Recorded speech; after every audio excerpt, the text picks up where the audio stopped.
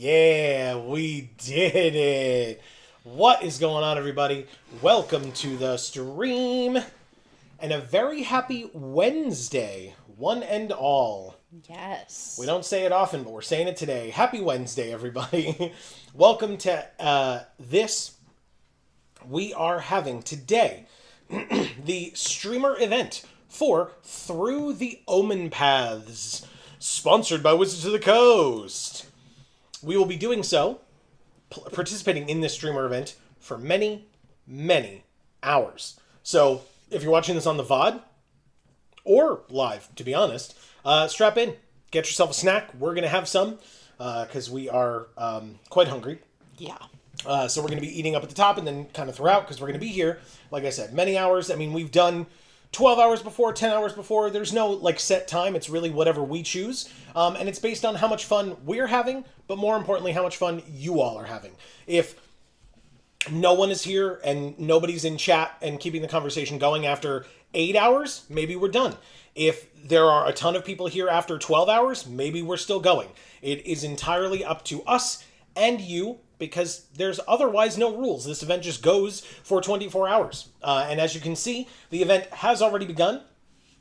Through the Omenpaths Limited is available to us because of this totally normal event token that we have been given. And that was the gift from Wizards, hence why we are and how we are sponsored by Wizards of the Coast for this event. There are 4 different options for us today, 2 of which we will be taking, 2 of which we will not be taking. So for those of you that are unfamiliar with how we do things, first of all, for those of you that may be new, whether you're watching live or on the VOD, what's going on, everybody? This is Joe. And Amy. We are Geek for All, and as you can see, we are here, as I said, for the streamer event for Through the Omenpaths, sponsored by Wizards of the Coast. And so, today, we are going to be playing all day long some early access sealed Through the Omenpaths, and some early access pick 2 draft Through the Omenpaths. What does that mean? We'll get to that in a little bit. But also what that means is we are not going to be participating in the early access standard best of 3 or standard best of 1. But if you are interested in checking out people participating in standard best of 3 or standard best of 1, there are many, many other content creators who will be doing that, and I highly encourage you to go check them out. Here on YouTube, over on Twitch, there might be some third-party stream, like maybe on TikTok or something like that, that people are doing. No offense is taken, because this day is about all of you as well as it is about us. And so if you are interested in standard content, you're not going to get it here. And so while we really appreciate you supporting us, if you want to keep us open on another tab or something, great. But if you're here for limited, then this is in fact the place to be. We're going to be doing some sealed, some draft, etc. all day long. But just because we're going to be doing those things doesn't mean that we don't want to hear from you. That chat is the best place for all of you to be. Now that I've changed it over, it'll be all of you, truly. Instead of censoring you. So please make sure that you pop in a chat, say hey, let us know how you're doing, what you think of. We're going to have a lot of discussions today, I'm sure, about Through the Omenpaths and how it compares to Spider-Man. It is the equivalent to the Spider-Man set, but Wizards doesn't have the digital rights to Spider-Man. Like I said, we'll talk about that throughout the course of the day. Positives, negatives, all types of opinions are welcome. So if you think that this is great and you prefer this and hate Spider-Man, or if you absolutely hate this and love Spider-Man, we want to hear from you. As long as the conversation stays respectful, we will continue having it. And like I said, all viewpoints and opinions are welcome here. So I think... I was just going to say, do we maybe want to move the camera ever so slightly so that maybe you can be... I don't know. Is Spider-Man blocked behind us? No. I feel like he's a little blocked. No, he's visible. I mean, the rest of the poster is kind of blocked, but he's visible. But that's okay. Yeah. We only need to see him. Yeah. That's true. Yeah, sorry, Wolverine. Now's not the time for you. I'm sure you'll be here eventually in a Magic set. Maybe not on Arena, though. But that's okay. I do want to...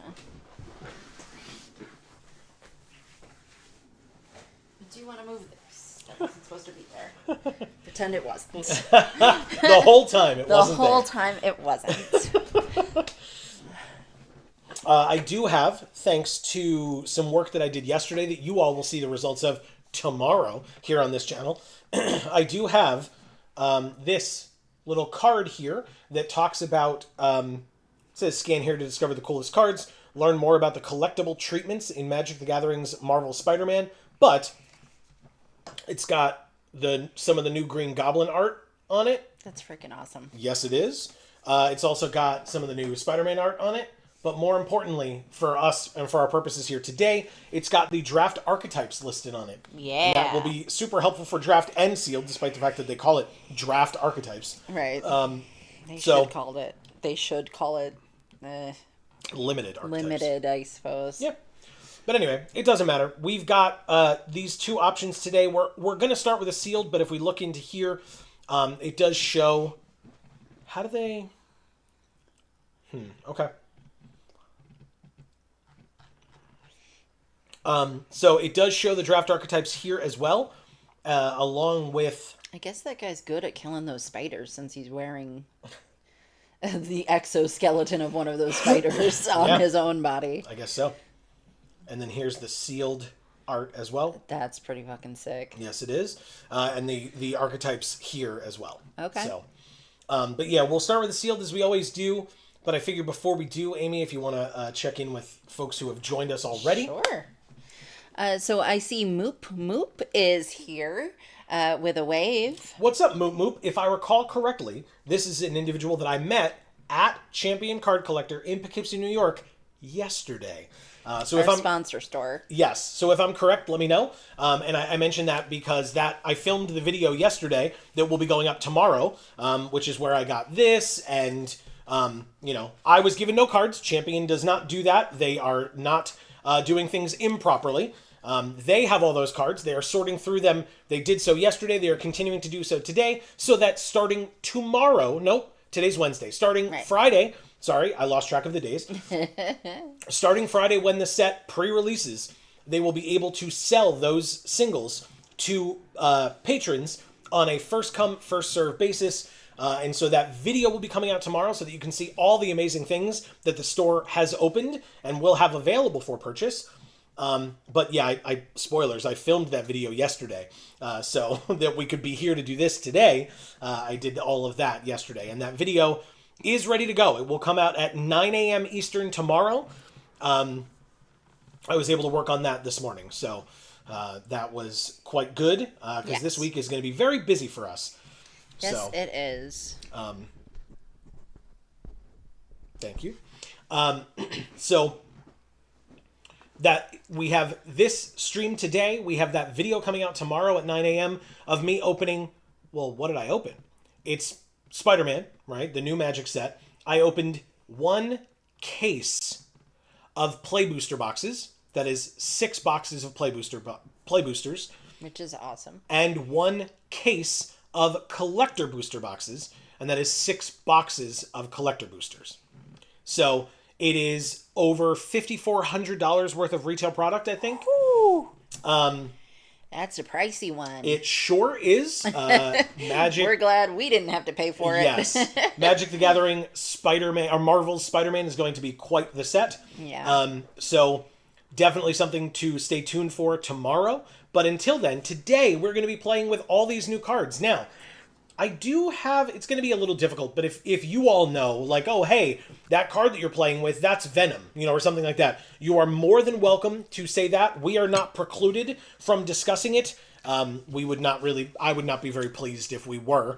And Wizards, it seems like, is being pretty cool about it. That even though they don't have the digital rights and had to spend all this extra money to, make new names for the cards and new art for the cards, but they're mechanically the same. We have we have some things that we can do to discuss how they compare to paper Magic, but otherwise we're going to be playing this today, which is awesome. It's absolutely right. It may not be Spider-Man, so it may not be as awesome as perhaps it maybe could have been or should be, but it's still going to be awesome. Yes, and like I said, we will have many conversations today, I'm sure, about what that means one way or the other. So Yeah. Inquiring Mind Screw is also here saying, I'm excited for this weekend and playing the format. awesome, Inquiring Mind Screw. I'm super glad. I am too, honestly. Getting my hands on some of those cards in paper is something I'm very much looking forward to. Obviously, I just opened a bunch of it, but none of it was ours. Like I said, those were not our cards. We didn't get given any of those. It was, we will open some cards on Friday, just like everybody else will be allowed to. Champion does not cheat, and we wouldn't ask them to. No. And, they like continuing to be a friendly local game store, and Wizards would not allow them to do that if they did. So, Right. but anyway. Just like friendly local Spider-Man. Very nice. So let's start our first sealed event of the day. Okay. Yeah? I was going to say something. Please, go ahead. Inquiring Mind Screw, are you excited to play paper, or are you going to be playing on Arena as well? Well, this weekend you won't be able to play on Arena. Oh, because okay. this doesn't come out on Arena until Tuesday. I'm also at work, so I'll have you on in the background until I get home later tonight. Okay, gotcha. Makes sense to us. Thank you very much for the support. We appreciate it. And we're sorry that you're at work. Yeah, hopefully it's a good day for you. Let's go ahead and open these packs up. We got 6 of them. No mythics in our first sealed pool. Very annoying and unfortunate. Yeah. Ooh, we do have this sick art for Fate Weaver, though. Yeah, that's beautiful. That is very beautiful. This is the radioactive spider. Oh, okay. In the Spider-Man set. Sure. So, so there's that. It's a 1-mana 1/1 reach death touch. For 2, you can sack it, search for a spider hero, reveal it, put it into your hand, and then shuffle. Activate only as a sorcery. Do we have any spider heroes? We do. We have a spider human hero here in Cavero Mindbitten and Gloria the Great Armorer. Aw, look at that baby. I think this is Aranya, if I recall correctly. And this is Aranya. We also have another Kraza the Swarm of One spider human hero. So we have 1, 2, 3 spider heroes that we could search for with this. And that's just these. Obviously, there could be uncommons, commons, etc. There's Stitcher's Wings, which I have to assume is Spider Suit in the main set. Oh, yeah, probably. It's weird because the wings aren't the same. Yeah, it's different on each side. And the bottom wings and the top wings, yeah. Oh, and the middle wings, my bad. Yeah. Of course. Silly me. Sorrow Blackheart is also here in chat saying Goblin Glider. Oh, that's the Goblin Glider. Okay, that makes more sense. Yeah, Yeah. it does. I forget, like Hovering Goblin Glider or something like that. There's a particular name for it. But thank you very much, Sowero. We appreciate it. Yes, and you're also new, so please leave your pronouns for me in chat. Marcus is here saying, any in-universe characters we know show up yet?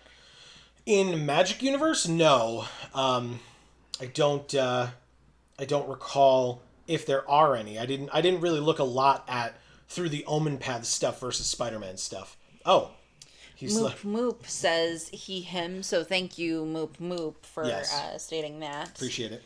I did forget to ask you earlier, but yes, I was asking Sowero. Please help me pronounce that properly. Or can I just call you Blackheart if you prefer, because then that would be easier for me to say. Mm-hmm. Marcus says Kraza is right there. Yeah, I do not remember Kraza at all, so there you go. I feel like I've never heard that name, so I did not realize. But thank you for reminding us that Marcus, character we already knew. Yes, Marcus, someone who, as we do, appreciates the story, and a little unfortunate that we don't remember this character, but there we go. Yeah. Looks cool though. Agreed. Moop says Valgaroth is mentioned. Valgavoth. Oh. From Duskmourn, the big, Oh, yeah. moth character. Okay, yeah. In fact, I'm sure I would be surprised. I guess none of these are going to have flavor text. Oh, God, look at that. Ugh. Oh, Okay. The token's pretty. So this is Mysterio, because it creates an illusion villain, and the illusion villain token is Mysterio as well. So this is Mysterio in the Spider-Man set. Interesting. Yeah. Okay. So it's Swan. what? It's so cute. Oh yeah, against this really gnarled, weird ass tree. I think it's pretty. So it's a 4-mana 3/3 human. You forget it has a face. 4-mana 3/3 human villain. When it enters, make a 3/3 illusion villain creature token. For each non-token villain you control, exile them when this leaves the battlefield. So any other villains that we have would make more of these villain tokens when we played Mysterio, even or Watcher on the Road, even if it's not this. Like, you know, we get one for this, but we can get others as well. It even looks like, if you look here, it even looks like there's a face in the waterfall. Yeah, I see it. It's screaming. Yeah, it is. It's very upset.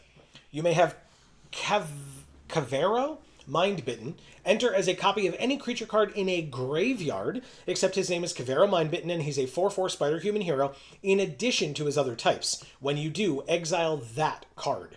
So it's in a graveyard. That could be yours or your opponent's. Now he's got a man bun instead of being bald. This guy? Yeah. I mean, it's a spider. I know. Yeah. Okay. But see, now he looks like he has hair. Because he was mind bitten by the spider. Exactly. Gross. Awesome. Bracco, Heartless Hunter. So this is because it's a Heartless Hunter. Can you guess who it is? Craven the Hunter. Oh. Anyway. I didn't realize he was in this set. Yes.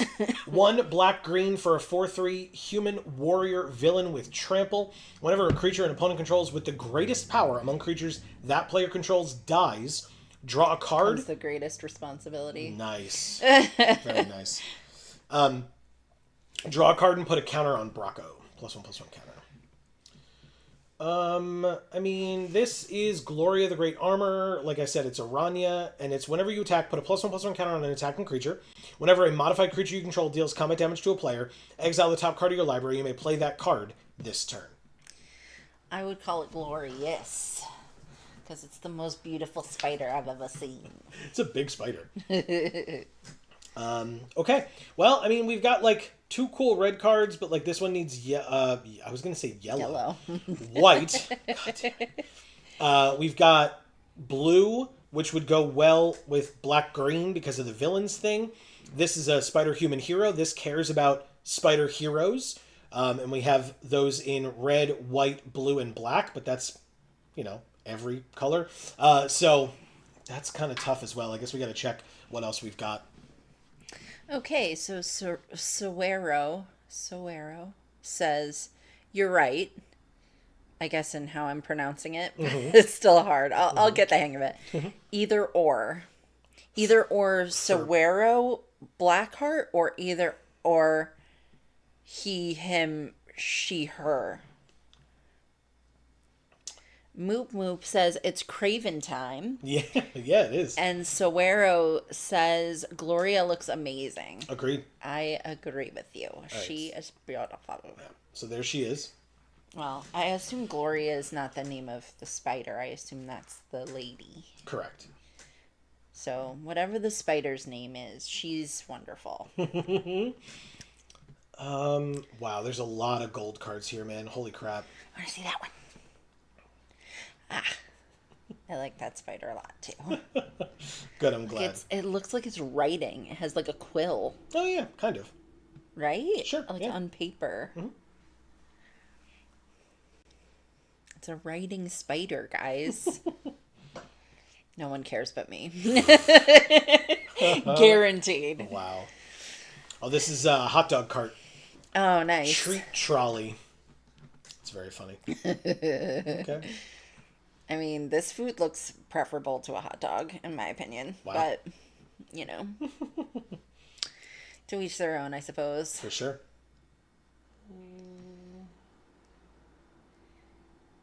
Chef Henny 92 says it's live in MTG Arena now. So not for regular use. This is the streamer event. So right now you have a bunch of content creators who are playing against other people. So giving the opportunity for folks like yourself to watch us play it so that you get an idea of what to expect when it does go live starting Tuesday. Yeah, this is sponsored by Wizards of the Coast. Thank you, Amy. Appreciate that. Moop Moop says, what is a gold card? So a gold card is a card that is 2 colors. Or more. Or 3 colors. Or more. Yeah. Yeah, anything I kind above... of forgot that there's 4 color and 5 color cards. Yeah, yeah, anything above 1 color. So, for example, this is arguably a gold card, even though it shows it as black and blue. But, like, this shows it as gold, right? So even though this is also black and blue, this is black or blue because it's a hybrid card. You can pay either blue or black, but its color identity is still gold because it's each. So. Yeah, so it's just like a way to refer to any card that has more than 1 color associated with it. Mm-hmm. But yeah, as opposed to this, which is a mono black card, mono red card, these are gold cards. But obviously that's much more generalizing because the specificity would be what 2 colors it actually is. Yes. So Inquiring Mind Screw says, it's the streamer event today. Correct. Yes, it Correct. is. Well, no, that's not the question. That was explaining it to Okay, gotcha. Comrade Question is here saying hello. Hello, Comrade Question. Welcome to the stream. Glad to have you. Yes, and you're new as well, so please leave your pronouns for me in chat. Marcus says gold cards are multicolored. Correct.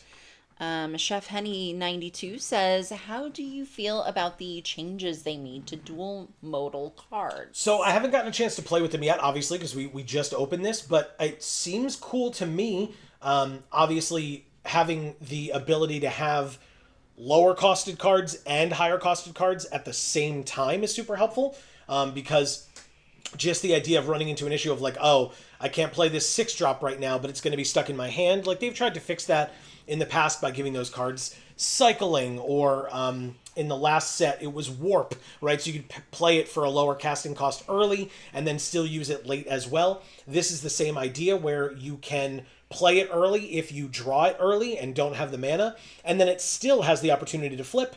Or if you get it late and you don't want to play a 2-drop when it's turn 8, you can play this like 6-drop side or whatever. And I'm not referring to any particular card, just like as an example.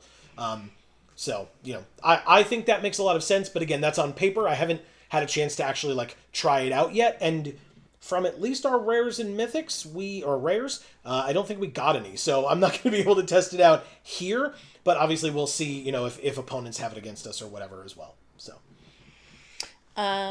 Chef Henny, I forgot to ask for your pronouns, because you are also new, if I'm recalling correctly. If I'm not, please remind me of when you've been here in our streams before, or whether you've commented on one of our pre-records. Either here or on our Video Games for All channel.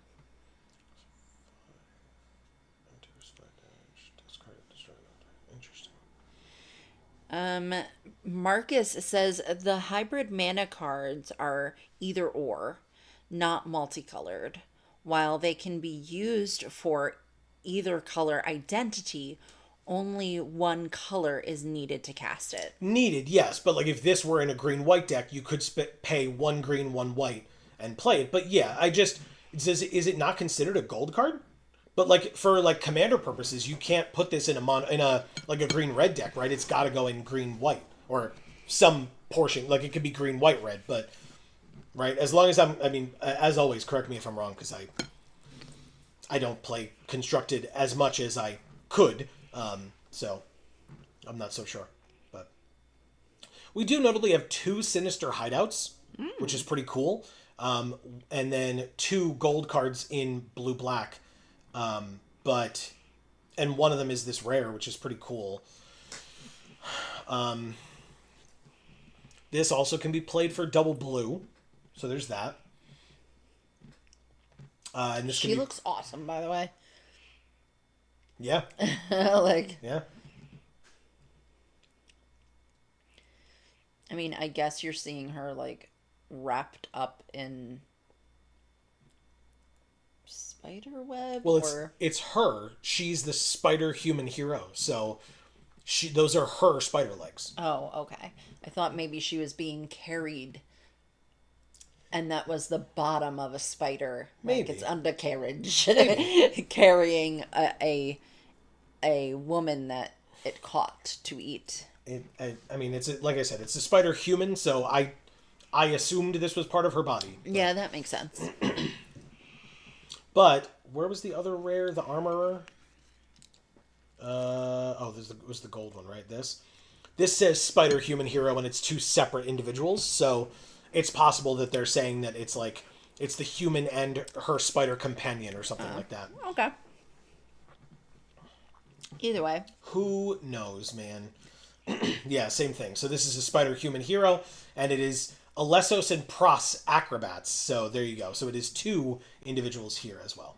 I gotta get me one of these giant spider friends. This is a really cool one. I like this one a lot. Yeah. This spider. I'm very curious how, if you are willing to admit, if you're out there, I'm very curious how folks with arachnophobia would deal with this type of set. Since there are, like, big spiders in the art, but, like, it's art on a screen. Like, but that's not a judgment. It's just, like, does that affect you or not? Because I've asked you when we've played, like, video games or whatever, like, how does this affect your fear of heights? And so, like, you know, like I said, no disrespect meant, just purely out of curiosity, does someone who has a fear of spiders, does an image of a spider affect you, or does it have to be, like, you know, showing movement or something like that? Like, you know. Oh, yeah, yeah. Because I know for me with the fear of heights thing, it depends, right? It, like, if it looks enough as though it's from my own eyes perspective, then it's probably gonna affect me. Sure. Yeah. But if it doesn't, then it's fine. Yeah. This is going to be extremely difficult to make Oh, a deck. wow. Okay. Just because, I mean, they're all brand new cards, right? So Yeah. All right. Well, we're here for 12 hours, so take your time, I guess. Jesus. First of all, we are not here for 12 hours. We are here for as many hours as it makes sense for us to be here. It could be 12, but it could not be. I don't want to overpromise. Okay. We will be here for as long as it makes sense for us to be here. If that is 12 hours, awesome. And it was last streamer event for Edge of Eternities, so it may well be again. But I don't want to overpromise. Okay. Yeah, I think the one before that we were here for 8 hours, I want to say. Maybe it was 10, something like that. Yeah, it was a little less. And that was Yeah. the Final Fantasy one, though. I don't remember. Maybe it was the one before that. I think we just got tired. Look at that art. Yeah. It's cute. It is kind of cute. The little smile face and the little sad face. It's emojis. Yeah, kind of. I mean, they're robots, so could be. Marcus says it's not considered a gold card, and they can be played in one color or the other in Commander. Oh, damn. Okay. Gold is in reference to the border, not necessarily the mana symbols. Gotcha. Thank you very much. Oh. See? Learning something new every day. And, I mean, from Marcus of all people, I've learned many things from Marcus. So, as always, Marcus, I appreciate it. Okay, so if you'll continue to explain then, if gold is referring to the border, then what is the significance of the gold border? What do you mean? Like if it's not really... Well, because as he said, this is one color identity or the other. Like, it could be both, but it could be one or the other. This could be mono green, this could be mono white, whereas this cannot be mono red or mono white because it is each. Right. So that's where the gold comes from.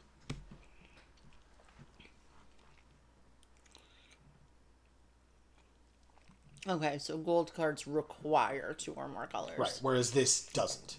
Leyline Weaver. This doesn't. Gallant Citizen. Okay.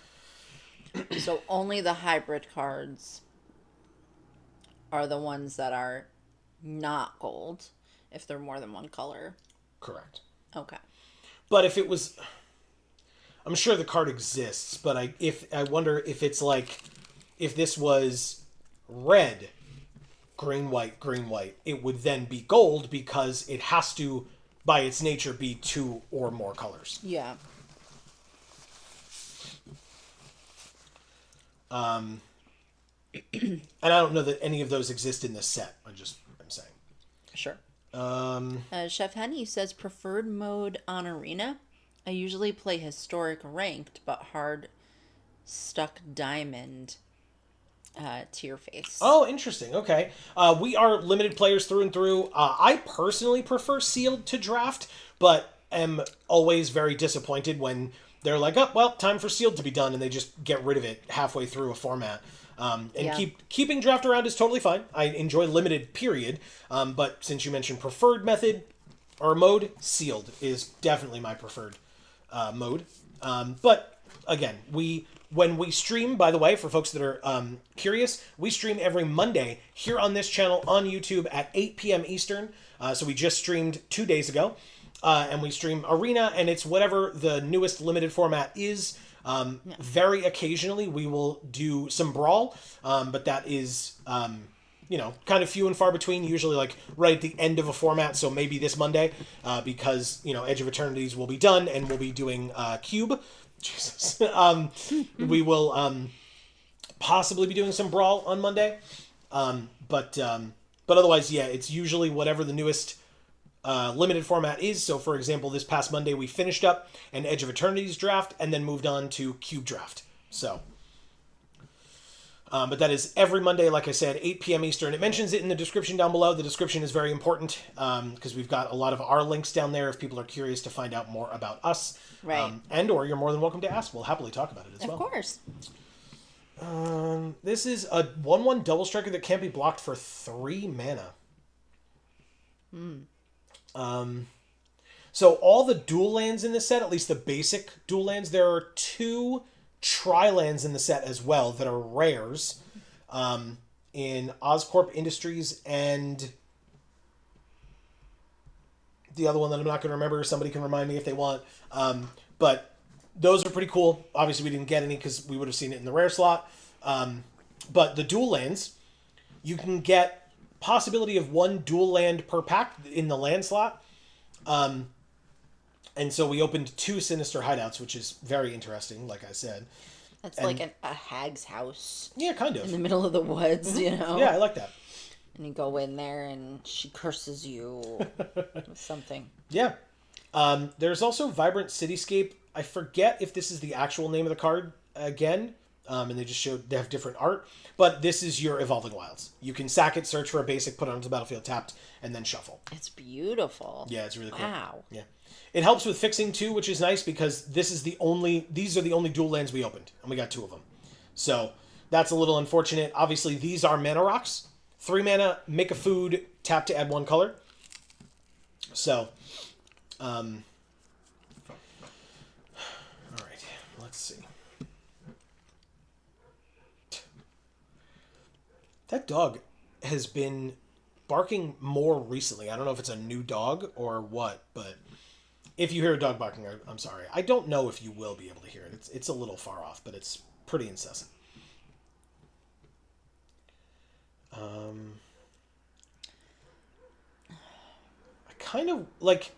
I feel like some form of Sultai feels really good here.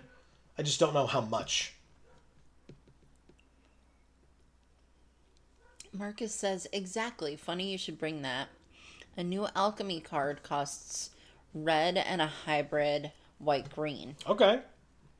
While it counts as 3 colors, only 2 are needed to cast it. Red-white or red-green. Cool. Then that's actually really funny that I exactly brought that up. That's really funny. Thank you. Chef Henny says, for the creator event, how many packs do they give you? Well, this is a regular sealed. So if you're talking about this individual event, it is a regular sealed, just the same as you would play when the event goes live for all of you on Tuesday. So it's 6 packs for sealed, 3 packs for draft. But if you mean for the day, we have one of these. This is called a totally normal event token. It's totally normal, don't worry about it. But it means that if and when we want to enter an event, we enter with a totally normal event token. The way that they used to do these events is they would have a totally separate account that we would log into, and we would have 300,000 gems and 200,000 gold or something like that. So we could just enter into as many events as we wanted, and then every new streamer event that they did, they would kind of give us that amount again on top of what we had left over from the last one. Now that they're letting us use our main accounts for it... But we didn't keep any of that. Well, like I said, it was a separate account that we could only use... I guess I'll specify. Yeah. We could only use it for streamer events. But now that they're letting us use our main accounts, we just get a totally normal event token, and for 24 hours, we can enter into these events using this totally normal event token. So, like, if I wanted, I'm not going to right now, but we have in the past, if I wanted, I could drop out of this event, immediately enter a new one, and just keep opening sealed pools until I opened one that was, like, insane and busted. I think some people do that if, like, there's one card in the set that they really want to play. I've seen people be like, oh, let's open until we get this Planeswalker or something like that. So I've seen them do that. We've done it where it's like, wow, you know, these like 6 cards or 8 cards or whatever of our rares and mythics are like so scattered. This is like the worst sealed pool I've ever seen. Then we drop and open a new one. And like as a joke towards the end of the event, we've done like, hey, let's do it until we get a mythic, but we just do it for fun because then we're going to close the stream or whatever. So, but yeah, so we can enter into as many sealed draft or standard events as we want with this totally normal event token because it can be used. It's not like a one-off. It can be used multiple times. Okay, but these are ghost cards still too, right? Oh yeah, these don't. Yeah, no, these do not go into our account. Okay. No, good question. It's just because they said how many packs do they give you, so I just wanted to like make it make it known that we don't get to keep any of this stuff. Good point. Yeah, and for folks that are playing standard, they can brew with the new cards, obviously, because in the prior it would be a fully unlocked account, so you'd have all the gems and the gold, but you'd also have access to literally every card on Arena, so that you can make whatever deck you want. Now, in those standard events or whatever, you can make whatever deck you want, and it allows you to use cards of any type, whether you have them or not, to play it. Marcus says it's part of a 2-card infinite combo with Trey Lazaro, Moon Dancer. Awesome. I remember that card. The total combo costs 4 mana. It's kind of broken. That seems pretty broken. I like that. All right, so this is the like Spider Dino. Yeah, Spider Dinosaur Hero. 6 mana, 6/6, reach, trample, ward 2. Spiders aren't dinosaurs, okay? In Spider-Man they are. No. Okay. Wow, that guy's face. He's upset. Yeah. What do you think of this little spider, though? I love it. It's so cute. If I had that on me, I wouldn't be making that face. That dude just needs to get over it. Clearly. Oh because look at the little cutie, yes. Wow. Yeah, like I said, I feel like some form of Sultai, so I'm just going to go for it. I need 2 vibrant cityscapes. Do we need this? That's filtering. I'll take the treat trolleys. I mean, putting it on top feels bad. I don't want that. Goro Rel Scourge to Spiders. He's killing them all. Yeah. Asshole. He's a human villain. We want Cavero, Mob Lookout, both Sinister Hideouts, probably the Aerialist.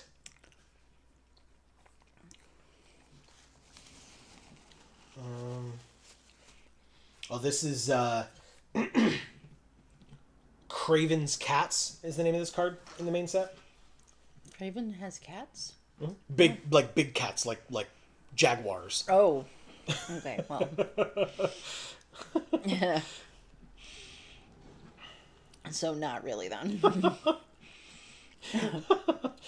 Tiger King would call them cats. That's right. Or what's her name? Carol Baskin. Right, exactly. Guys, if you like Carol Baskin, why? Because she's ridiculous. No.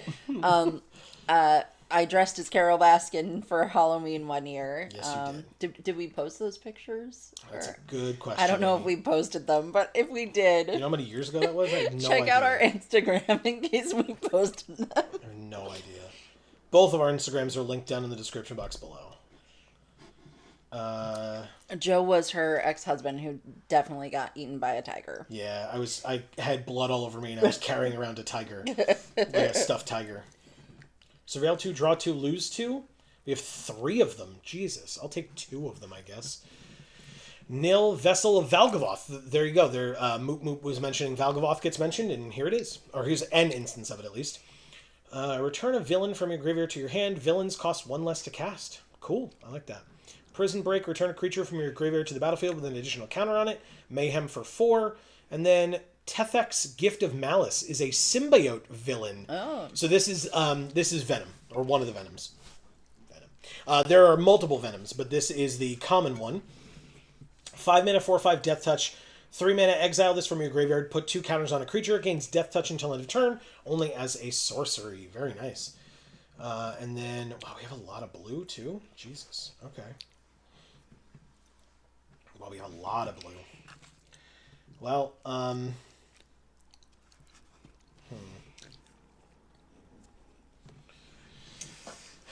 Okay.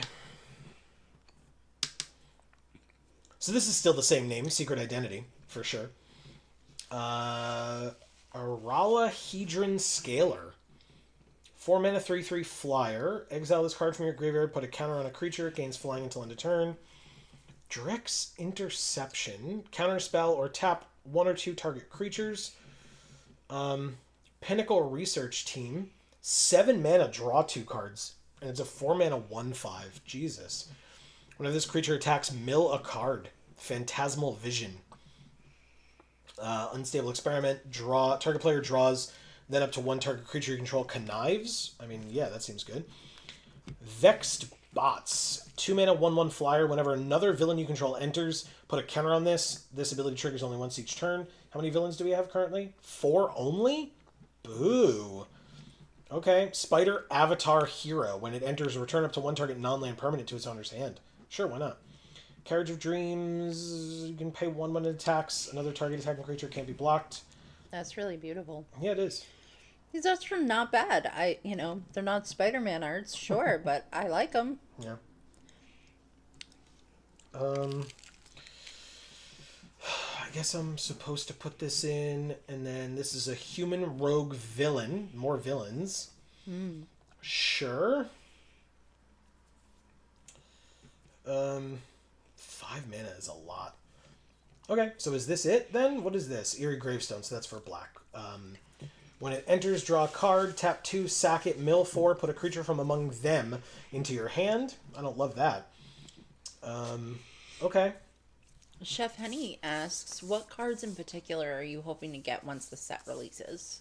Ooh, that's a good question. I don't know that I've looked at them enough to know that. I know that, like, especially based on what I literally opened yesterday, for Chef Henny, I don't know if you were here when I mentioned it earlier, but I opened 12 boxes of product yesterday. It was for a store. It's not ours. The store is sorting through them now for them to be available to sell starting on Friday. But so I've gotten my hands on many cards, but I don't own any of them. And I will say, I really like the kind of the bonus sheet, I guess it would be called, or like the special guests or whatever, where it's reprinted Magic cards that have art from comic books, like comic book covers or like just famous Spider-Man art in general. They look gorgeous. Really, really well done artwork. And it's like basically just duplicated onto Magic cards, but I really, really like it. And I will say that the foils are gorgeous as well of those. I was going to say, I remember you mentioning the foils this time around. Yes, but I'm not willing to spend the money that it would take to buy a collector booster box to get those foils, and you can only get the foils in collector packs, not in play booster packs. So I'll be happy to get the cards. I just will not get any foils of them, and that's fine. Because that is a lot of money that I am not, like I said, willing to spend. Nor do we have it to spend, let's be real. Well, that's the reason why, yes. Absolutely. Well, some people have it and just aren't willing to. Yeah. Oh, yeah, no. But no. Alright, so we have 7 spiders in the deck, so seems fine. Spiders you control get +1/+1. I don't care about the can't be blocked by creatures with Defender, but it makes a 2/1 as well with Reach, and you gain 1 life for each spider you control, which is pretty nice. Because usually you worry about playing a card like this where it's just like an Anthem effect, right? If it didn't have that first clause, and it just gave all your spiders +1/+1 and can't be blocked by creatures with Defender, which is also irrelevant. You would basically do nothing to give your whole team or many of your characters +1/+1 or creatures.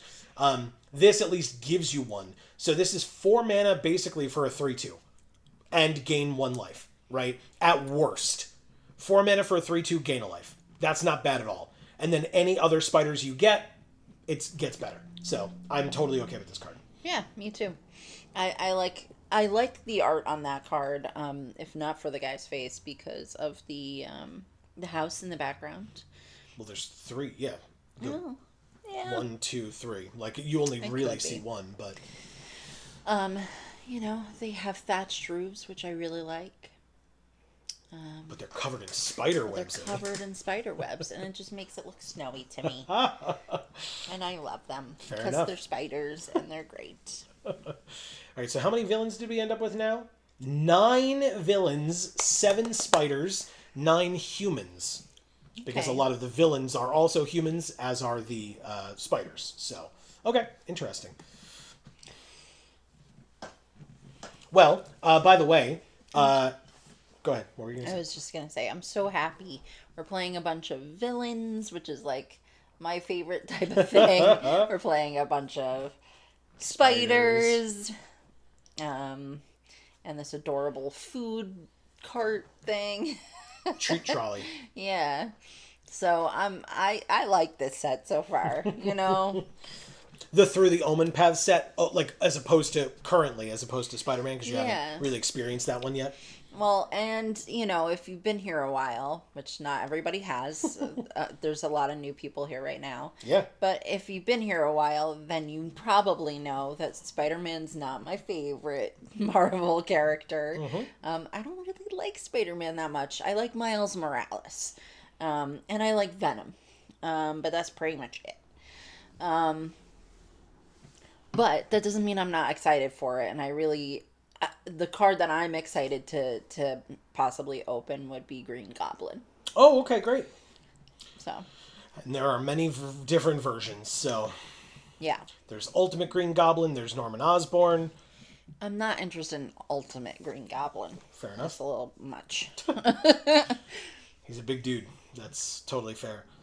Trying to figure out... I need another cut here.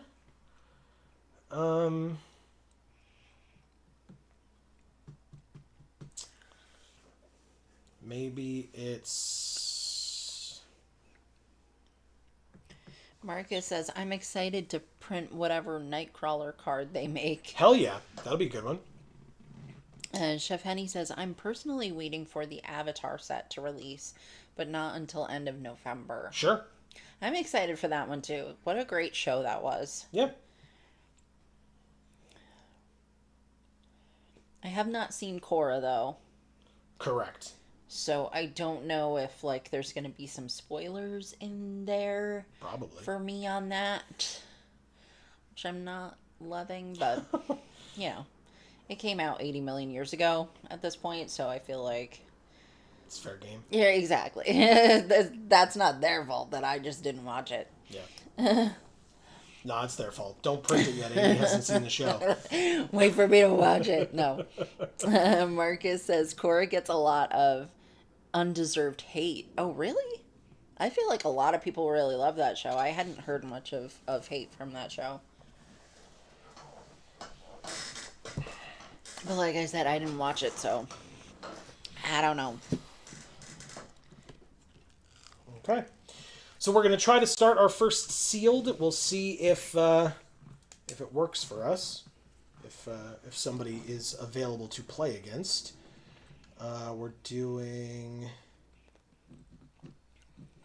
We're playing Saru the Bargler. Okay. We have all three of our colors. Hell yeah. 1, 2. Okay. This is great. I'm a fan. Let's do it. Let's give it a try. Look at this field. It's ugly. But yeah. Okay. It's cool. All right, so we're going to do this. Sack this artifact, put a counter on up to one target creature, draw a card, activate only as a sorcery, or it's food. And you draw a card as well. Okay. Is that supposed to be like a big muffin? It's pastry, perfected pastry, so yeah. Oh, okay. I have to connive, so I have to discard a card. Turn a creature from your graveyard to the battlefield with additional counter. How about this one? That'll be great. Attack for 2. This enters tapped. We don't want that. We want to be able to play Nil, Vessel of Valgavoth. Return a villain from your graveyard to your hand. Would you look at that? There's a villain in our graveyard. Perfect. It's almost like that's how we drew it up. Quint's Insight is a rare. Oh, it's Quintorius. Yeah. 2 mana enchantment at the beginning of your first main phase. Discard a card. If you do, draw a card. Whenever you play a land or cast a spell from anywhere other than your hand, this enchantment deals 1 damage to each opponent. Okay, got it. That's a lot of things, but I got it. I love Quintorius. Yeah, villain spells cost 1 less, so it's back in my hand. I'll attack for 2. There it's 16, and we keep going. All right, so tell me about this field. What is this supposed to be? The hell do I know, man? Oh, okay. It's it's an experimentation room. It looks Okay. like they're growing aliens or slivers or something. Oh, I don't know. I thought maybe it was like Spider-Man-y. Well, it can't be. I know, but This has to be there has to be an in-universe Magic the Gathering explanation for everything that we see today. I know, but I thought maybe it's like modeled after like I don't know, Green Goblin's lair or some shit. Not that I'm aware of. Okay. Okay, so for 3 I could play this. For 3 I could play this. And I guess because this is a villain, I'll do this one first. So, do that. Obviously I can't attack this turn. I could have used this to kill here, but it's literally just a 3/3. Like, I kind of don't care. Alright, so they discarded Stitcher's Wings, which they could Mayhem for 2 now. It would normally cost 3, but they could Mayhem it for 2. Mayhem says if you discarded that card this turn, you can cast it from your graveyard for its Mayhem cost. Marcus says, our boy for Quintorius. That's right. Amy and Marcus definitely both love Quintorius very much. I like Quintorius. I'm just not as in love with him as you two are, so I'll happily acquiesce to the two of you for your love of this card and this character. Zora Spider Fancier. 1 mana, 0/2. Whenever another creature you control enters, you gain a life. If it's a spider, put a counter on it. They then play Stitcher's Wings. We take damage, and then it automatically attaches. +2/+0, flying and haste. And put a counter on it, draw a card, so it's a 6/4 flyer now. I mean, no blocks, I guess. I have the Death Toucher. I should have done that. Silly me. If you liked it, then you should have put a counter on it. Wow, Amy. Very nicely done. Oh. God damn it. I hate that song That's so not much. better. That's not better. All right, we have 3/3 illusion villain tokens. Let's attack for 3 in the air and 2 on the ground. Since they have an 0/2, they could block with it if they want on the ground, but they don't. They just take 5. Beautiful. Let's end the turn.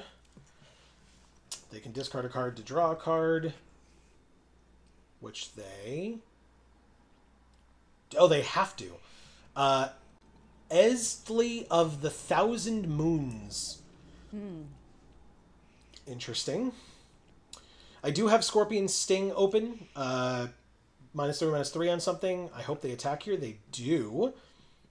Pass to blockers. I'm just going to block first and see what they do. They just let it happen. It's Death Touch, so goodbye. Great. Re-equip is 3. Re-equip is 2. Okay. Leyline Weaver is a 2/2 reach that can tap for mana, and if they cast a spell with mana value 4 or greater, they can untap it. Whenever another creature enters, you gain a life. If it's a spider, put a counter on it. It is. So they gain a life, and this thing becomes a 3/3. Okay? It's getting bigger. They're going to Rhino's Rampage. Thank God I have a way to stop that. Your creature dies, and my Mysterio lives. And now I have 12 power and toughness on the battlefield. I guess I win. Just, throwing that out there. God damn. Land, Prison Break. I could get this back because it's any creature, but instead I'm just going to not be rude and swing and see what happens. They're tapped out mana-wise. I don't even know what this card does. Gets +1/+1 in reach, and whenever this creature attacks, tap a creature an opponent controls, but instead they just die. There was a fish in the sky. Correct. Thank you, Saru, the Bargler. I don't know what that is, but... Like Yargle. Bargle. Does he burgle things? Bargle. He doesn't burgle, he bargles. But what is Bargle? What Yargle does. What does Yargle do? What Yargle does. What only Yargle can do. Yargle eats people. That's all I know he does. Sure. But so does Venom. Look at the homunculi. They're so cute. You do love your homunculus hordes. All right. I love, this is looks so bad.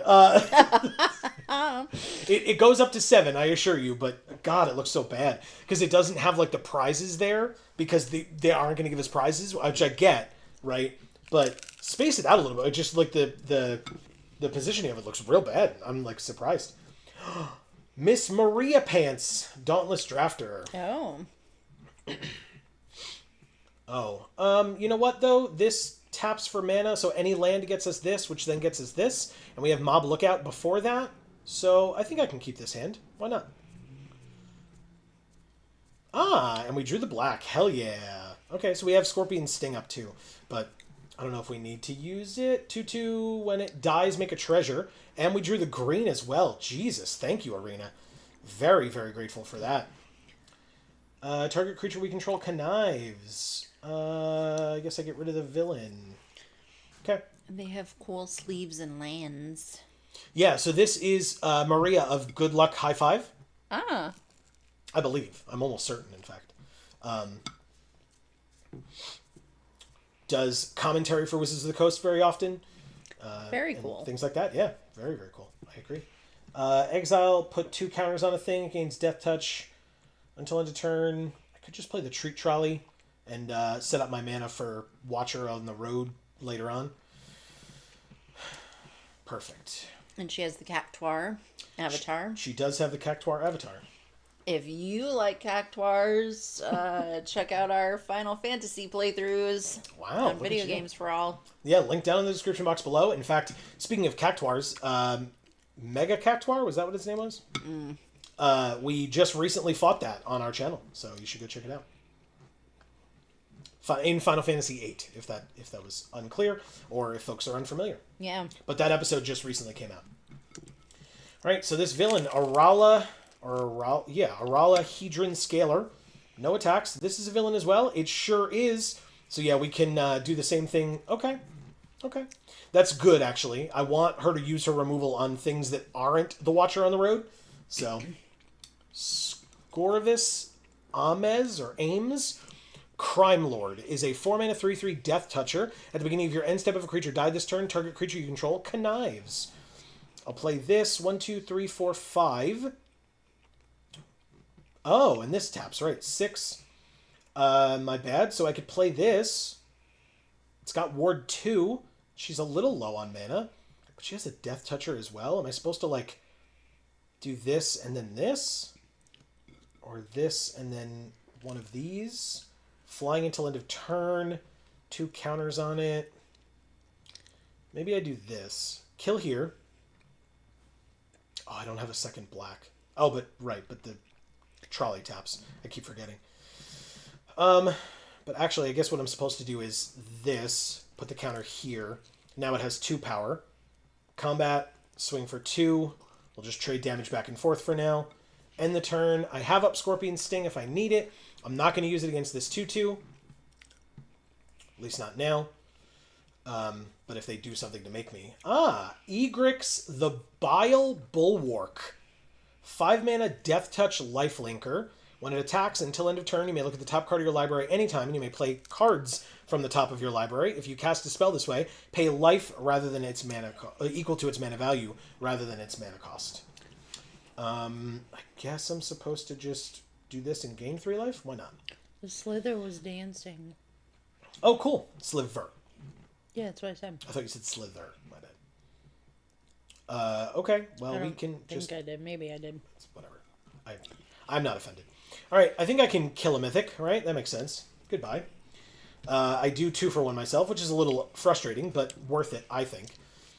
And then this is a Spider Dinosaur hero. She has her own Tefex, Gift of Malice. 2 from Common Crook. We have Bracco, Heartless Hunter, which is a villain. Whenever a creature an opponent controls with the greatest power dies, we draw a card and put a counter on him. So we'll play him as a 4/3, and then we will put 2 counters. And this is his modern life. That's very nice. Bracco, not Rocco. I like it. I like it. Do we... Guess we attack here, yeah. If she trades, great. Great. Because she knows that she can use this thing from the graveyard, so that trade is fine. But her biggest creature died, so I get to draw a card and put a counter on him. And now next turn I can pay 3, surveil 2, draw 2, lose 2. She has a second mythic. Sure, no, that makes perfect sense. This is the Infinity Stone, by the way. The, chase card in the set. She also has Clandestine Work. But it's indestructible. It can tap to add a black to tap 7 mana, tap it, exile a creature they control, harness the Terminus of Return. At the beginning of your upkeep, return target creature card from your graveyard to the battlefield. Is there something that I'm missing here? For 2 mana in this format? I'm just going to say no blocks. I don't really want to lose my creature here. We have Vexed Bots, which is a villain. So I can play this and then Watcher on the Road. Which is great. So let's do that. And so I get 3 3/3s. Or 4 3/3s, counting this one. That gets a counter. And then attack for 5 with Trample. She has a bounce spell. Okay. Well, I got my 3/3s out of it, so that's good. She has 3 cards in hand, any of which could be used to kill Watcher on the Road, and if Watcher on the Road dies, all my other 3/3s go away, which would be very sad, and there it is. What a surprise. Okay. So annoying. Okay. Fair enough. No blocks. I'd rather have my flyer alive, thank you. I don't know what this does. Tyrell Entropic Hunger is a 4-mana 3/1 flying vigilance lifelink. For 2, exile it from their graveyard. Look at the top 3, 1 into their hand, and the rest on the bottom in any order. Okay. 1, 2, 3, 4, 5, 6, 7. I have 7 mana available. I guess I just play Bracco first. Has anybody made the joke Barack Obama? Anyway, let's attack for 3. See if she takes the bait. It's not bait. It's an on-board trick. Bracco just gets bigger. But that's a perfect trade. I love that. Good. +1/+1 counter and draw a card. And I can also Clandestine Work. Surveil 2, draw 2, lose 2. And I will put the Sinister Hideout into the graveyard. Is that right? Yes, it is. I don't need it. And I have another Clandestine Work as well as another Treat Trolley. Interesting. Okay. Mob Lookout, and they connive, or she connives. Her Common Crook becomes a 3/3. You got it. Now, what does this do? Look at the top 3, 1 into your hand and the rest on the bottom. And this is 2 +1/+1 counters, Death Touch until end of turn. But it can only be as a sorcery for each, so that's fine with me. We can play this. It enters tapped. This returns a villain from our graveyard to our hand. What's up, Watcher on the Road? That card is, by the way, this Mysterio card is really good. Let's play Treat Trolley. The second. Make another food. We're at 13. She's at 17. We're then going to do this and get back Watcher on the Road. On the road, not in the road. And then we can go to combat and attack for 5, I guess. Yeah, attack for 5.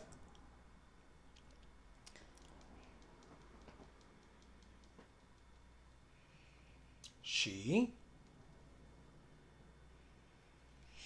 jump blocks. Perfect. Still takes 2. You got it. Wonderful. Okay. Let's end our turn.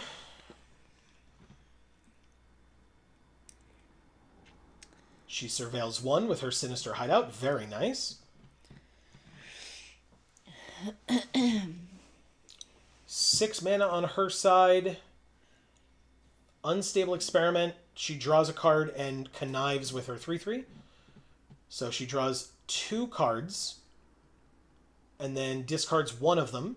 If it's a non-land, that thing gets a counter. She discarded Luis, Pompous Pillager, which is a rare. 2/1 lifelink, enters with counters. She's passing to attacker, sorry. Didn't mean to make her wait there. Do I just gain the life? I think I just gained the life. Let's gain life, 3 life this turn. Now we're up to 16. Very good. Again, these are both sorcery speed, or no.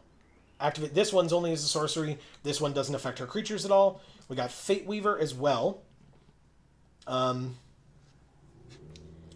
We could Surveil 2, draw 2, lose 2 if we want, before we play Watcher on the Road. Yeah, let's do that. So we can...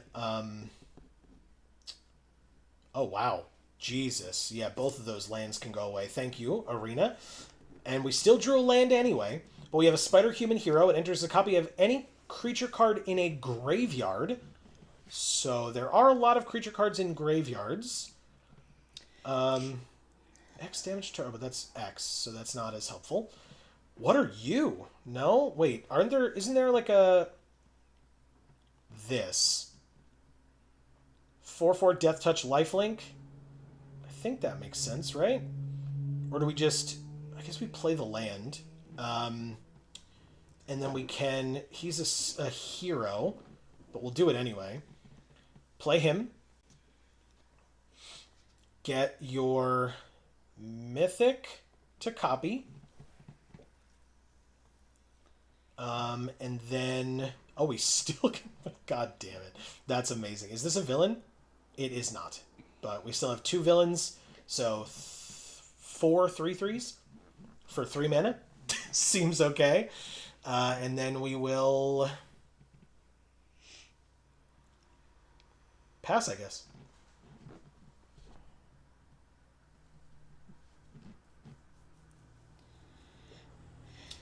Sinister Hideout, Surveil 1. This is at the end of our turn. And she put the land into the graveyard. We did that with 2 of them. And still drew 1. It happens, though. Welcome to our channel, guys. And also, I'm gluten-free, hence the very crunchy crusts. Sorry about that. Into the microphone. I apologize, but check out our gluten-free channel. Gluten-free for all. Links in the description down below. That's right. All right. Do we just win here? I'm going to try it. Oh, yeah. She's got nothing on the... Yeah. Okay. We win. Awesome. Thank you, Miss Maria Pants, Dauntless Drafter. God damn. -8. Wow. That was a crazy game. We didn't even have to play this. I was like ready to do it too. Many times. But we didn't have to. This Mysterio card is real dumb. Holy crap. Just multiple 3/3s. Like, wow. Really cool. Okay. Keep it going. All right, I'm gonna get us some water. Oh, yeah, thank you. That'd be great. Nice cold water. I could really use some right now. Scott E. Baird. I recognize the name. I don't know if that means they're a pro or a content creator whose name I've just heard before, but still. Okay, so we don't have... Well, we have Unstable Experiment, which does draw us 2 cards. We have Scorpion Sting as well, which we could play. This only costs a 3rd mana, and any land at all that we get gets us Treat Trolley, which also taps for mana, so this is a wonderful hand. Absolutely wonderful. And in fact, turn 1, we can just play this because we don't have anything to play for 1 mana, so moving on. I love it. Rizna. Rizna? Really? Rizna the Spider Crowned. Whenever you attack with 2 or more spiders, put a counter on Rizna. Whenever Rizna deals 4 or more damage, exile the top card of your library. Until the end of your turn, you may play that card. Target player draws a card, then up to 1 target creature you control connives. Okay, so I guess I will pass, because this is an instant as well, so I can do it at the end of their turn. If I have to, I can kill their Rizna. This is a human pilot. It is a 3-1. I could just kill that one, to be honest. 1 damage I definitely don't care about. So this is a human pilot, not a spider. But let's go ahead and do that. I just need to land off the top. What do we think? That is not it. Okay, fine. Fair enough. I killed the 3-1. Wasn't able to do anything else. The Infernus. Search your library for a mountain, put it onto the battlefield tapped, and then shuffle. It gets +1/+1 for each mountain you control. And then when it leaves, sack a land. Damn, okay. Take another 1, I guess. Yep. Thank you, Amy. I would like to draw a card and submit 0 creatures to connive. We drew Cavero and finally a land. Hell yeah. Okay, I mean, would let me return a villain. Let's play the Treat Trolley to help us here. It means next turn we can play Cavero if we want. Creature card in a graveyard would be this 3-1, but it's actually a 4-4, and it can give other things haste. Whatever, I don't know if that's really worth it, but we have a 4-3 Mayhem. We drew another land. Okay, 4th land, but actually 5 with this. Means we could do 1, 2, 3, 4. Okay, this seems alright. Activate only once each turn, so it's not at sorcery speed. I gotta learn what the cards do. But we wouldn't have actually been able to do it twice anyway, because we only have 1 green source here. But still, good to know for future turns, or future games even. 5-4 Menace for 5. 2, discard it until end of turn. One of their creatures gets +3/+1 and becomes a dino. They've got a 2-3, a 2-2, and a 4-3 attacking. Guess I just block here.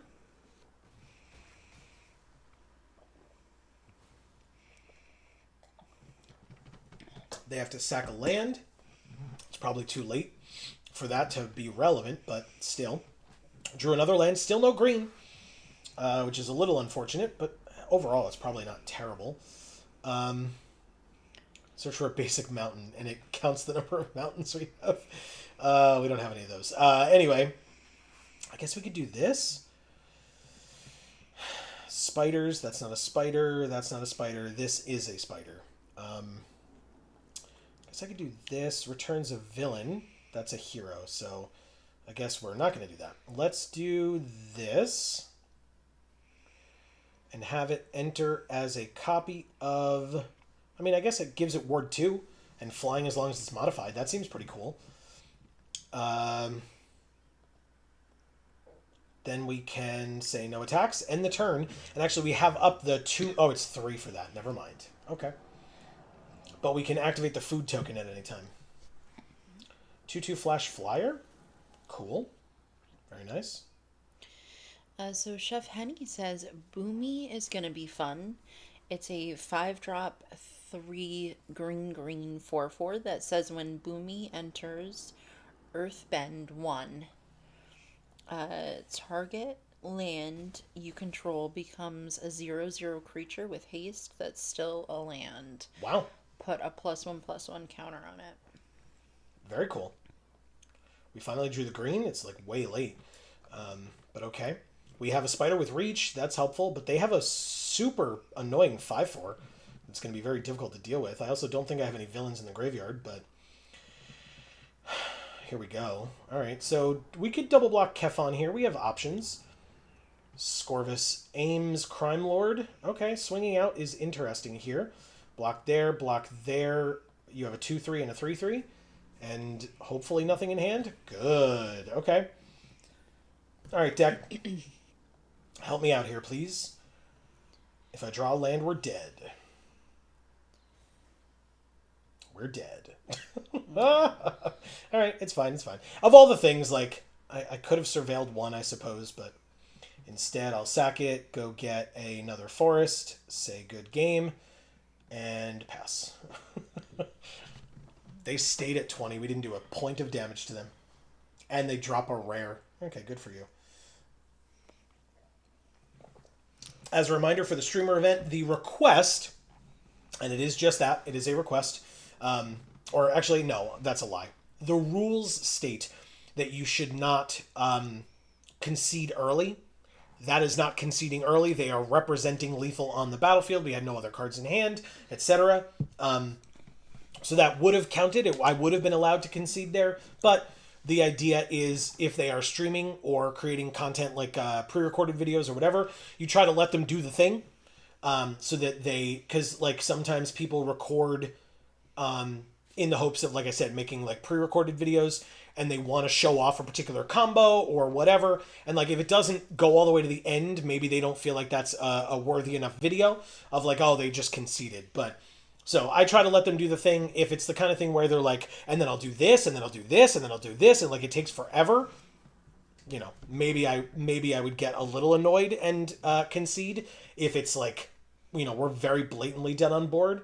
But the other thing is you may find other people today not following that rule. That's fine. If it is egregious, then it's something that we could pursue on our own, going back to the... like the creators of the event, and by that I mean Wizards, but like their particular employees that are like running the event. But you know, if it's the kind of thing where like we're beating them down and you know maybe they've lost 3 games in a row or 2 games in a row and like they're like, all right, we're done with this deck, like we don't know what is going on with them either, so I probably wouldn't do that if I could help it. So this hand seems fine. Yeah, I'll keep this one. I think the interesting thing is, without a second blue, we can't play this at all. But I think it's still more important to use this to go get a green, since then we would have all 3 colors, at least one of each. So let's go get the green. Perfect. So Chef Henny says, Boomy, when it dies or is exiled, return it to the battlefield tapped. Wow. Whenever Boomy attacks, put a +1/+1 counter on each land you control with Nissa, who shares the world.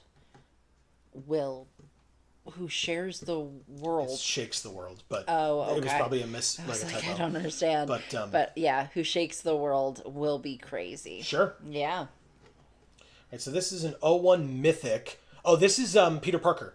And then the other one is Amazing Spider-Man, the other side. Nice. So when it enters, make a 2/1 spider, and then for 4 mana they can transform him, activate only as a sorcery, and he's a 4/4 vigilance reach. Each legendary spell you cast that is 1 or more colors has in web green, white, blue, and in web is web slinging for the main magic set.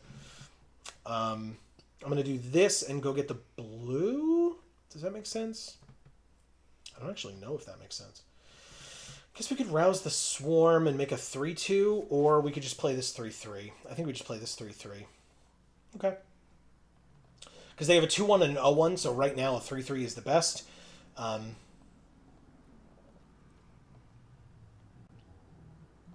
the turn. Basil, Cabaretti Loudmouth. Choose one or both. Tap a creature or untap a creature. So they could do both. They could untap theirs, but it kind of doesn't matter. It's the end of our turn anyway, but still. It's pretty cool. What do you think, Basil or Basil? I feel like it's Basil, but what do I know? I don't know. He seems like a Basil. He's like a little bit, Snooty? Yeah, that's the word. Yep. Why would you attack with an 0/1? Can you transform at non-sorcery speed? Only as a sorcery. Okay, well, whatever, I guess. Really want that 0/1 tapped, you got it. Do they not have green? They can filter, so they don't have enough to flip it right now. Sarn of the Silken Throne in Web bounces it back to their hand at the beginning of their end step. If 2 or more creatures enter the battlefield under your control this turn, you draw a card and gain 2 life. Damn, okay. That's pretty cool. Let's, I guess, get the second blue. I don't know. It's fine. This taps for whatever I need it for anyway. This does have in Web, search your library for a basic, put it onto the battlefield, tapped, and then shuffle. So let's go to... This only... In Web, only returns a tapped creature. So... This only enters as something in a graveyard. Flying if it's modified. Maybe I just play this guy. 4/5 Death Toucher. It's Venom. And then attack for 3. Okay. They have the Jace the Mind Sculptor Chocobo. Or Jace Chocobo, I guess. And they are Mahal the Mind Sculptor. I wonder if they like Jace. Yeah. Unstable Experiment. Okay. So 1/2 and then 1/2 3. I literally can't cast 2 spells this turn. That is deeply upsetting. Wow. Okay. Well, what's in the graveyard? Nothing for me and nothing for my opponent, huh? Unfortunate. Whatever. I guess if I can't cast 2 spells in a turn, I might as well do this. Their tempo play is going very well for them. It worked out nicely.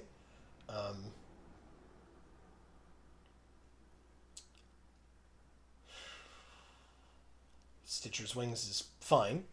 Annoying, but fine.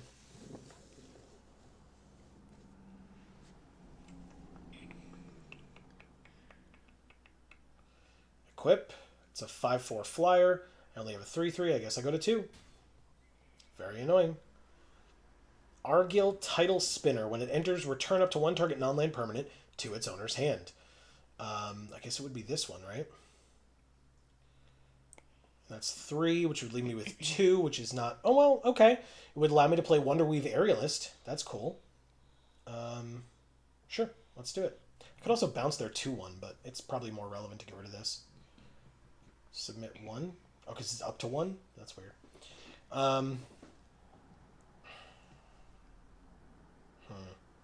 Guess I'm supposed to just put as many bodies on the field as possible. Okay. I'll say no attacks because we're at 2 right now, so... I don't really need to be, like, you know, tapping one of my creatures and then they remove the other and kill me or something. Both of their creatures on the battlefield are lethal right now. Look at an opponent's hand, choose a card type other than creature. Spells of the chosen type cost 1 more. Enchantment? Yeah, sure. You got it. Rouse the Swarm costs 5. Menace until end of turn, and also give it haste, and it has flying, so they kill us.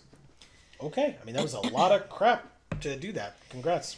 Thank you, Mahal the Mind Sculptor. Well done. A little annoying, but not their fault. They played very well. Okay, which means we are 2-2. Let's keep going.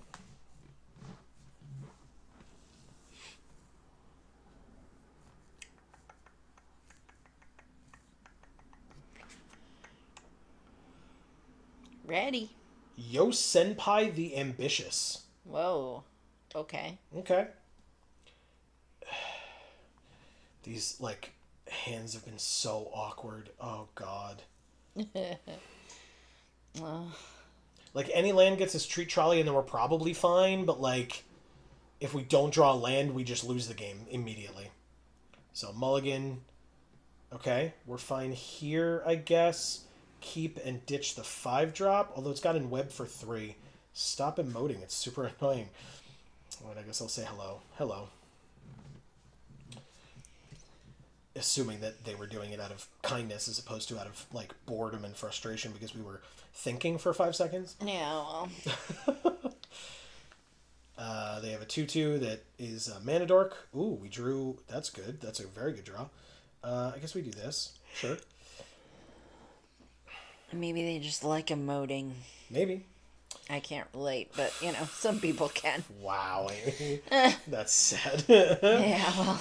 Alright, so this is a hero, this is a villain, and this is a villain. And we care about villains for the Watcher on the Road because it gives us that many 3/3s. So I think what I'm going to do is play this next turn, go get a green. It enters tapped. And then I will, the turn after, play the 4th land, play this. If they kill it, I guess I can get it back with this. We've got options. Vine Woven Chariot is a 3/1 vehicle with crew 2. They can pay a green to search for a basic, reveal it, put it into their hand, and then shuffle. It was a forest. They then play the forest, and they move on. Notably, we drew a 1-drop in green, which we can't actually cast because we don't have the green. And even when we get it this turn, it enters tapped. Boo. Boo indeed. Boo Arena. I'm blaming Arena. I was like, it's not a this time it's not Arena's fault. We have many instances where it's Arena's fault. This time, Arena's doing just fine. And thank you for it, Arena. Let's keep our relationship at this pace and this level if we can. Not Boo Arena. All right, so they go get another basic.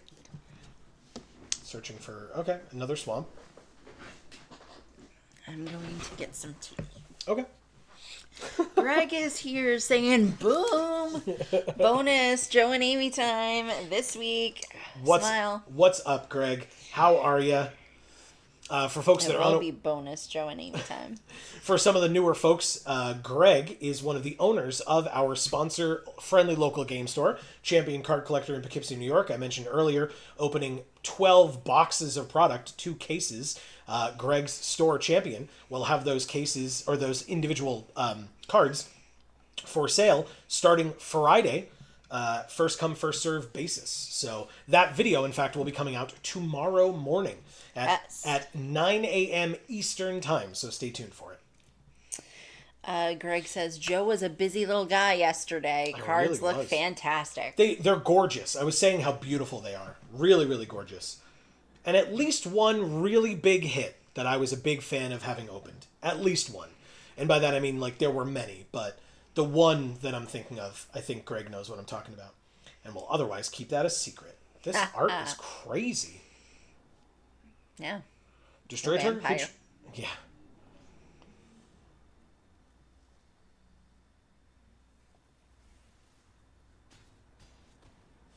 I'm at 8. Another land. Sorry, you didn't need to stop reading the card just because I responded to you. I was fine. I was done. Oh. Greg says, how's this set for limited?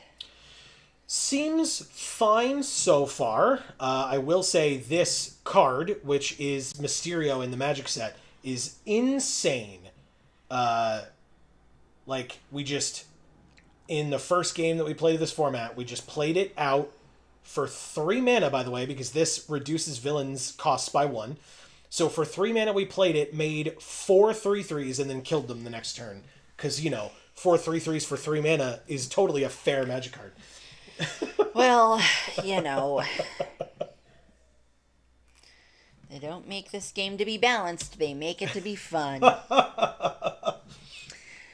Greg says, LOL for sure. Smile face. Jesus. Seems fair. Yeah, exactly. Okay.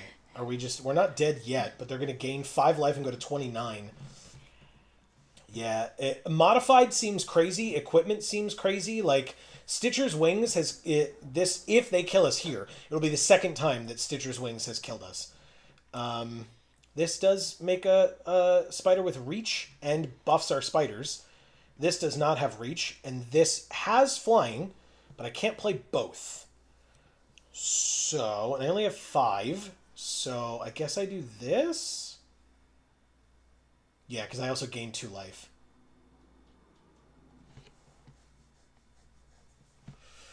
So I at least go up to 5. But if that last card in their hand or the next card that they draw is removal, we're kind of screwed.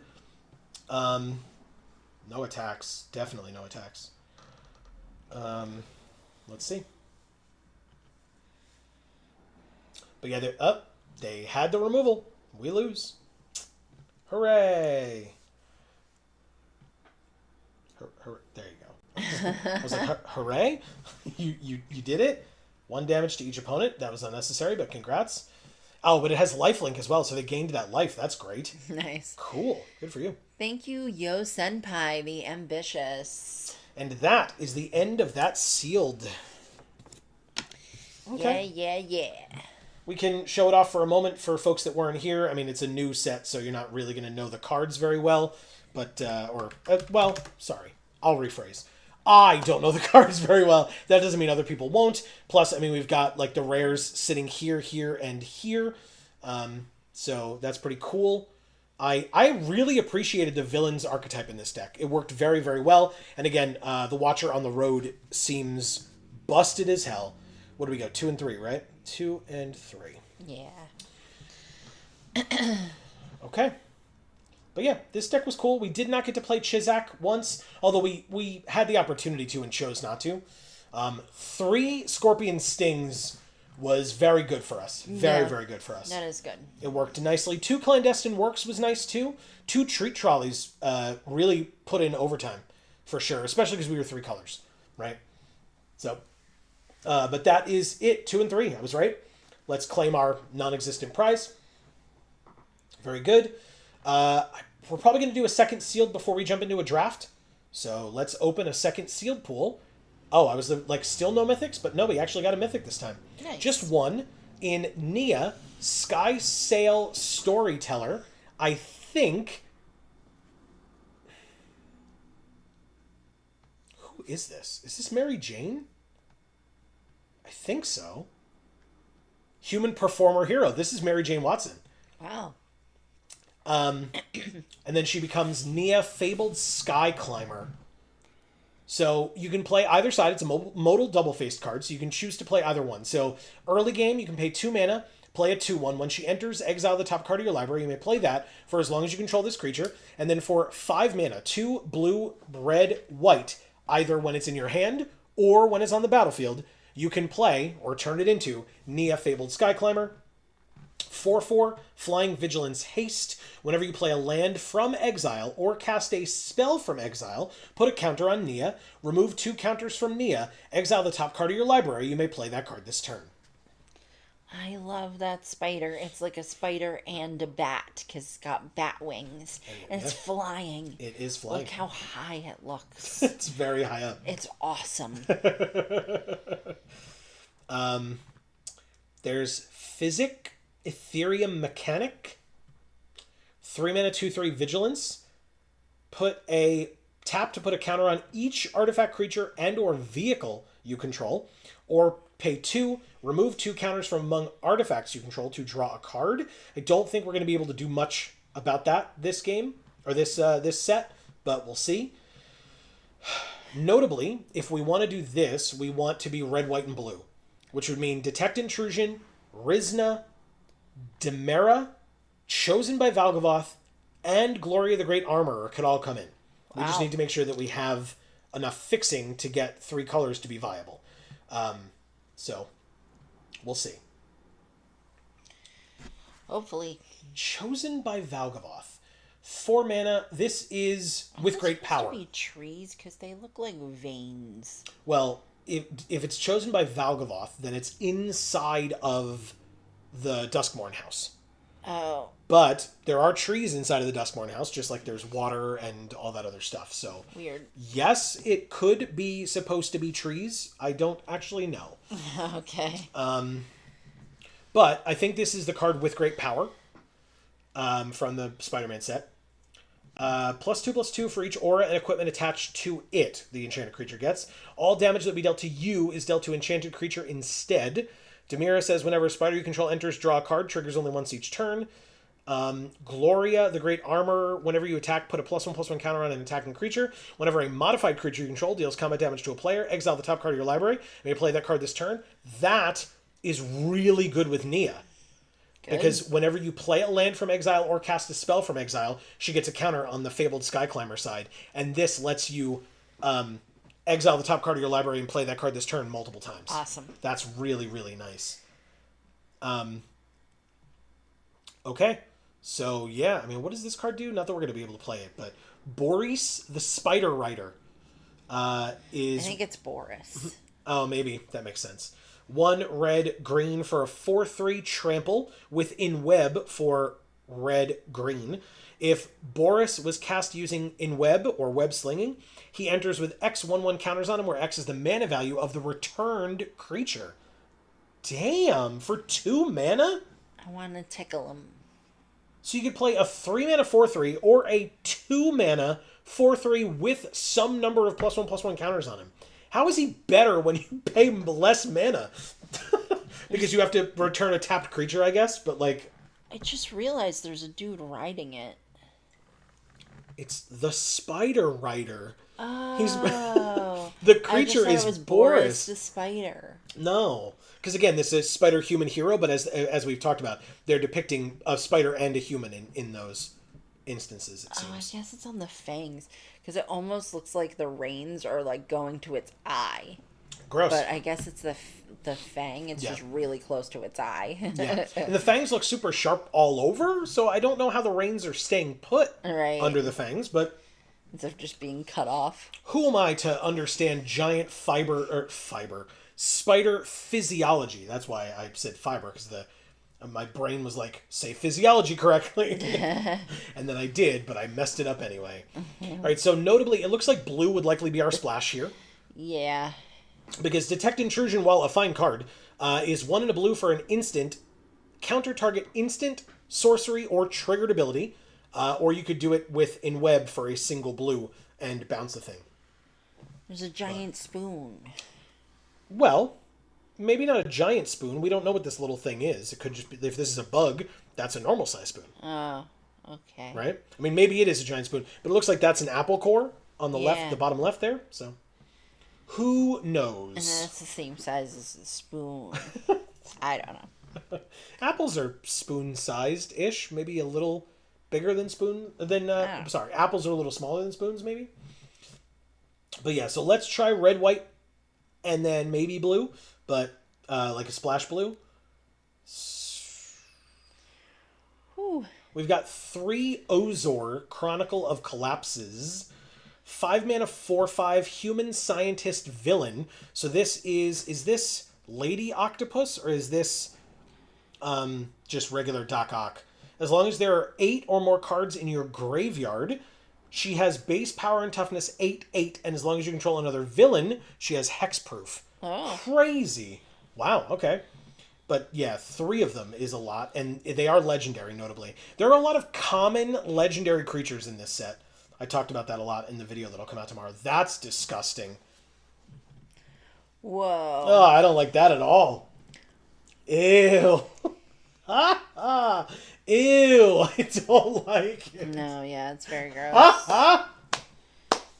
Oh, God, it's so upsetting. Eating Bracco. Olks, mouth to many eyes. 6 mana for a 4/4 legendary mutant advisor. Oh, is this just Madam Web? Oh, God. You may look at the top card of your library at any time. You may cast spider spells and non-creature spells from the top of your library, and whenever you attack, you may mill a card. Good Lord. This art's terrifying. Yep. Oh, my God. All right, let's look at our gold cards first, I guess. All right, let me make some tea, and I'll be back. Okay. Enjoy. All right, so for splash purposes, I mean, we've got white-blue. That's helpful. University Campus, damn right. Ooh, notably, the lands are the same names. University Campus, Savage Mansion, Suburban Sanctuary. That is the names, and the Sinister Hideout. That's the names of those lands. That's great. And this time, of course, we actually opened a ton of these lands. We got 4. We got 1 of each. That's very nice. What is Opulent Valet? 3 mana 1/1 flyer. When it enters, make a 1/1 green and white human citizen creature token. Okay. Weird. Treat Trolley. We would probably play, because we want to splash. So if we're doing red, white, blue, red, white, splash, blue, we could do Knife Trick. That's an interesting... Wow, okay. 3 damage to a creature for a single red. Discard a card. Oh, okay. So it's either 3 mana or discard a card and 1 mana to deal 3 damage to a creature. We could also play these. At the beginning of your first main phase, discard a card. When you do, a creature can't block this turn. Oh, it says you may, thankfully. And whenever a creature an opponent controls dies, it deals 1 damage to that player. Interesting. Okay. I mean, we want University Campus. Do we want Margot on the case? I think we want Margot on the case. Why not? So we'll just use blue for 2 things. And then we want Gloria. We want Gallant Citizen. 2 white, draw a card.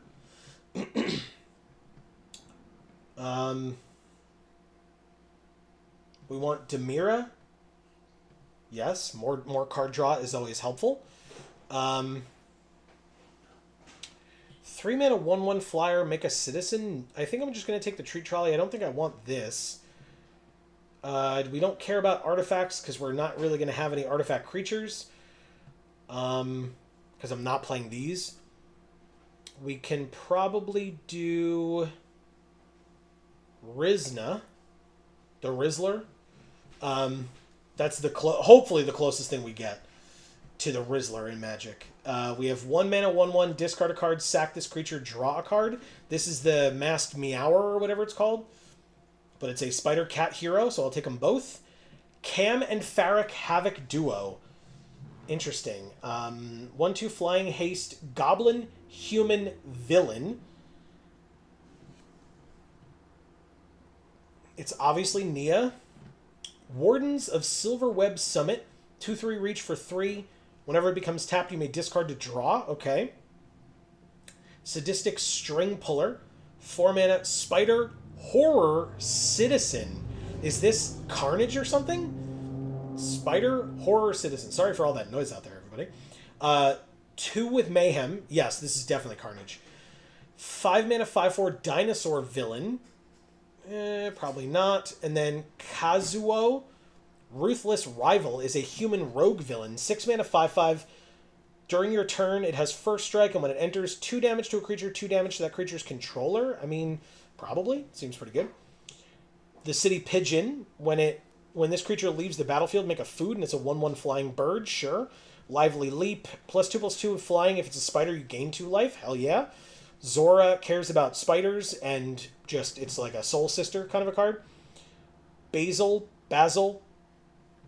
tap and or untap, I'll take it. Costume Closet, 2 mana artifact. When it enters with 2 counters on it, move a counter from it onto a creature. Activate only as a sorcery. Whenever a modified creature control leaves, put a counter on this artifact. Sure.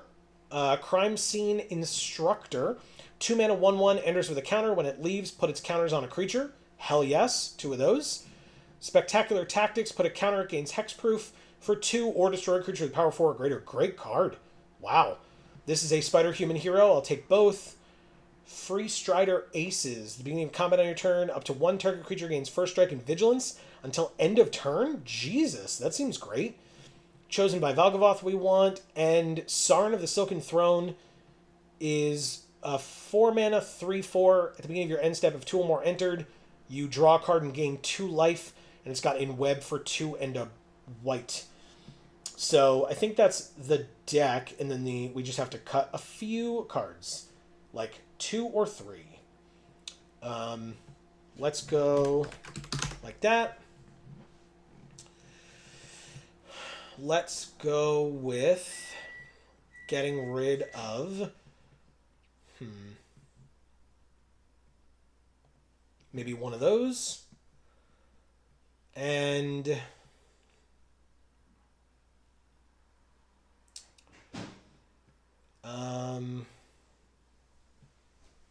maybe that. Feels okay. Let's see what we want our deck box to be. Do we have any gold cards that are none of our colors? We do. Yeah, this guy looks great. I like this guy. All right. Technically he's part blue, but we'll ignore that. Everybody ignore it. Don't say anything. Rutha, because we're blue and red and black. Or, and white, excuse me. But still, so let's do that and play. We'll try this. Sealed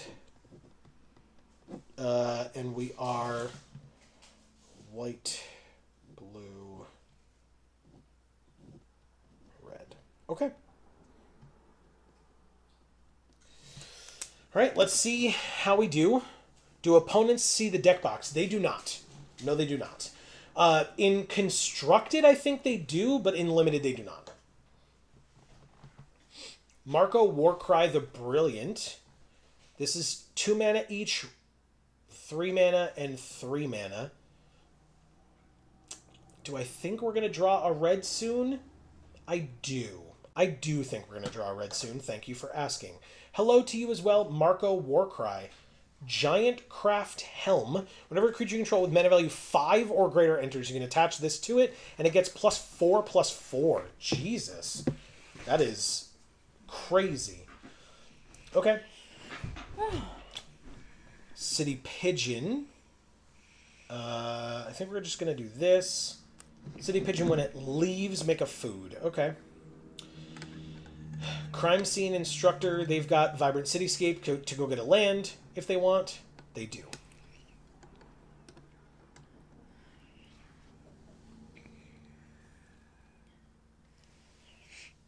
That's the Doc Ock Tentacle, Moop says. Gotcha. Okay, that makes sense. Ooh, we drew the red on time. Holy crap, that's good. Whenever it becomes tapped, you can discard to draw. Whenever you attack, put a counter on an attacking creature. Amazing. Ooh, I like that a lot. Attack for 2. Put a counter on it. It's a 3/3. And then this says, whenever a modified creature controlled deals combat damage to a player, exile the top card of your library. We'll play that card this turn. So we're going to lose our top card. It's a land. Okay, goes away. Annoying, but fine. They play Mothwing Shroud.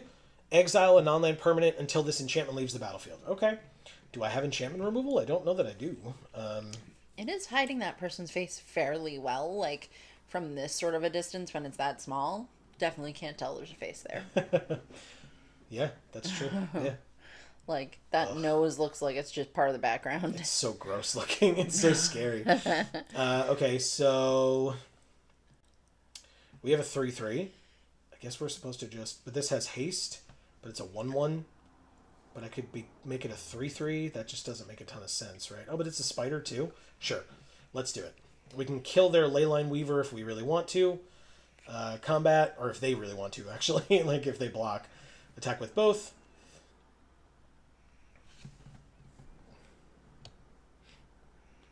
They do. Okay, cool. Lively Leap. +2/+2, flying, and gain 2 life. Let's see what they've got. Make them have it. For 1 mana, they don't have it. And so... Oh, wait. They let the ability resolve first. Oh, they have up to 2 mana. A counter on it, and it gains hexproof, so they just trade. So we each 2 for 2. Oh, yeah, okay. All right, no big deal. And then I'll play the Instructor, and it's a 2/2. They have the Jace Marionette, just like we have. Good. Best companion. So I don't blame them. Okay. When it enters, choose one. Return a creature with mana value 4 or greater from your graveyard to your hand, or exile an artifact or enchantment. You don't have either of those? So they just... Oh Whoa. my god! That's... Thank you, Marco Warcry, the Brilliant. Okay. Are you that brilliant? I mean, I feel like that play was weird. It's true. I agree. But you know what? A win's a win.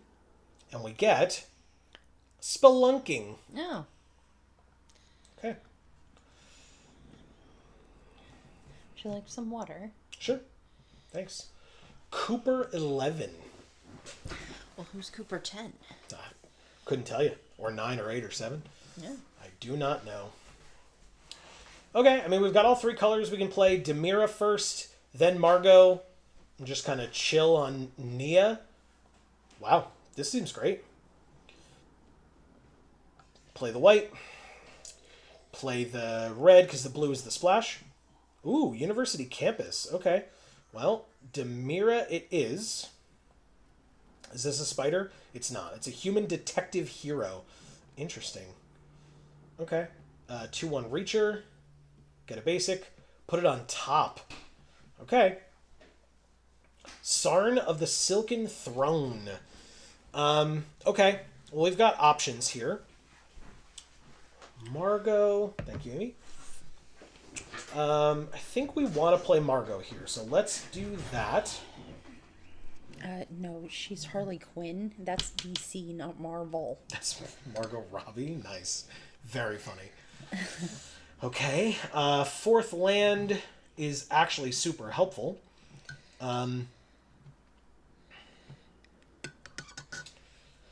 If 2 more creatures entered, you draw a card and gain 2 life.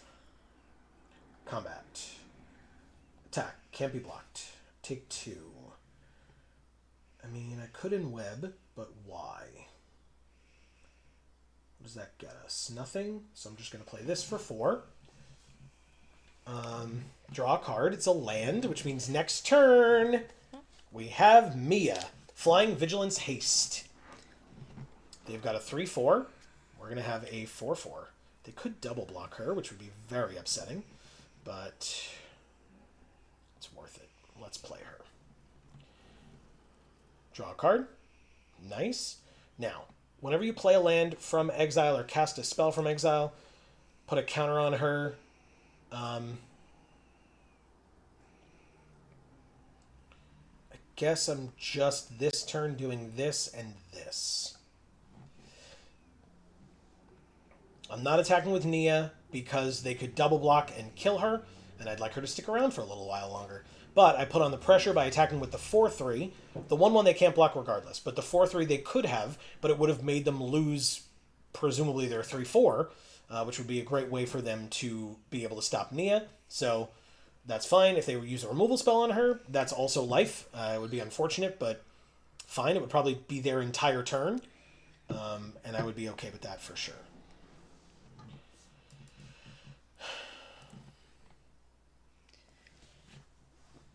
They do, in fact, get rid of her. They gain 2 life in the process. And they attack me for 3. Interesting. Why? Okay. Gallant Citizen enters, draw a card. So I have 3 mana left after that, which is great. I'll do that. I drew Kazuo, Ruthless Rival. Now I can go to combat. Swing with these 2 again. Does this do anything when it enters? It doesn't. Neither does she. Okay. Well, I mean, this enters tapped. I guess I just play this. It's a 3/3. It's a spider, so I draw Spectacular Tactics. Oh. Cool. Okay. Seems alright. Kazuo, I would need another red. But it says, during my turn, he has first strike, and when he enters, he deals 2 damage to a creature and 2 damage to that creature's controller. They kill my double striker that can't be blocked, which is smart. We drew the red. Hell yes. Amazing. Kill that. You also take 2. You're at 8. Now, if they block the 4/3, 3, 4, 5, 6, they'll go to 2. Seems good to me. And if they block there 4, 5, 6, 7, they go to 1. 1 is in fact not 0. True. But 4 attackers versus 1 current blocker, they could presumably or conceivably play 2 creatures this turn, I imagine. Nu and Sumi, Career Criminals, is a 3/3 flying death touch. When it attacks, discard a card, then draw a card for each card you've discarded this turn. We're going to play a hasty creature. And they conceded. Thank you, Cooper 11. Cool. I like It's it. not Cooper the second. Cooper 11. Correct. Okay, well, that is 2-0. Let's keep it going. Okay. That first win was a weird one, but this one was a well-earned win. Yeah. I'll say that. All right. So, somebody asked this question earlier.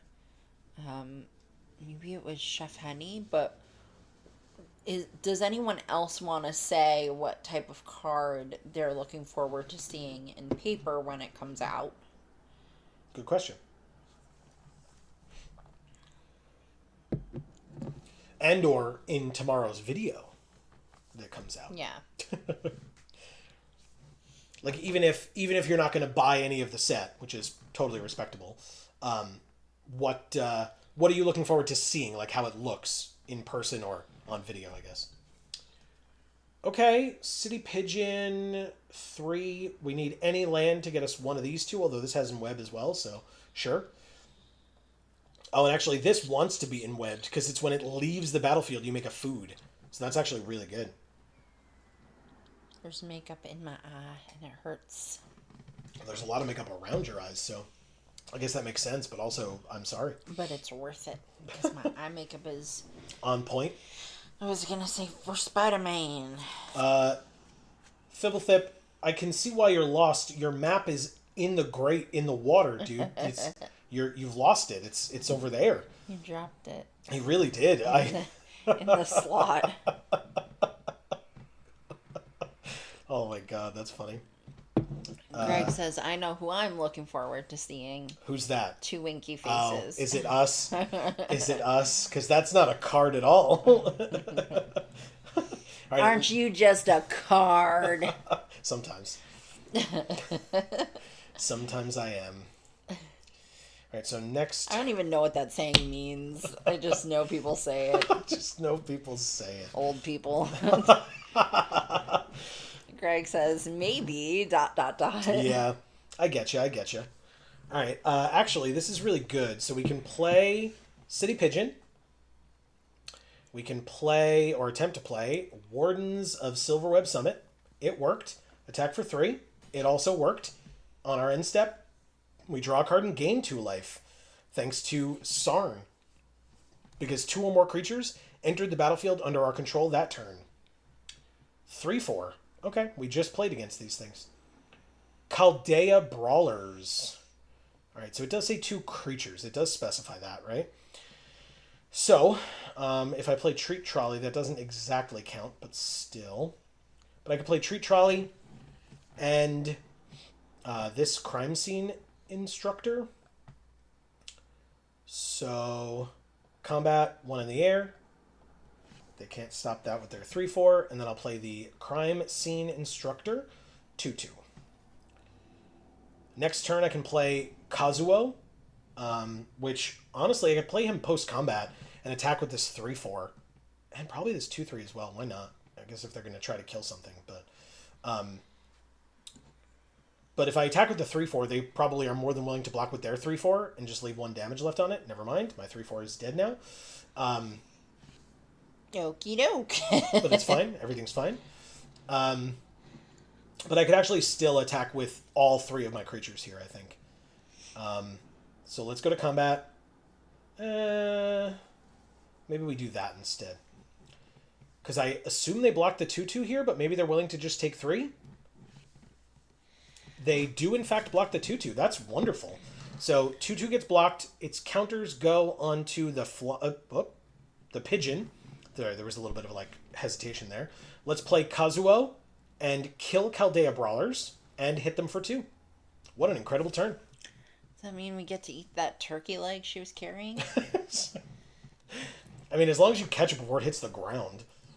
If you kill her and she's holding it. You could cook the bacteria off. Then it's overcooked. I assume it was already cooked. No, it looked raw. It looked raw to me. Okay, it looked raw. I don't know. At least I wouldn't eat it looking that raw. Sure. All right, let's go to combat. Swing with everybody but this one again. Because our 5/5 has first strike. So the 4/5 can't kill it. And they can't block the flyer. And they have 1 black mana open. So while I don't know the set well enough, I imagine there's not really something that could help them here. They're debating. Well, Greg, we're looking forward to seeing you too. Oh, yeah, big time. We kind of didn't say that before, but obviously we meant it. We just are a little bit distracted by playing Magic, that's all. On a day like today. All right, so let's play Sadistic String Puller. They said good game. All right, good game. I'll end the turn. Said, LOL, I know, smile face. Says, are we doomed? Pretty sure we're doomed. Yeah, Mike, we're trying here. Oh, the Watcher on the Road, such a good card. 2 3/3s enter in addition to the other 3/3. Pass to attackers on their side. Now the thing is, right? They are at 6, but I think. Do I flash this in? He does look pretty flashy. I think I do, because it's an attacker, right? So we flash it in, we tap this 4/5. We drew another City Pigeon and another crime. We have the Crime Scene Instructor. What do we do here? Swing in, chump block, block and trade. They said they're ready. And block and kill, and they only take 4. They said nice deck. Thanks. And then I guess I could do this too for now. Combat, swing out. I could discard a card to draw a card, but I would rather play those things out, to be honest. And basically, next turn, we're representing 3 damage in the air, which currently they can't stop, but we'll see. But I don't think they can double block anything here. I just don't think they can go that, stack up that much. So trades, eat, die? Why would you do that? Can't you live? They're just giving up. There was definitely a way out of that for them this turn, no? When they were saying I'm ready, they meant to die. Yeah, but they had 3 cards in. There's no way that you couldn't have at least fought it off a little. As long as Watcher on the Road lives, any of these that don't die stay around. I'm surprised. Greg says, LOL savage, Amy. Well, I'm just saying, I'm pretty sure they were, spamming you to get you to just, finish up already instead of, playing more cards. Yeah, except that's not going to work, because how many times will players that want the win be like, oops, I guess I'm dead, and then, have the exact thing to kill you if you Of do, course. if you do swing out. So I mean, I get it, man. Yeah. I'm just saying. Yeah. Fibblethip waved at us. Hi, buddy. Yeah. Your map is in the... I'm so sorry. I can't get that for you, but if you could, I don't know, try to get, some, grabber thing. Your map is... Coat hanger. Yeah, I guess. You have to get a hole through the... Anyway. You're just can going you to say stick the it in the thing so hole. I can leave the page, please? Thank you, Mike the Quad, the Virtuous. There you go. And Greg says, does Amy get to play Saturday? Yes, I will be playing in the Two-Headed Giant at Champion Card Collector in Poughkeepsie, New York. So if people are anywhere near that area and looking for a place to play, if you are there Friday night or Saturday or Sunday or all of the above, you will see us there. Yes. In fact, you'll see me there Friday, both of us there Saturday, Sunday. Yeah. That's how it works. Amy's got stuff to do. Yeah, that's true too. Nate Dogg the Virtuous. Is it Nate from Champion? It is not. Wow. This hand is bad.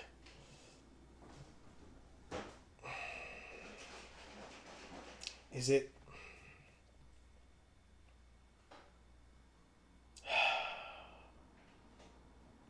I think I have to mulligan that. I wasn't comfortable with it. Okay, I mean, this is more awkward. Why do we have our splash but not our red? I'm going to do that. Maybe it's the wrong choice, but I'm doing it anyway. We need the red very badly, otherwise we're screwed kind of regardless, so might as well. They go use the Cityscape to go get a black. They said hello. Hello, Nate Dogg the Virtuous. Then we got the red.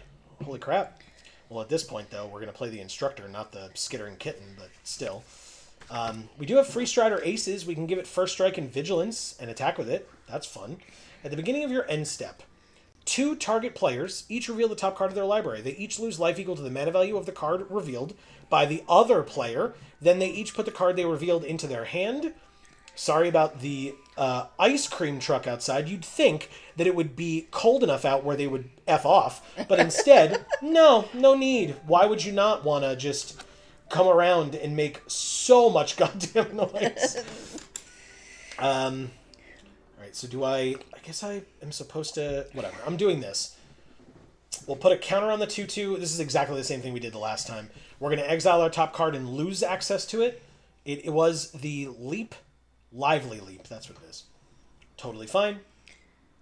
That is the 4th or 3rd. They lost 6 life because we revealed our 6th drop. Whoa. Hell yeah. That sucks for them. Amazing. I love that very, very much. All right, let's do this. And this. First strike and vigilance on whom? On the Skittering Kitten. Combat for those 2. Counter here. Amazing. Amazing. And they just take all 5 of it. Insane. Okay. Works for me. And then I exile that. Don't get to play it. And it goes away. Worth it, though. Totally worth it. Okay. They have a 3/1 Vigilance lifelink with flying. So we're just going to take this damage. But that's fine. They gain 3. So it's like a lot of work to get them back down again. But... we'll get there. When it dies, they make a treasure, and it's a 2/2. This Damning Caress is so annoying. We have faced so many of them, and I just would rather not anymore. Every opponent has had it, it feels like. All right, let's see. They lost 4, we lost none. Amazing. Now we'll take our turn. We drew Rizna, the Spider Crowned. Whenever you attack with 2 or more spiders, this is a spider, that's a human, so no. She has a pretty cool outfit, too. Yeah, for sure. Instead of 2 or more entered. Rizna and this, that's 5. We could actually absolutely do that. What do we do? Gain 2 life and draw a card, which means next turn, hopefully, we will have drawn enough to get another land to deal 2 damage here and hit them for 2. Spectacular Tactics... counter on a creature and it gains hexproof, so we can go to combat. This gets first strike and vigilance. And then we swing with both, because they have to double block to kill the 4/4. So we'll just do that. They do, in fact, double block to try to kill the 4/4. It is 5 damage. So that is... I can't save it with this, but... that's fine. I'll 2-for-1 you. Hit them for 2, but then they do gain 3. That's fine. And they get a treasure, if that's relevant. But they have a 6th land in hand, so I don't imagine that the treasure is going to be that big of a deal. And then I'll put the counters here. Spread the love a little bit. You got it. And then I will Rizna and Sarn... gain 2 life and draw a card. Thank you. We drew Basil, Cabaretti Loudmouth. So basically, on our turn, we could tap one of their blockers and try to kill them. Hopefully. They make it a base 1/1, so it is still a 3/3, or a 4/4, but it has Defender now. Okay. They have a 4/5. There are not 8 cards in their graveyard. And now... we lost 2, they lost none. And then we drew Demira as well. The land that they know about. She's so demure. 6 mana. Are they dead? No. 1, 2, 3, 4, 5, 6. Oh, wait. 7, 8. They're dead, right? Oh, but they can block if we... hold on.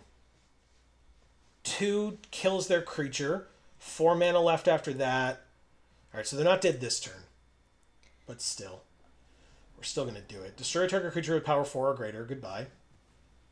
1, 2, 3, 4, 5, 6. We don't have that ability. So, pay 2. Play this. Go to combat. First strike and vigilance on Sarn. Swing out. 2 or more spiders are attacking, so she gets a counter. 3, 4, 5, 6, 7. They go to 1. Yikers. End of the turn. Keep up Basil, because it has flash, or he has flash. So we could tap one of their things if we want. If they play like multiple blockers to try to get out of this situation. They have another Ozor. That's not it. Alright,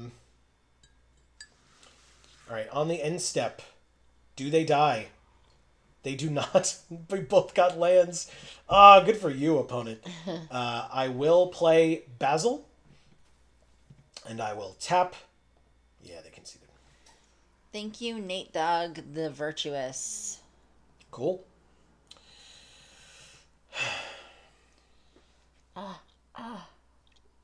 Be careful.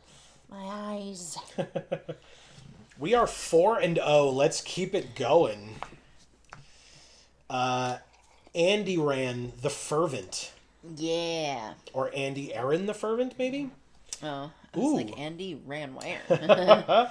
Okay, whenever another creature you control enters, and this is a spider, so I guess we're supposed to play Zora first, then next turn, City Pigeon and Rizna. Okay, yeah, this is cool. This'll work. Maybe it's Andiran.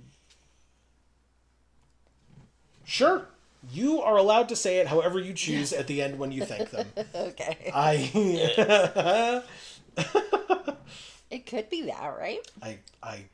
You are right. It could be that.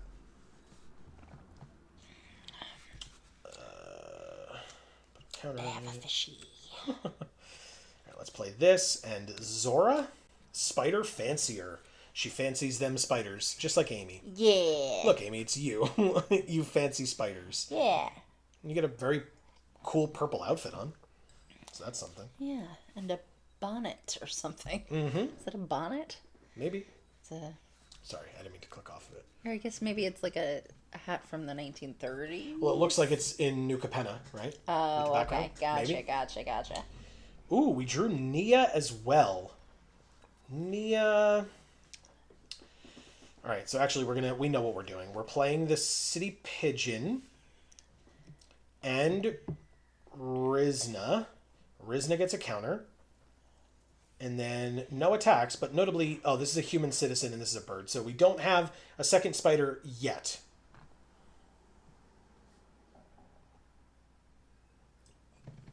Okay. Well, let's see what we can do here. Maybe next turn we're supposed to play Nia. I really don't feel like it is, or we're supposed to, but who knows? We can play Nia, not play a land first. If we draw a land, I guess, as well. Because if we draw something we can play, we'll probably just play that. So I guess it's a cloche style hat. Okay. Whatever that means. Sure. Well, a cloche is like the thing that you put on top of food, and then you like reveal like the metal domes. But that's what it says it is. 1/2 flying haste. Whenever you discard a card, this gets +2/+0 until end of turn. All right, so we are going to cast Nia. Exile our top card. Yeah, it says cloche women's hats. Okay. Skittering Kitten we can't play because we used our only red, but we might as well play the blue now. And then swing for 2 with Rizna.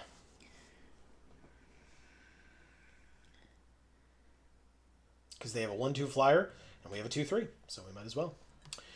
Next turn we can play Chosen by Valgavoth.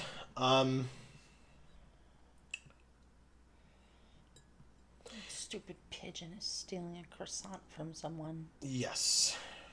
That's a big Rude. croissant for a pigeon to be flying off with in its mouth. Not even in its talons, in its mouth. Whatever. Pizza Rat.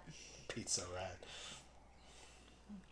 They should have done Pizza Rat in this set. It's No, a New York-based They set. shouldn't have. Pizza Rat. I know. Pizza Rat. They have a card called Rent is Due and another card called Bagels and Schmear. So they should have had Pizza Rat. No. They should not.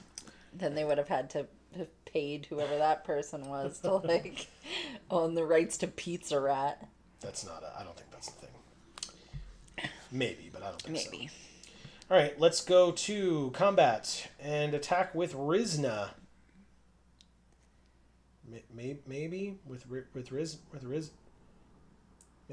Hello. Thank you. I'd like to attack with Rizna, please. Is Rizna going to die? If so, so be it. But Rizna does die. Okay. They had Pizza Rat merch at the New York Comic Con that I went to like 2 years ago. Yeah, because that's when it was relevant. Well, I figured Pizza Rat was probably relevant a lot longer than 2 years ago. But Maybe. Good point.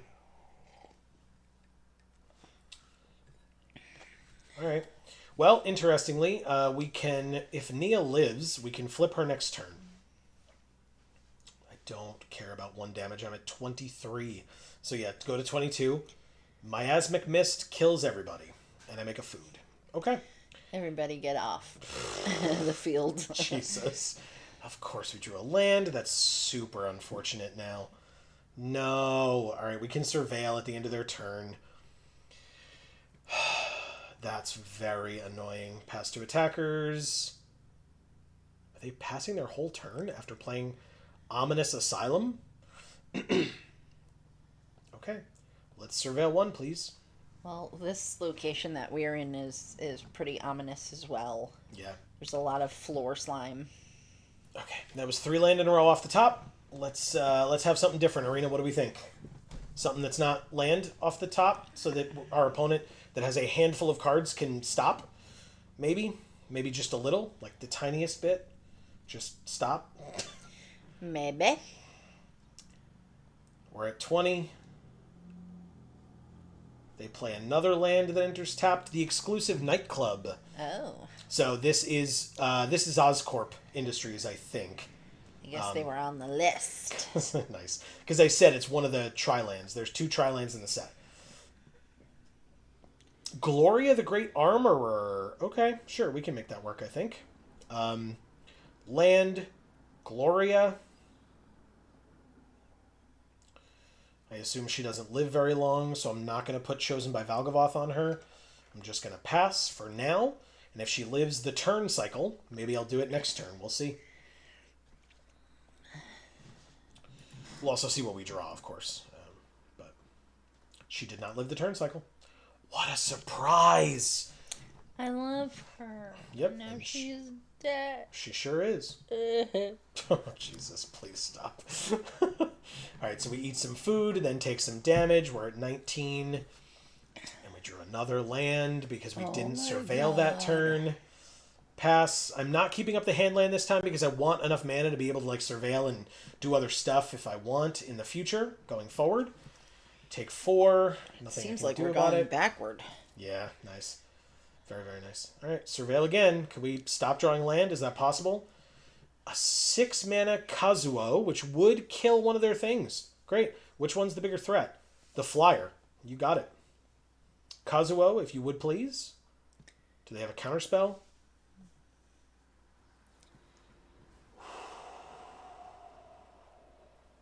How smart the amateur. He's no amateur. Andiren, the fervent. How rude. Oh my god. That is so... Oh my god.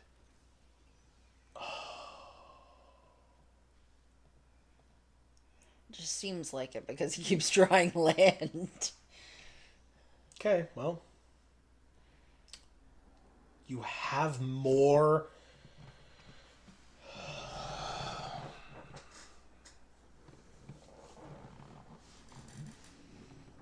Okay. Thank you, Andrian. That's not even close! Yep. The R's... Okay. I'm mad now, so... We said like 15 iterations of this person's name. I think they can get over it. That was our first loss. So that's what it takes, everybody. It takes all of that for us to have our first loss with this deck. Oh, that was our first loss. Okay, so I guess I'm not mad then.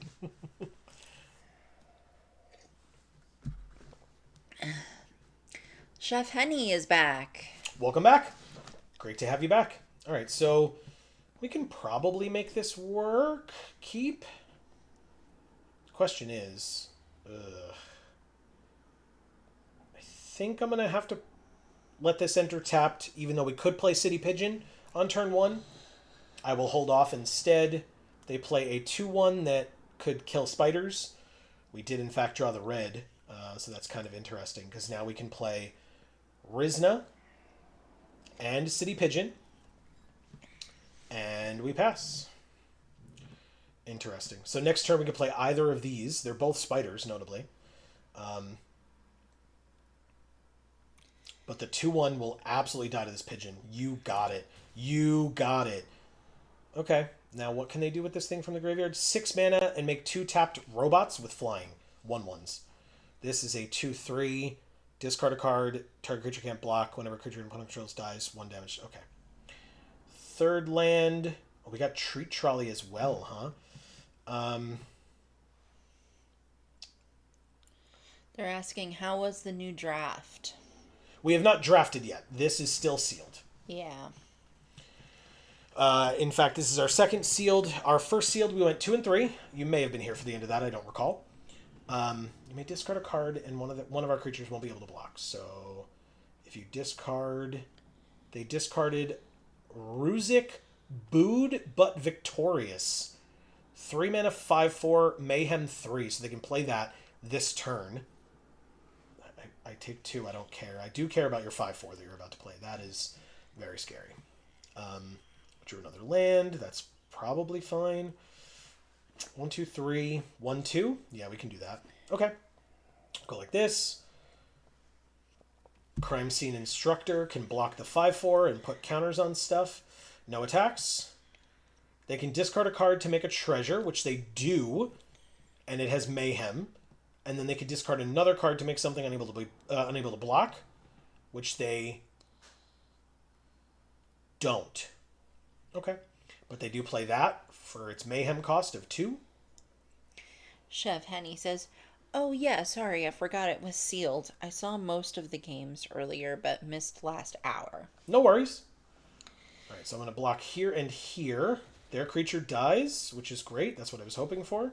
Put a counter on... I guess it's supposed to be this one. 1 damage is irrelevant to me.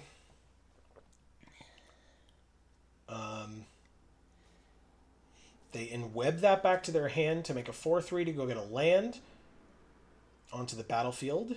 It's a swamp, their first black source. Okay. Land. Actually, this is pretty good.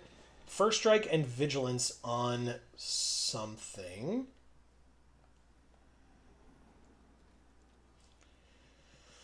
Wardens. Okay, so combat, first strike, and vigilance here. But I would only be able to... It would be a 1-for-1 trade. So still no attacks. Play this as well. And we pass. Okay. Let's do it. Hurt yourself over there? No, I flung my arm to crack it, and it cracked a lot more than I thought it was going to. Cool. All right. This goblin, if that's what they're going to play. Is it a goblin? It is a goblin. Goblin villain, yeah. So this is Ultimate Green Goblin, by the way. I thought it was John Cena. Nice. Let's go, Cena. Cena sucks. Luis, Pompous Pillager, is a 7/6 lifelink that deals 6 damage to me. I'm sorry. What? What the shit? Okay, well... That's insane. What the hell am I supposed to do about that? Double blocking this one? It kind of doesn't matter, right? They only kill one of them, so it's a 1-for-1 trade. But which one do you kill? The bigger one. Makes sense. We drew Skittering Kitten. Okay. Do I even play it? Yeah, I guess I do as a blocker. Chump blocker. Okay. They have a 7/6 lifelink, so I can't do anything about that. First strike and vigilance will do nothing for me. I'll put it there, I guess. Put her there. We'll end our turn. Good job. They discard a card, they make a treasure. Yeah, we know this, the goblin. But it's another rare. It's a 1/2 flying haste. What's this guy's deal? This one? It's a goblin and a human fighting each other in midair. It just looked like a guy who was having like issues with his glider thing. I was just like, well, That may be. maybe you shouldn't have done that. Yeah. Okay, so how do we do this most effectively? Like this? I guess? Take 4 and go to 4? Feels kind of bad, but they've got 1 card in hand and I can gain some life, so... We're at 3. They're at 32. Yeah. Because they have a creature that had 7 power that had lifelink. So, you know, whatever, right? Let's gain some more life and go back up to 9.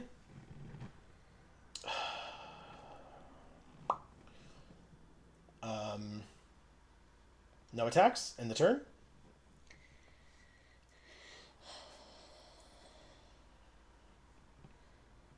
Their deck is like so synergistic for a sealed deck. That's insane. Okay. Lots of flyers as well. They swing out, I assume. Yep, they're at 32. It's not like you need to protect your life total. 5, 6, 7, 8, 9. So we block here. And then before damage, we discard this land, sack this creature, and draw a card. It's not a land. It's chosen by Valgavoth. That is not ideal. But it's going to be fine because we're going to surveil 1 and everything's going to be solved. That land can go to the graveyard so that we can draw. Not a land. Margot on the case. Oh, damn. Double striking 3/3 would be pretty interesting. She's on the case. But we don't have it. Oh. This could be a 3/4. That's not enough. We're just dead regardless. So, Margot, be on the case for us. Rizna, whatever, we're dead in the air. So, they said good game. Was it, though? Good game. So clearly we didn't seek Margot's employ early enough in the case, in the process of the case. I don't know what most of the things that they just played are. We'll just block the biggest thing and die. By -7. Thank you, Erat Siv of the Coast. I didn't know Of the Coast was the thing you could get. That's cool. Very cool. Okay, well, that's 2 losses in a row. If we could stop that, that'd be cool. Chef Henny, did you get to see our stats for a second there? Well, you can't. They probably can't see most of it behind us, to be honest. In fact, I can go like that. That helps a little. Well, can you just tell them what they were? I just said it. Oh. I said that's. Oh, sorry, I didn't say we had 4 wins. Yeah, sorry, that should have been visible. My bad. Thank you. Sorry. Okay, we're gonna keep this. I think we're still gonna drop this. We never have our 2 like, well, not never. We very rarely have our 2 primary colors. We like randomly always have, or feels like always have, the blue sitting there. Why is there a helicopter flying over our house right now? I don't Go away, we're streaming. All right. They have a common crook, and we have a crime scene instructor. This is not a crime scene though, so y'all need to leave. Yeah, I know, right? Please go away. Thank you. Okay, they can connive. They draw 2 cards. And then discard. If it's a non-land, this becomes a 3/3. I really wouldn't have blocked even if it was a 2/2, to be honest. They discarded Snatch Back. Return a non-land permanent to its owner's hand. If it was kicked, draw a card. So it's either 2 mana or 4 mana. We drew another land. Probably fine. Let's play Treat Trolley. So that next turn we can play Zora and Sarn of the Silken Throne.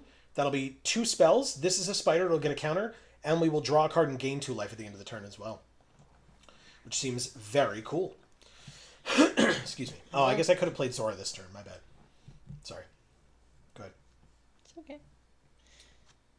Carlo. Suave Schemer. 2/3 menace whenever another villain enters. Carlo connives. I was just gonna say that at least it was a helicopter and not that guy's like very ratchet glider. It's gonna like, we'd end up with a dude just falling through our roof. Very nice. 1, 2, 3, 4, 5. Which would mean I can't play both of these. Unless I draw a red, I cannot double spell next turn. Or I guess if I draw something for 4 or less in white, then I can. But I need a red very badly. Chaldea Brawlers. They connive, or Carlo connives. He's so suave. He's so conniving. They discarded a land, so Carlo does not get a +1/+1 counter. Very good. And so, they, I assume, don't attack here, but I have been surprised before. We drew the red! So cool. Finally. All right, so we could Kazuo, but I don't see the need yet. Let's play this. How could we Kazuo? This taps for mana as well. Oh. It gets a counter. It's a 5/4. And now we end our turn and gain 2 life and draw a card. Really, really great. So next turn, what we can probably do is swing with the 4/5 and the 5/4 so that whatever blocks... I guess we would swing out, right? Just not with the 0/2. And then whatever blocks the 2/2s would die to Kazuo. They feed the swarm, destroy it, and they lose life equal to its mana value of 4. You got it. Okay. They're at 14. They then get Data Scrubber. When it enters, exile up to 1 target card from a graveyard, and one of their creatures connives. That's fine. I don't have ways of getting stuff back from my graveyard in this deck, so that's totally fine. Carlo connives, and then, based on his ability, Carlo connives again. They discarded a non-land in common crook, and then they connive again, discarding...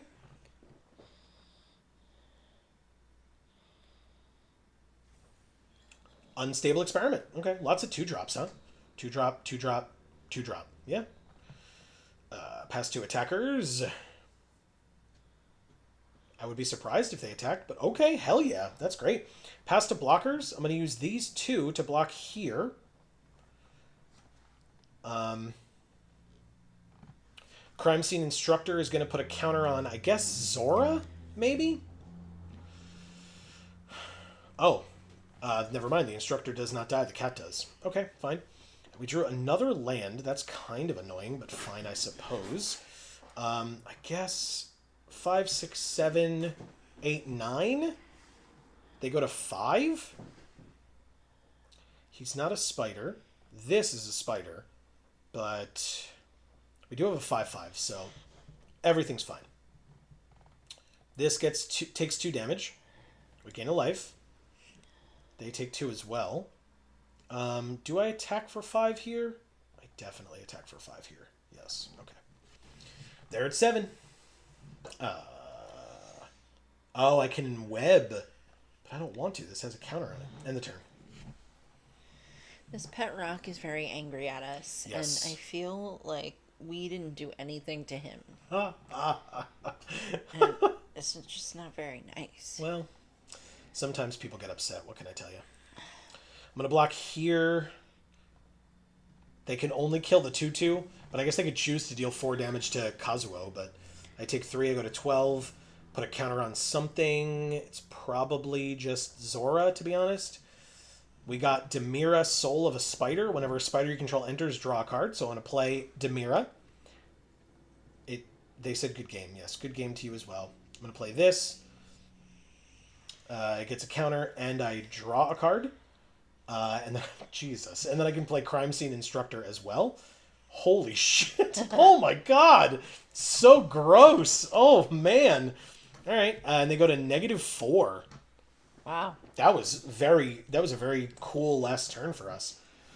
Thank you, Don Coccione, the Brilliant. Sure. Okay, well, we're 5-2 now. That's I got what I asked for. That we stopped losing. That feels very good. If we could keep that up, that'd be really cool. Arena and/or the universe. I would I would respectfully request that that be allowed to continue. Amazonian the Bargler. Nice. It's Amy versus Amy. Ah. I'm not playing, so it doesn't matter. Yes, you are. In this instance, I'll I guess play you on are. Saturday, like Greg said. That's true. All right, this will be an interesting game, for sure. Oh, I should say hello. Hello, Amy. We have Zora.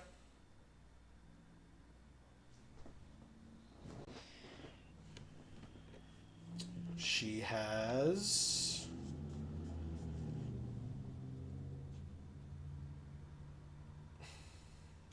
Don't do it. Look at how nice she is. Don't kill her. We have this, which is kind of nothing. Oh, actually, hold on. Let's do that. And then we in-web. Come back. Submit. We have a 3-3. Beautiful.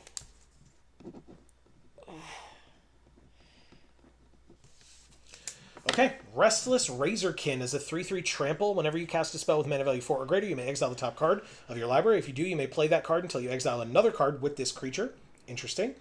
Let's play third land, Treat Trolley, make a food, use the Treat Trolley to play Zora, and swing for 3. I assume there's no block. Perfect. And we pass. We have a 4-3 and a 2-3. We got things. We've got things that we can do. Yeah. And they're both spiders, so they'll both get counters from Zora if she lived, which she does not. Okay. We take 3 as well, so we're both at 17. We drew Skittering Kitten. Actually, that's really nice. So let's play Skittering Kitten. We can now attack for 4. I feel like that's something Carol Baskin would say, and we did mention her earlier. So. What, Skittering Kittens? Yeah. Nice. All right. We have Wardens of Silverweb Summit, which is not going to be blocking this 3-3, but still. We also have Sadistic String Puller. She doesn't attack and just passes the turn. We have Kazuo. Holy shit. That's great. Let's do it. Combat. Swing out. I don't know what she has, but we'll see. Discard a card to draw a card. Ooh. Yeah. I'll discard this. Draw a land. Interesting. Okay. I played a land already this turn, but... Alright, so I'm not going to be able to play the String Puller, but that's fine, I think.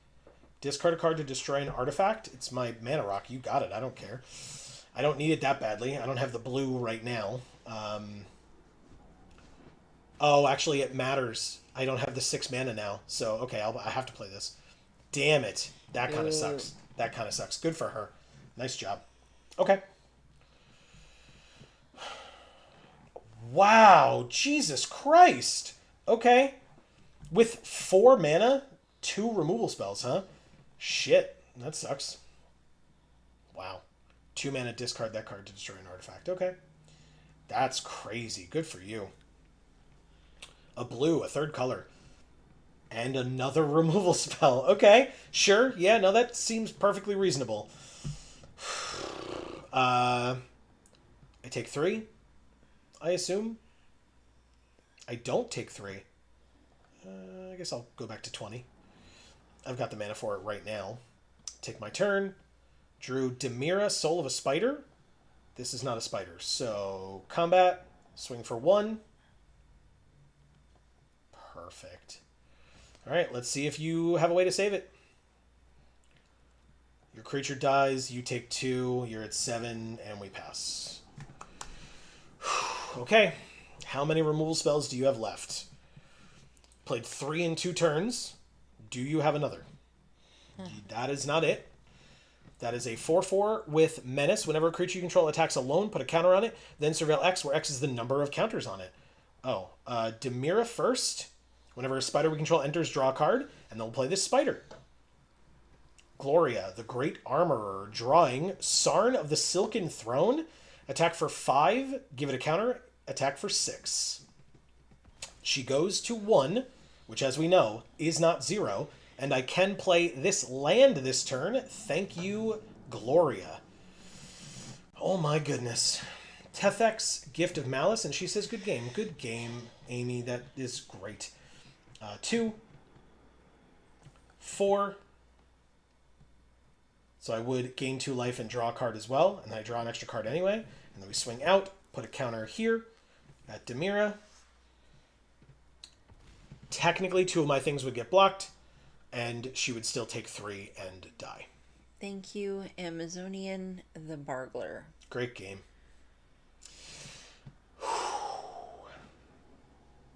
Did she not deal any? No, she attacked us with this thing. We just gained... Okay, she attacked us with it once, and then we gained life back with the food. That's what it was.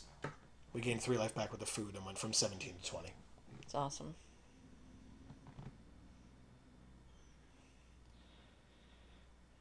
Okay. We are 6-2. No matter nice. whether we win or lose, this is the last game of this sealed. Awesome. Arena, do you have a 7th win in you? Please and thank you. To give to us? If that was unclear. I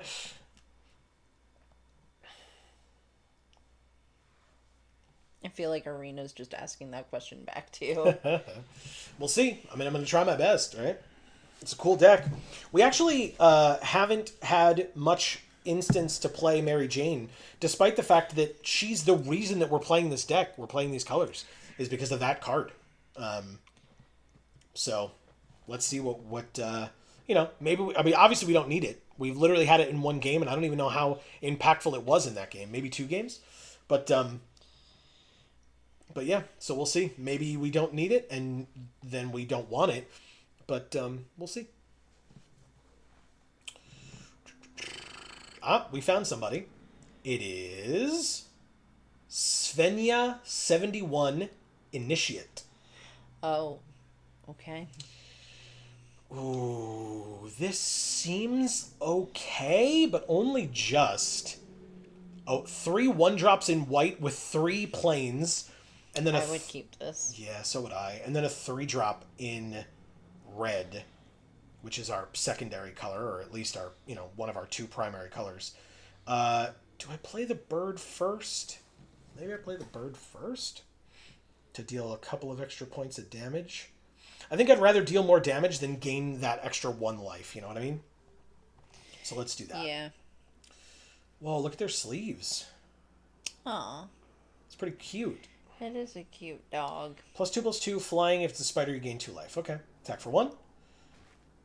Alright. That's an extra point of damage that we would not have had if we played Zora first.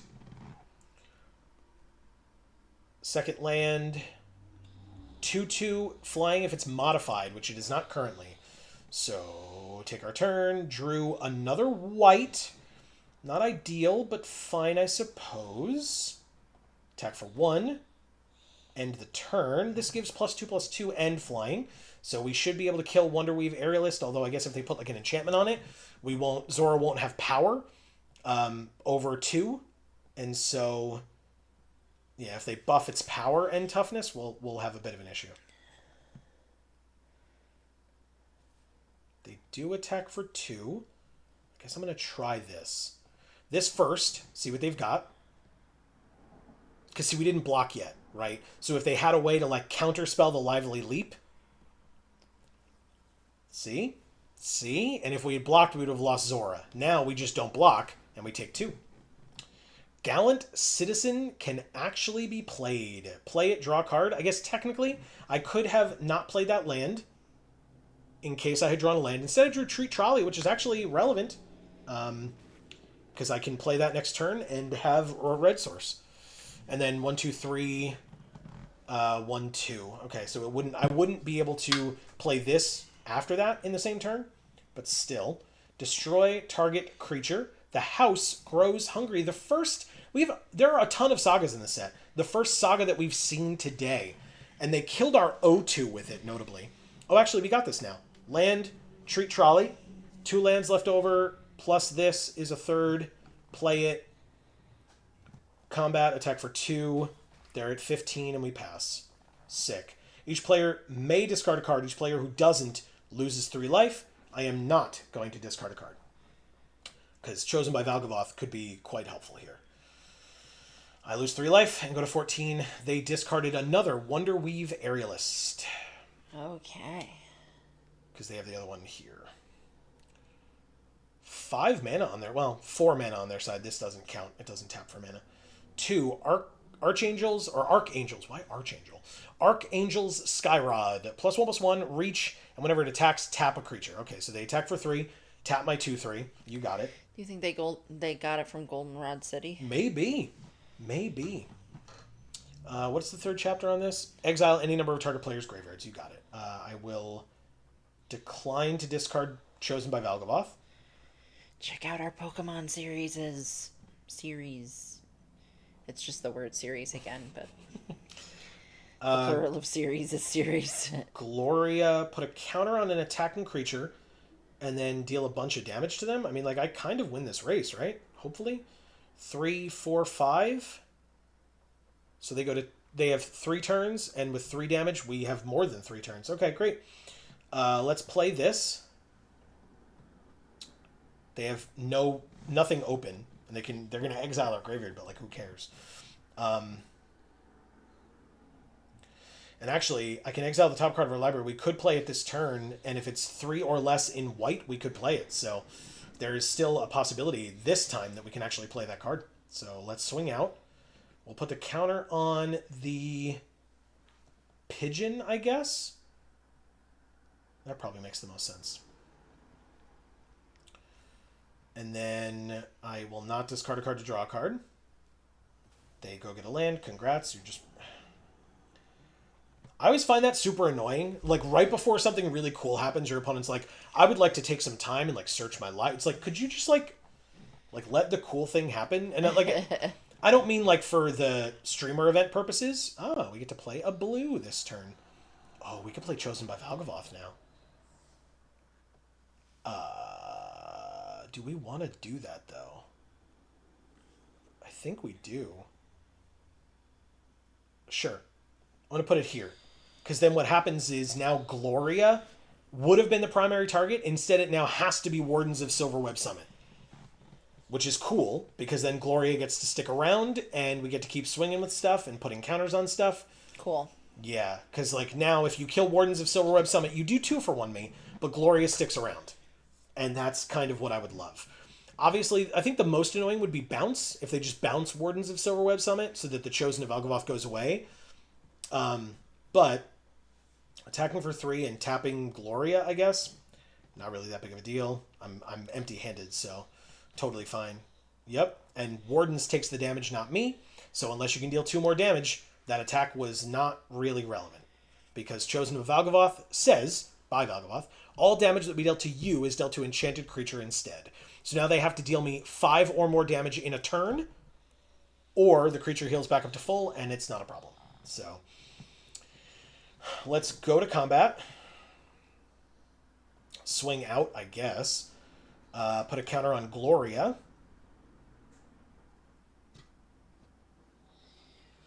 They're putting the Wardens on the bottom of my library, and they lose 2 life because that's not a villain. So they go to 8.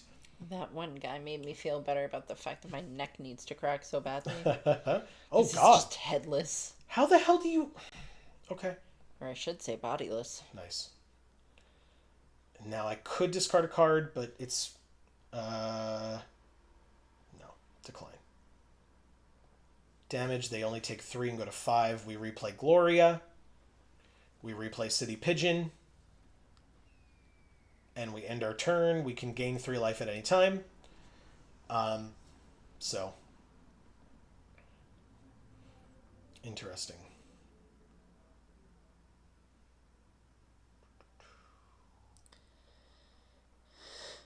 They're passing 2 attackers. They are attacking still.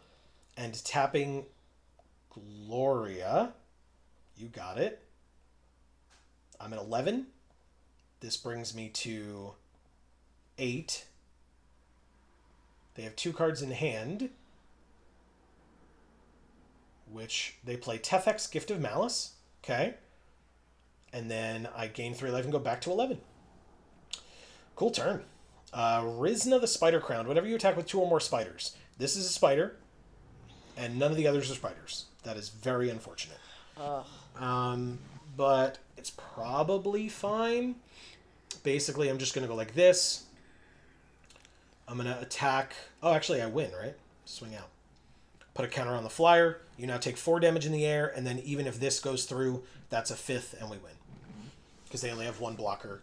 They said, good game. Yeah, good game.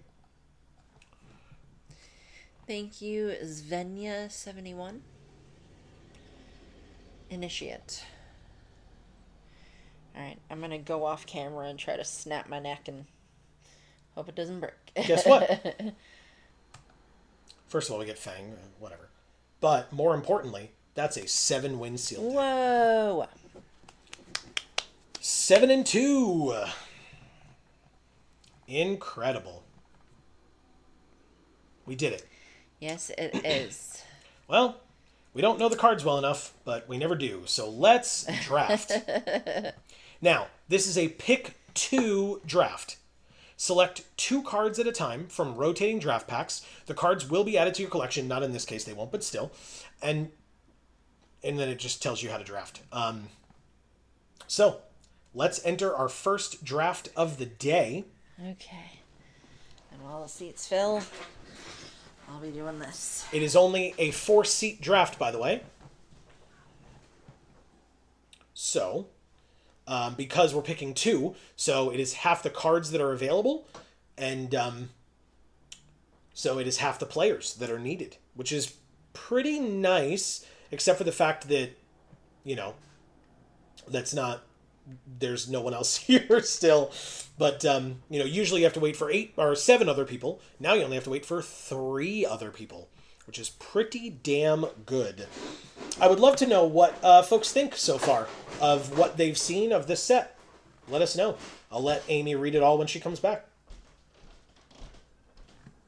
If you've just gotten here, obviously you may not have much of an indication, but, I mean, we played blue, black, green, and went 2 and 3, and then white, red, very light splash of blue, and went 7 and 2.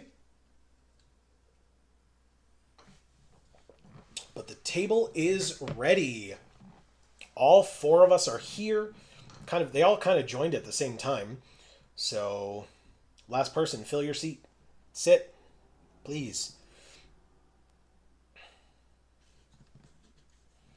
Okay. We've got Boris the Spider Rider. This thing seems really cool. It seems busted as hell, honestly.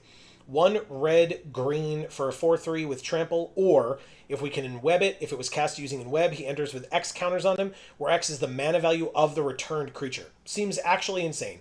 Also, they just have regular shock because in the set, it's shock, in the Spider-Man set, it's shock but with shocker on it. And so because they can't use that, they just did that instead. So yeah, Boris the Spider Rider. Let's do it. I think that'll be super. Oh, we get 2. That's right. Silly me. Terrific team up. Costs 2 less if you control a permanent with mana value 4 or greater.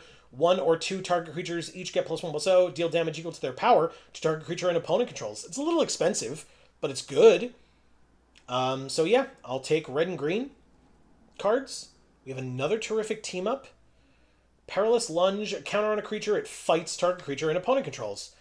Okay, I mean, we're just doing that. What is this? Galvanized Workforce, whenever you cast a spell with mana value 4 or greater, deals 1 damage to each opponent. 6 mana, put 2 counters on it, only as a sorcery.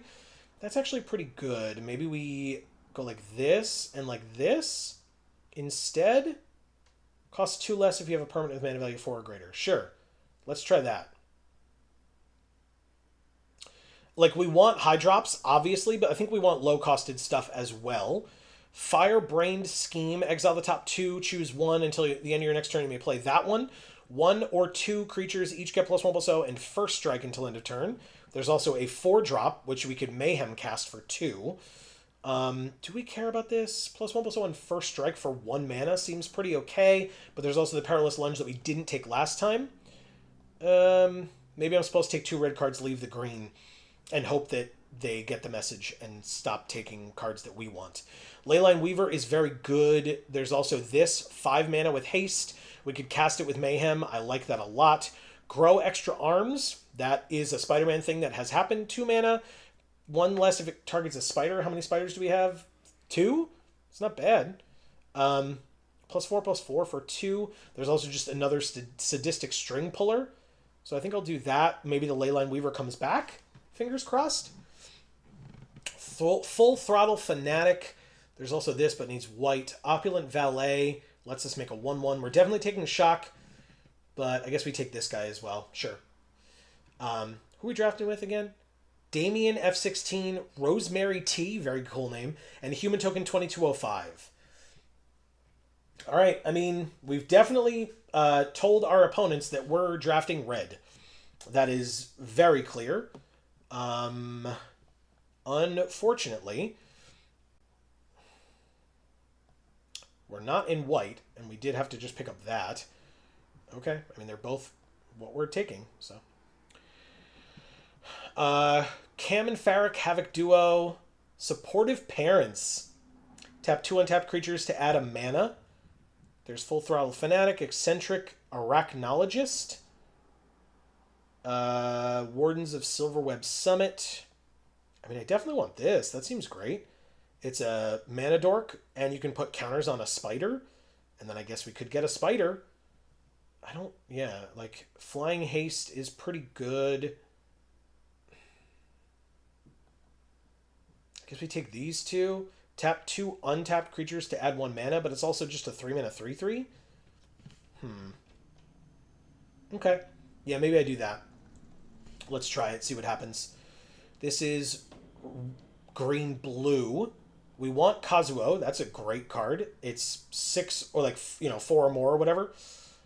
Discard a card, draw 2 cards. Romantic Rendezvous. Jeez. There is Knife Trick. There's Gallant Citizen. Interesting. Put the Asylum away. Put the white cards away. What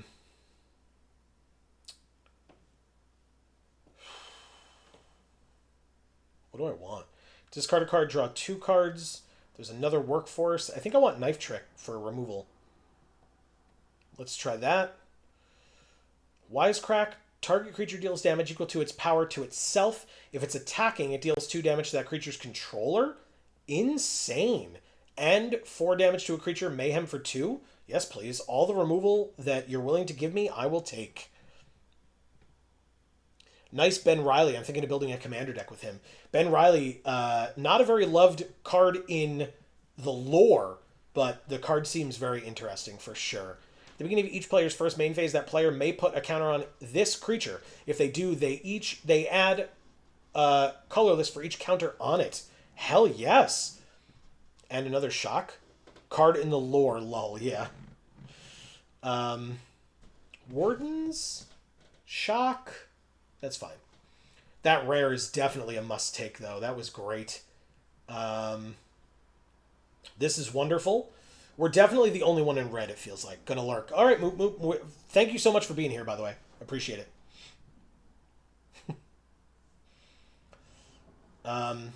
Yeah, we're definitely the only one in red. I feel like somebody else is in green, but, I mean, we're picking up some cool green regardless, right? So, yeah, actually, that's probably what I would have picked anyway. That's fine. I'll let it auto-pick them. Cool. And we have to take them both, so there you go. Confirm.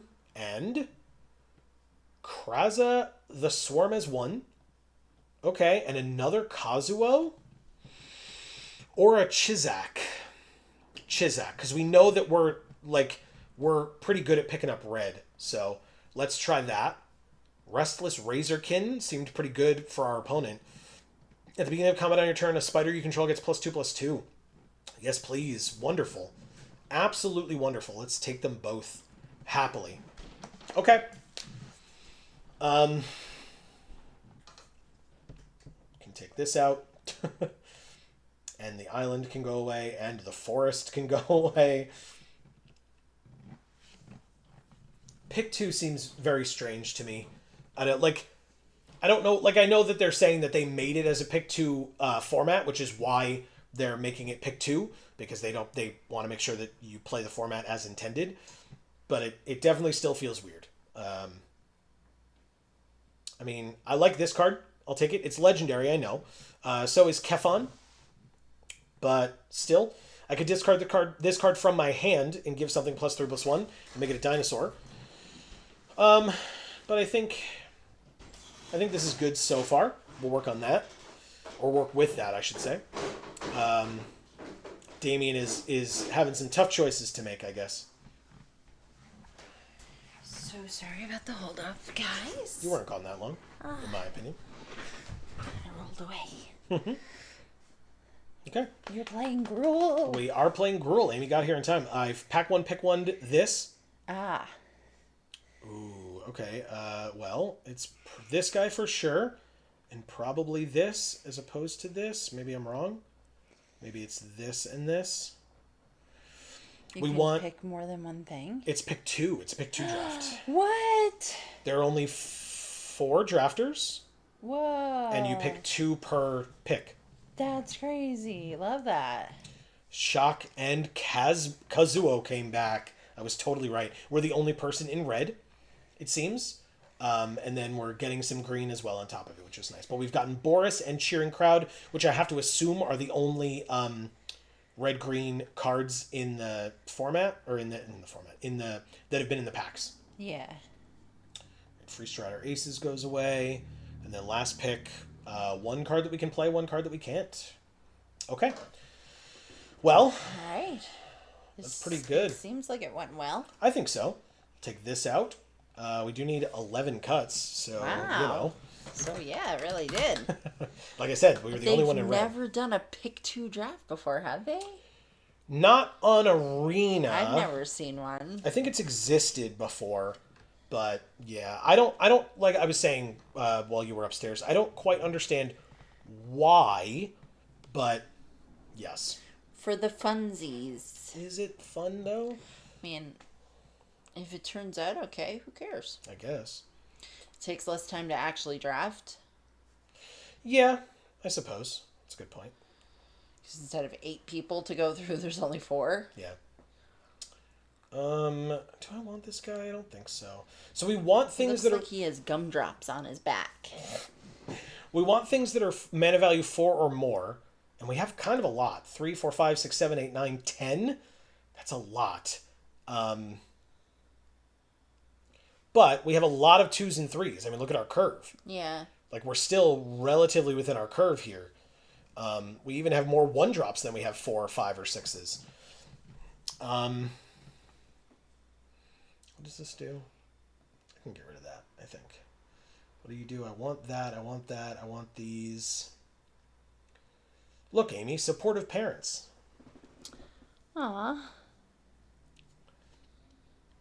That's nice. In the Spider-Man set, these are Miles Morales' parents. Ah, nice.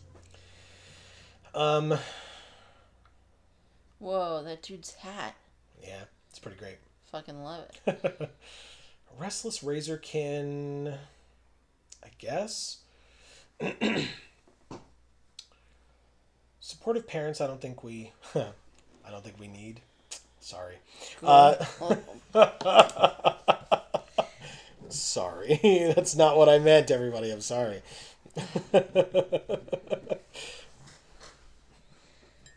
Godolope is a supportive parent. That's true. His kids went to college. Yeah. Spiders of Riot. How many spiders do we have? 8? Hell yeah.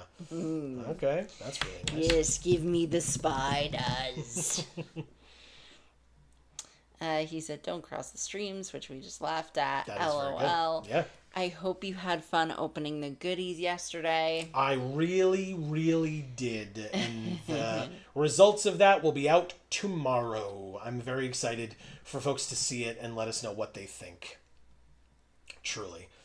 I need one more cut. One more cut.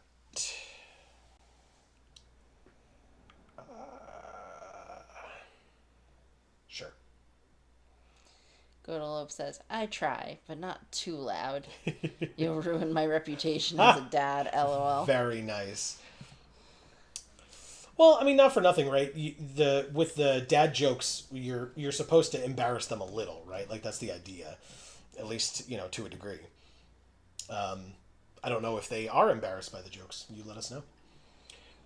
Amy. Well, I'm embarrassed by your dad jokes, but you're not my dad. That's That'd true. That'd be weird and gross. That is very weird and gross. You know what? We're playing a Gruul deck, Amy. Why don't you tell me what sleeves we're using? Well, we had Quintorius before. Let's do a Quintorius sleeve. You got it. Quintorius, a notoriously red-white creature and or planeswalker. But that means that he represents the red, and Nissa, our avatar, represents the green. Neo. He's the one, you know. Yeah. This hand is real bad. Mulligan. This hand is much better. Keep. And sorry, Kazuo. Hopefully we'll see you soon. Godolov says to a bachelor degree? Nice. I don't get it. Because I said to a certain degree. Oh, nice. It's very, very good. Very good.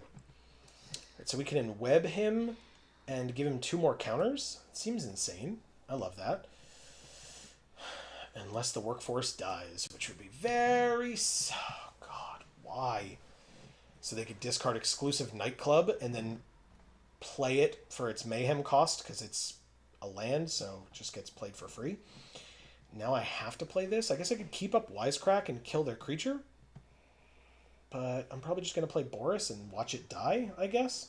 Super unfortunate that I don't get to enweb it, but if I draw a land next turn, I can play the Sadistic String Puller, and I don't want to be like behind on value there. So He says, and the girls are going to college.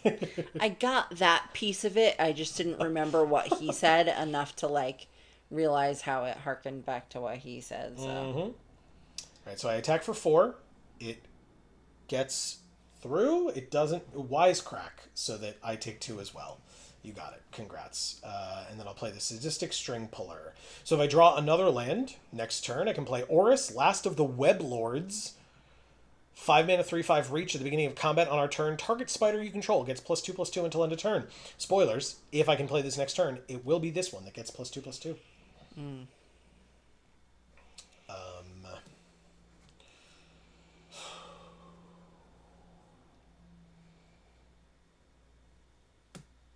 But we're playing fully aggressive. They're playing fully reactive at this point. Let's see if that changes. It does. They play Uharis the Storm Spinner. Oh. You can't cast it during your first, second, or third turns of the game. It's a 2/3 double strike vigilance. And at the beginning of your end step, if you've played a land or cast a spell this turn from anywhere other than your hand, it deals damage equal to his power to any target. It looks tickleable, but only if it doesn't shock me. It's only if it's attacking, so... But this only does damage equal to its power, so that actually doesn't work. So let's do this. +1/+1 counter, please. It's a 3/2. No attacks, and pass. So this is a spider. When it enters, it will have Riot, which means it will enter with haste or a +1/+1 counter. I do have a 3/5, so I don't really care about their 2/3. Romantic Rendezvous, they discard 1 card to draw 2 cards. They discarded Stitcher's Wings, which has a mayhem cost of 2, which they do have 2 mana remaining. They can then attach it to their double striker. Oh my god. Okay. Although, notably, now, I just took 8 damage from it, but...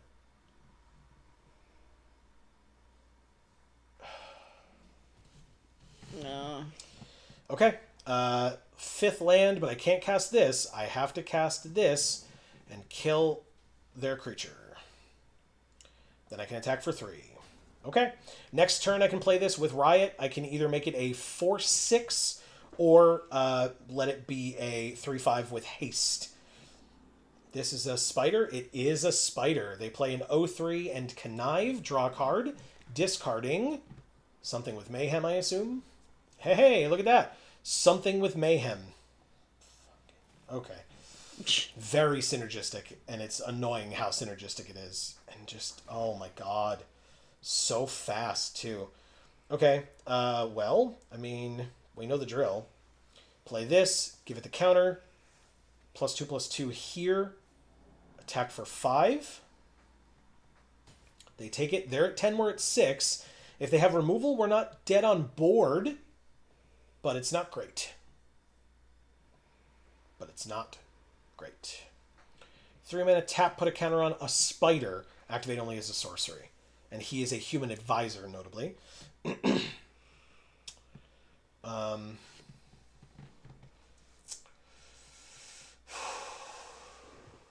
Chaldea Brawlers.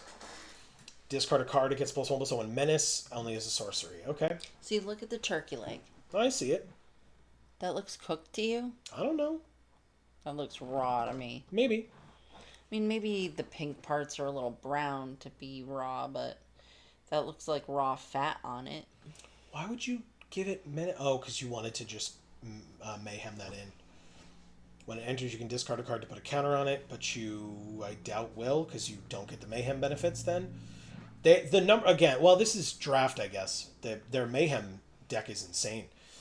Do I need the land? I don't this turn, because I can't, it won't have haste. So, I won't be able to pay the 3 this turn.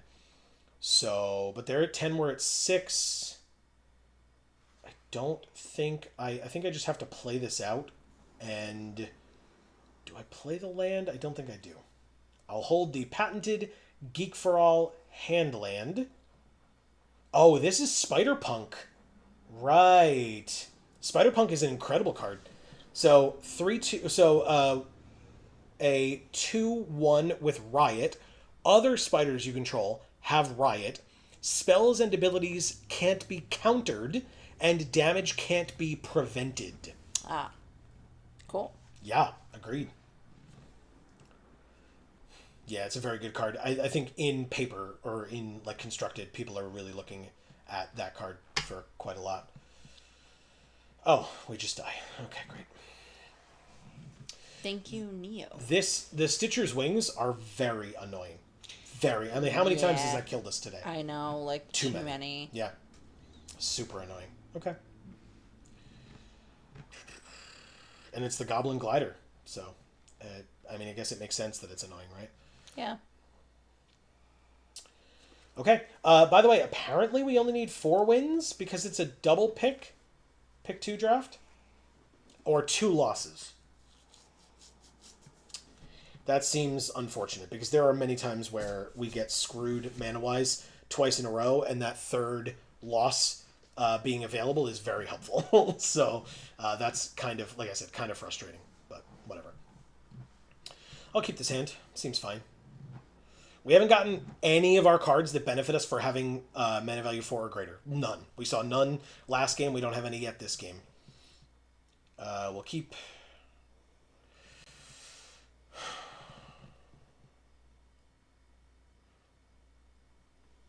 Oh, look at their companion. Aw. Super cute. Yeah. I guess he's like a Chandra dog. Tough to tell, but yeah, maybe. He's got like a red bandana and goggles. Maybe. Oh, counter, please. It's a 3/2. I will not be blocking your 3/1. Thank you for asking. They didn't ask. This costs 2, so I could... Well, I don't care about their Skittering Kitten. I'll block that. Okay. No blocks. Take 3.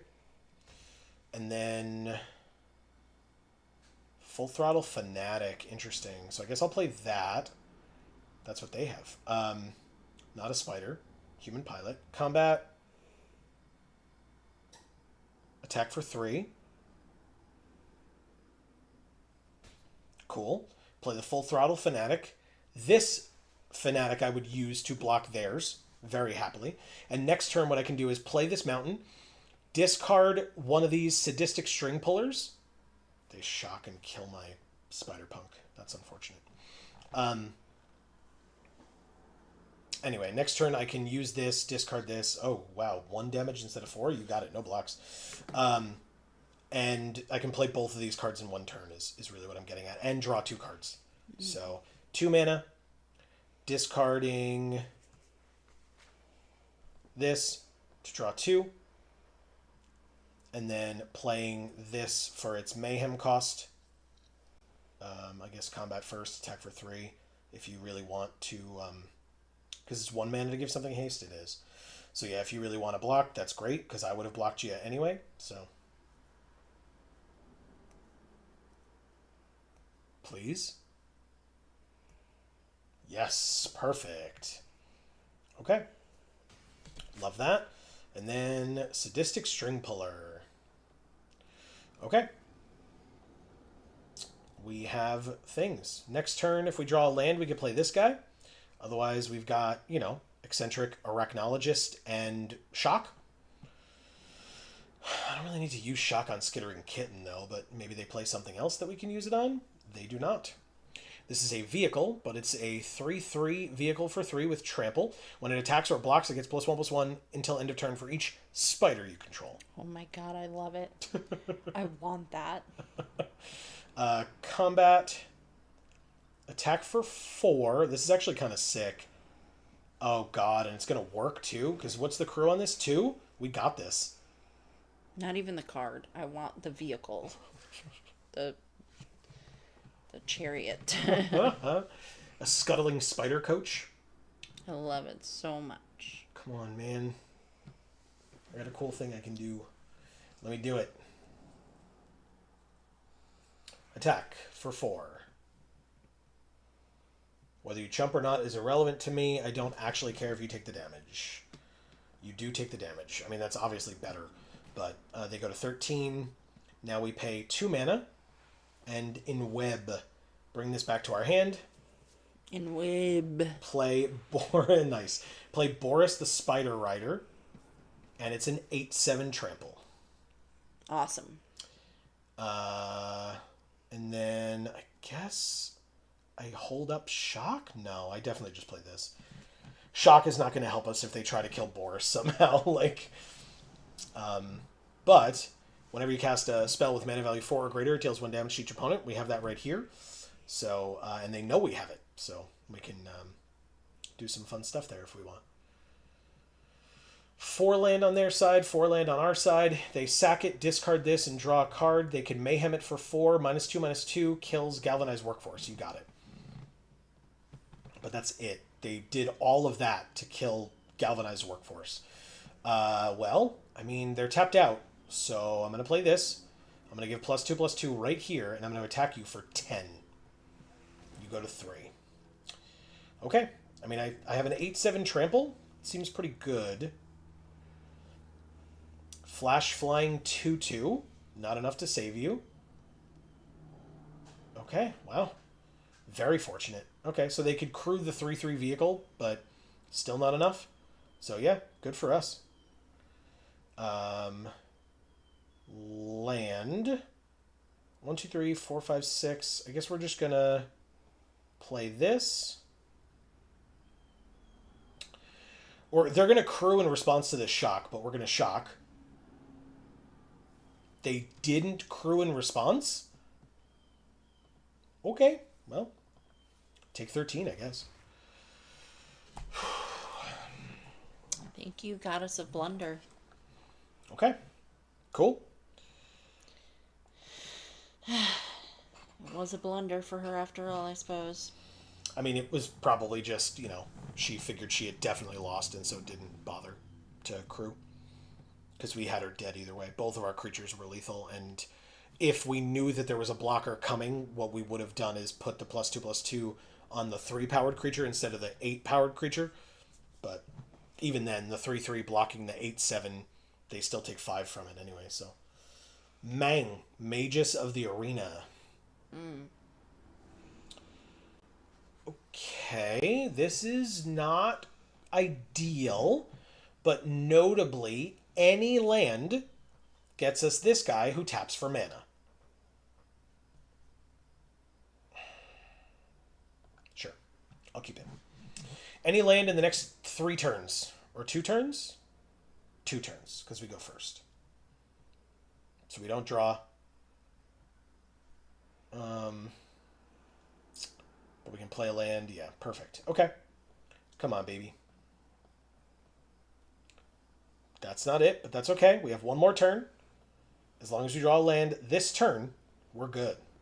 This turn, we did it. Hell yes. Arachnologist.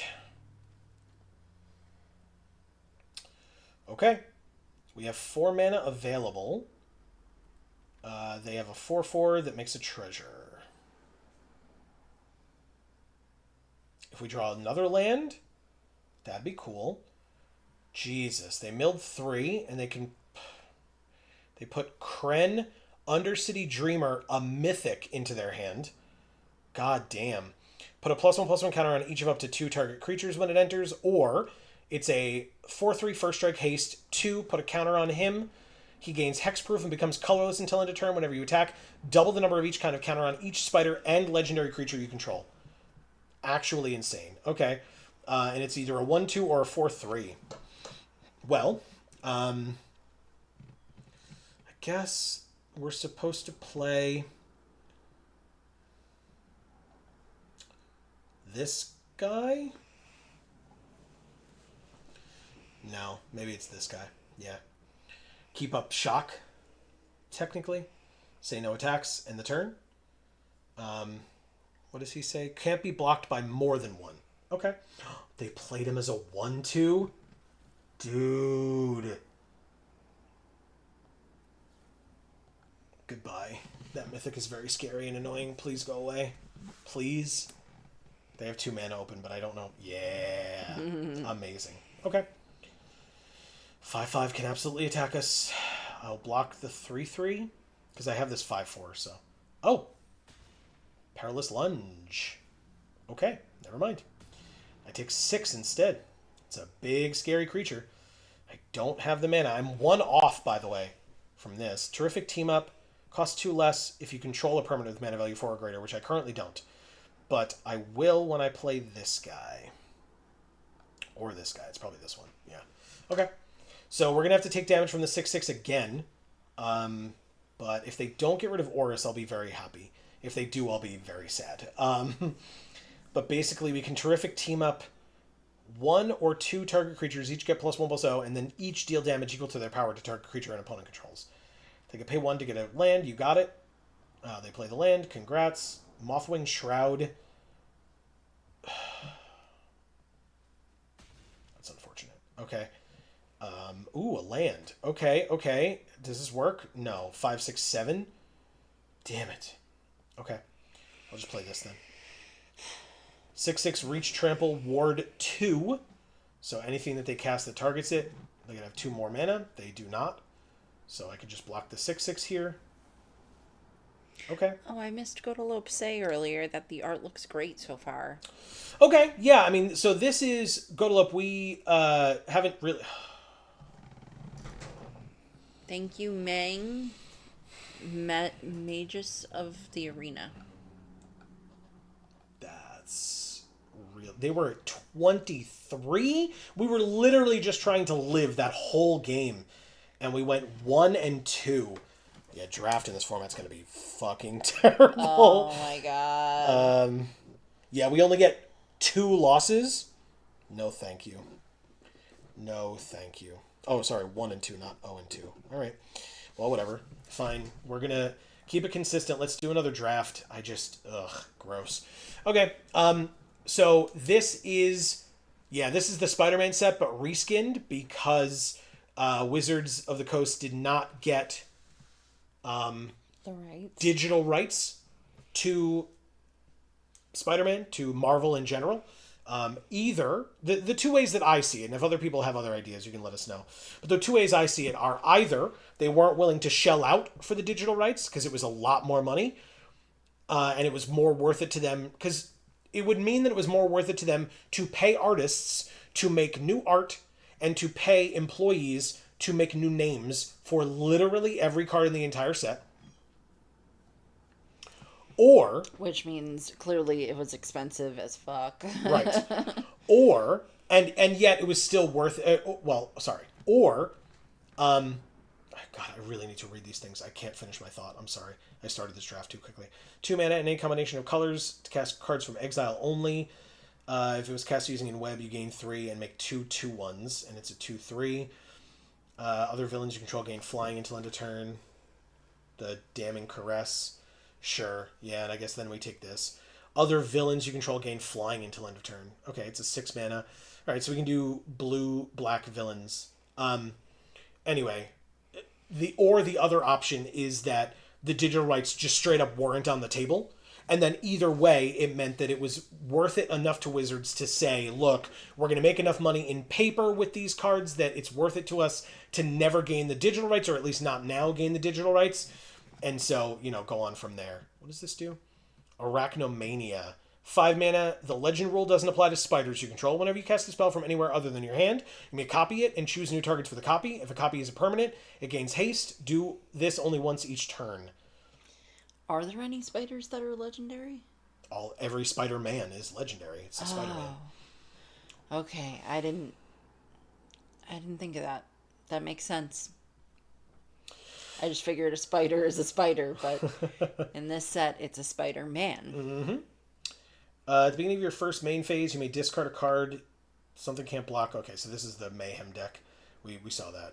Error 9 Viral Node is a 4 mana 3/3. At the beginning of combat, target non-equipment artifact you control becomes an artifact with base power until it's 3/3. Don't care. These are my picks. Moving on. Next. We're drafting with, by the way, Rosemary T, who we just drafted with in our last draft, Gaffur, and Lord Tupperware. Cool. Lord Tupperware, a familiar name from prior events. Of these events. Okay. So yeah, we're blue and black right now. Hopefully we can stay that way. Seems like we've gotten some good stuff so far. Okay. Aggressive Symbiosis. Enchanted creature gets +1/+1, has menace, and is a symbiote. You may cast this card from your graveyard by discarding a card in addition to paying its other costs. This is notably a villain.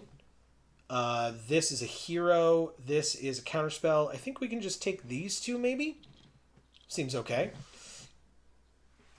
We're leaving this blue here, but we're taking both black cards out of the pack, so hopefully we're kind of, again, sending that signal of like, hey, guess what?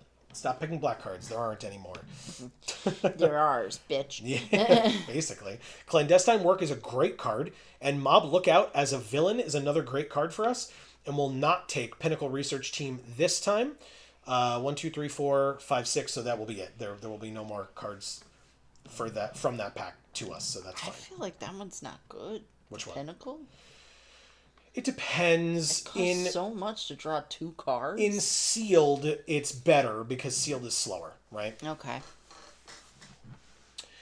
Okay. We want this. It's a villain. We know it's good. We've used it already. This is also a villain. 1 damage to each opponent for 4, or we can take this removal spell. I think that's what we want. Yeah, maybe we can get more of those later, but this is a very good card, and this is a pretty decent removal spell. We got another one, and the land that we want, our colors. Did you see this art, though, Godolo? Isn't that freaking sick? It is very cool. Error 9 Viral Node. Alright, fine. Take those. Ooh, the house grows hungry.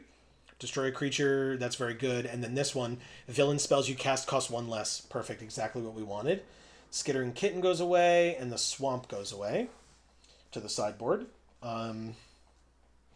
We could have used that Swamp, Joe. We could have, and instead, we're not. Isn't that crazy? Yeah. There's another rare here in Uharis the Storm Spinner, but we're not taking it. But I love it. Does seem kind of cute. Yeah. We did lose to it earlier, I think. Well, it's an electric bug type. Nice. I feel like that's a little OP. Imposter Syndrome. Whenever a non-token creature you control deals combat damage to a player, make a token that's a copy of it, except it isn't legendary. Draw 3 or counterspell and draw 1 card. Flash, whenever this creature attacks, it connives. It's a human villain. Symbiote Cat Villain. Bane marked Leonin. 3 mana, 2/3 Death Touch when it enters mill 2. Another Chaldea Brawlers. Maybe I want this one as our second card, as opposed to Outsmart the Amateur. Yeah, I think so. Let's try it.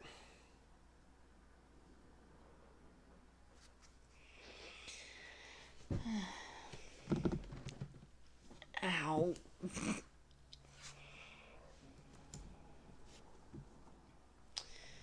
All right. Ooh. Cool. Villain with flying, vigilance, and lifelink. Exile this card from our graveyard. Look at the top 3. Put 1 into our hand and the rest on the bottom. There's also Ozor, which is a human scientist villain. As long as you control another villain, Ozor has hexproof. Nice. 5-mana hexproofer. We will miss out on Scorpion Sting. Hopefully it comes back around, because whoo boy would that be nice. Hexproof is one of my favorite things. It's very So good. good. Yeah, very, very good. Ooh, okay. It's a mutant advisor. It cares about spider spells. There's Damning Caress, though. This is a villain, so flash flying. We'll take those. I will not take this gross thing. But it's Gross Dobby, a bunch of spiders, and Bane. It's actually I would have called this Voldemort when it was with Quirrell, right? Oh, the little, sure. Baby Voldemort or whatever. Yeah. I always think of that as being the little PT baby. Yes. The little fetus. PT was a very interesting game. I'm glad that you liked it so much. I really hated it a lot. But the baby was cute, even though most people think that baby is hideous and scary. Because it's a fetus. It's not like a full baby. Well, obviously. By the way, both of these came back. That's a very good sign for the Scorpion Sting or whatever it's called coming back. What's it called? 2-mana Scorpion Sting. I was right. Look at that. It came back. That's exactly... I was going to say, it would be Scorpion Sting and a mountain would be the only way it would come back. Spectral Restitching. Exile X target artifacts and or creatures. Return the exiled cards to the battlefield under their owner's control at the beginning of the next end step. There's another one of these guys. There's Snatchback. There's Scorpion Sting. There's Sinister Hideout. Phantasmal Vision. Jesus Christ, take a breath. Nope. I refuse. Okay. I mean, we probably have Enter the Battlefield effects, right? So I'll take that and the Scorpion Sting.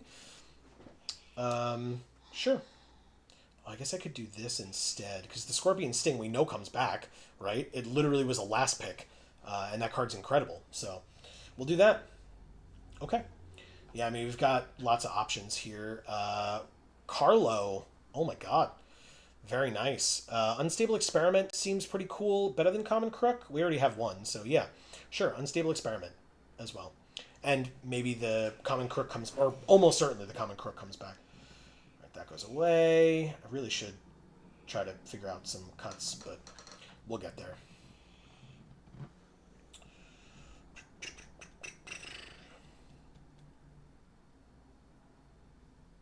Maybe.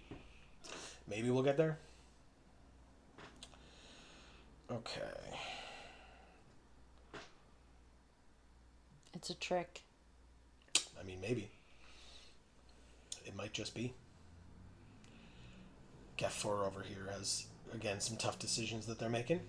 I mean, God knows I do that often, right? Yeah. It's usually more with cuts than with picks. Like, picks I can usually make, even if they're the wrong ones, I make them quickly. Yeah. Emphasis on even if they're the wrong ones. There's another Turl here. I'll take it. And I guess another... Ooh, a Knife Trick. I'll take Knife Trick as well. So then the one of these three will, or two of those three will hopefully be here for me to take later. That's awesome. That's really awesome. 2 Turls is nice. Look at that art. It seems so cool. Okay. Nil is a very good card, and I want it, so I'll take it. These are both villains. They're both 2-drops. This one's Flying Vigilance, and whenever it attacks, mill a card. There's a Treat Trolley as well. I don't think I need it. Mill, sack it, mill, and put a creature from among them into your hand. No, not necessary. I guess it's going to be the Vision. Scorpion Sting did come back, as did another Sinister Hideout. I'll take it over this guy. So, perfect. And then, what else we got? We're coming towards the end. We've got Common Crook and Ancestral Carvings. I think Amy will like that art better, and then we can use it as the deck box. Okay. Skitter and Kitten can get out as well once we finally get to the deck building. There we go. And this is the, I mean, obviously this isn't the deck, but we'll use this as the deck box, that's for sure. And then we will go like this and split it. And then we can take at least one of these away. We will take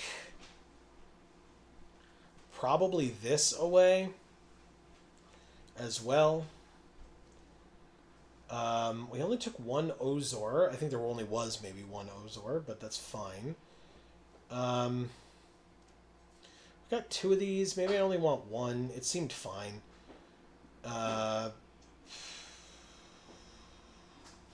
We sure do have a lot of villains, I'll say that. It's pretty good.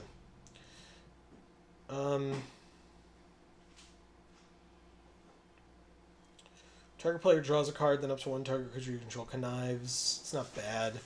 Got a lot of removal. Imposter Syndrome just makes a bunch of copies of stuff.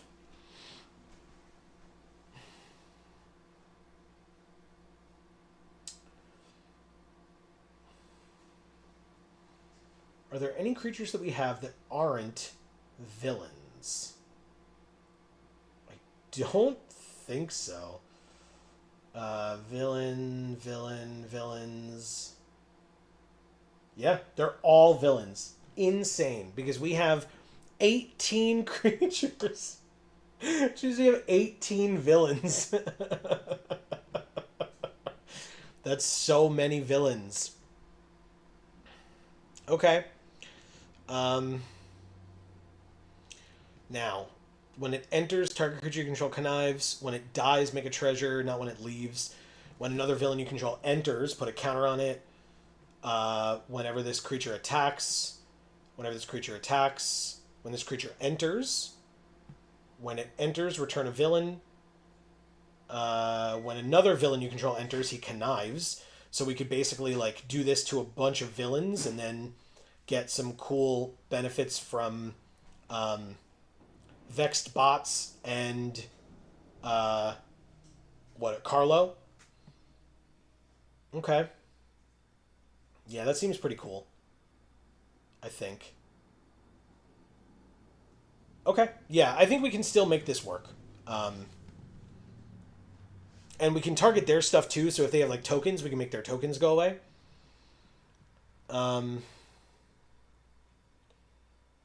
We still need 9 cuts. That's insane. Sure.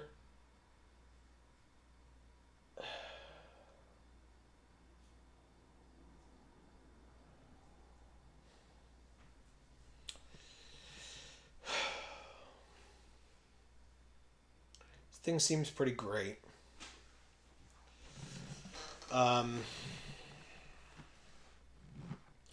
Mayhem of 1 might be helpful.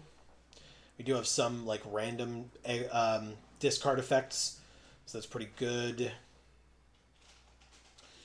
Maybe other villains gain flying until end of turn. That's pretty good.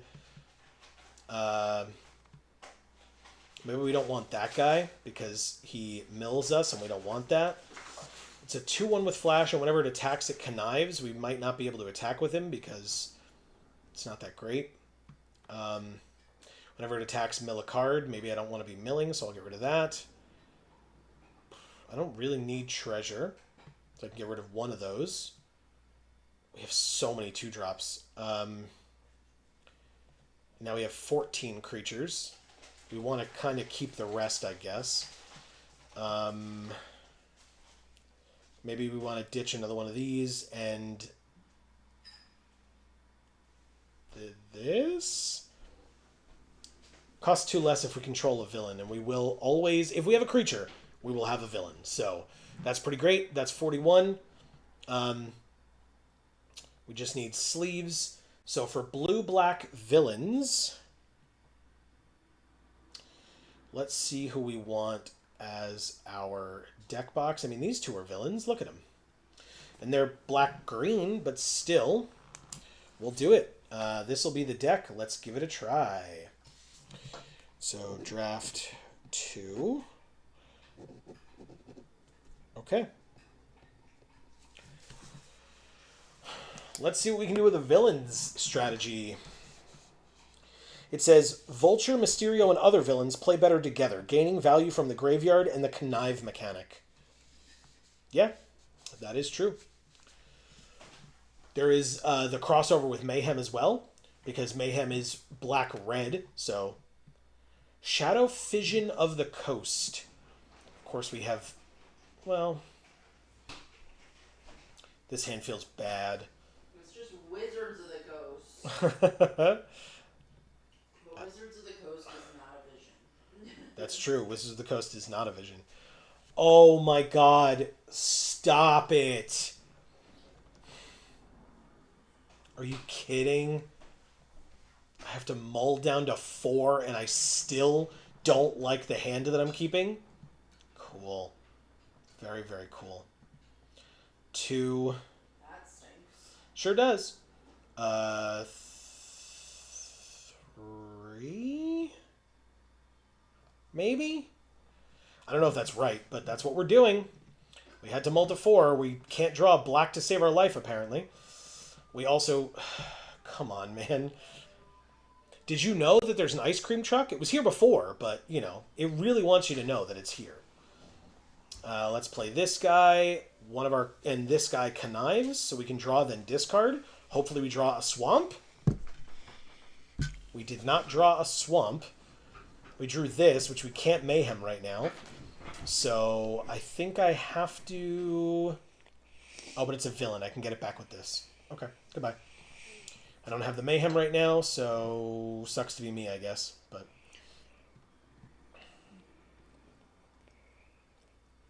they have their own nil. Man, it would be nice if I could play mine. No attacks. I do have a good blocker with a 1/4, though. That's something, huh? Their sleeves are rocking. Love that.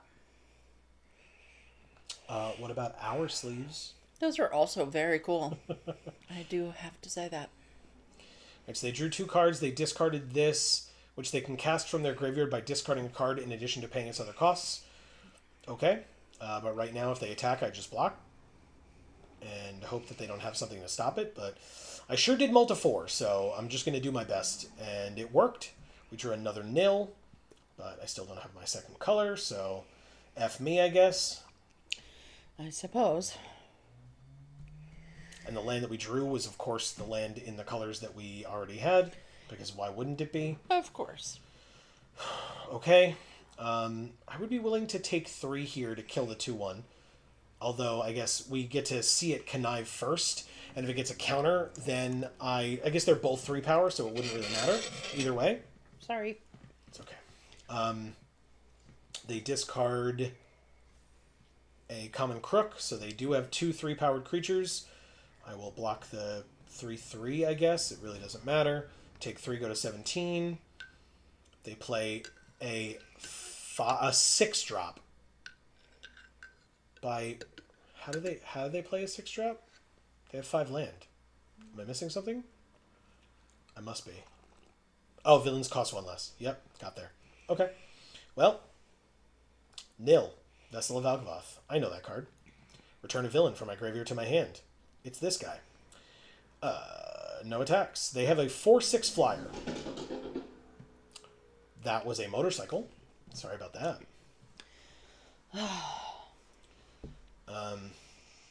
That's what happens when you stream during the day. There's a lot of bullshit that goes on outside. Well, I mean, we have a lot of bullshit that goes on any time of night and day. That's true. Very true. Okay. But yeah, it's a Tuesday. Well, it is 5.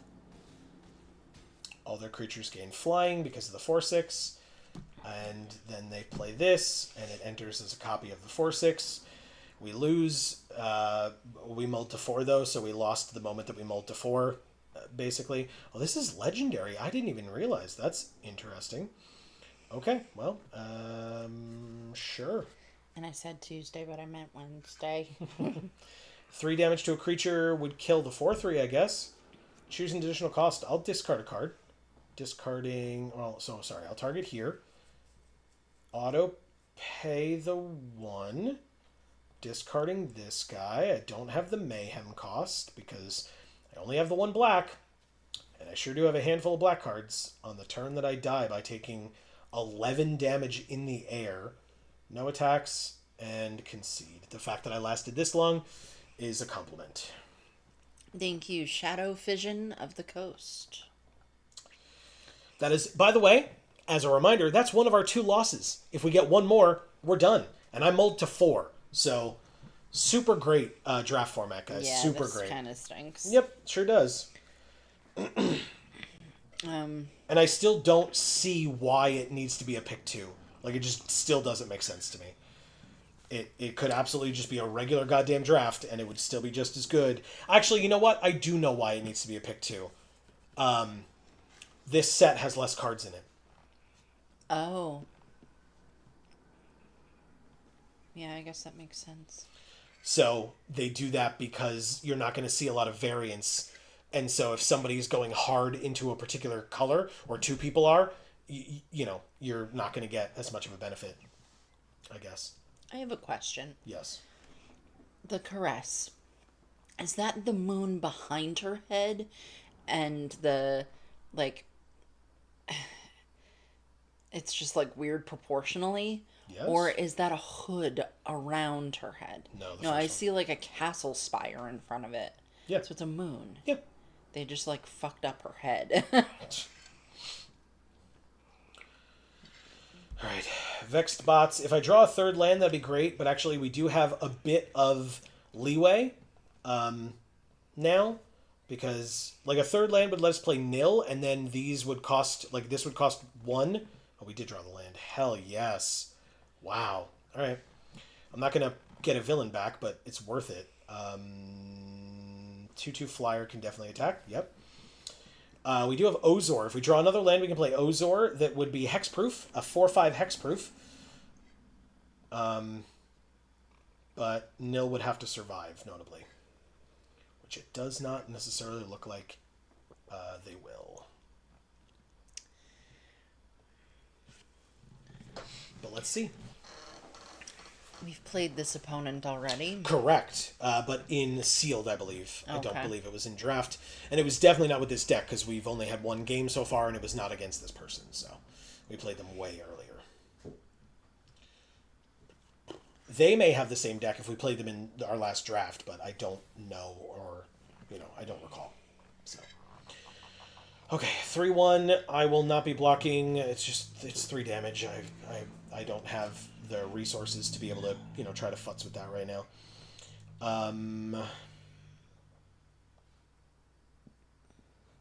We don't have double black because of course we don't. Why would we? I guess I could just do this. Kill the 3/3. No, it just gets 2 counters on the 1/1. Flying Vigilance, Lifelink, 3/1. Sure. Do that. We don't have the 4th land for Ozor, so, you know. So we'll say no attacks, because the 2/2 keeps back the 1/1 from attacking. We're just going to have to take 3 for a while. But thankfully, this has 3 power, so hopefully we can take 3 and then gain 3 back next turn, when we can actually attack with the flyer. Because basically, if they play a flying blocker, then we can kill it with Damning Caress. If they kill our thing, then we can do nothing about that. But Sure. like that. Yeah.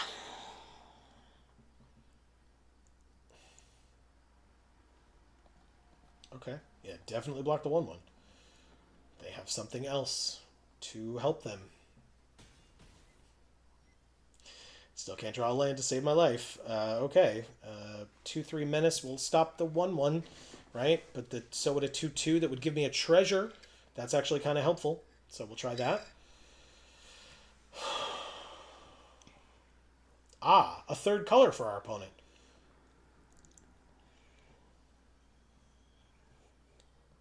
They have 6 land. We have half that.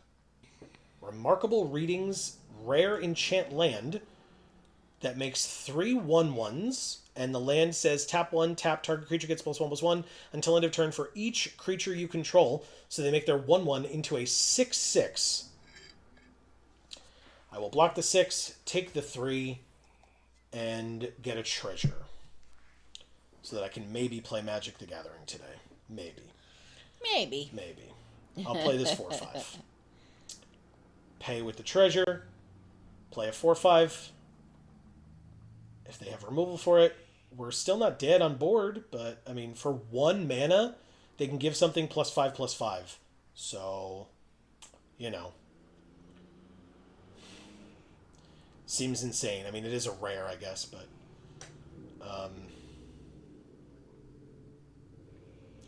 But it means I'd be able to block the 3/3, which would then give something more counters, so... Yeah. They have 1 card left in hand and 4 mana available, technically. This needs crew of 2, so they could use 2 of the 1/1s, but then it would be a 3/1 with, you know, that they would use 2 creatures to get rid of, but whatever. They've got options. Because basically, if they crew the vehicle and then pay the 1 mana, then they can give something +6/+6 instead of +5/+5. Instead, they just give +5/+5. It's an 8/8, and we're dead. If I don't block here and chump block with my best creature that I could have played last turn. I drew another land. It's a 5th one. Okay, costs 2 less, which means it would cost 3. And we only have 5, so I can do this. This does nothing, because the thing that's helping them is this. I can't do anything about that. I have no enchantment removal at all. But yeah, if I play this, I only have 2 mana left, which is not enough to play this. So we lose. I can play this, and then this does nothing for us. Like, the +1/+1 counters don't go away, but like there's literally nothing we can do. They're killing us with 1/1s, so making something base power and toughness 1/1 is useless. Actually useless. And we didn't have enough mana to cast our actual removal spell that could have gained us some life. So, we're just dead. Oh, yeah, once they use their land, we're dead, yeah. That card is insane. This is insane. 1 mana to give +1/+1 for every creature you control? Nuts, man. Absolutely nuts. Whatever, block the 7/7. It doesn't matter. We're super dead. Okay, so like I said, 2 games, mana screwed both times, done with this entire draft. In paper, or not in paper, but when we're not doing this for the streamer event, that would have cost us money. Right. Actual money would have been paid into doing this. What a terrible format. What a terrible format. 0-2. If I can help it, I'm not drafting anymore today. No, That's you what a should. terrible thing. What a waste of everyone's time. Why would I ever do that? And yet, when sealed goes away, what are we supposed to do, right? How stupid. Boo. Okay. We opened a mythic, at least one. We opened 2 mythics. Gobin Gene Splice Savant, or Fleam, Gobin's Creation. Oh, he's so cute. I love him. So this is Norman Osborn and Green Goblin. No, it's not. Yes, It's a cute little guy. And I want him. So, either it's 2 mana for Norman Osborn, 1/1 that can't be blocked, and whenever he deals combat damage to a player, he connives, or either you play him for 4 or transform him for 4. He becomes a 3/3 flying menace. Spells you cast from your graveyard cost 2 less to cast. He's And not a menace. Green Goblin is. I don't care. And each non-land card in your graveyard has Mayhem, and the Mayhem cost is equal to its mana cost. We then also have Arachnomania. The legend rule doesn't apply to spiders. Whenever you cast a spell from anywhere other than your hand, you may copy it. If you do, you may choose new targets for the copy. If the copy is a permanent, it gains haste. Do this only once each turn. Now, notably, you need red for this card. This is part red, and read what it says. Whenever you cast a spell from anywhere other than your hand, you may copy it, and you may choose new targets for the copy. If the copy is a permanent, it gains haste only once each turn. And this says, spells you cast from your graveyard cost 2 less. So, whenever you cast a spell from anywhere other than your hand, you may copy it. And if it's a spell from your graveyard, it costs 2 less. Okay. So, the spells you cast from your graveyard are 2 less and get copied if you have these 2 things on the field at the same time. Awesome. Which is pretty great. We also got one of the lands, the Urban Retreat, which actually, by the way, that is the name of this card in the actual Spider-Man set, whereas the other one is Oscorp Industries, which they couldn't do, so they renamed it. But this one is Urban Retreat because it's just like Spider-Man's house, basically. This can be cast for blue. This is blue. This is, generic, and this is generic. So we can't play Boris because we want to be Grixis for Green Goblin. But, I mean, I guess with this, no, because that's white and green, which we don't need either of. So, return a tapped creature you control to its owner's hand. Put this card from your hand onto the battlefield only as a sorcery. No. Okay. So, we won't play the land, and we won't play Boris, but we can literally play everything else. Okay. That sounds great. Yes, it does. But do we need... Oh, so this is Phenomena Recorder. This is Peter Parker's camera. So it's 1 mana for an artifact. It enters with 3 film counters on it. And then for 2 mana, tap it, remove a film counter from it. Copy target activated or triggered ability you control. You may choose new targets for the copy. Awesome. All right, so here's the magical Christmas land that I have envisioned for myself. If you have... If you don't record it, Joe, it doesn't exist. I know, hence why we're streaming this. We have... If we have Phenomena Recorder, Gobin, or Fleam, I guess, and Arachnomania all on the field at the same time, you could cast something from your graveyard for 2 less. It will get copied, and then you can copy the ability that copies it, so you actually get 3 copies of the thing that you cast from your graveyard. We're doing it. Seems... I mean, I don't know if we're doing it, but we can try. We're doing it. Whenever you draw your first or second card each turn, put an Ingenuity counter on Murata, Neuron Hacker. She's an 0/2. You can tap her. You may cast an artifact spell from your hand with mana value less than or equal to the number of Ingenuity counters on Murata without paying its mana cost. Right now, the 2 artifacts that we have are a 1-drop and a 1-drop. So no, we will probably not be playing Murata. And Makdi and Itla Sky Snarers is 1 blue, because we're not going to be using it for white. Look at the little spider. I'm sure you love it. Yeah. 2/2. Artifacts and creatures your opponents control enter tapped. Hell yeah. Oz 10A is here, saying arachnophobia says only once a turn, though, yeah? That's an interesting point, Oz 10A, because you're copying the ability, not like having this do it again. So I actually don't know. That's a very good question. I'm not a judge, so I'm not sure.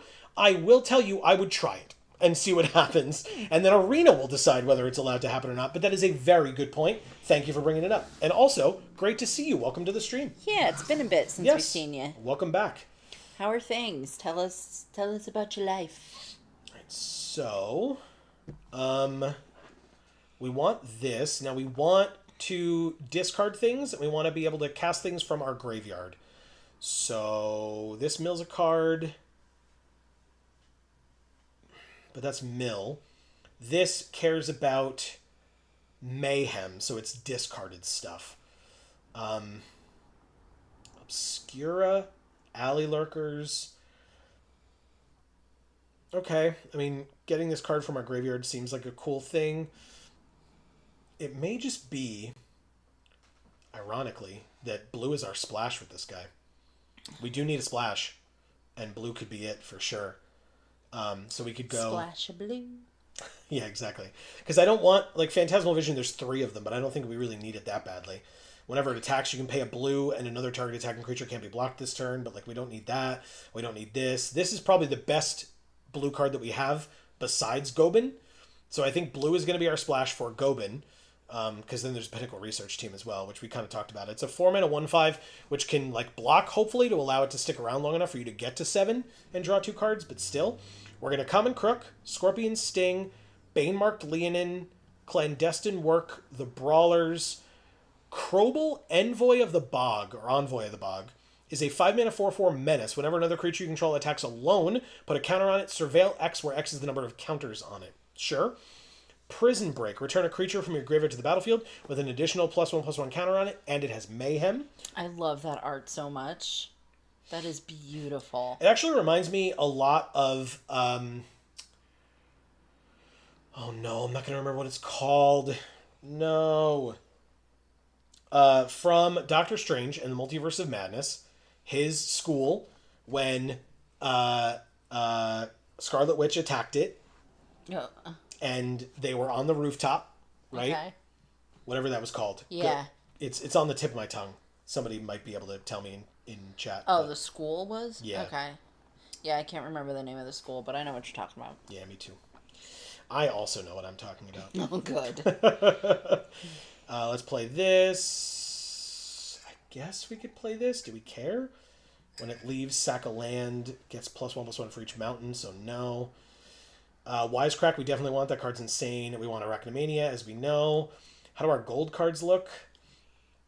Ominous Asylum gets in. There's a Terminate. Destroy a target creature. It can't be regenerated. Yes, please. When it enters, we can discard a card to put a counter on it. Hell yeah. New and Sumi Career Criminals. 5 mana, 3/3 flying Death Touch. When they attack, discard a card, then draw a card for each card you've discarded this turn. Whoa. Yes, please. Godalope says Camertage. Thank you so much. You're absolutely right. It is Camertage. Thank you. It was like I said, it was like on the tip of my tongue. I was like looking for a card called that. I was like, I don't see the card that he's asking you to take. Mr. Know-It-All is here saying soup and crackers. How's life going for y'all? What's going on, Mr. Know-It-All? Great to see you. Yeah. Welcome. We're doing pretty well, right? Yeah. Considering.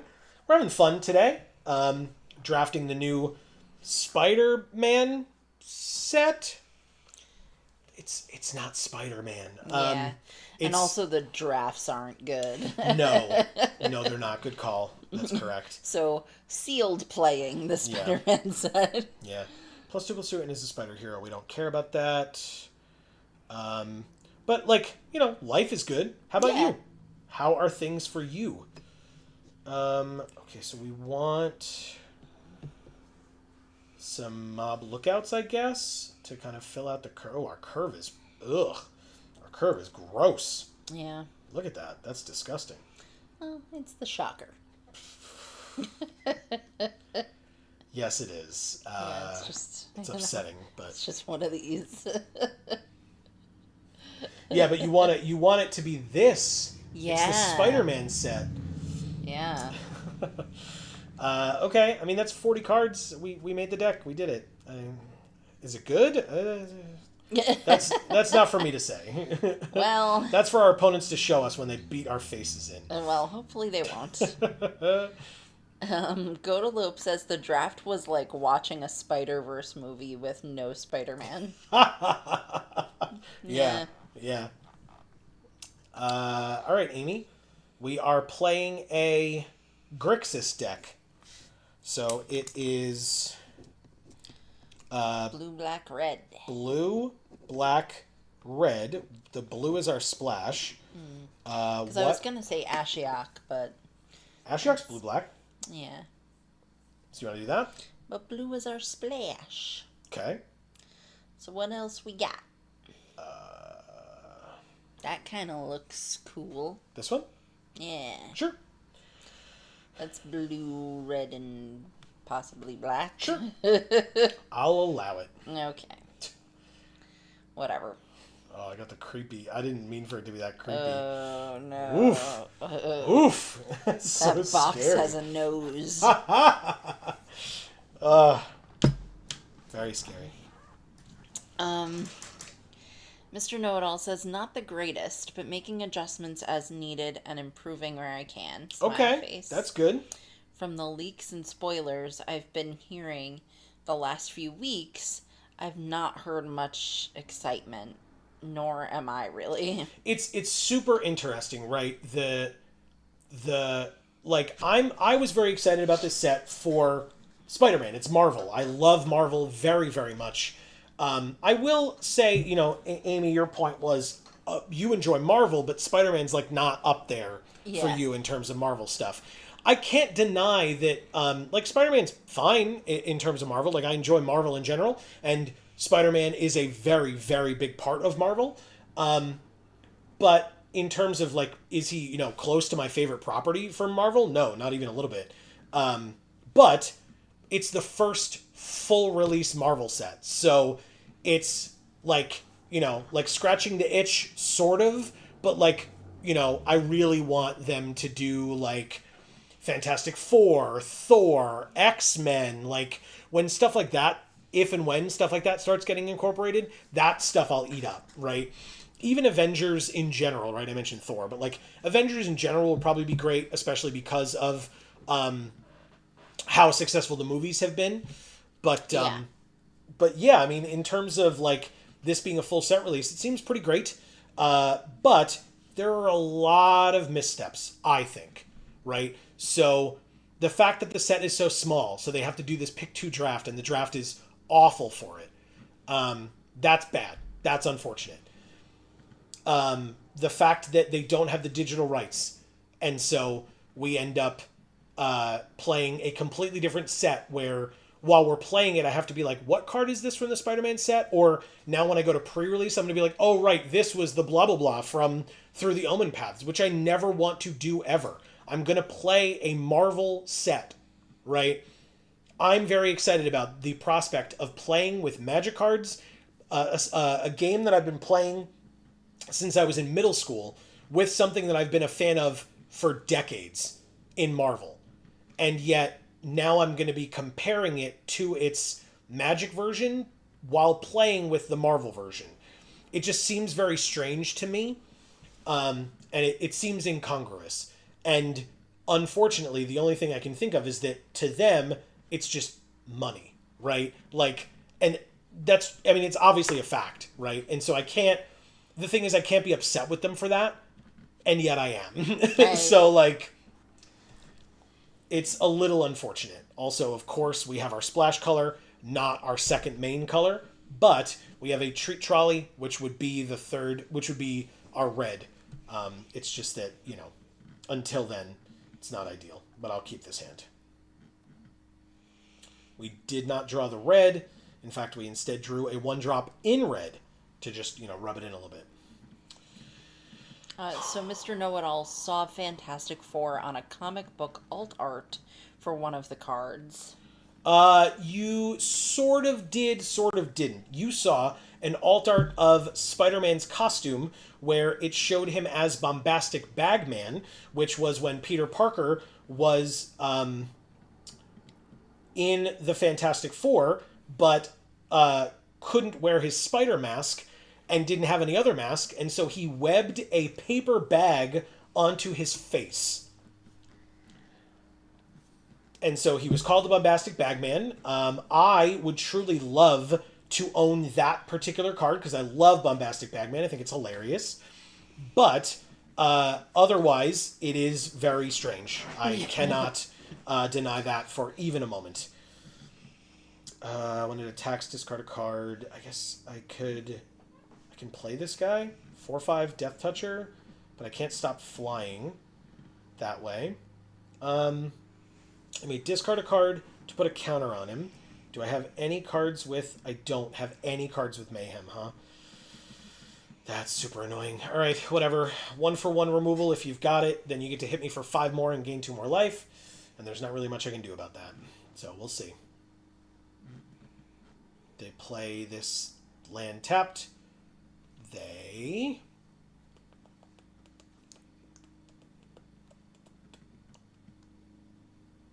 just attack for 3 in the air. That's fine.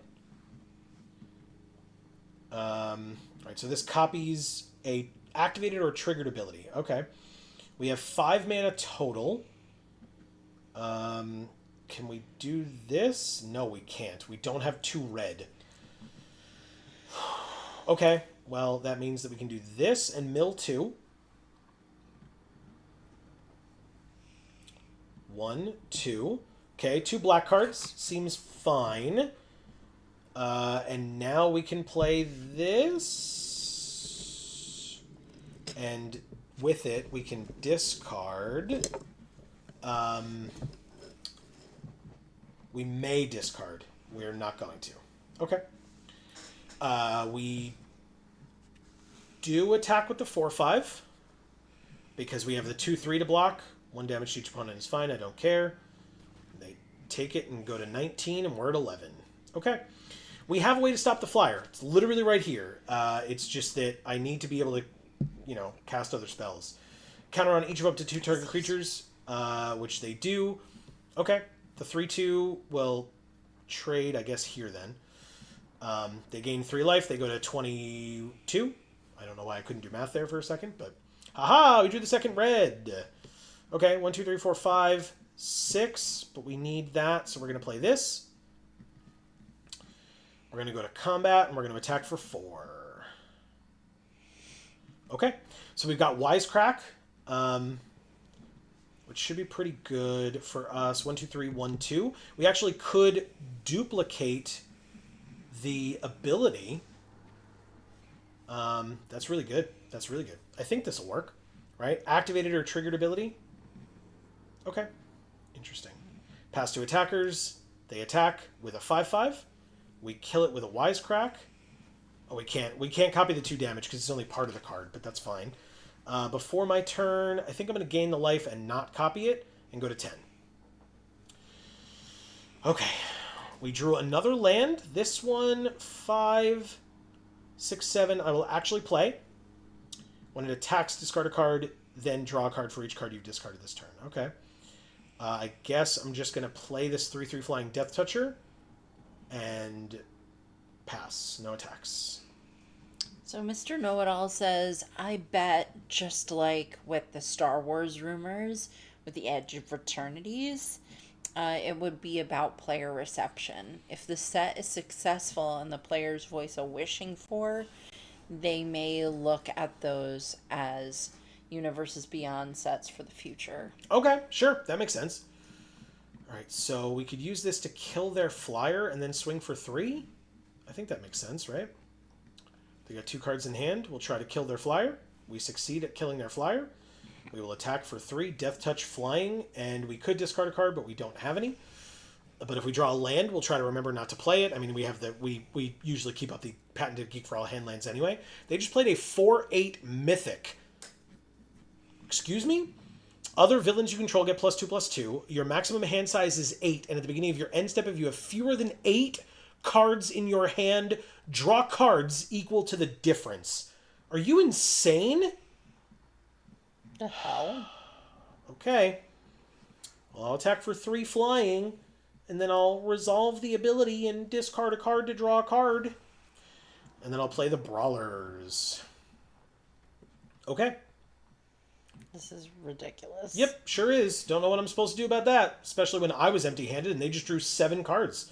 And then killed my best creature. The only thing I can hope is that they attack with the 4/8 foolishly, and I can kill it with this 2/3 Death Toucher. But I imagine they're not going to do that, because they seem to be a smarter player than that. And instead they'll just drop 4 cards in a turn. Well, and then why draw not? 4 They more. Have a hand of 8 cards when you have an empty one. Yep. And then I draw a land, because of course I do. Okay, so I don't have the flyer anymore, but I could give this +1/+0 and Menace. And then copy it. But no, that doesn't make sense. Just discarding the land for no reason. Okay. Thank God for 2 Death Touchers on the battlefield, though. That's something. Kumunso the Watchful.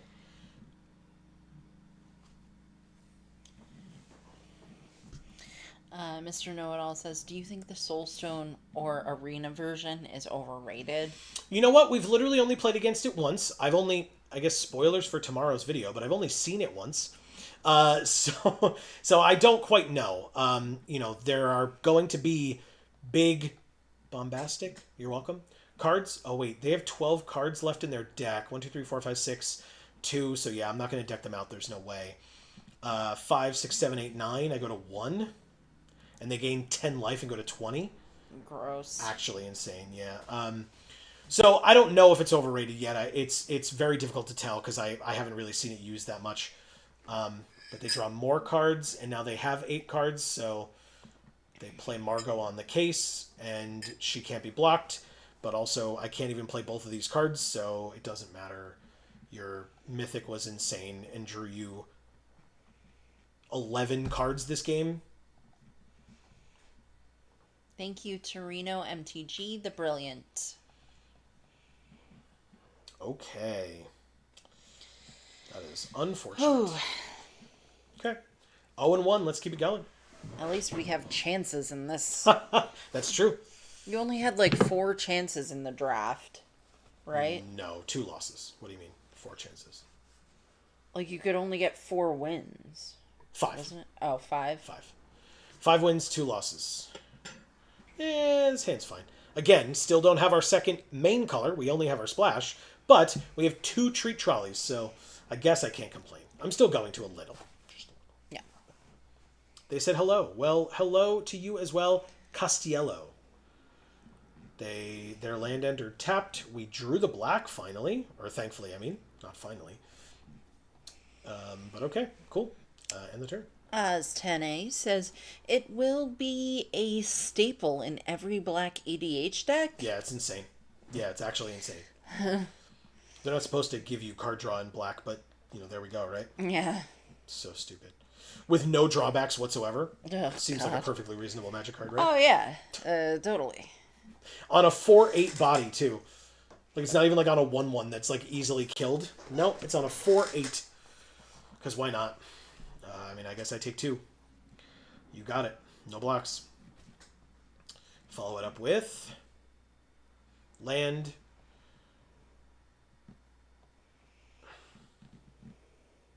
And Tunnel Web Explorer. They get a basic.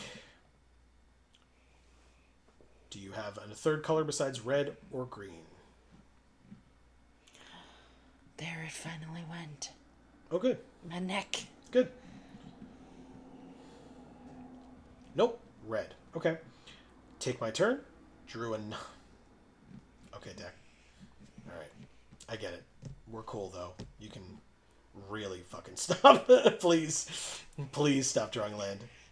Stop. Exactly. No attacks. And the turn, to be fair, I can wisecrack their 4/3 when it attacks me. Not if, but when. When it attacks me. And kill it. They take 2. And we go from there, I guess. Here it goes. Let's try it. I will attempt to Oh, it just immediately works. Okay. I assumed there would be like a slight delay while they figured out what happened, but Guess instead, not. here we go. Yeah, whatever. Mr. Know-It-All says, I have recently discovered the joy of playing Timeless with degenerative colorless decks. Interesting. So like with like Ugin and Karn and stuff? That's my extent of my knowledge of those types of decks. So, all right, so this can become a 3/3. You got it. The extent of my knowledge with that was... I could read the words that you wrote. Ooh, Death Flame Burst and make them sack a land. That's fun. Also, I guess I play a swamp. It's a sorcery, so I have to do it now, but I'll do it there. Like so. They have to sack a land. They sack one of the many red. That's fine. And then I don't attack still.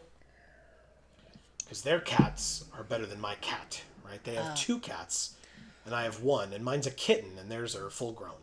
Oh. And villains. Mine is a spider cat hero. Because, Yeah. that makes sense. Spider cat. They attack for 2. I don't block. Because I don't care. I don't think we have anything in our deck that benefits us from gaining life or sacking artifacts or anything. So I'm just going to sack both of these food and gain 6 life this turn and go to 22. Treat Trolley. Congrats. Resolves. Sack. Gain 3. Sack. Gain 3. Hopefully I can start drawing some gas maybe and not land. No. Oh. I cannot. Okay. Play a land. Keep up the patented Geek for All hand land regardless.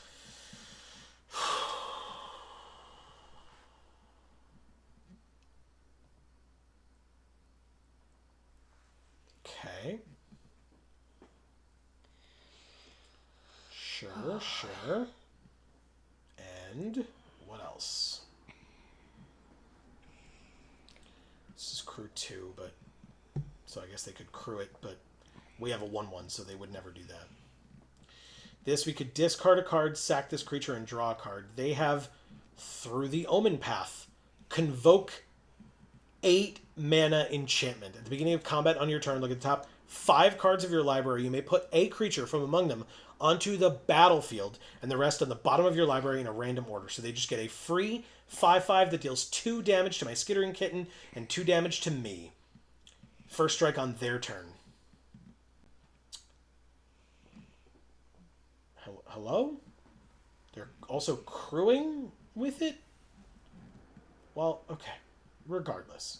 Let's discard this land to try to draw a non-land. Does it work? It does. Okay, great.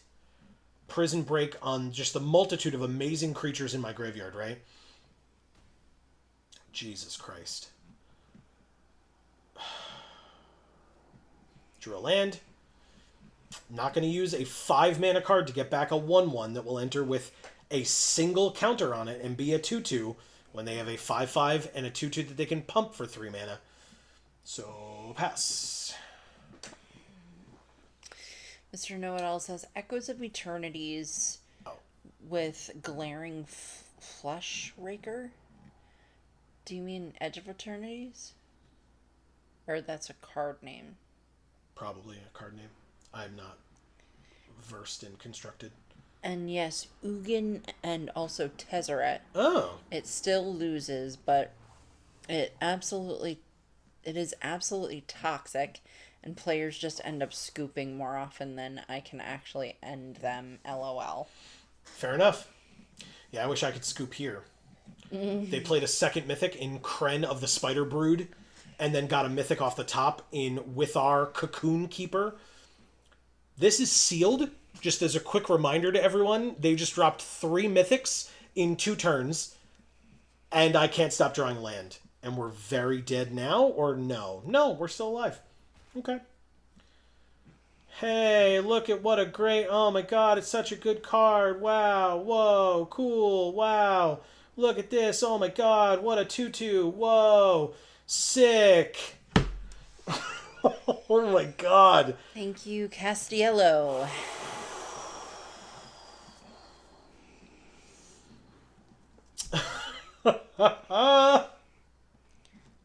Alright, we're back. Everything's fine. Everything is totally fine. We still have games that we could play. If this was draft, we'd be done already because we got 2 losses. But for sealed, we sure do get a 3rd loss. Actually, hold on. He says it is a card name. Okay. Okay. So weird that they named a set so similarly to a card. Is it though? There are many. There's a card called Future Sight, and a set called Future Sight. There's that card Is called. it in that set?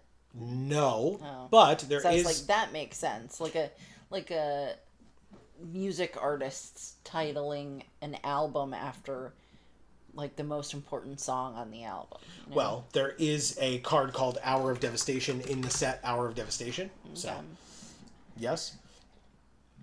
All right, so what are our percentages on black and red? More black than red. So if we cut a red and then go find another card to add to the deck, we could probably put in...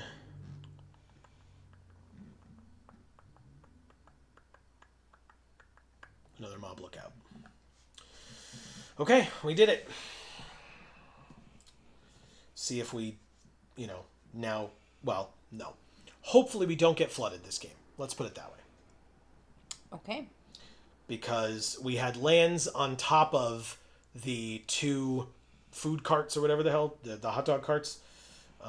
So hopefully this time we will, if we have the hot dog carts, we will have the respectable number of land, not like a ridiculous number and nothing else but lands and hot dog carts. The food tokens are hot dogs in hot dog buns for the Spider-Man set. Is a hot dog and a hot dog bun with mustard on top. Because you get it from the hot dog cart. Of course. And of course I get it with mustard. I do not. I do not. Maybe ketchup, definitely relish. I like hot dog relish. I like hot dog chili. I mean, I like chili in general, but... Yeah.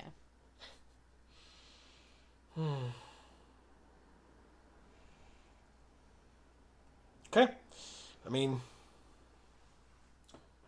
We's waiting. Headology Magic. Nice. We haven't seen them in a while, I feel like. Okay, we technically have both of our colors here. Our main nice. colors. We can't play Skittering Kitten on turn 1, but, you know, beggars and choosers and all that. This is a perfectly fine hand. Thank you, Arena, for it. And our opponent just mulliganed, so that's a positive for us.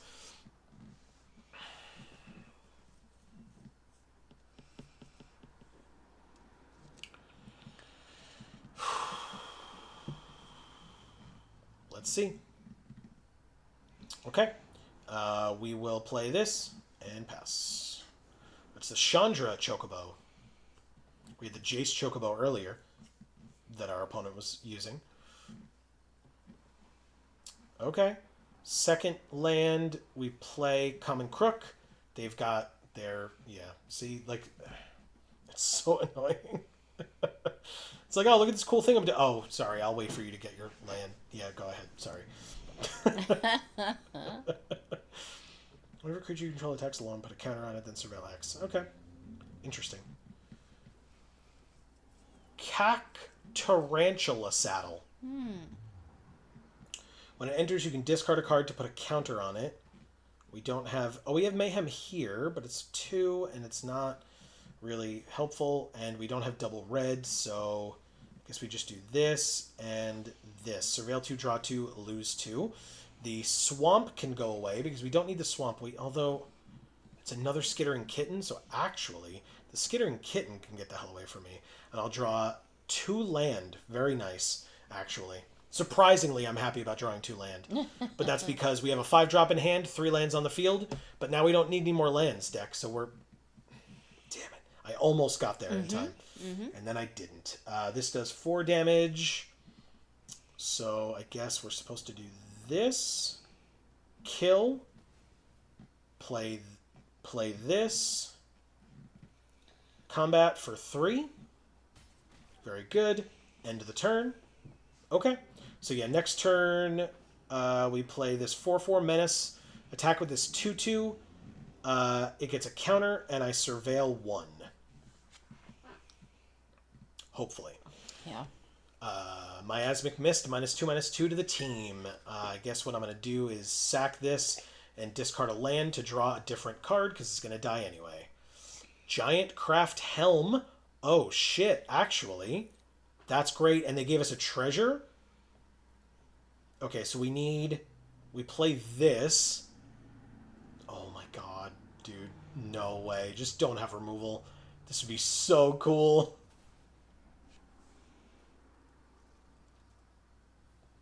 It's an 8/8 Menace.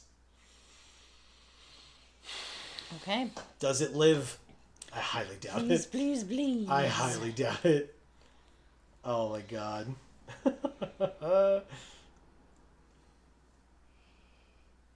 Let's see. Ah, that is not a removal spell. They get a villain back, and they can play it because it costs 1 less. Okay, but my creature's alive. Don't ask me how. Does this have... No, none of it does. Just this one. Oh, but I can do that. Okay, yeah. Let itself connive, so it can become a 1/4. I will then discard this.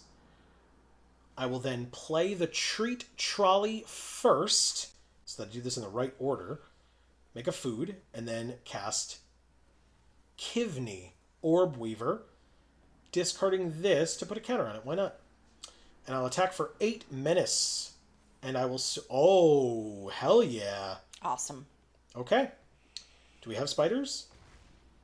We do. There's one right here. Cool. Yeah. Okay. Okay. So Mr. Know-It-All says, whoops, it's only eternity, not eternities. Gotcha. Okay.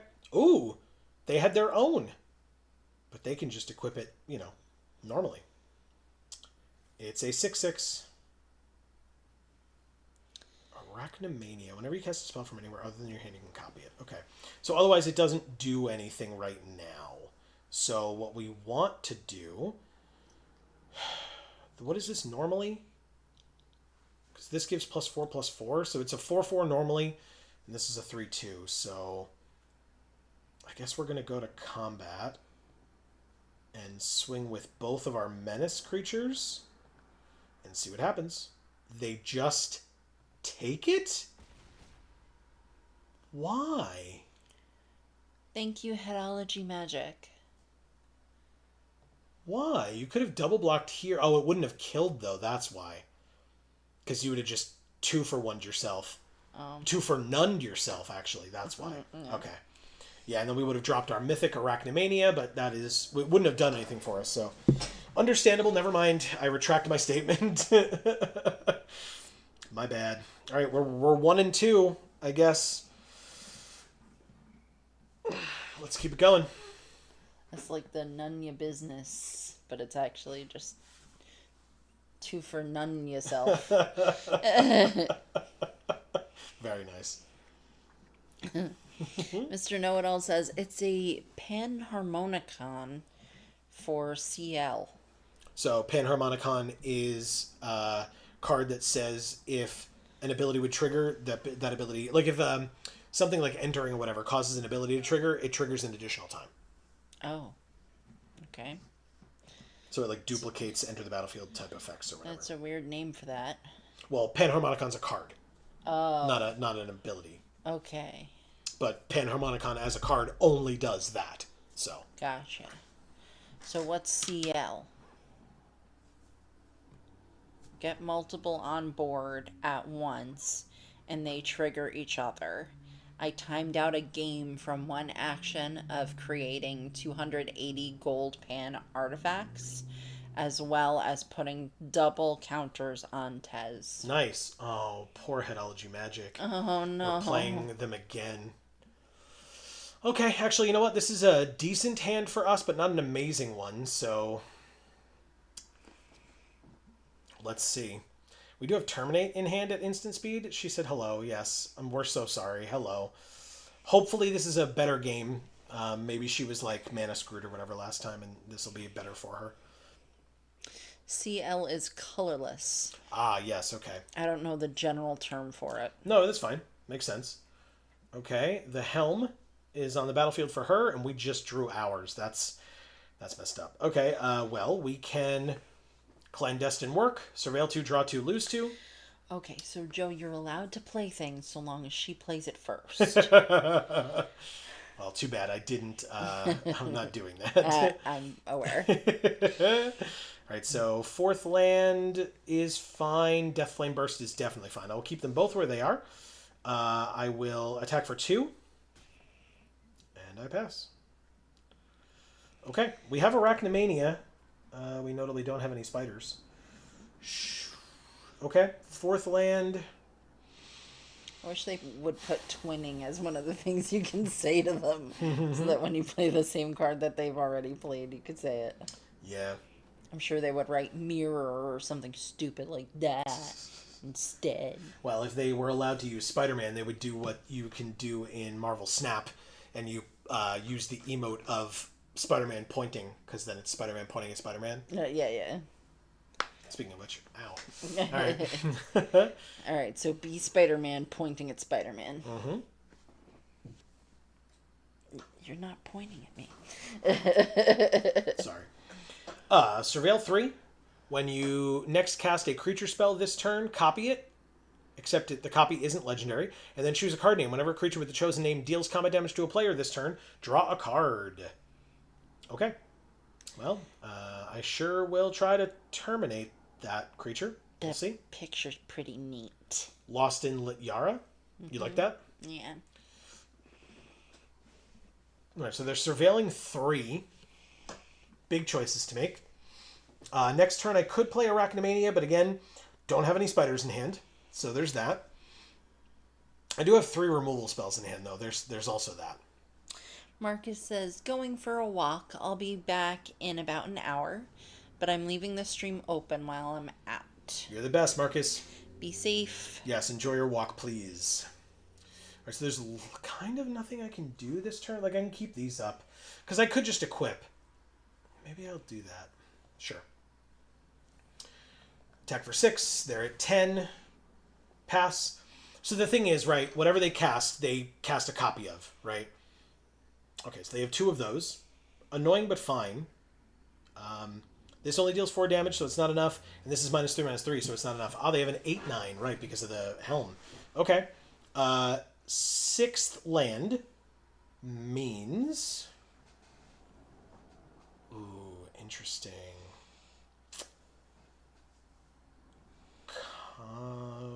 Nope, we're going to terminate first, right? Does that make sense? I think it does. Oh, it's a token. We don't have any bounce or anything. Unfortunate. Okay. Goodbye to your token.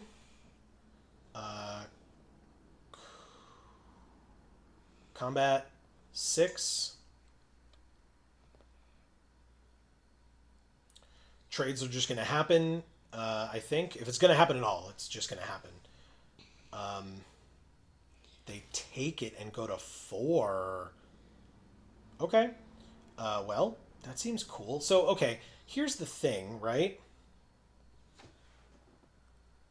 Okay, so they would draw a card if Tethys hits me, sure. But now they're incentivized to attack me, which is great, because then they don't have it back on blocks.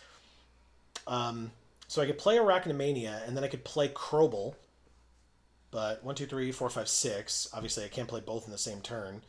But if I draw a land, I could play Arachnomania and keep up Scorpion's Sting. That would be nice. Let's see if we can do that. I was going to say, wouldn't you want to play Krobel first, because you can use Arachnophobia on it?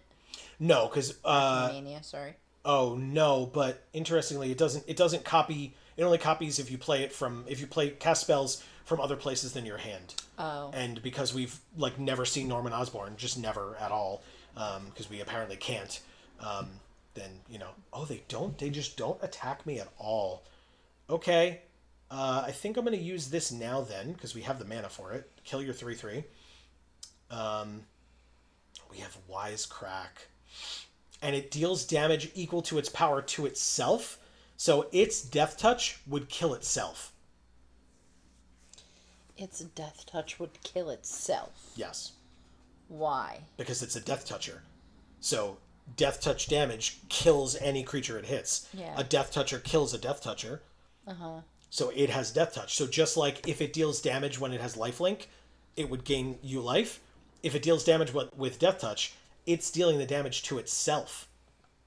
So, even though it's only 4 damage, and it's got 5 toughness, it still dies. I still don't get it, but that's And okay. then we win. Thank you, Headology Magic. And we're so sorry we had to kill you twice. And face you twice. Like, Exactly. That's not our fault. It's not your fault, but it had to happen. But and it I'm does sorry. suck. Yes, it does. Yeah. But it was lovely to play you. Yes. You're also our only 2 wins. So, there's that. There is that. So here we are.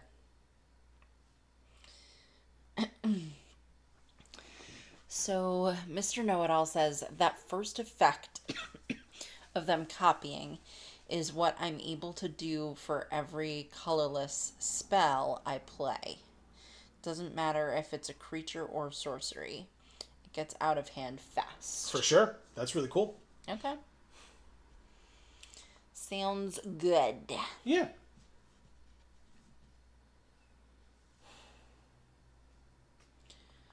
Oh, man. I hope this isn't going to be what it's like for the rest of the night. It might be. Half of the time we're sitting here waiting for Arena. It might be. People might just be in draft all night, and so we're going to have to play draft after a while, but it sure does suck. Yeah, it does. I will say that. But, hey, as a reminder, everybody, while we have a minute, we've got a lot of content coming out this week. We streamed already on Monday, so if you missed that stream, we played some Arena Cube. We finished up an Edge of Eternity's draft, and then we played some Cube draft here on Arena, because we stream every Monday at 8 p.m. Eastern right here on this channel. We'd love to have you join us for Magic Monday.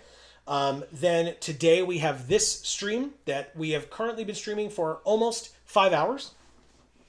Human Token 2204, okay. It's Nahiri. Tomorrow, we have a very long, big, long video. Ooh, finally. Jesus Christ. Anyway, we have a big video coming out tomorrow for Spider-Man, for Marvel Spider-Man. I opened for our sponsor store, Champion Card Collector in Poughkeepsie, New York. I opened 12 boxes of product from that store. And you all will get to see every last card that I opened. Well, sorry. Every last rare and mythic and most of the foils that I opened. Let's put it that way. Okay, third land. Bane marked Leonin, 2/3 Death Touch. Can't, when it enters mill 2, we milled a burn spell and a flyer. Can't be blocked, so we attack for 1. And then we connive by drawing this and then discarding this one, I guess? I think? That kind of makes sense. He's now a 2/2. Okay. We can transform him for 4, so any land we can flip him into Fleam. Wouldn't Fleam be so cute wearing a tutu?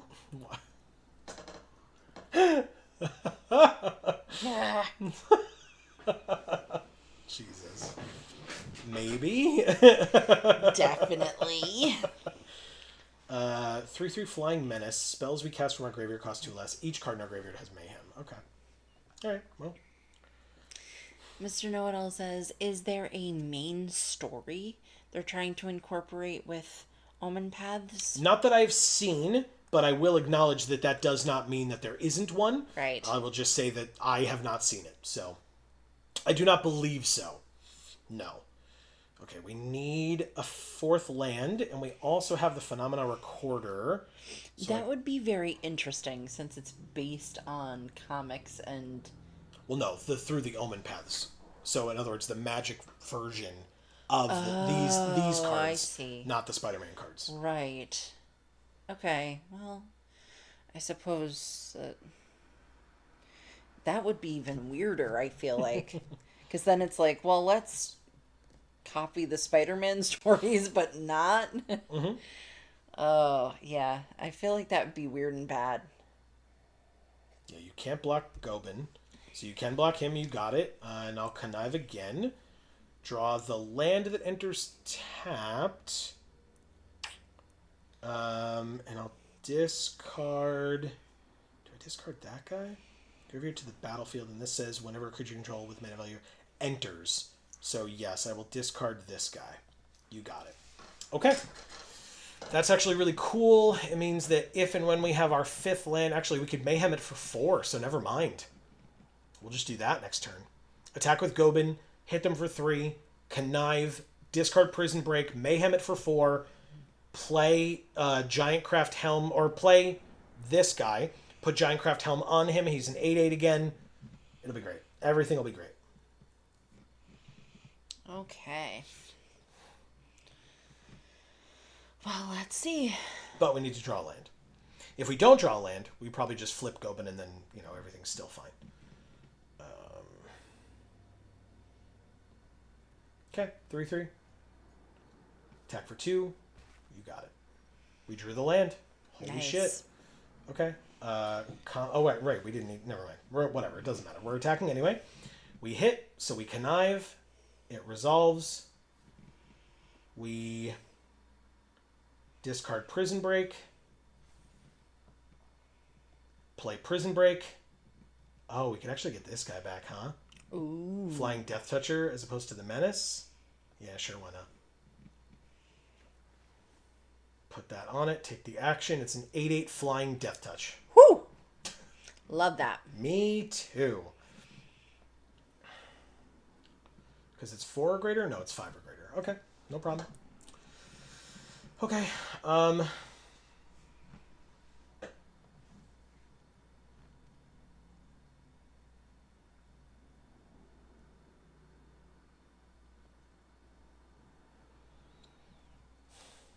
Ah, they finally killed him, but we still have an still have an 8/8 flyer. Okay, that's fine with me. Did not get to see Fleam. I'm so sorry, Amy. Yep. Ooh, Wisecrack. Okay, well.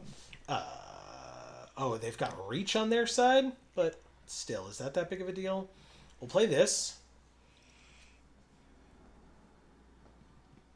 Do we Wisecrack and just try to kill them, or do we just attack? Go to combat, attack. We could discard a card and then draw for each card we've discarded this turn. So resolves, discard this, drew another land. Nice.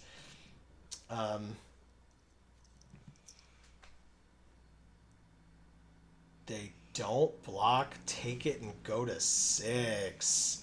Chaldea Brawlers it is. End of the turn and pass. Okay. So basically, if they are counting on this Leyline Weaver to be able to block for them to keep them alive, we have Wisecrack to kill it if we really need to.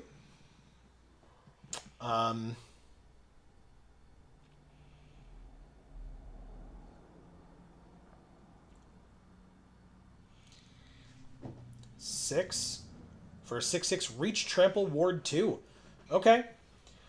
So they do have 2 flying blockers now, but here's the thing, or blockers that can block flying, I should say. Ooh, and another swamp. Okay. So basically what we're going to do is we're going to go to combat. We're going to attack with our 8/8, just like that. Discard a card, draw a card for each card you've discarded this turn. I'll discard another land, drawing Arachnimania. They now get to double block to try to kill my 8/8, because they have to. And I will Wisecrack this one. I don't have to pay any extra mana. It dies. The 8/8 kills the 6/6. I could play the land, but I don't need to, so I will end my turn and pass. Interesting. Land.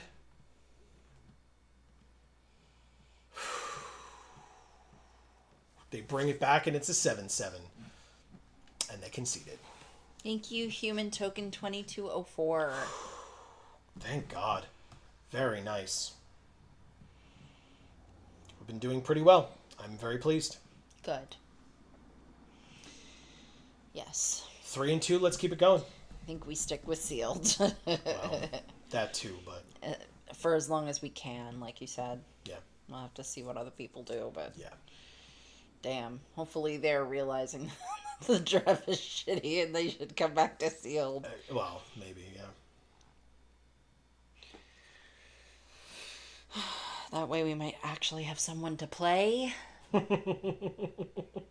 Or no? Nah, that seems ridiculous. I mean, clearly it does. Because... Why don't? Hopefully everybody's having fun. I am still enjoying myself quite a bit. We got 1 7-win deck and 1 0-win deck. So, you know, it balances out a bit. Yeah.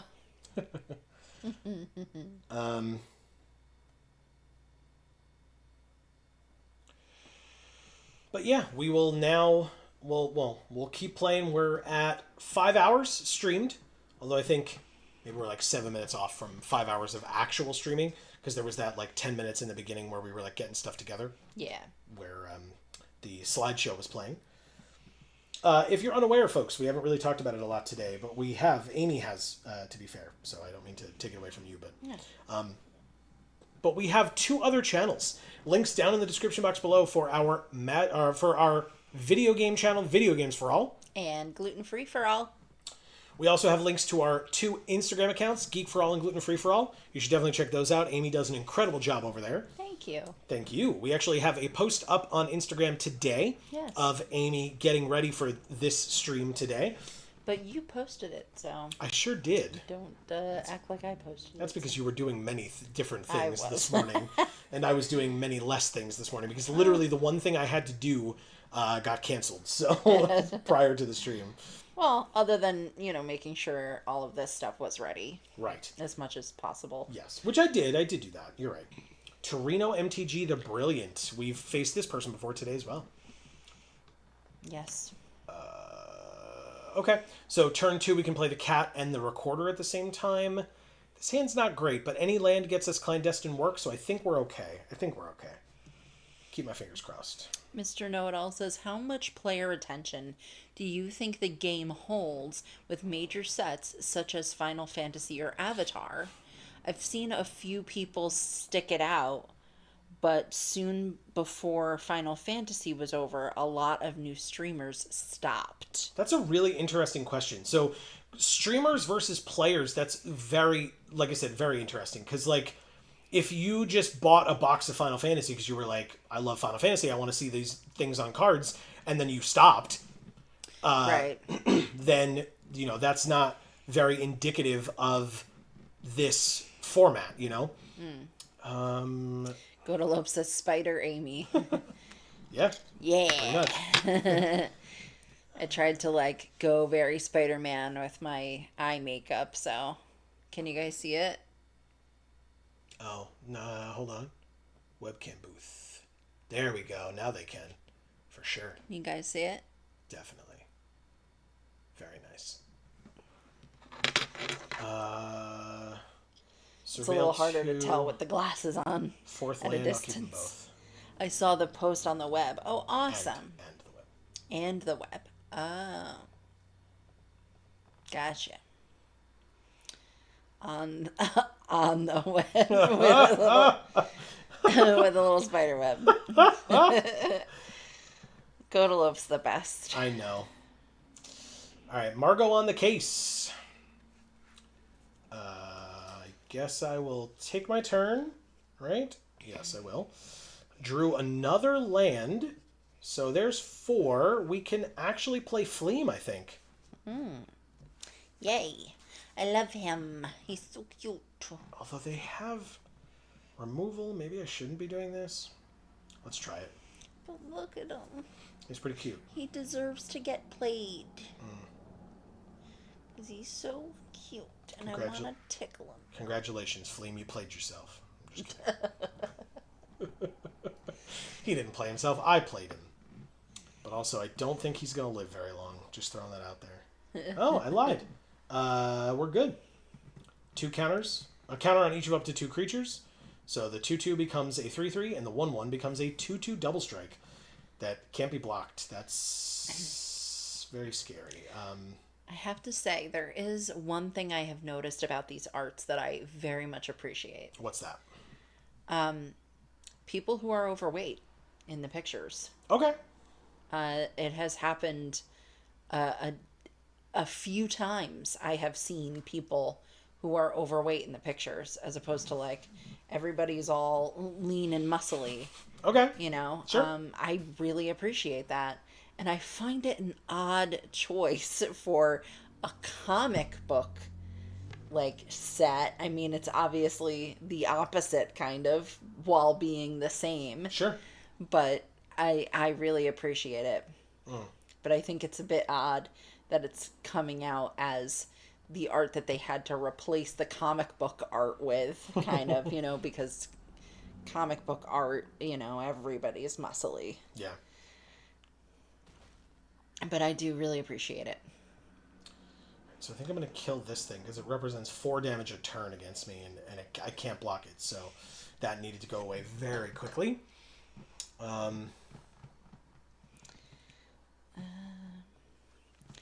Mr. Know-It-All says, there's one guy who joined with Final Fantasy and plays Commander, and it's so fun watching them continue to play and also buy older sets to try. Oh, that's cool. Okay. Yeah, I like that. So, like, once they played Final Fantasy and liked it, they decided to, like, go back and try older sets that had nothing to do with Final Fantasy, even though that was the reason they joined up. That's pretty cool. We're in big trouble. Uh-oh. He says, Fleam, the mascot of Omenpaths. He's very cute. Yes. I don't know how you could make him not be the mascot. All right, so we have a 7/7 Death Touch flyer now.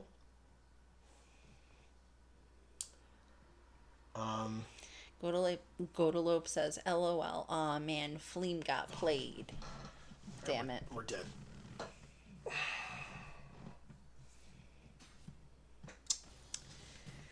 That's it. Thank you, Torino MTG, the brilliant.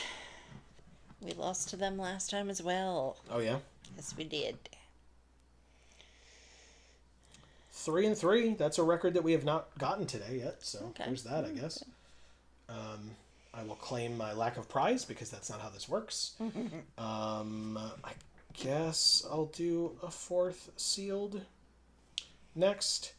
But right before that, Amy, you get to open some packs. Okay. Take your pick. I would say probably just the 2 Edge of Eternities because I'll be like right back. But Okie doke. Godolope says, does that make the content thick? Mr. Know-It-All says, what are your thoughts on the seemingly bigger and bigger power creeping with each set release? Are they trying to turn this into Yu-Gi-Oh? Well, I will wait for Joe to get back and field that question. But I will open these 2 packs. I have been thinking about the power creep myself, but I don't really play the game much at all. I do the 2-headed giants with him, but otherwise I don't. But it does cross my mind frequently. So this is a first. Darkness, which is an instant for 1 black. Prevent all combat damage that would be dealt this turn. Let's see, do we have any other firsts? Nope. And I guess he is right. I guess... Oh, okay. Let's see. We've got a bonus sheet card. This is Celestial Colonnade. It's a land. This land enters tapped. Tap, add white or blue. 3 white or blue. Until end of turn, this land becomes a 4/4 white and blue elemental creature with flying and vigilance. It's still a land. That's cool. And the picture is also awesome, and so is this one. I mean, obviously, both of these versions of the art is cool. I haven't looked at either of these 2 yet, if you would like to go there. Mm-hmm.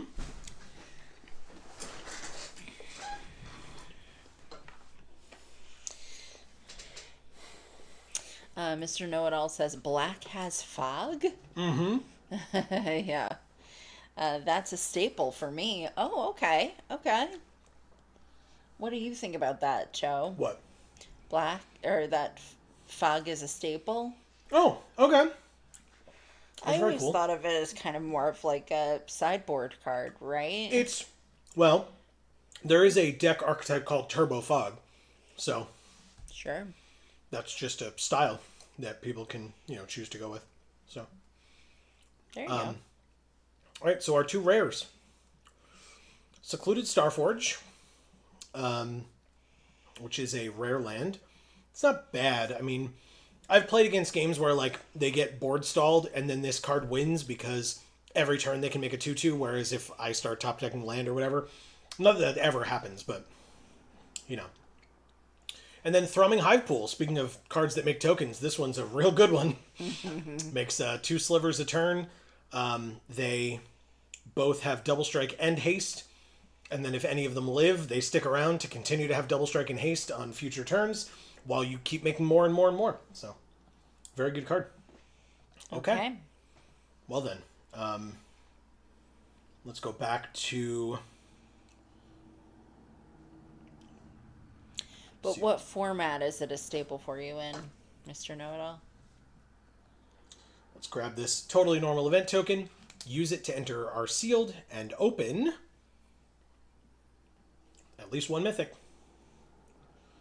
It is 1 mythic. Imposter Syndrome. So we didn't play this the last time, or at least we didn't see it. Oh, look at Strength of Will. I was looking at that already. Beautiful. That is the name of the card in the Spider-Man set as well. But in the art, it's a picture of Spider-Man, like, holding up something very, very heavy. Mm-hmm. Well, this art reminds me a lot of the art of that artist over there that we reference in a video of ours. The Critical Role video. Yeah, so if you guys playmats. are in any way knowledgeable of Critical Role, or even if you're not, but if you appreciate that art style that is based on the artist named... I always forget his name. Alphonse Maria Mucha. Maria? I don't know. Don't ask me. Alphonse Mucha. His style of art, it looks very similar to that, so I really love it. But it also kind of reminds me of like Cinderella's carriage. Yeah, you know? it looks like it for sure. Yeah. We got the exclusive nightclub for the Grixis land. Interesting. Notably, the Watcher on the Road, yes please. There's also a villain here in Wrench, Speedway Saboteur. When Wrench enters, look at the top 9 cards of target opponent's library, exile 2 of them face down, put the rest in the bottom of their library in a random order, and then you may play the exiled cards for as long as they remain exiled, and mana of any type can be spent to cast these spells. Or cast spells this way, excuse me. Okay, which means we can play at least these 4. And then what does this say? When this artifact enters, exile the top 2 cards of your library. Until the end of your next turn, you may play those cards. And you can add 2 mana in any combination of colors. Spend it only to cast spells from exile. I don't know. I don't know if I need this. But the rest of these, I'll definitely play. These 4. What do you do? 4 mana, 5/5 Trample. King of the Cold Blood Curse, which is a lizard villain. And when it enters, up to 1 other target creature loses all abilities and becomes a green lizard creature with base power and toughness 4/4. He looks drunk. It's Professor Connors. Well, he's cursed with cold-bloodedness. Okay. So if we can do some Sultai, do Sultai, but otherwise we're going to do some Dimir. Mr. Know-It-All says, I use Thrumming Hive Pool with Heir Apparent and Moonlit Meditation with Leyline of Transformation on Sliver. Jeez. Interesting. It's a staple in my Historic Pioneer Timeless decks whenever legal. Very cool. Awesome. Yeah, Thrumming Hive Pool, a very powerful card. Very, very powerful. So I get that for sure.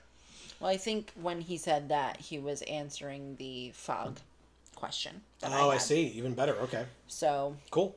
So yeah, maybe fog is just not quite as good in limited formats as it is in Historic Pioneer and Timeless. Yeah, I guess that's fair. I mean, like, again, the one turn of taking a turn off, right? Of like, oh, well, you prevent all combat damage to be dealt.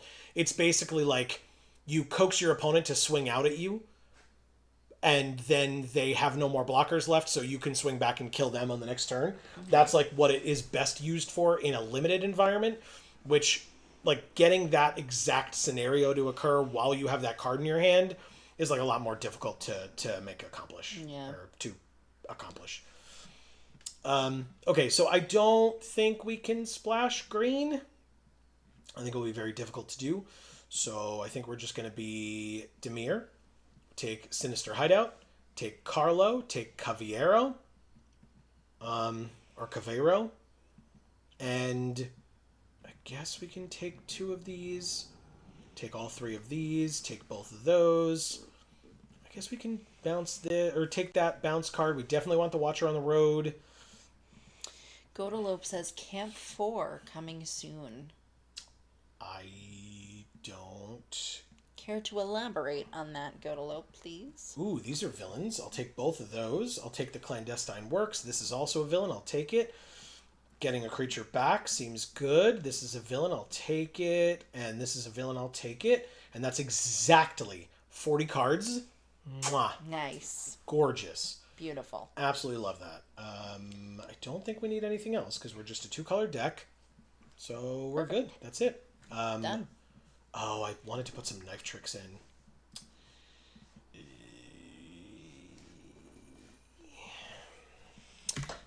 Godolope says Campaign 4. Oh, yes. Critical Role. Yes, you're absolutely right. Campaign 4 is coming. Oh, because we talked about Critical Role a moment ago. Yeah. You're absolutely right. I'm looking forward to it. It should be interesting.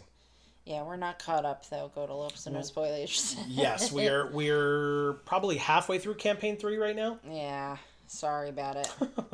He says Brennan Lee Mulligan will DM and Matt is a player. Correct.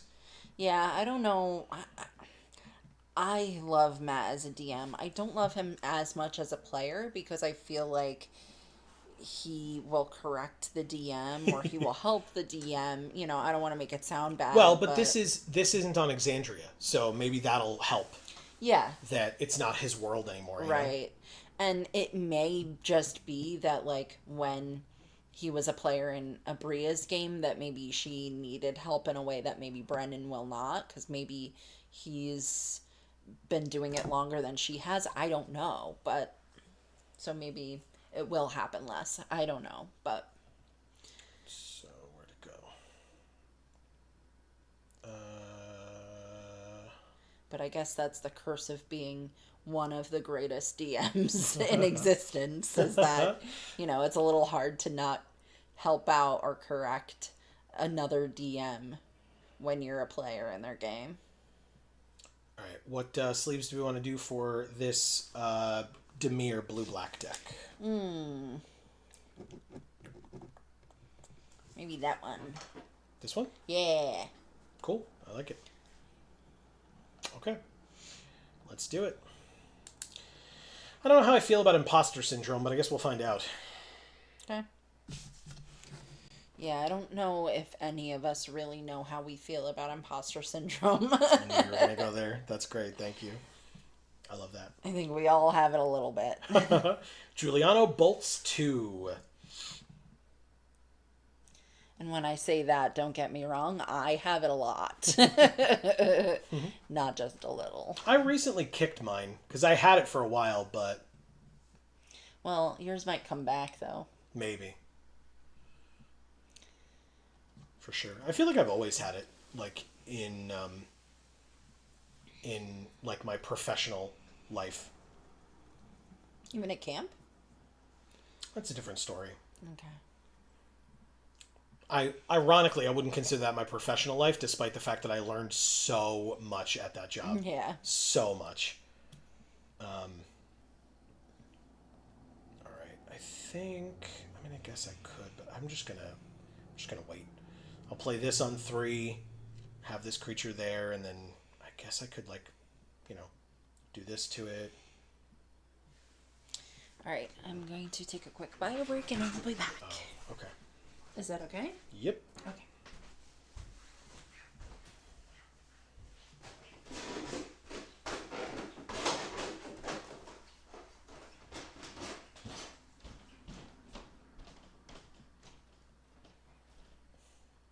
Also, Godolope, we're not familiar with all of the players, but or all the new players, I should say.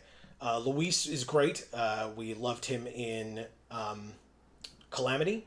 And we've known Whitney Moore, like not personally, of course, but we've known Whitney Moore for a very long time. We followed her for a while. So I found that very interesting that they that Whitney is joining. Okay, so the Death Toucher, mill 2 cards. Okay, that's fine. 2/2 Flying Mayhem, Flash Flying Mayhem is fine.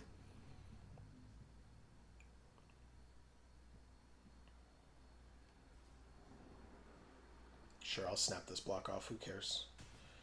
You got it. Good trade. I traded up big time, so that's good. 5 mana 4/4. Whenever you cast a creature spell, put a counter on it. Gains flying until end of turn. Okay. The Watcher on the Road is not what we want here, but I basically can do this when it comes time for that. So end the turn. It's whenever you cast a creature spell. Okay.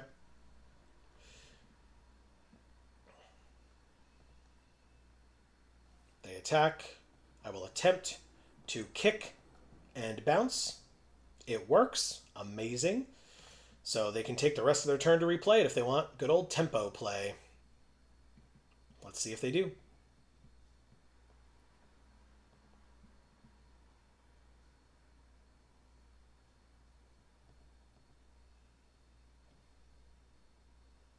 They're thinking about it. I wasn't aware of her much. Luis is great for drama and intensity. Yeah, absolutely love him. He did such a great job. But yeah, I don't know how Whitney will be as a player, but I do know that I was pretty impressed with her as an actress in general.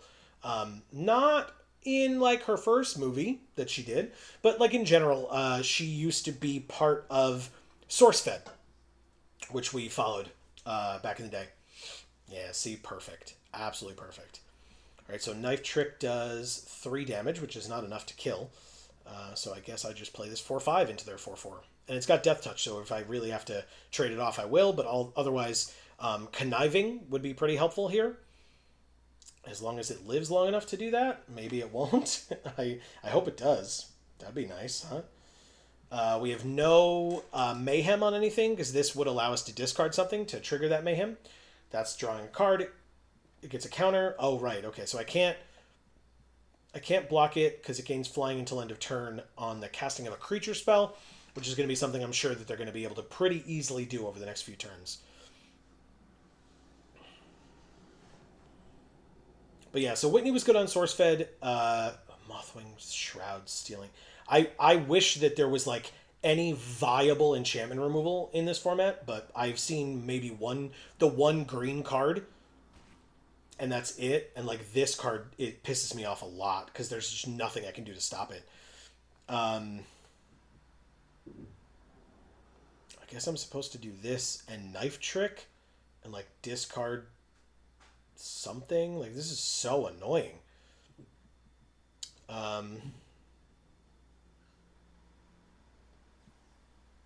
-3. I guess I might as well just pay the 3. It's so annoying. Okay.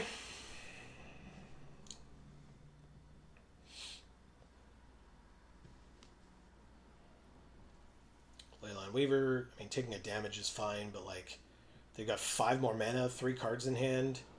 Selesnya Archivist. What does that do? 3/3. You can return a creature with mana value 4 or greater from your graveyard to your hand.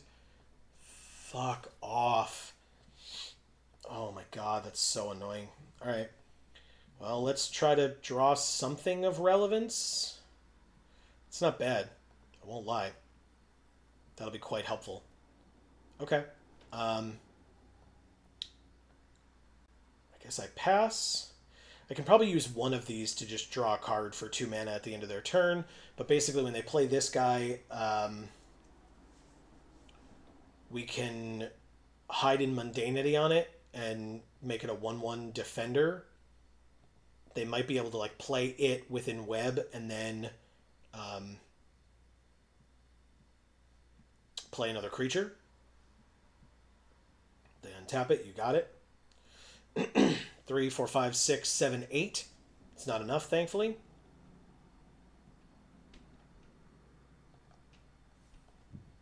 And by not enough, I mean not enough to kill us this turn, but also like what the hell am I going to do to actually win? Not much is the answer. They can in-web on the Gallant Citizen, I guess, which would... Because this doesn't... Oh, I guess it could do that. But do they have something? Yeah, I guess they do. Damn. Okay. Good in web.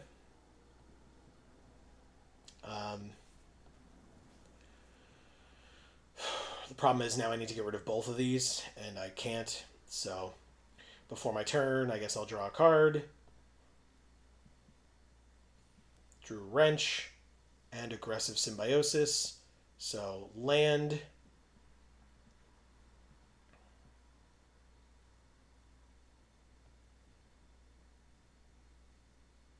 Wrench.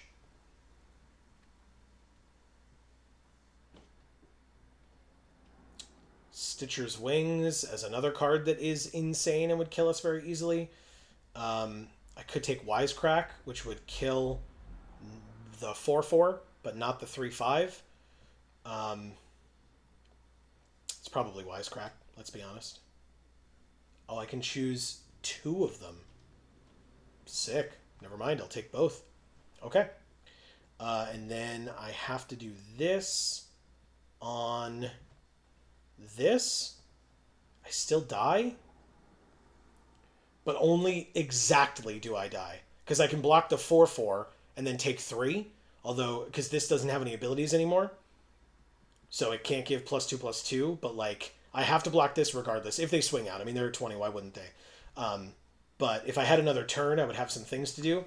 Even without that, I was still dead. It doesn't matter. Thank you, Giuliano Bolts 2.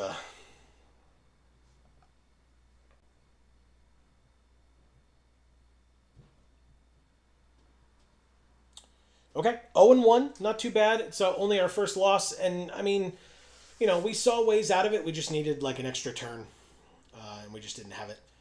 But getting to play Wrench is cool. Wrench seemed like a fun card.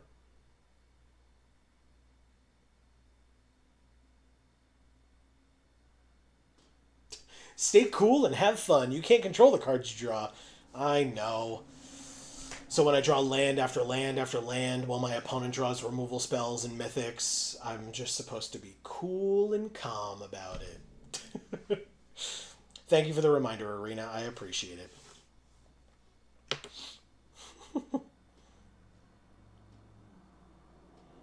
Let's see. We have been streaming for about 5.5 hours. There is no guarantee of how late we will go tonight, but as long as we're still having fun and you all are still having fun, and, you know, letting us know what you're thinking, how you're doing, etc., we'll keep going. Right now, we're waiting for an opponent. Hey, I mentioned earlier about the links in the description down below. We also have the link to our community Discord, so you should definitely check that out. You're more than welcome to join. We would love to have you join, in fact. And we have our Patreon as well. So if you are interested and you're enjoying the things that we're doing, we'd appreciate if you would consider supporting us there on Patreon.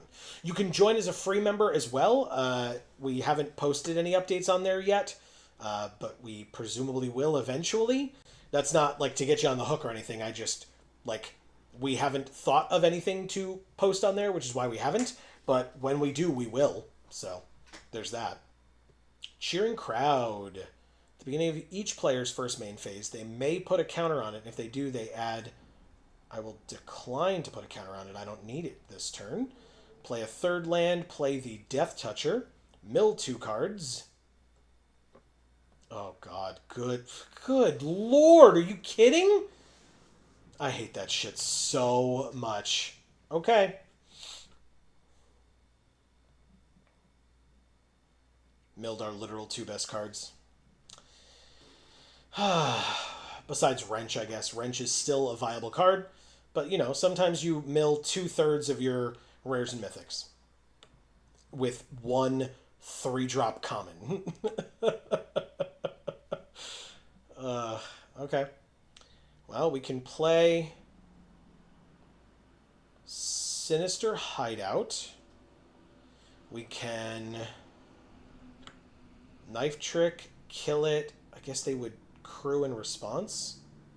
So we wouldn't be able to attack, but that's only for that turn. So I could discard the card instead and keep up 3 mana. Yeah, we'll do that. Yeah, pay the black, who cares? Discard this island. Kill that. They crew in response, as I said they would, because of course. Doesn't matter, I just want to attack this turn. Sorry about that, guys. You're good. No attacks. End the turn and pass.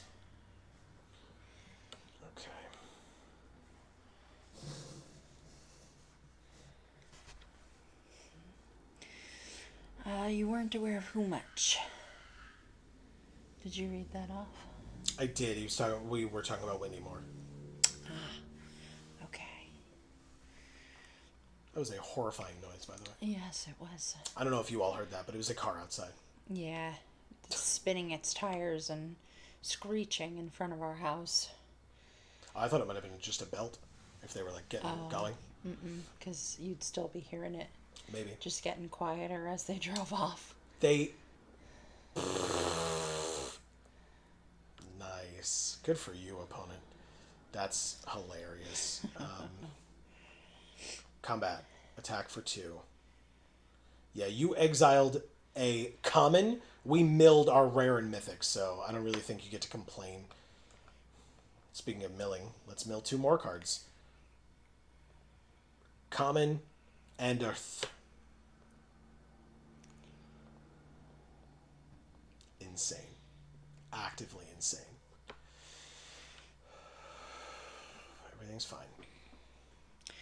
So Godalope had said, I wasn't aware of how much Louise is greater for drama and intensity. I do agree with that for sure. Yeah, he's great. Oh, great. Not greater. Yeah. Okay, so you're not comparing him to anymore. Okay, great. Because I haven't seen her much either. I feel like, at least not in a really long time. So I don't really know what she's capable of dramatically or even from a comedy standpoint. Now, let's flash this in. Thankfully, all right. Thankfully, we have this. It's a 1/1 defender. Swing in. Hell yeah! All right, so they probably have ways of getting it back, but still, we're doing the thing. We're doing the damn thing. Do you have not? Oh, okay. Trail of Teacups. Mill 5. Deal damage equal to the greatest power among creatures in your graveyard to target creature. It was 7? Did that say 7? No? No, it said 4. Okay. It must have said 4. Alright, I will play this land, because then we have enough to surveil and do that for 2 if we need to. Attack for 2. What's the second chapter on this? One of their creatures gets +2/+2 until end of turn. Hell yeah, wasted it. And return a creature from your graveyard to your hand. Okay, that's scary. Look at the top 5. Reveal up to 2 creatures from among them. Put them into your hand. The rest on the bottom. And then you can pay 1, sack it, and make a treasure. They got Leyline Weaver only, which they will now immediately play. This returns a non-land permanent to its owner's hand. That's super interesting. Has 2 attackers. Of course they don't. And then I think I'm just going to do this with the kicker, bouncing this so that they don't get a creature back next turn. Draw a card. Nice. Speaking of getting a creature back. And we drew Wrench. Oh, shit. Okay. We do have a villain here. If we play Wrench, we get to look at the top 9 cards of their library, pick 2 of them, and steal them. Okay, lots of land and Treat Trolley, which is useless to me. That's useless to me as well. This is not useless to me. And it's a villain, that's a hero, that's a villain. So maybe I take the 2 villains. They said your go. Really? Oh. Really? Your go, they said. Okay, opponent. That's fine. You're allowed to feel that way, I guess. They make a treasure. I was reading through 9 cards in a brand new set. Sometimes that will happen. And we all just have to deal with that. Yeah. 5. Deal 4 damage to Wrench. No, to their own 2/1. To put it back into their graveyard. You got it. Okay. Okay. Land. Now I could. This deals X damage to target opponent. -2. So 1, 2, 3, 4, 5, 6. Dealing 6 damage to them probably isn't enough. So maybe I just play the land, play the Prison Break, and get Watcher on the Road to then make 4 3/3s in a single turn. It seems okay, right? Yeah, kind of. They have removal, maybe? They do. Okay. So one of my creatures dies. Instead, I make 3 1/1s instead of 4. Oh, it's a 4/4. Okay, cool. Well, then I guess we can go to combat and attack for 2. They use the treasure, flash in a 2/3 and double block. Okay. I don't know what this does. It's a rare. Whenever another non-token creature you control dies, you draw a card and lose a life. Okay. So they lose 1 instead of 2 or 3 or whatever. Okay, I'm at 20. I think we're okay. I think. So Godolib says, like a duck, calm above water and paddling like chaos underneath. Nice. What was that in reference to? Nice. That you guys talked about? I don't think that was after you got back. Oh. Okay. So that's a 6/7 unstable experiment, which will allow me to connive. 1, 2, 3, 4, 5, 6. 5, 6. Cast it. 8/7 lifelink. Hit you. They return that crazy rare or whatever that took me forever to get rid of and was super scary. There it is. Oh, the mythic. My bad. It didn't take me forever to get rid of, but I turned it into a 1/1 and they immediately blocked with it. But still, that is fine. It does have Death Touch. I'm going to take 4 here. Okay, I go to 16. Joe talked about staying calm in lieu of getting mad and all at bad hands and such, or sort of. Oh, we win if this works. Give it Menace. They conceded. Wow. Thank you, Mahal, the Mind Sculptor. 3rd time we've played them. Yeah. And they were really rude this time. Yeah. They were not either of the other 2 times. No. But this time they were. Yes. And we beat them this time, so karma exists. I guess. I'm just really surprised. Like, I mean, I guess, when they're controlling the game, I guess they aren't mad about it, but... Yeah. Well, maybe they're frustrated right now because they're like, we've played this person 3 times already. And they have a point. I guess. If they're thinking that. Right. Because we have. Right. But like I said, I played 2 cards that milled 2 cards off the top of my library. 3 of those 4 cards that got milled were rares and mythics. So you're the one who's upset because I took a while to use another one of my rares to look at your top 9 cards and like read through them and figure out what I had to do. You can be annoyed that that's an annoying effect, but like my other 2 rares and a mythic were in my graveyard, so you could also chill about it. Like, Yeah. that would be... And also, it's the streamer event, so people need to read the cards. Right, especially if, even if we knew what all the cards did, right? If we were like some other content creators who do it for a living and had the time to review the set as it came out and talk about it in the weeks prior and stuff like that, maybe do a set review or something like that. And think they're better than everyone else, apparently, Well, so no, that they hold can on. say. Hold on, I'm trying to make a point. Then maybe we would know what all the cards did. And so even if that was the case, though, you still would want to discuss it with your chat who may not know what all of those cards do. And so if you're being a good content creator, you would hopefully be actually doing that. Well, clearly they're not. Yeah. But that's okay. We're here now. We're waiting for an opponent. Up to 2 minutes at this point for an opponent. Do you want me to get you some food? God, yes. I was really hoping you would ask. Yes. I would love to. Thank you. Or I would love that. Thank you. Whatever you choose, I will enjoy to get. Dinner. It is 6:45 here. For folks that are unaware, we are in New York State here in the United States. So we are in the northeastern U.S. It is the time zone, the Eastern time zone here in the U.S. So it is, like I said, 6:45 p.m. I know we have some viewers that typically tune in from places like the UK or Australia even. So it is, I'm sure, a drastically different time over there. And if it is, and you want to let us know what time it is for you over there, we are always more than welcome to hear. And in fact, I would be very interested to hear, as long as you're comfortable sharing that.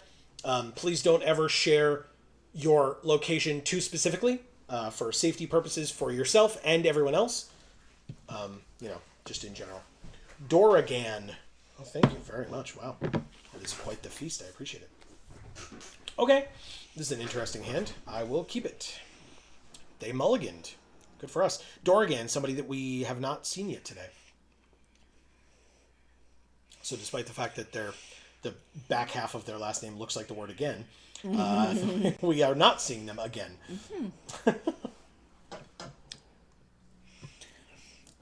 We drew Imposter Syndrome. Interesting. Pass. Cavero, I mean, you're not really going to be entering as anything, I think. Unless we Knife Trick. I guess we can Knife Trick on turn 3. I can enter as a 4/4 and let us draw a card, I suppose. That sounds good. I mean, it really doesn't. That's kind of a silly thing normal? to... Yeah, I mean, he's a 4/4. I just mean, like, he could copy any card in a graveyard. Like, there are better things to do. It's just Gotcha. that, it's early in the game, and so we don't really have many options. So. Yeah. I didn't know what he did, so. Yeah. Could we... I guess we could do this and bounce it, but why would we want to bounce a thing that lets them draw a card? So I guess we just do this and decline to bounce. Submit 0. Okay. Third land. Supportive Parents. We were joking at Champion yesterday. One of the employees was mentioning that he saw a thing online that was like, wow, man, Magic the Gathering has gotten so unrealistic, with some of the cards that they're printing. Look, they printed supportive parents. Yeah, I know.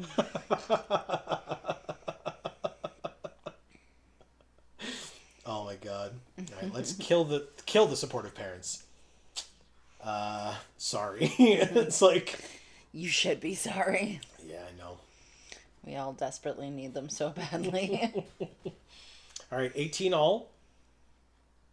And then they play Sarn of the Silken Throne. Okay, within web. God, I really need some more goddamn land, so I guess I'm going to do this. Surveil 2, draw 2, lose 2, and we don't... Jesus Christ. Fine, because we can play that from the graveyard, so we might as well do that, and we finally drew another land. Jesus Christ. Thank you very much. Now we'll do this. Discard another card to deal... It's only 3 damage, so never mind. Never mind. No attacks in the turn. So, Godalope, I've been meaning to ask you how your last tabling went. Yeah, we saw the picture. I think I hope I liked it. Yeah, I think we liked it. I hope so.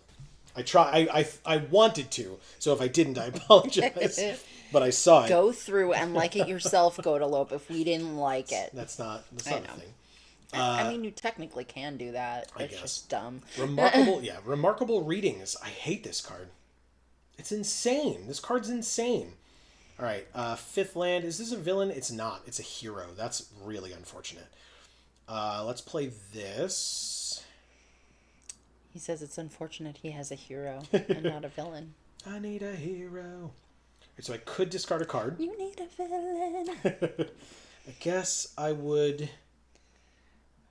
Oh, that would be kind of interesting. In addition to his other types. That's so weird. Okay. Combat, no attacks, end the turn. Okay. So Godalope says it was weak. Meet some nice people, but low traffic. They never made a Facebook event like they said they would, so word only went out to senior members of the center. That sucks. Very little road traffic came in. Oh, that really sucks. That's horrible. Yeah, it is.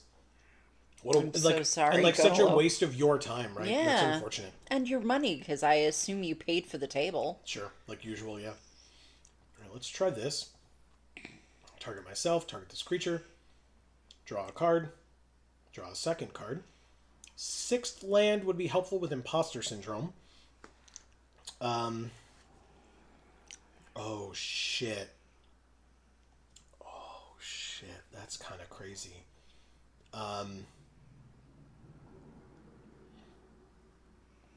He says, I paid for table, space. So those are 2 different expenses. The space and then the table to put in the space. And a lunch. No, that's a period. I'm sure it was a typo. Table space. I thought. But you tell me. Clarify that, Godolope, please.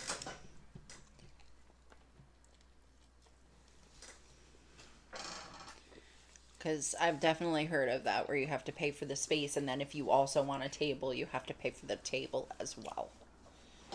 Oh, if they swung out, they would have won? Okay.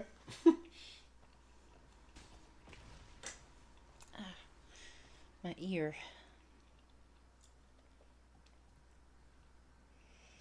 I made enough to pay for my table space and lunch. Gotcha. Oh, you made enough to pay for your table space and lunch, but no profit. That's horrible. All right.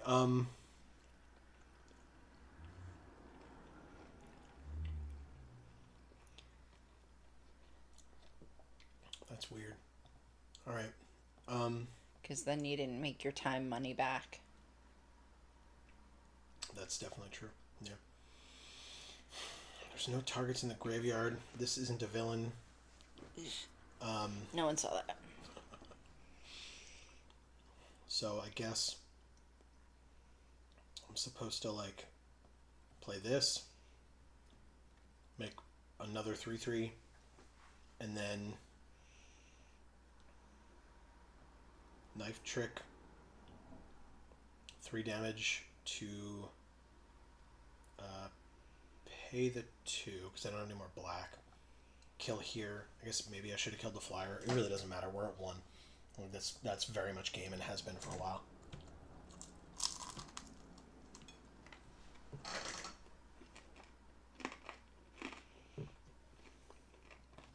I don't know how to beat this card in this format. I have no idea. Card is unbeatable. Thank you, Doragan. Well, maybe we'll open it in our next sealed pool. You just put 3 creatures on the field, and then for 1 mana, you can give something +3/+3 at minimum, if not +4/+4. For 1 mana? Get the hell out of here. Godolope says, I look at the blessing of beautiful weather and wasn't doing honeydew list stuff, lol. Sure enough. That's amazing. And he says, that card is insane. Really annoying.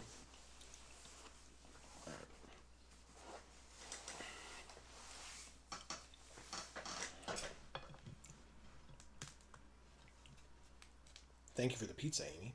You're welcome. It's very good. I'm glad to hear it. I'm glad to say it. And mean it, of course. Oh, well, yeah. You wouldn't be glad to say it if you didn't mean it. It's so good. I'm loving saying this lie to you.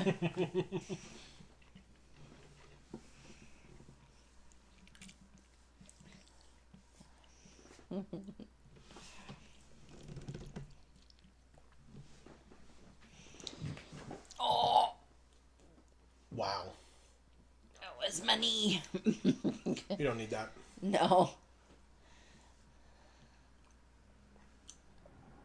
It's a weird hand. I guess I'll keep it. Please?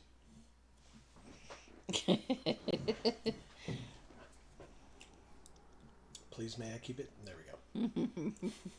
Just had to be polite about it, right? Yeah.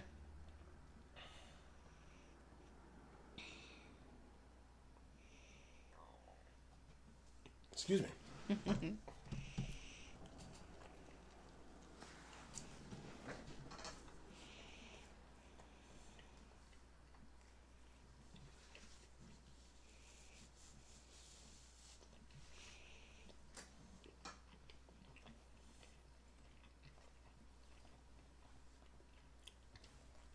always bolt the bird. Even though it's a spider.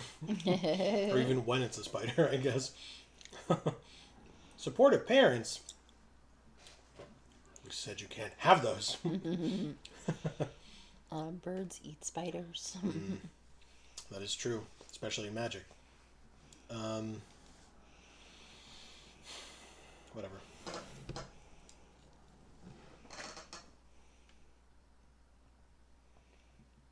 Sure. Okay. Knife Trick Imposter Syndrome. Interesting draw.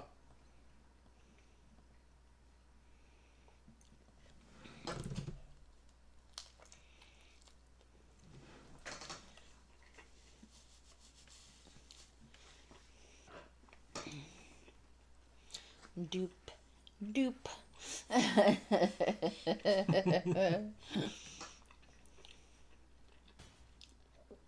Very nice. Watcher on the road, eh? What does this guy do? When he enters, make a treasure. Can be blocked by more than one. Okay. I mean, I could still block it with this, though, right? I milled the second one of the Lenin and an unstable experiment. Not bad. Not bad at all. Let's play a knife trick and discard a card to kill the supportive parents. Every time, man.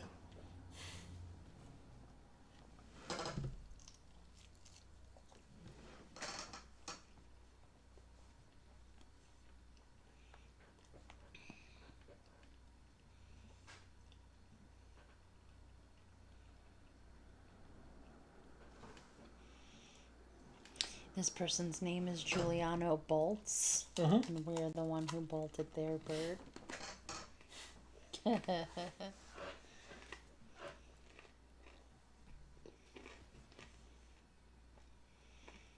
Jace is screaming. What?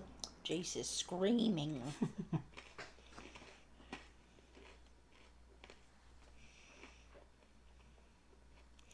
Godalope says, I've been bugging a bunch of videos from Scammer Payback on YouTube. Cool ethical hackers going after Apple Pay, Norton, Microsoft imposters, scamming poor gullible folks, especially old people. I like Scammer Payback's videos a lot. They're very good.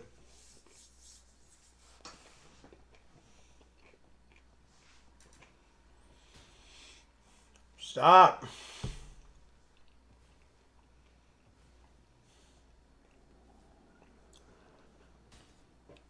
God damn it. They impersonate victims and backwards hack these guys to watch them and try to shut them down or stop hack when they can catch them. Blue hair for the win. LOL. Alright,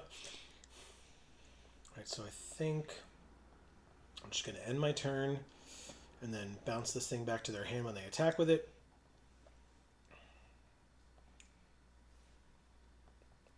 And draw a card.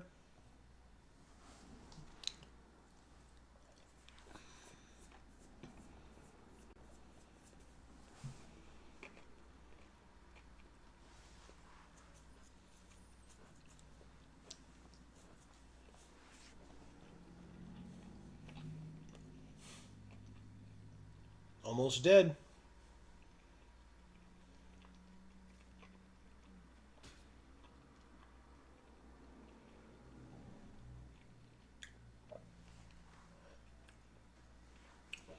I mean, it's close, but not quite dead, I guess.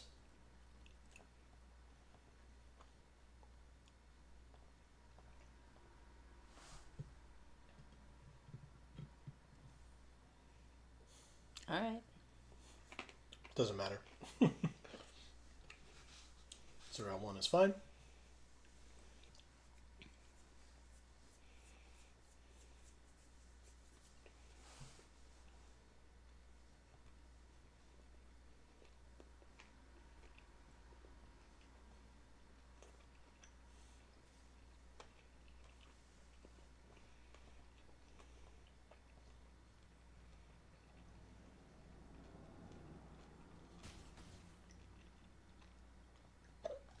Excuse me. That was kind of dumb. Not if they have in web. Hey, look, in web. Oh.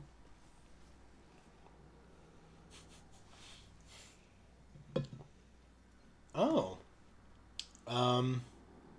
Okay. What do I have from a graveyard that I could borrow? Riot. Or from my graveyard. Watcher on the Road? I mean, it's 2 creatures.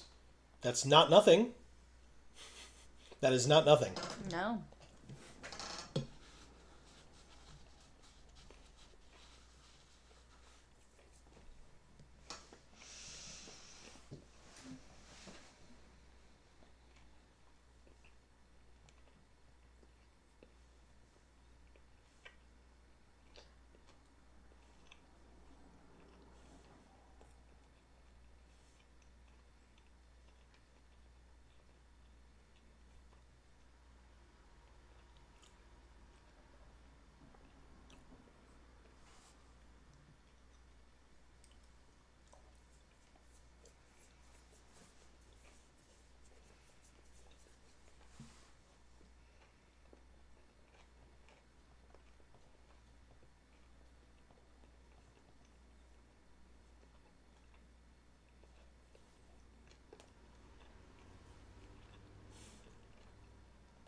They win.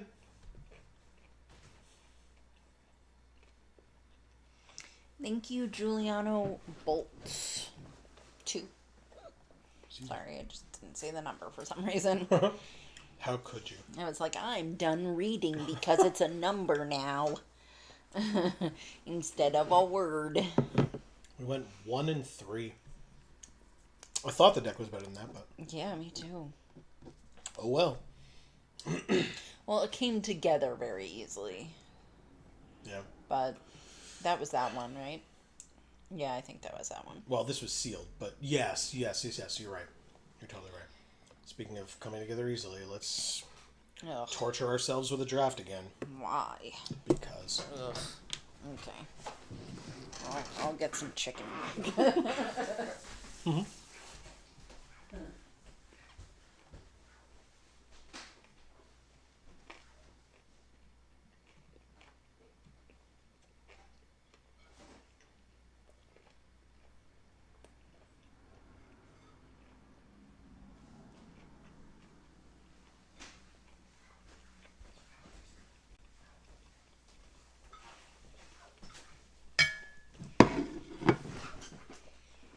Okay. Rhino's Rampage and Fate Weaver. Seems like a good first 2 picks. Fate Weaver. That one? Yeah. Alright, so technically we can be mono green if we want. Like, in other words, if we see like a good blue card or something like that, we can pick that up. We're drafting with Masio 004, Jimmy, and Damien, F16. This may be Jimmy Wong. It may just be some person named Jimmy. I don't know. Maybe someone not even named Jimmy. Or just that. Maybe. They're just that on arena.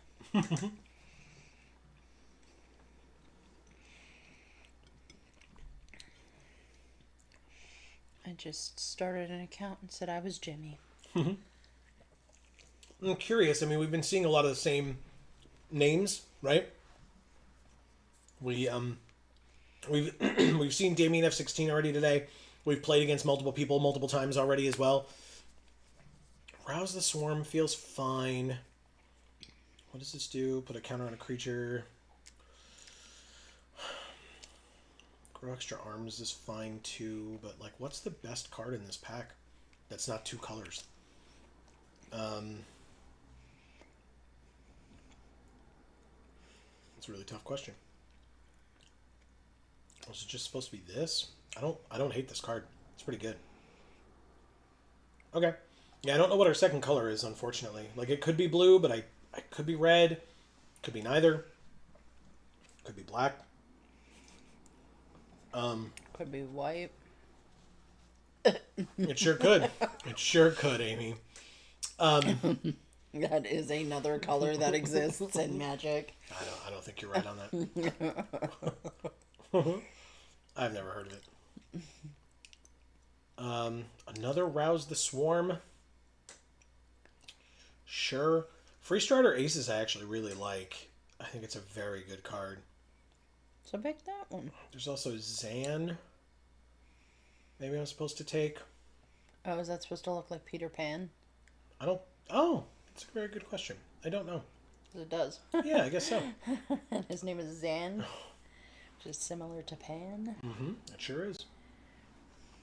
Oh, interesting. Another Rhino's Rampage. We could take the Aerialist as long as it's modified. Do we really have a lot of modifying stuff right now? I don't think so. No. So I guess we take Zan and Rhino's Rampage.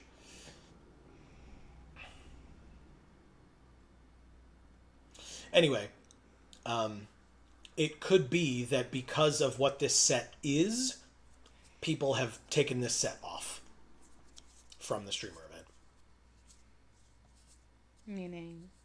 Like, it's through the Omenpaths. Yeah. If, like, who... Are there enough of their viewers that care about Through the Omenpaths to warrant them taking the time to make content off of this? Well...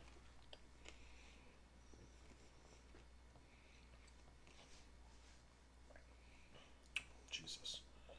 Alright, this is awful. Okay, Bracco is good. That's helpful. And then we like this guy. Oh, but there's another Rhino's Rampage. Just take 1,000,000 of those. Vazen, Two-Faced Trickster, enters a copy of a creature you control, except his name is Vazen, Two-Faced Trickster. But I guess I'm supposed to take these two. Okay, there's definitely only one guy with that name, okay? Vazen? But he's such a... Oh, boy. Scion of the Spider. 5/5 flying, first strike, trample, lifelink, haste. At the beginning of combat on your turn, other spiders you control gain flying, first strike, trample, lifelink, and We're haste. already 5 colors. I know. We have 4 spiders. We could and just start taking land. So Yeah. the Ominous Asylum over the Vibrant Cityscape, I guess. Let's try it. Why not? Who cares? This draft, like the draft format sucks dick, so let's just try to make it fun for ourselves. Fixing. Oh, I love that house. And it's a Savage Mansion, Amy. No, it's not. That's what it says. It's a beautiful Tudor home with what looks to be a violent bluff below it. All right, so notably we want all the lands, all the dual lands, and we want spiders. So this is a spider, and it taps for mana, so I'll take it. And Zan is the spider that lets us go get basic lands. So yes, all the Zans we can get, we want. Anything that helps us to cast this Scions of the Earth Spider, aka this is Cosmic Spider-Man or whatever. Yeah. Okay. Well, this... I feel a lot better about this now. All right.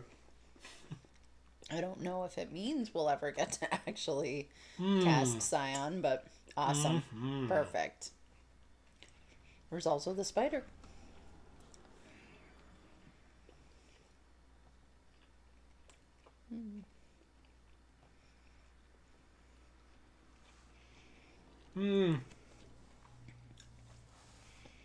I messed it up a little. It's fine. We want this. That lets us get a basic. I'll take it. Godalope says Amy is ready to offer to put that property on the market for them, drafting her pose. LOL. Ooh, another Fate Weaver. Whoa, very cool. Belly and the Parched. What the hell are you? 2 blue for a 2/2 whenever you cast a blue spell. If it's a creature, he gets +1/+1 until end of turn. At the beginning of your end step, untap it until your next turn. He becomes a land and gains tap to add blue. He's not a creature during that time. Very interesting. He's thirsty in his belly. I guess. Belly and Bellion. the Wow. parched. I don't like it. Fair enough. Well, it takes Suburban Sanctuary and a second Fate Weaver. Very, very good. And in fact, notably, Scions of the Spider is a spider human hero, and Fate Weaver for 2 mana, you can search your library for a spider hero. So that is 3 copies of Scions of the Spider with 2 Fate Weavers in the deck. Just saying. Ominous Asylum, yes please.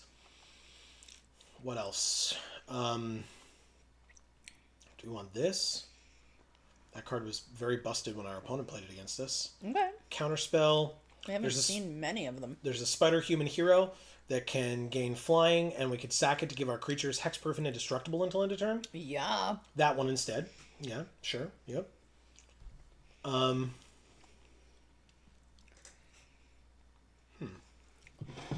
am ready to put that one up for sale. Go to Lope. Yeah. This one, the Savage Mansion. Uh-huh. It's beautiful. Now, I would buy that one myself. Oh, shit. It's Spider-Man. And the land for it. Ooh, or Treat Trolley? Okay, yeah. We're going to do Treat Trolley and Spider-Man. Let's do that. Okay. Yeah. Good stuff. Sorry. No, don't be. Yeah, because Treat Trolley taps for 1 mana of any color, whereas like if we need red and we draw this, we're going to feel bad. You know what I mean? So, if we have the choice, we'll take the one that's more versatile. Another Zan. Yes. Very nice. Discard to draw is actually probably pretty helpful. Okay, yeah. Because if we have like, this in our hand, but we don't have any green, we could just discard it and draw 2 more cards to try to get more land. Okay. Sounds good to me, my man. Oh.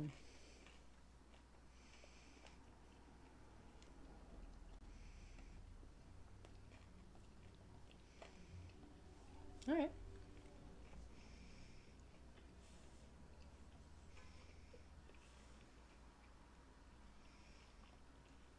Sure.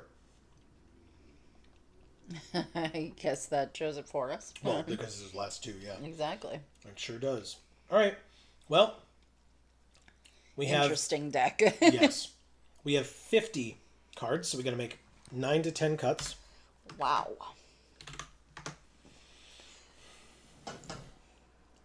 That's going to be obnoxious.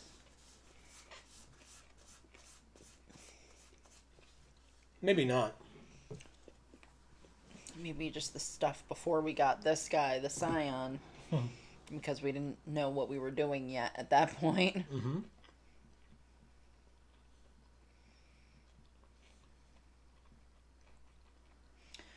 Okay, so you took out all the blue except for Scion. Correct. Makes sense. Yep. Then what about islands? Do we need to take some of those out? We only have 1. Oh, okay, so no.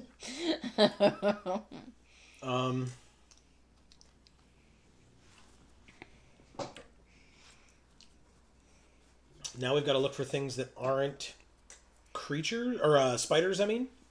So, like, this guy can probably go away.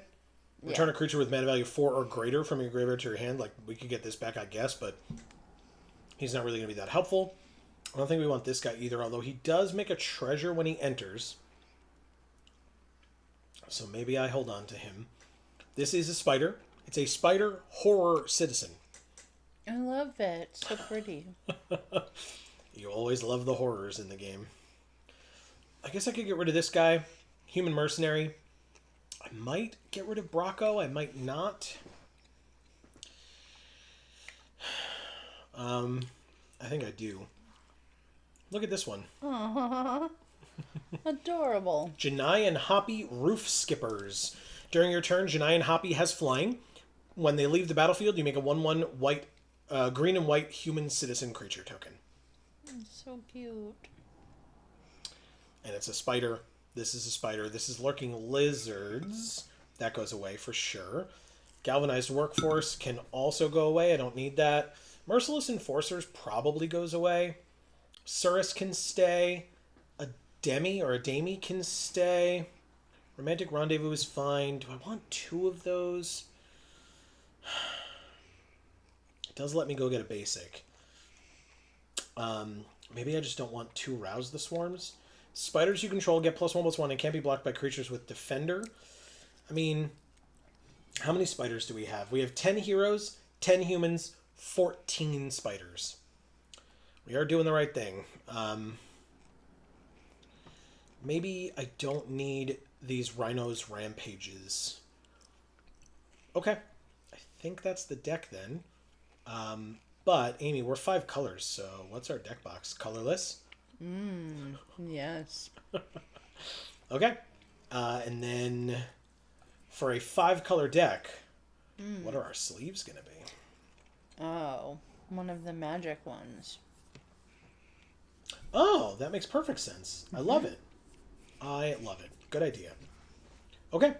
We got 40 cards. We're trying this deck out. This is draft number 3, where we are trying Wooburg.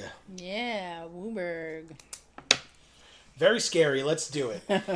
Nikolai Bolas. Okay. Using Nicol Bolas as their avatar. This hand is super interesting. Oh, God. This feels bad, but I can't imagine a better hand. Oh my god. Oh, God. Mulligan. He's a 2-drop that we can actually play. This is a 2-drop that we can actually play. That's a better hand. It's a much better hand. You were right. You were right. Let's get rid of Rouse the Swarm. I think we're going to search for green, right? Yes, we're going to search for green immediately. Because then we can play the Leyline Weaver, which can then tap for red, so we can Romantic Rendezvous. We can, like, kind of chain this a little bit. So 2, Leyline Weaver, and we go from there. Okay, 1/1 flyer. 2/2 can absolutely attack, and I will not block. They didn't attack. We drew another Vine Woven Chariot. When it enters, we could pay a green to search for a basic. Do we want to do that? Put it into our hand, but we haven't played a land this turn, so that we could play it. We want to search for red, I guess? No, we want to search for blue. That's what we want to search for, because we have red here. So we want to play this, pay the green, search for the blue, play the blue, and pass. Next turn, we can play Surus, which is crazy to say. Surveil 3. Then, when they next cast a creature spell, copy it, and then choose a card name. When a creature with the chosen name deals combat damage to a player, that turn, draw a card. Okay. Each legendary spell you cast that's one or more colors has in web of green, white, blue. Okay. We drew Ominous Asylum. Very nice. We play it. We play the Amazing Spider-Man, by the way, because that's what this is from the main set. And then I guess we use the green to play a Fate Weaver. And... oh, shit. Yeah, okay. This works. In 2 turns, we can play the Scions. Okay. Because we can next turn pay 2 mana, search for the Scions, put them into our hand, and then shuffle. And then we have black, red, blue, white, green. We have all 5. Awesome. Right? And so they copy this, put a counter on a creature, resolves, play it, put a counter on a creature.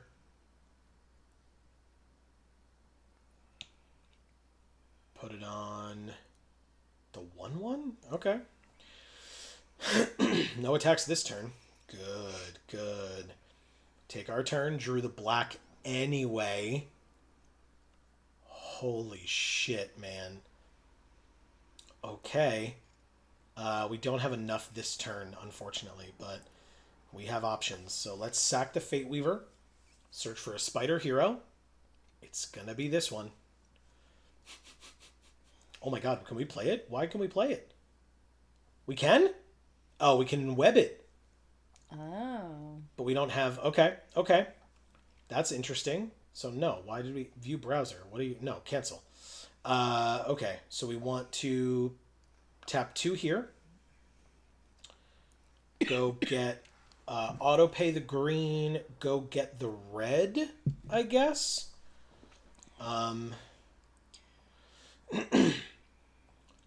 And then no attacks, because they could double block and kill Spider-Man. I guess they can choose Komanuso or whatever the hell it's called. Is that what its name is? Kumonosu. Nosu. That's what it is. Okay, well, they can draw 2 cards, hit us for 8. It'll be upsetting, but that's life. He's asking you not to sue him. Come on, no sue. Nice. Very, very funny. Marcus says, back. That kind of sucked. What happened? All right, so I'm going to crew and then chump block instead of blocking with Spider-Man. And so then I only take 4 and they only draw 1 card instead of me taking 8 and them drawing 2 cards. Okay. They have 5 land. They play nothing. They have blue open. Okay, let's try it. This is... It fights. Damn it. I don't want it to fight. I gotta try it. Do you have a counterspell?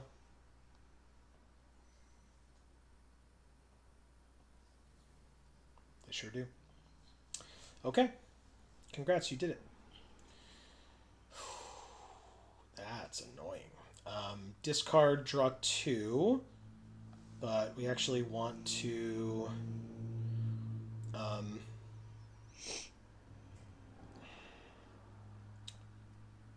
guess we want to tap this for red.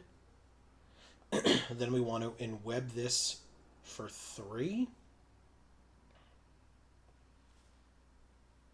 On this guy. Submit.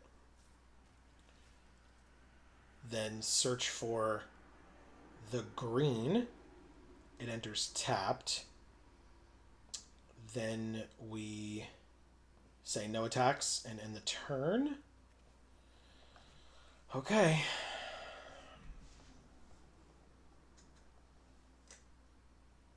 I don't think we have any way of getting it back, but we do have other things. We can... Alright, whichever one they target is the one that will be used to crew this vehicle. You got it. Okay. Marcus says it was misting nearly the entire time. Oh, man. That's really annoying. Oh, okay. I kind of like that. I mean, not if you're going for a long walk and you're sopping wet the whole time. That's kind of annoying for sure. That's my preference. Mm-hmm. One of their creatures connives, presumably one of the 4/4s. Actually, I guess it could be the flyers, because I can't block the flyers. Or I guess I should ask Marcus, like, how cold was it? Like, were you just cold and wet the whole time, and that's why it was annoying? Like, if you had been prepared for that, you could have worn, like, a rain jacket, and then it would have been a lot more preferable.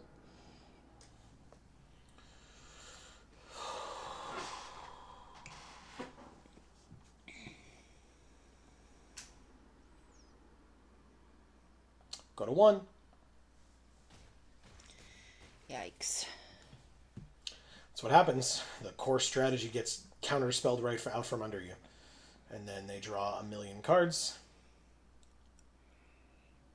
6, to be exact. Deck yourself. Nope, they have 16 cards left in their library, 9 cards in their hand, so they only have to discard 2 cards. Oh, they play a land first. Okay. But they only have to...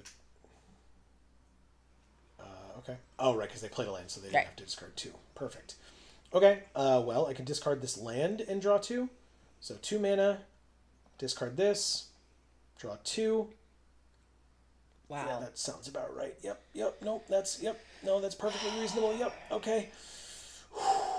+1/+0 and fight. So what we want to do is, this is a sorcery too. Okay, cool. We're just dead anyway, so we might as well do this, and then do this, and then kill here. What's the ward cost? 2? Then, yeah, that's fine. Yes. I want to do that.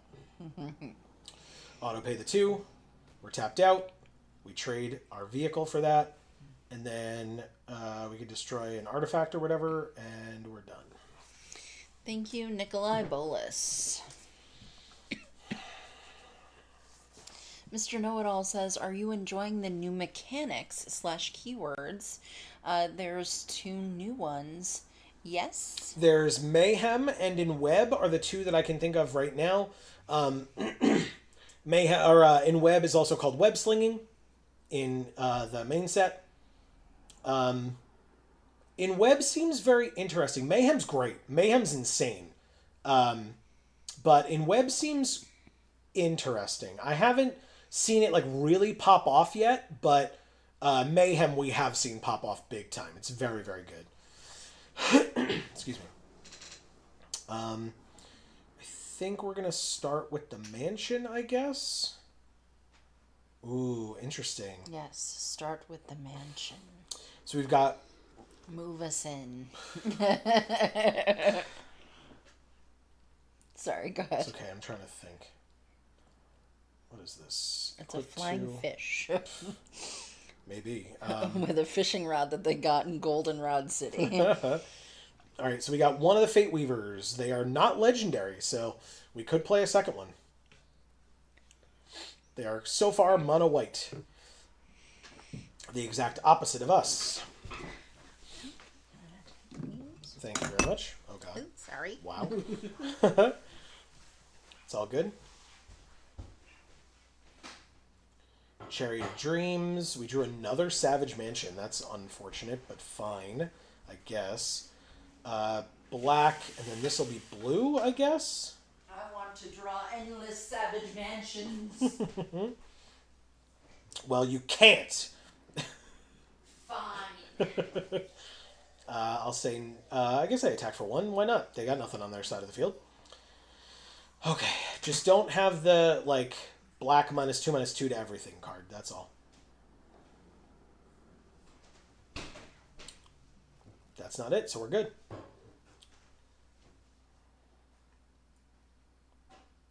It does have crew 2, okay.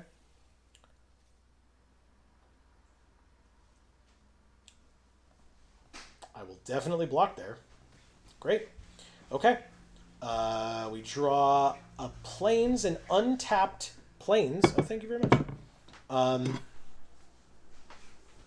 So green, red, black, white.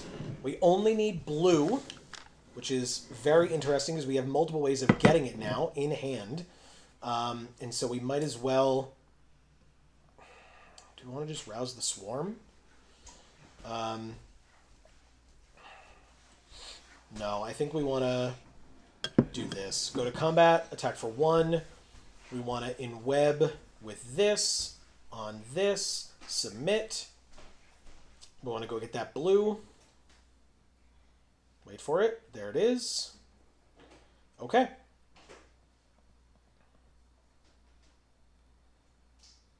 Okay, they finally got their second color that it seemed like, or seems like they were waiting for, but...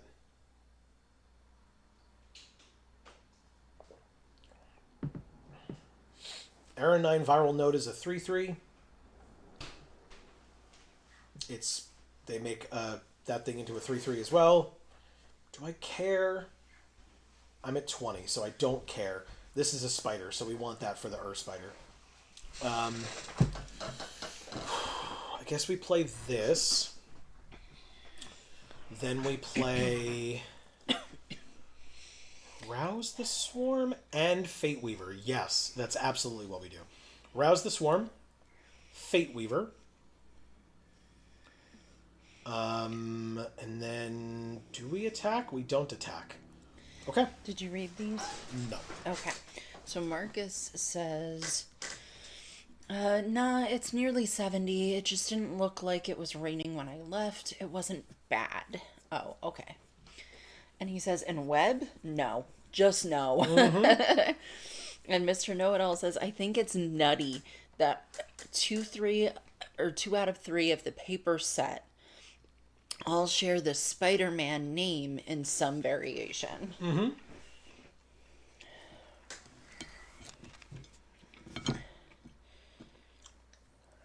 Not 2 out of 3. Like 2/3 of the cards in the set. Right. Are Spider-Man. Yeah, no, sorry. I figured that out once I read the rest of the sentence. Oh, I see. And I just figured other people would as well. Okay. So what's the best... I have to go get the Scions. You notice, at first I said 2/3 because a card that's a 2/3 is 2/3, so... Yeah, you're right. Right, I need to remind myself what Cosmic Spider-Man does. Because it's only... Oh my god. Not what the comic book version does. Alright, I don't have time for this shit. Are you kidding? Tell me what the card does. At the beginning of combat on your turn only. But it's still a 5/5, so... Damn it. Alright, play this. Use it to go get a green. Thank you.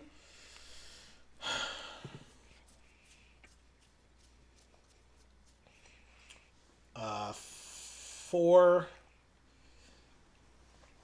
2, don't pay the green, and then pass. This needs crew 2. Okay, so we're gonna have to trade some stuff off, but we can do it. Okay.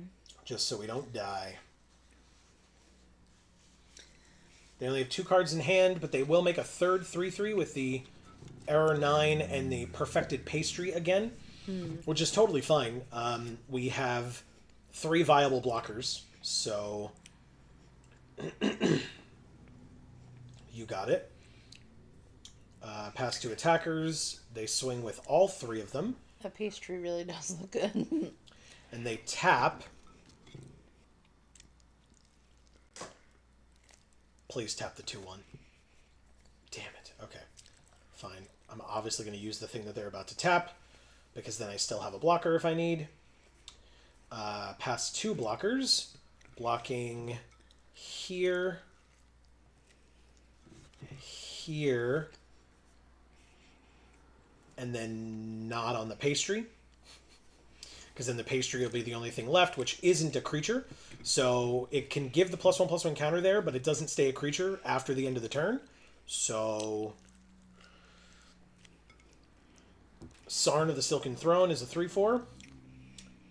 A Demi of the Silk Shoots can gain flying, and we can give hexproof, indestructible, etc. All right, so 1, 2, 3, 4, 5, 6, 7 means we can absolutely do this. We need black, and we need red. So we're going to use this for green, and this for green. We're going to use this, activate, go get Scions, and immediately play Scions. Scions of the Earth Spider. I mean, 5, 6, 7, 8, 9, 10, 11. I just gain 11 life. Trade life totals with our opponent. They go to 7 and we go to 18. Awesome. That seems okay, right? Yes. Okay.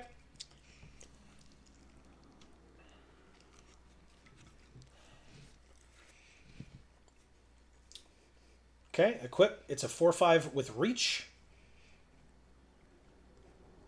Not too worried about that.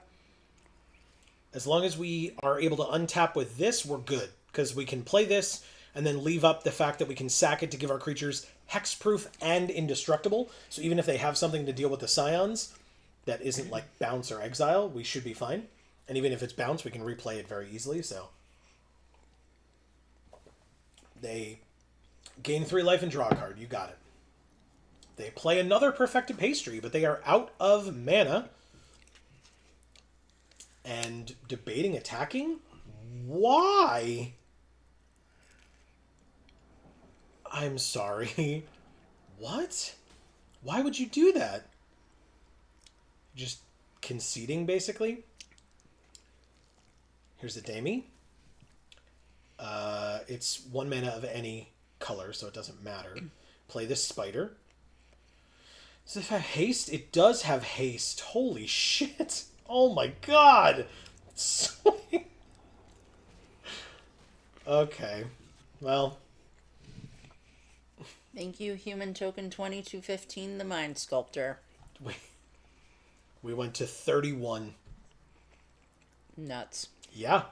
Again, 3 copies of that mythic in the deck, considering the 2 Fate Weavers or whatever they are that we have. All right, 1-1. Let's keep it going. This is draft, so we have to win every game if we want to go all out. Because any loss means we're done with the draft immediately. Because we've lost once. Because this draft format is pathetic. Oh, Fate Weaver in hand, a Demi in hand, and all the lands that we would need to play these cards. This is a very wonderful hand. Hello to you as well, Isaiah. Oh, shit. We don't even need to... Wow. Okay. This is a very good hand. Thank you, Arena. Holy shit. Yeah. Okay. Okay.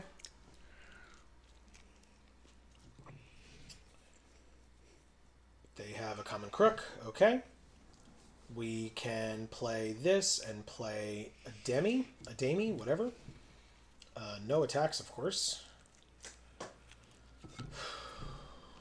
Movado or more? Both. What you said? Demi. Yeah. I may have. I meant the clothing item. Oh.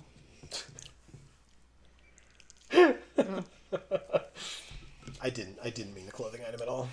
I can't wear that shit. If I knew what it was, I would agree with you. It's a bra.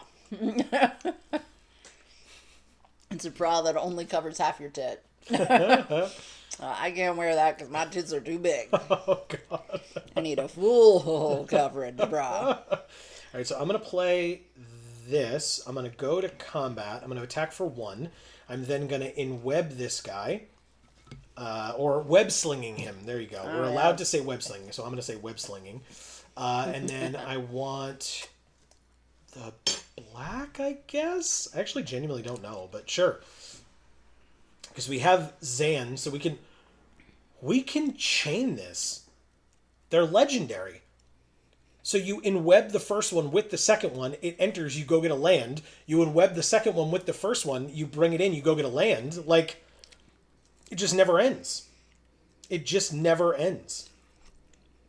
That's insane. Combat. Attack. Alright, so they're going to do some bullshit, or no?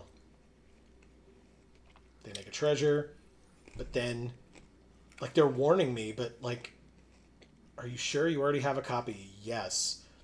Because I'm inwebbing it, so that's what inweb does. It takes one away to play the other one. Go get the red. Then play the Savage Mansion and the Fate Weaver and pass. So now they know that we have the second one, but actually I guess I should have gotten the blue. It was a bit of a misplay, but it's fine. We've got the mana. We can do it next turn, hopefully.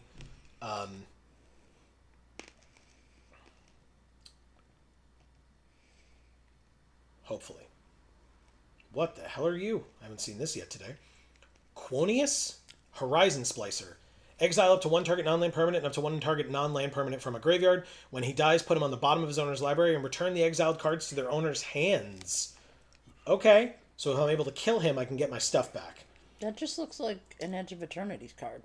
It is. But again, this is through the Omenpaths. So it is all cards from anywhere in Magic, because they go through the Omenpaths and travel anywhere. We've gotten so many cards from Duskmourn, right? Oh. I thought it was weird that there was, like, Duskmourn and New Capenna stuff. I was like, oh, is that their way of, like, making the... Oh, cool. Making it work with whatever's in Standard? I just figured it was that. Alright, so we get these cards back. I replay the Fate Weaver. Oh, shit, but I'm going to be searching, so I'm going to lose the blue. I can't do it. Not this turn. I gotta wait a turn. Damn it, that sucks. That really sucks. Alright, but I'm at 21, so, like, we're tied with our opponent at 21. I don't have to be worried about, like, damage, you know? Killing me before I can do this. So taking a turn off is not the worst thing in the world. Mr. Know-It-All asks, do you have a do you have a favorite new card yet? Ooh, that's a good question. This card is super annoying.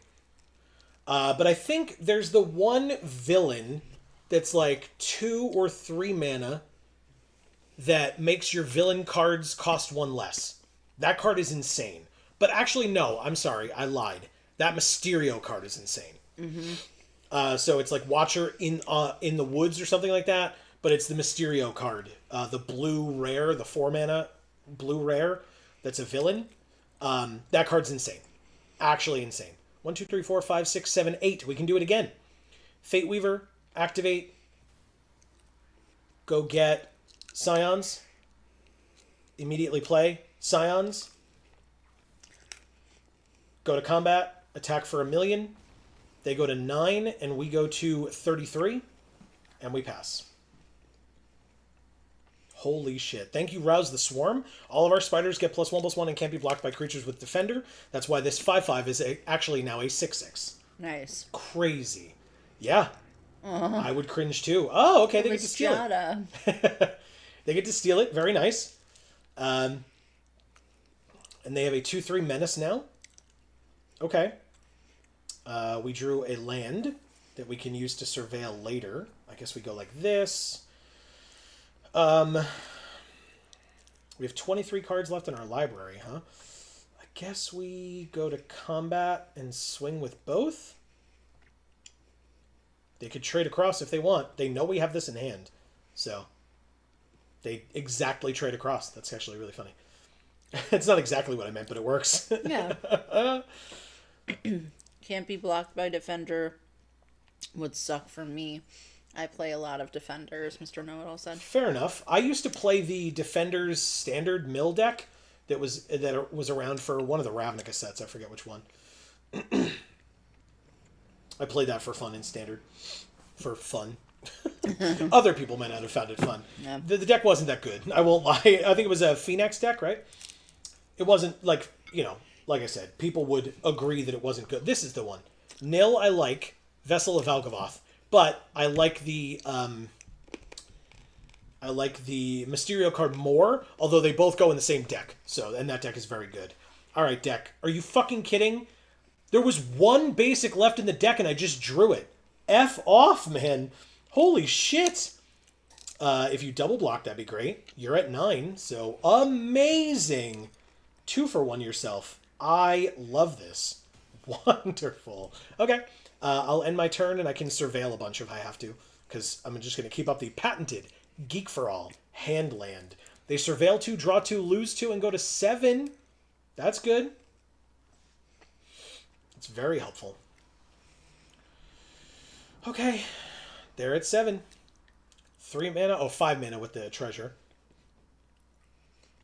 And they play a Mob Lookout. Okay. It connives, so they draw and then discard again.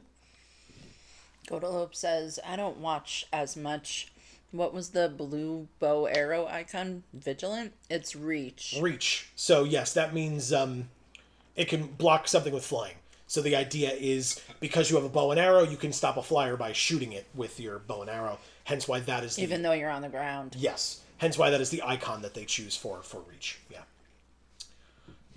And a lot of spiders have reach canonically because of their webbing. So they can set up a web and stop a creature that way.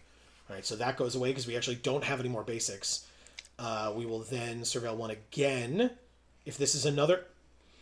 if this is another land, I'm going to put a stop on our upkeep. It didn't let me do it quickly enough. But we have a land in hand, so I will discard that land, draw 2 non-lands. I will play Janai and Hoppy, which are flyers, and a 1/1 reach Death Toucher. Pass. Okay. Cool.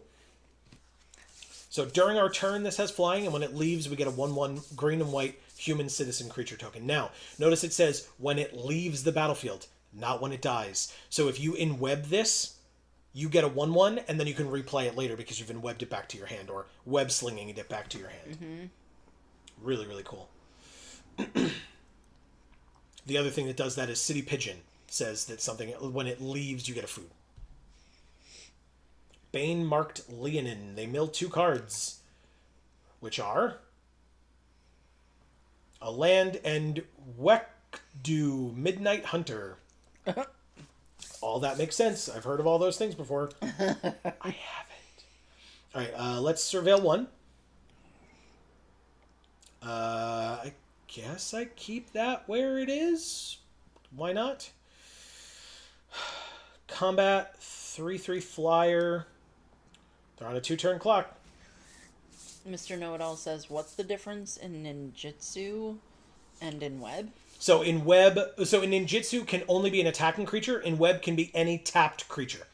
And in fact, it depends on what you think of whether that's good or bad, because ninjutsu can be done at instant speed. In web cannot, unless that creature has flash for some reason. 2 damage. I'm at 33. I'll take 2. Before my turn, I will surveil. See ya. Drew not a land. Rhino's Rampage, eh? Now it's a fight. And if excess damage is dealt in one non-creature artifact. They don't have any of those. Okay. It's a fight, though. So we want to use this. +1/+0 here. Kill here. Our creature lives. Theirs goes away. We don't have any artifacts to get rid of. So, combat, swing out. They use the 3/3 to block the 6/1. Yep. Okay. You got it. They have a 2/3 remaining. And that's it. 2 cards in their hand. They're at 1. 1 is not 0. Marcus specifies that it is specifically an unblocked attacking creature. For ninjutsu. For ninjutsu. Yes. Thank you, Isaiah the Bargler. Yes, thank you, Marcus. Appreciate that. Yeah, so it has to be after blockers have been declared. It's an unblocked attacker. But yeah, this in web/web slinging is any tapped creature at all. So you theoretically could do it pre-combat, you could do it post-combat, whereas ninjutsu can only be done during the combat phase because it's an attacking creature, and they're only attacking during combat. Hunter X, very nice. Haven't seen them in a while. Yeah. This is an interesting hand. I like it. I like it already. Yes, please. Okay. Mr. Know-It-All says, and web could work pretty good with the station mechanic. I'm sure that's exactly what they had in mind. I would be shocked if it wasn't. Yes. Because station is just a way to get your creatures tapped without attacking with them. And then they immediately make a mechanic that benefits from tapped creatures. Absolutely right.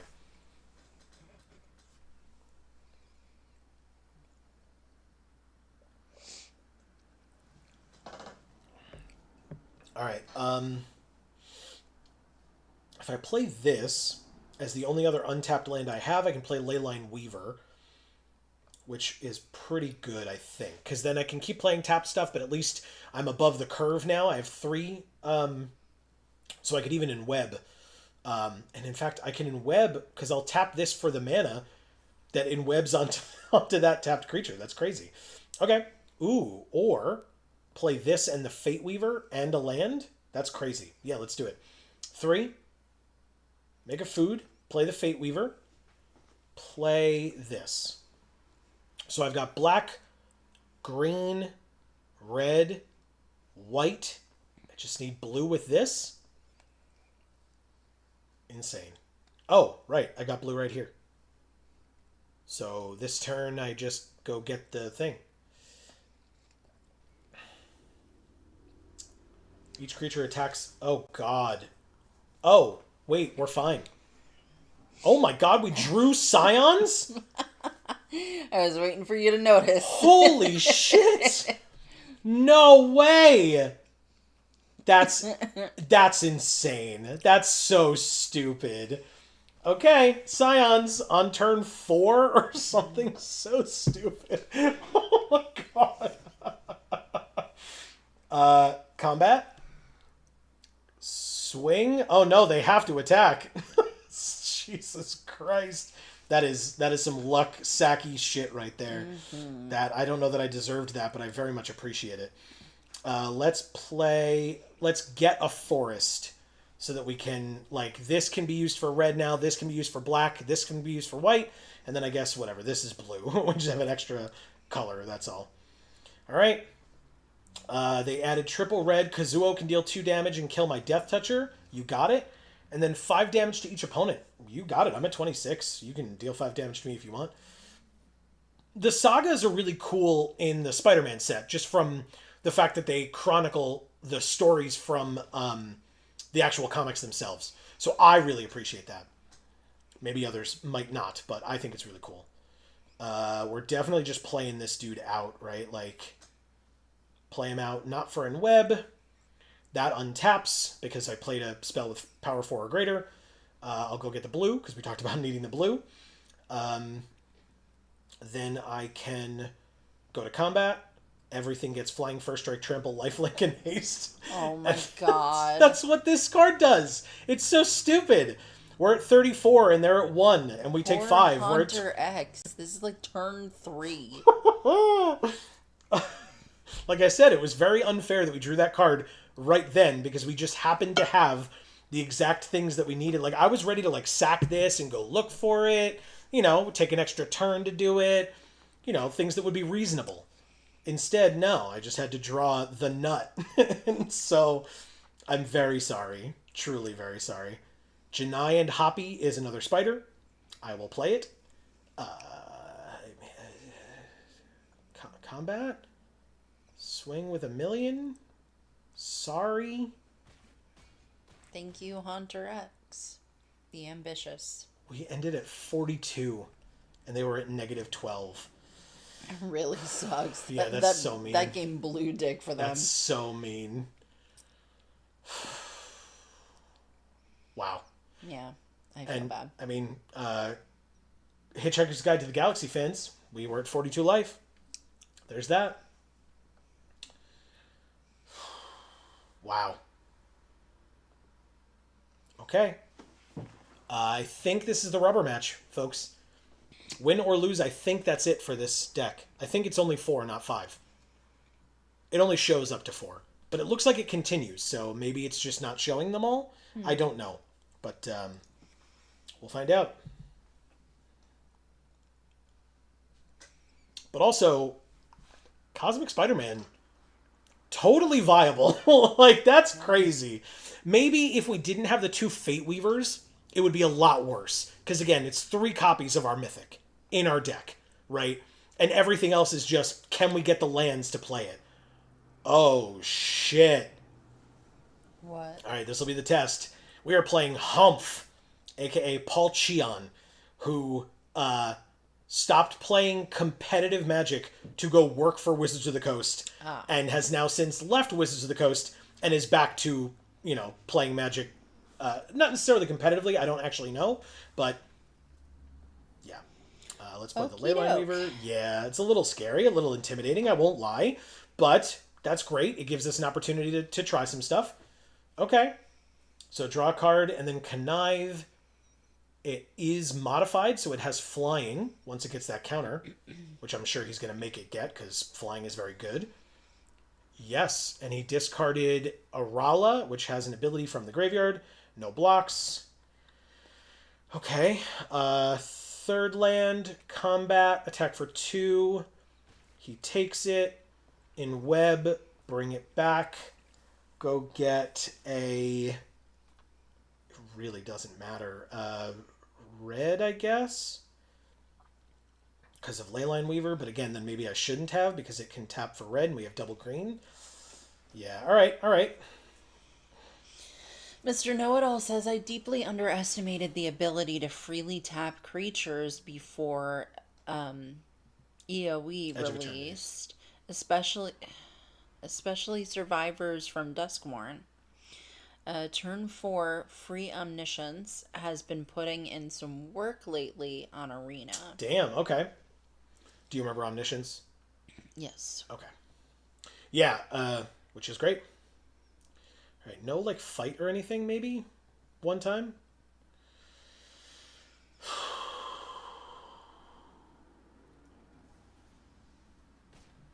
All right, we're at 14. That's not great. This does not have reach, even though it's a spider. This gets to land into our hand? It does. Alright, so we want to go get black. Pay the green. Go get the black. The one black. Yep. Then we're going to play this and this, keeping the black in hand. And then say no attacks and pass. Okay. This is a little scary. We've got to hurry up, and we're doing it very slowly. And by hurry up, I mean like hurry up to get to 5 colors and get our scions out, because these flyers are going to kill us very quickly. And we don't like this. This has reach. This can gain flying for 1 mana. Put a counter on each of his creatures because they're flyers. Yep. That That's looks scary. like Alec Baldwin. Oh, okay. A little bit. Maybe. Yeah, I can see it. Like I could see him playing this guy. Here, what's... Oh, he's putting it on the referee and the 1/3 flyer. Interesting. Okay. That's smart, because I could have blocked the... Alright, so he mills a card. Ooh, got the Stitcher's Wings. Very nice. That's helpful. I can't block with this, so I just take 5 and go to 9. That's bad. It's very bad. Take my turn. 3, 4, 5, 6. I actually could play this 6/6 this turn. Oh, I don't have to do it that way, though. Let's go with this. Go get the blue. The blue is the last that we need. And then we play Chizak. Apex Arachnosaur. And then... no attacks and pass. Okay. This is my best chance. If he's got removal or bounce or something, then fine. We're not dead this turn, but we've got to try. We've got to try something here. I need either of my Fate Weavers or the Scions, and we're set. But we are waiting on those, unfortunately. They have some beautiful lands, they do. It's true. Mr. Know-It-All says, how often is Wooburg attainable in draft? This is the first time I've ever seen it be played. So these days, they do try, it seems like, to have dual lands be available in draft. Like all very different kinds of dual lands. I knew there was bounce. Okay, that's fine. Like I said, we're not done this turn. I might as well use it before it goes away to crew here, just in case. And does he draw the card as well? No, he didn't. Oh, yeah, he did, I guess, already. Pass to attackers. I got nothing else going on. Mill a card. 1, 2, 3, 4. I could block here, but I don't see the need. I just go to 4, right? So go to 4. Take my turn. Did not draw Scions. Drew Savage Mansion. Let's play Chizak. Oh, wait. Can I do this properly? Play this. Play Ademi first. 1, 2, 3, 4, 5, 6. Yes. So Ademi first. Chizak second. Untap. Beautiful. Beautiful. We have this now, I think. I think we're going to be okay. No attacks. End the turn. We're at 4. But Ademi now, for 1 mana, which we have with the Leyline Weaver, can give hexproof and indestructible. What did we mill them for? They milled themselves. Oh. When they attack with this, they mill a card. Oh. And they've been attacking every turn. So it was the twin... Vazin, Tricksters. Two-Faced Trickster, and then the Stitcher's Wings was earlier. Okay. Alright, during your turn... When it enters, search for an aura or equipment, reveal it, put it into your hand, and then shuffle. During your turn, it has flying. Okay. Lots of flying on his side. Turns out, flying is very good. Hide in Mundanity. Costume Closet, okay. Okay, so basically, if and when we're ever shields down, he can hide in Mundanity on Chizak, and that'll be a bit of a problem. So let's go ahead and see what he does here. If he tries to attack in this turn... it would be a problem for him. Next turn, he might be good, but Basically, he could put us to 1 on board.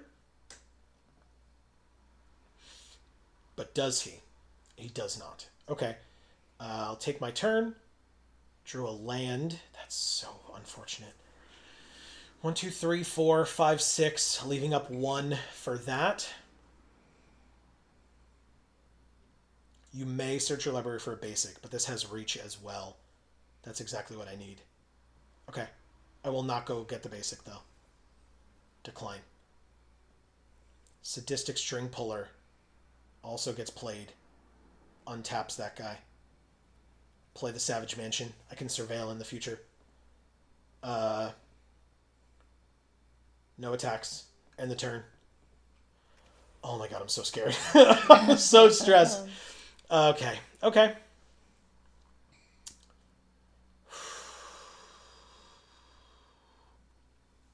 So we have 3 creatures with reach right now, and he has 3 flyers. But a Demi, if not dead, to give things hexproof and indestructible, can also gain flying for 1 mana.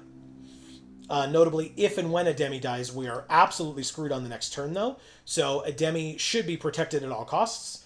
But if we do have a way, because we do currently, to kill all of their flyers on, or his flyers on blocks, then maybe it's okay to get rid of a Demi. But he has 2 unknown cards in hand. Hide and Mundanity will not work for him. And this gives a +1/+1 counter. Oh, he's going to try it on a Demi. Okay, so he's making me do it this turn. So first things first, go like this and crew before it goes away. Then, making me do it, I will give everything hexproof and indestructible until end of turn. Okay, it's only this turn that I can do it, so he made me do it. So now he can't target any of my stuff. He can't kill any of my creatures, so he can't attack this turn. Just can't do it.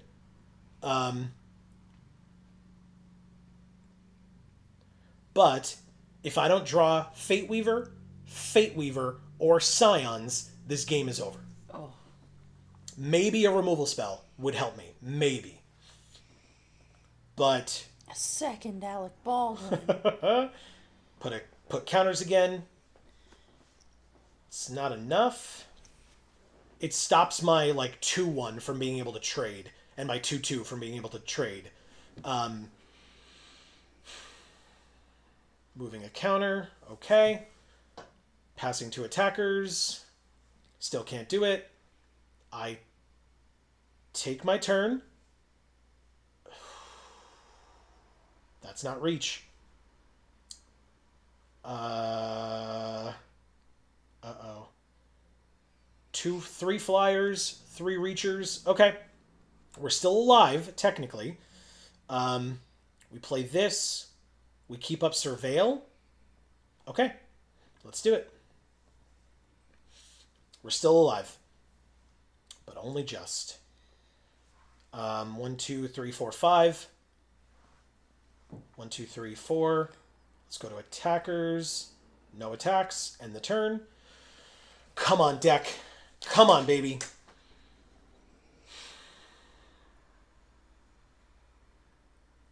We can do this.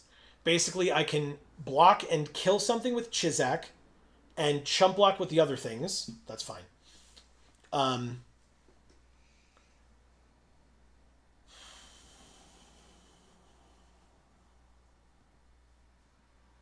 Anyway, I can chump block and kill to try to live long enough to get one of those 3 cards out of our deck. We have 22 cards left. 1/7 of the deck will win us this game. And 6/7 will maybe mean that we lose automatically. I don't know yet. We will have to see.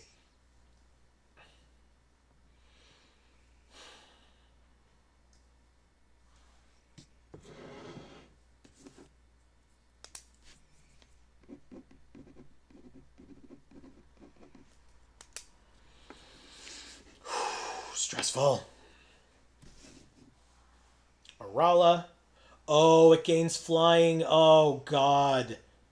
Okay, they're all lethal. He wins. That's game. Fuck. That sucks. Good game, Paul. God damn it, man. Doesn't even say it back? Okay, oh, there he goes. Okay. I was like, really? That's hurtful. Okay, we got there. We got there. Block, block, block. Dead. Fuck. Let's surveil one just to see. Did we have a top card that would have saved us? We did not. Oh, actually, you know what? That would have made a spider. So it's not the end of the world. It's not the end of the world. Okay. Yeah, it would have made a spider, and then, which did have reach, and then our other spiders would have gotten bigger, but... Thank you, Humph. I guess technically because we were dead, what I should have done is surveil it to the graveyard. Oh, no, it doesn't matter. It wouldn't have showed us the next card anyway. Okay. Damn it. Good for him. He had it. Oh, no. That was close, though. That was a good game. Yeah. We went 3-2 though. Like, You kept hanging on. I know. Which, like, 3-2 seems like such a shitty record for the fact that, like, we were one win away from a perfect, you know, from a full set of wins. It's just that 3-2 sounds like trash. Like, Damn, that was good. What a good game. All right, well, we'll do it again. Why not? Why not? Mr. Know-It-All said, put up a good fight. Thank you. Appreciate that. I really tried. It worked out pretty well, I would say. Oh, wow. Everybody's here. All right, let's do it. Drafting time. Cosmic Spider-Man Impact 1. Ready to go. Nope. Oh, but we do have Boris the Spider Rider again. Okay. All right, and so we're double picking. So we could just also get Zakao Predation's Shadow. 3 red, red, green, green for a 6/7 Vigilance Trample Haste. When he attacks, if you've cast a spell with mana value 4 or greater this turn, draw a card. Wow. Oh, okay. That's a lot. I was going to say, he's got a lot going on there. He's a human villain, though. Maybe I'm supposed to do this, because this is a spider. Or this is a human performer, sorry. So this is Mary Jane Watson. Whenever a spider you control enters, draw a card. It triggers only once each turn. And this is a spider human hero, which is Ben Reilly. We'll take Rhino's Rampage. I guess maybe we... whatever, it's fine. We'll take Rhino's Rampage, and we'll take Chizak? Shock? No. We can hope that Shock wheels, but... Like, there's Death Flame Burst in Shock too, but, like... I don't know. I feel like these... maybe... I just feel like you didn't like the Rampage as much last time. Oh, yeah, because it's a fight. You're totally right. Yeah. Maybe we just cut red entirely and leave Chizak. Maybe people don't like Chizak a lot. Who are we drafting with? Euvum and... Oh, love him and leave him. I was like, I think that's an L. Lord Tupperware, Swoosh Fox. Okay. Whoa. Oh, another Zakao. Oh. Holy shit. I feel like I haven't even seen him before yet. Same. And then all of a sudden there's 2 of them. And a Zan. Yeah. Okay. I mean, sure. I'll take a second one. If it comes back around. Maybe somebody else will see the first one and be like, oh, maybe the other one will come back around and they'll take that. And they'll be sorely mistaken.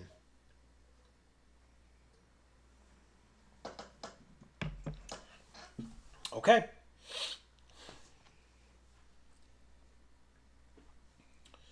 But we'll get hooked up if they don't take it. Vigilance Trample Haste for 7.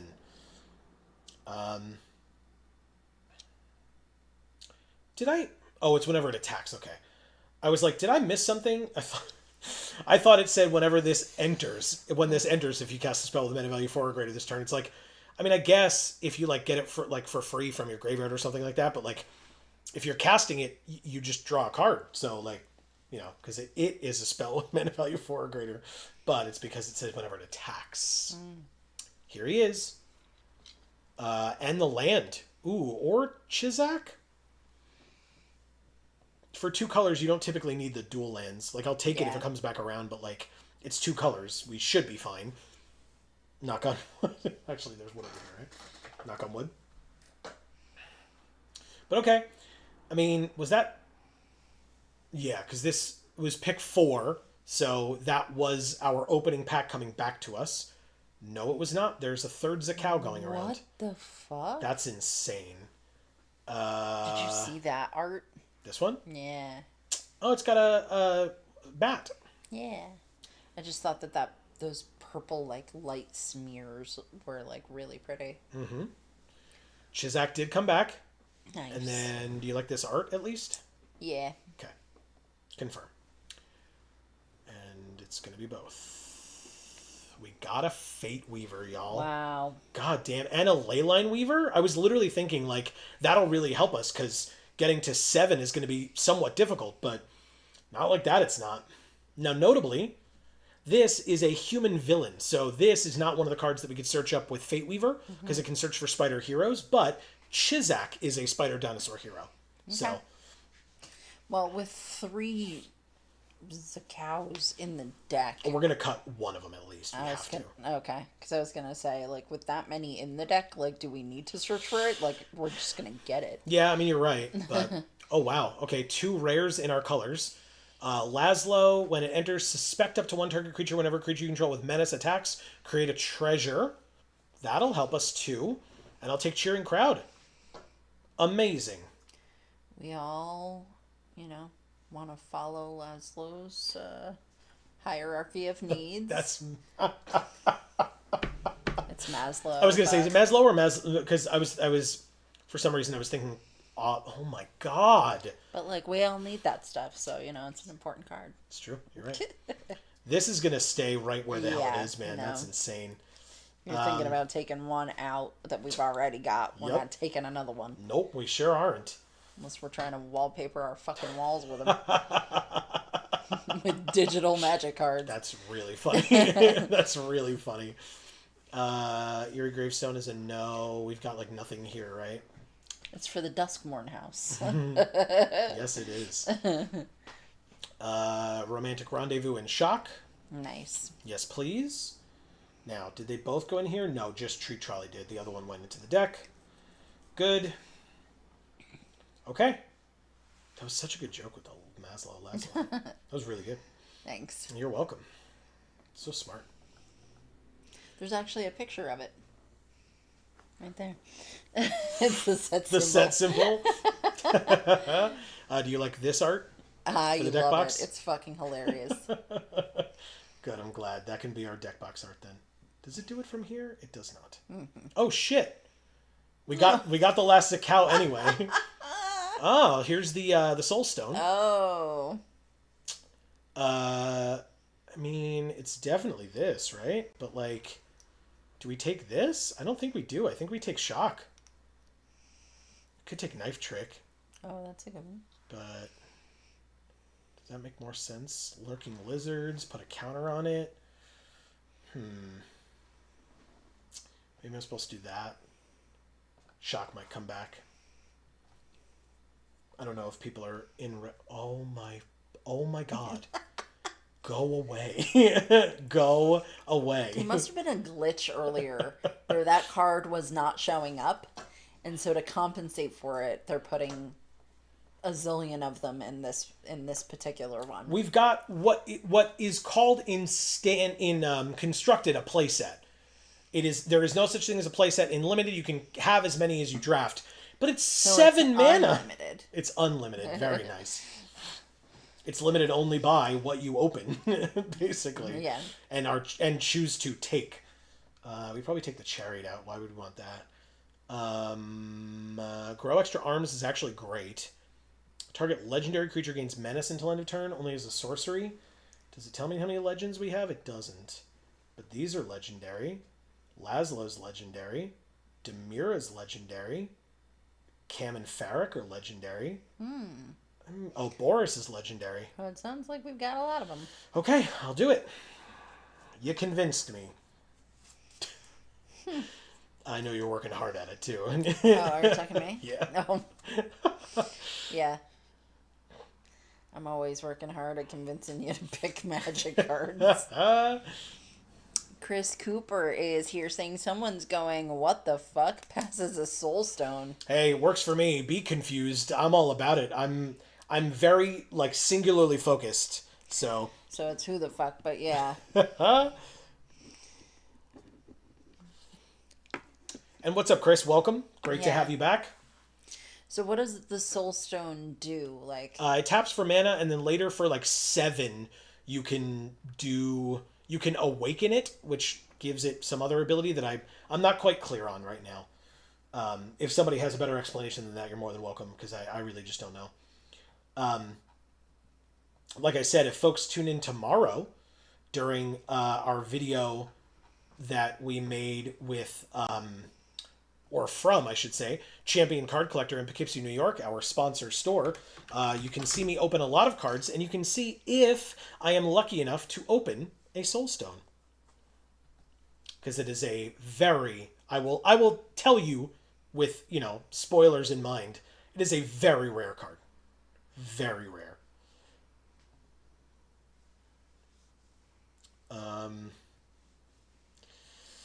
Okay, what the hell are we cutting?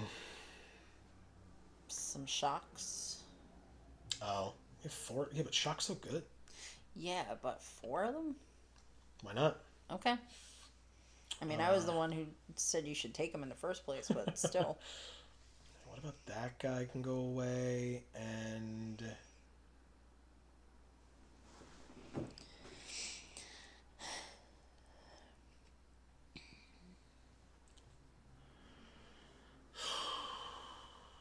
What else? What do you do? The Clutter Cluster is a 2-mana, 2/3 legendary spider hero.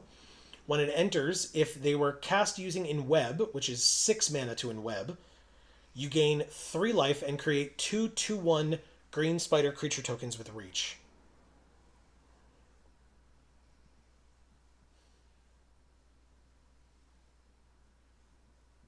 I need one more cut. What am I going to cut?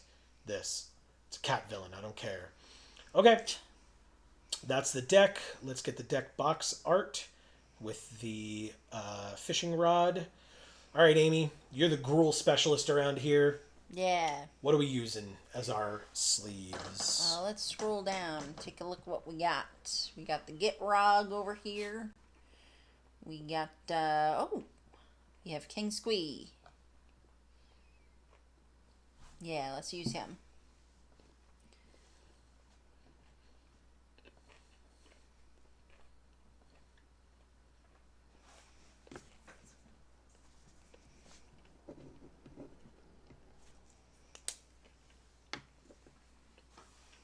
Gaffer. I guess he's a cameraman.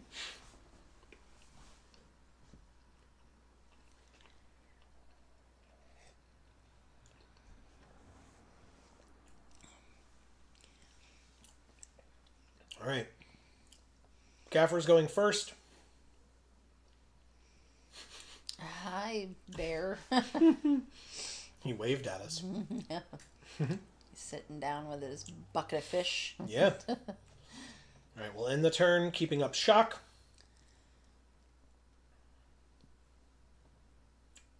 Gallant Citizen draws them a card. I mean, I might as well burn it. Who cares? Sure. Something to do with my mana this turn. Goodbye. Play the green. Play the Lurking Lizards. They're lurking. They are. They sure are.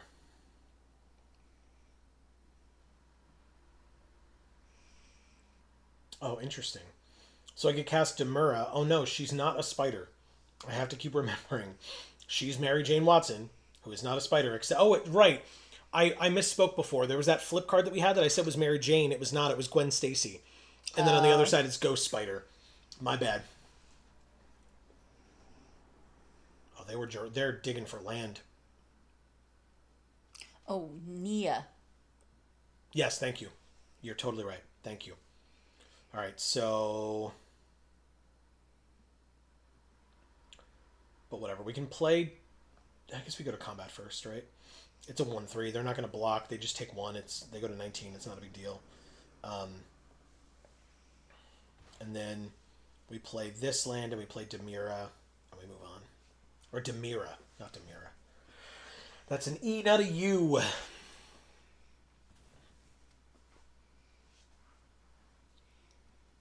Okay, they went and searched for a blue, their third color.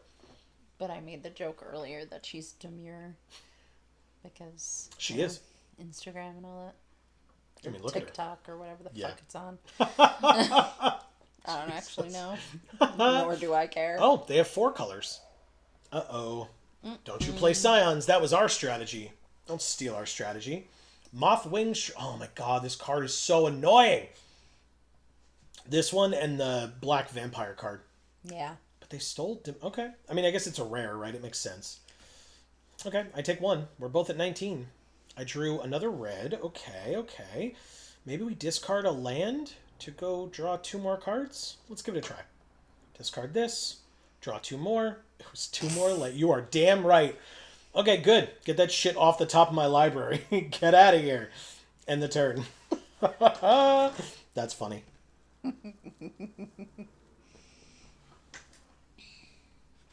Whoa. Angler's Shield. It gets +2/+2. And whenever it hits me, they draw a card for each modified creature they control, which is 1. But, okay, good for How you. does it hit you? It's a shield. If the creature wielding it hits me. Oh. I was like, what are they just like push up against you with it? You can shield bash. That's a thing. It's an attack. Oh my god, deck. F off. Holy shit. 3 land in a row? Please stop. And Captain America does like a frisbee thing with his. Yes, he does. And it cuts through stuff because it's all fancy. But most shields aren't like that. Mm-hmm.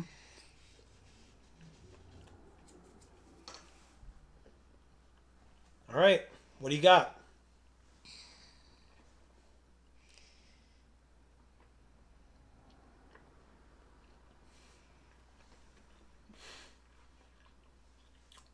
Okay.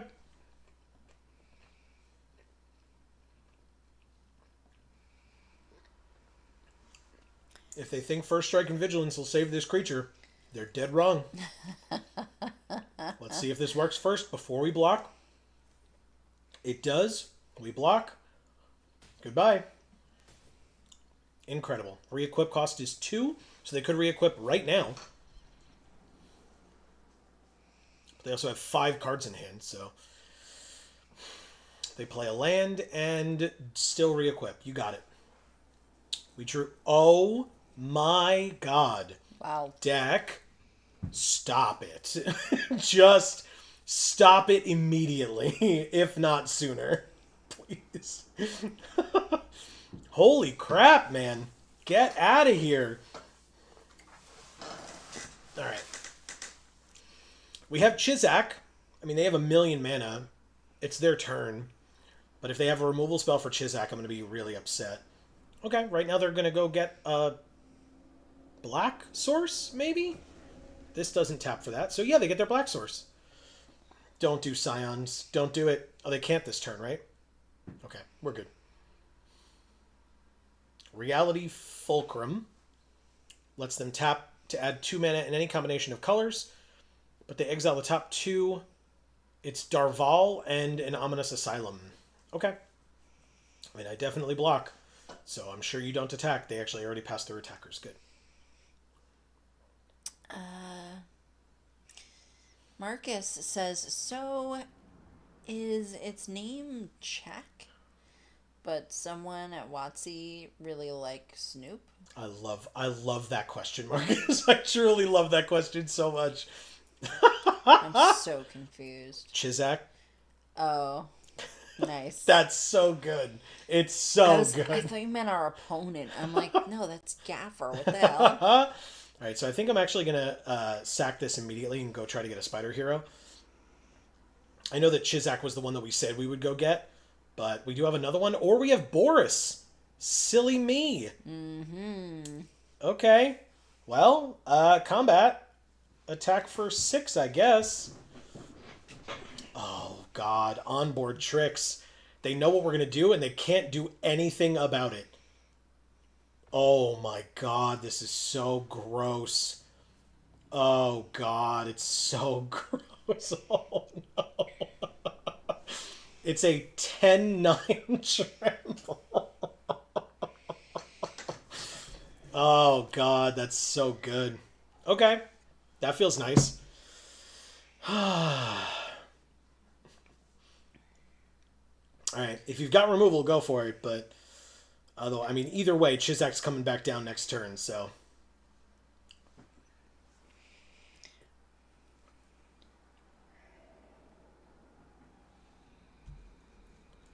They have 7 more mana available? Or 9 more mana available. Okay. Darval, whose web protects. You got it.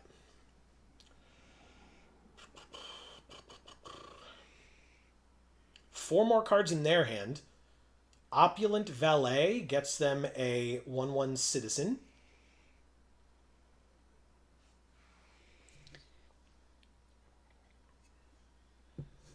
Technically, if they quadruple... right now on board, if they quadruple block, they can kill Boris. And take no damage from trample. But all of their creatures will die, as will Boris. I see.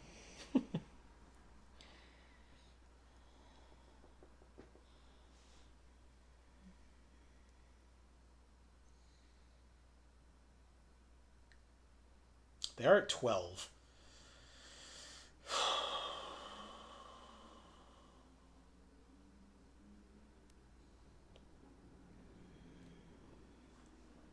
Really thinking hard.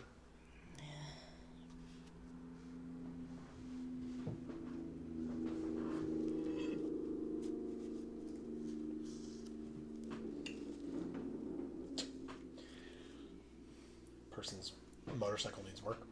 Alright, so they re-equip onto the flyer, because we don't have ways of blocking flying right now. It's summoning sick, so doesn't matter this turn, but we drew another land. Just put that over there. 1, 2, 3, 4, 5, 6, 7, 8, 9. 1, 2, 3, 4, 5, 6, 7, 8, 9, 10. Alright, Boris. Will they quadruple block you? I would be very surprised. But a chump block won't help them as much because it's trample, so a quadruple block would be incredible here. Absolutely incredible. Yes! Holy shit!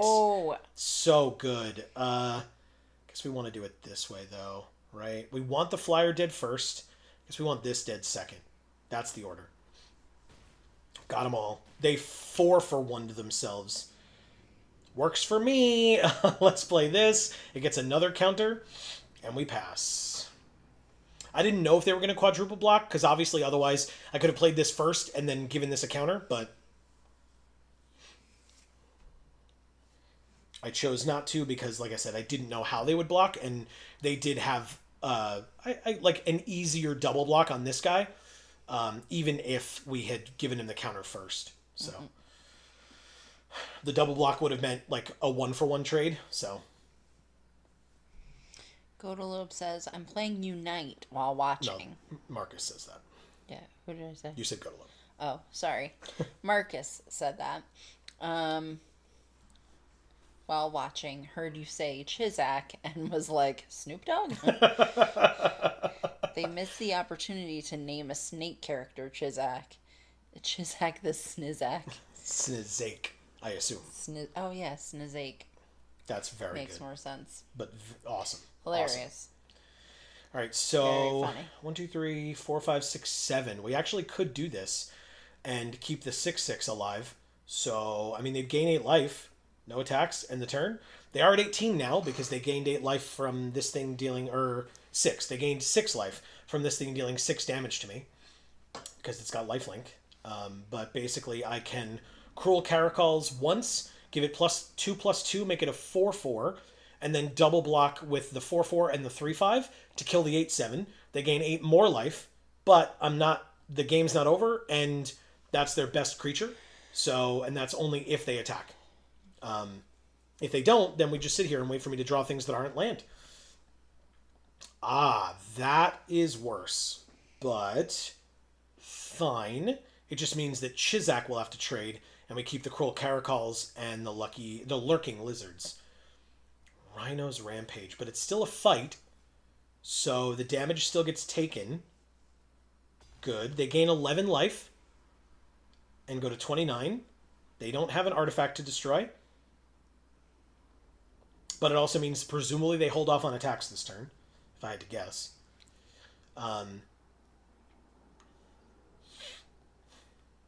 Because if not, I'll happily trade the lizards or the caracals, I guess. Probably the caracals.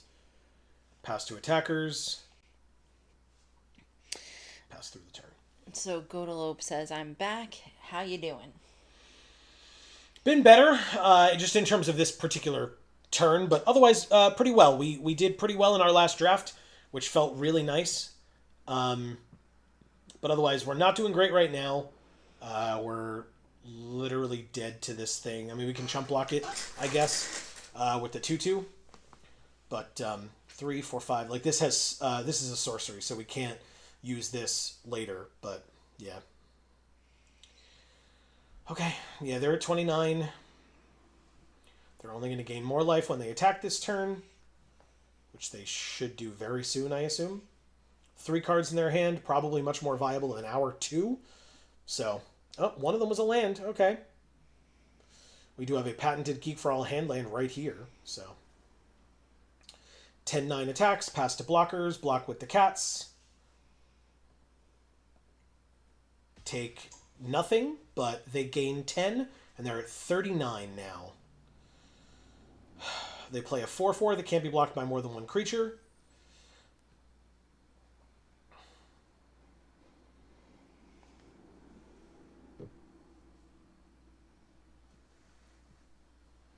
Lurking Lizards again. This only... Oh, this does 4 damage. Okay, so we can kill the 4/4. That's actually relevant, I think. So let's do it. Because it can't help us against the 10-9. It's a sorcery. Did their last card have pump for this guy? Or they're just going to crew? Who cares? Oh, okay. Because I could have attacked for 3. Man, got to protect that life total. The precious life points that you have. So few of them. And the turn... Oh, man. All right, Surveil 1. Nice. Good for you.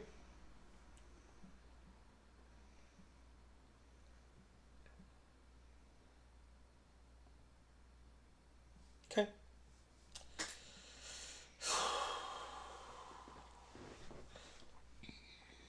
They go to combat.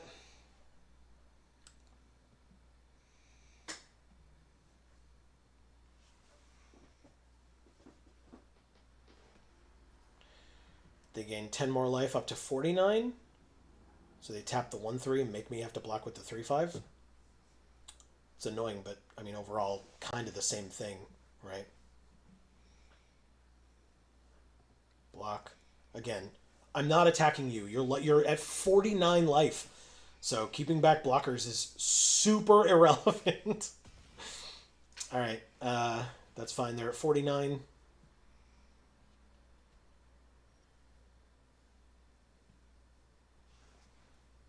Wow. I get to kill Basil. Take that. They can crew again for no reason. Just literally wasting everyone's time. Come on. Godalope's laughing at your snizzake joke, Marcus. It's very funny. Alright, they surveil again. Put a land in the graveyard. They put a stop on their upkeep to surveil again because they put a land in the graveyard.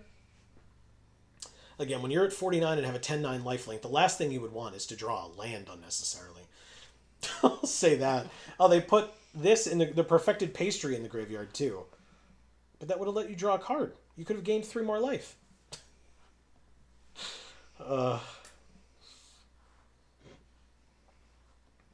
I genuinely don't remember this deck well enough to know if there's a card in it that saves us here. We've got to have a piece of removal that doesn't involve damage, right? Probably not. Or fighting of some sort. Ah, Prison Break gets this thing back, and now it's a 5/5. Well, we didn't do the Rhino because it was a fight. Exactly. Right, so they crewed the 3/1, so they put us to 7. It's totally irrelevant. Oh, there we go. Finally. We drew a land. Look at that. Woohoo.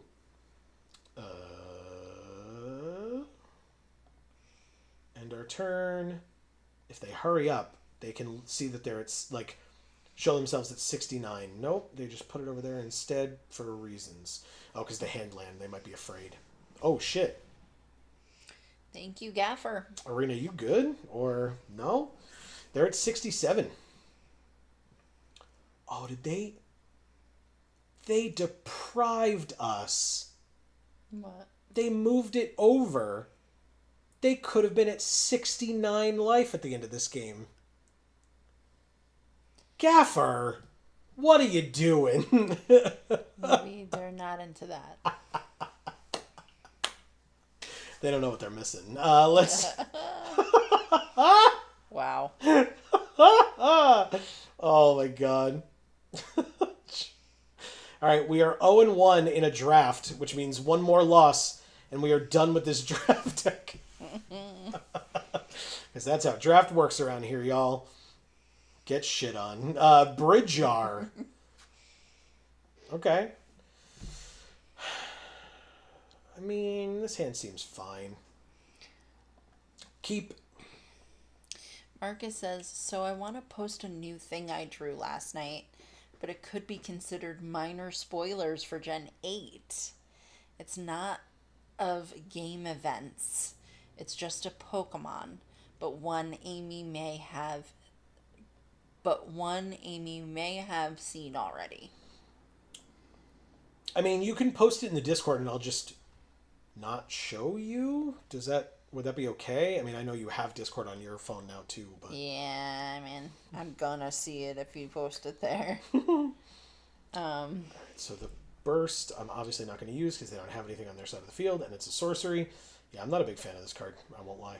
It's fine, I guess. You know what, Marcus? Can you email it to us? Because then Joe can look at the email. Well, I'm assuming he wants to show it to everybody, not just Well, me. yes, but then you can check if I've seen it.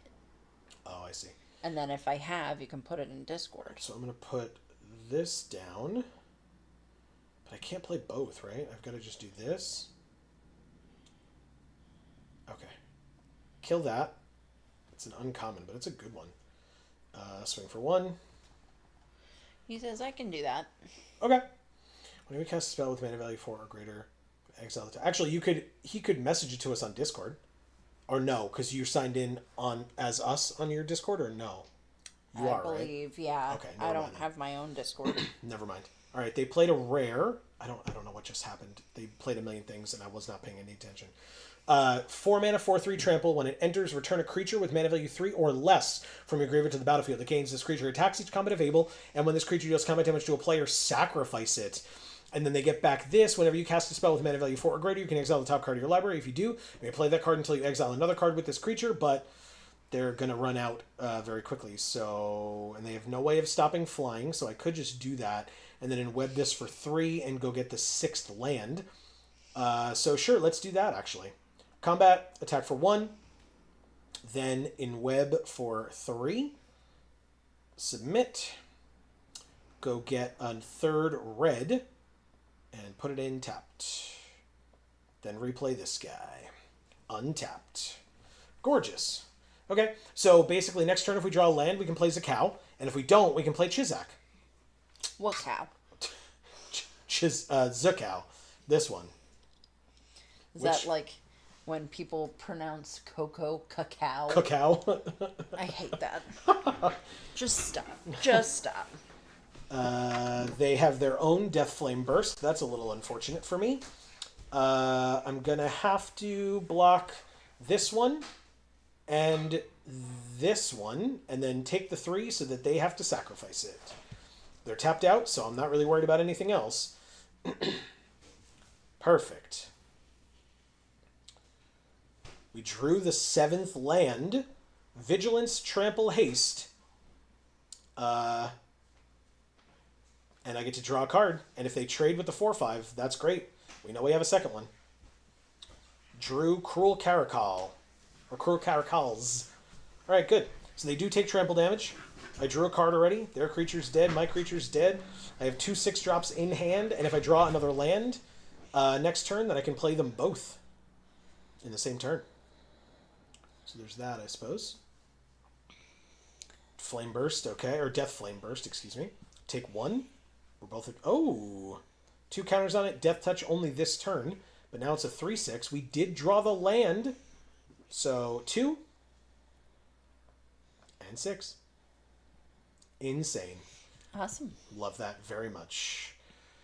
They do have 5 cards in hand, I will note. That's very unfortunate for us. What did they discard? Oh. I don't remember. Did something get exiled? -2/-2 to everything. Okay, which just killed the Caracals. You got it. Discard to draw 2. Oh, this is legendary. Oh, shit. I forgot about that. Okay, well, I mean, I guess I attack. You're hitting me for 3, I'm hitting you for 6, so I win that race. I'll end the turn, because basically if I draw another land, or just like a kind of a crappier card that I don't want to play, I can just discard it to draw 2 cards later, and I don't have to discard this, because if and when they find a way to get rid of this, since it's the only threat on my team, like not just the biggest, the only, I just have the second one. So they surveil 4, put 1 card into their graveyard, so they know their top 3 cards now. Wardens of Silverweb Summit. We drew Lurking Lizards. Combat 6.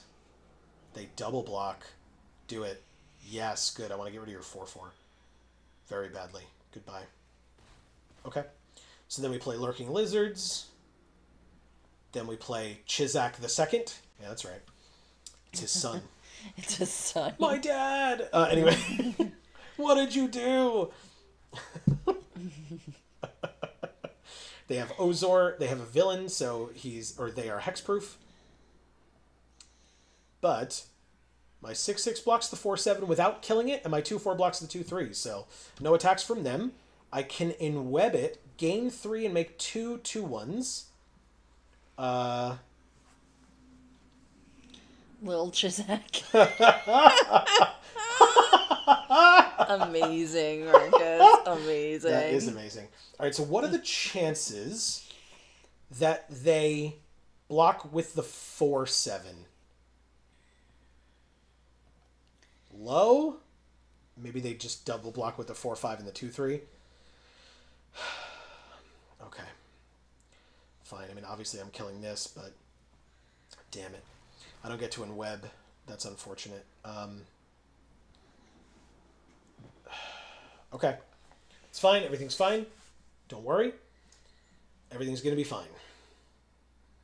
Eerie Gravestone. Draw a card. That's annoying. Okay. Death Toucher. So now I can't even attack this turn. They have an 8/8 now because they have 8 cards in their graveyard, so we just die. But that's so annoying, dude. Okay. I mean, we block. But take 4, go to 5. Oh, man. Okay. Shock. That is literally so unhelpful. But we can discard it, I guess, because it is completely useless. Drew a land and Zakao, and actually that's the 7th land. So here's Zakao, Vigilance, Trample, Haste, and I can draw a card. Of course I can't attack because they have a Death Toucher. But we're just dead. We're dead on board, so why not? Just draw a card. Let's see what we would have gotten. A land again, of course. Block with your Death Toucher, and that's game. It was game a long time ago. Goodbye, Bridjar. Thank you, Bridjar. Sorry. Rude. Yeah, my bad. Guess what? 0-2. Boo. Time to go back to sealed for a while. Yep. All right. Claim. That spider's actively Webbing? webbing out its little booty hole. It's true. It's a lot. Yeah. On camera, no less. It doesn't know. All right, let's open a sealed pool. We get at least 1 mythic. We get 2 mythics. Ooh. Niche. Pinnacle Pariah. 5 blue black for a 4/8 human scientist villain. This is the one that's insane. It draws you up to 8 cards every turn. Yep, I So recall. we finally opened it. And also, by the way, could we talk about the fact that we have Niche, which is blue black, blue, black, black, black, black, Yeah. and colorless. Yep. And Kren is red, green, white. So we're probably not going to be able to play Kren. Right. But that's one out of all of these. Yeah. We Maybe. We might not be able to splash for this. No, I don't think so. But it's fine. Hex, by the way, 6 mana, destroy 6 target creatures. Now, notably, you have to have 6 targets. Oh. So if you got to include some of your own, you've got to include some of your own. Villainous Wrath, 5 mana, sorcery. Target opponent loses life equal to the number of creatures they control, then destroy all creatures. Holy shit. We're going to have so many different ways of killing creatures. Okay, yeah, I mean, we're doing it for sure. God, every creature that comes our way is going to be like, so dead. Ew. Why? Why did you have to do that? Because it was gross. It really was. It really was. All right, blue-black. Let's see what our gold cards look like. Looks like 2 Mob Lookouts and a Carlo. That's what it looks like. Hell yeah. Okay. Stitcher's Wings gets in. 17 planes. No. No. What? It's just because it's the first land in Wooburg. So that's what they So put they in. just fucking... Yep. Why not just not put that there? Because if you're putting it in, they got to give you lands. I guess I'll take a Knife Trick. I guess we want Detect Intrusion. I guess we'll take Hide and Mundanity. Is this a villain? It is a villain. Ugh. Counter target spell. Tap 1 or 2 target creatures for 3 mana. And we have 3 of them. We'll take this villain. This is a human scientist. This is a mutant advisor. This is a villain. We'll take it. We'll take the -3/-3. We'll take these 2 villains. We'll take this work. What is this? Well, this is that art, by the way. Miasmic Mist, 1 black for a sorcery. Mayhem, 3 and a black. All creatures, -2/-2 until end of turn. If this spell's Mayhem cost was paid, creatures your opponents control get -2/-2 instead. And we have 2 of them. I'll take them both. Remorseless Coup. Oh, he hasn't been beheaded. He's buried in the sand. Yeah, I thought just his head sticking out. I thought you knew that, but No, I thought his head was severed. so it's 3 mana. Put a creature instant speed. Put a creature on the bottom of its owner's library. You lose 2 life unless you control a villain. I will be controlling some villains. Don't you worry. Rylex will in fact be is a hero, but that's okay. These are all villains. I'll take all 3 of them. Villainous Wrath comes in. Wrench comes in.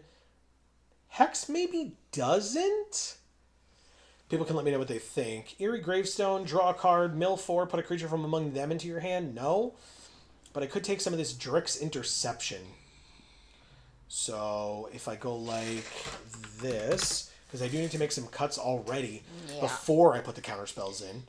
If I put the counter spells in. I was gonna say maybe you're just mono black. No, there's a lot of blue. There's a lot of blue here. Oh yeah, I guess you picked that all at the beginning. Yeah. So I forgot about it. That's all right.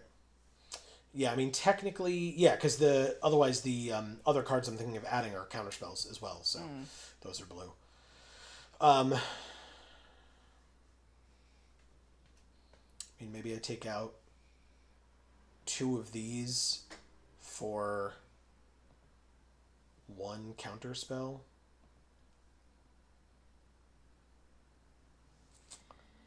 That's it. I guess that's all of it. Do you like this for the deck box?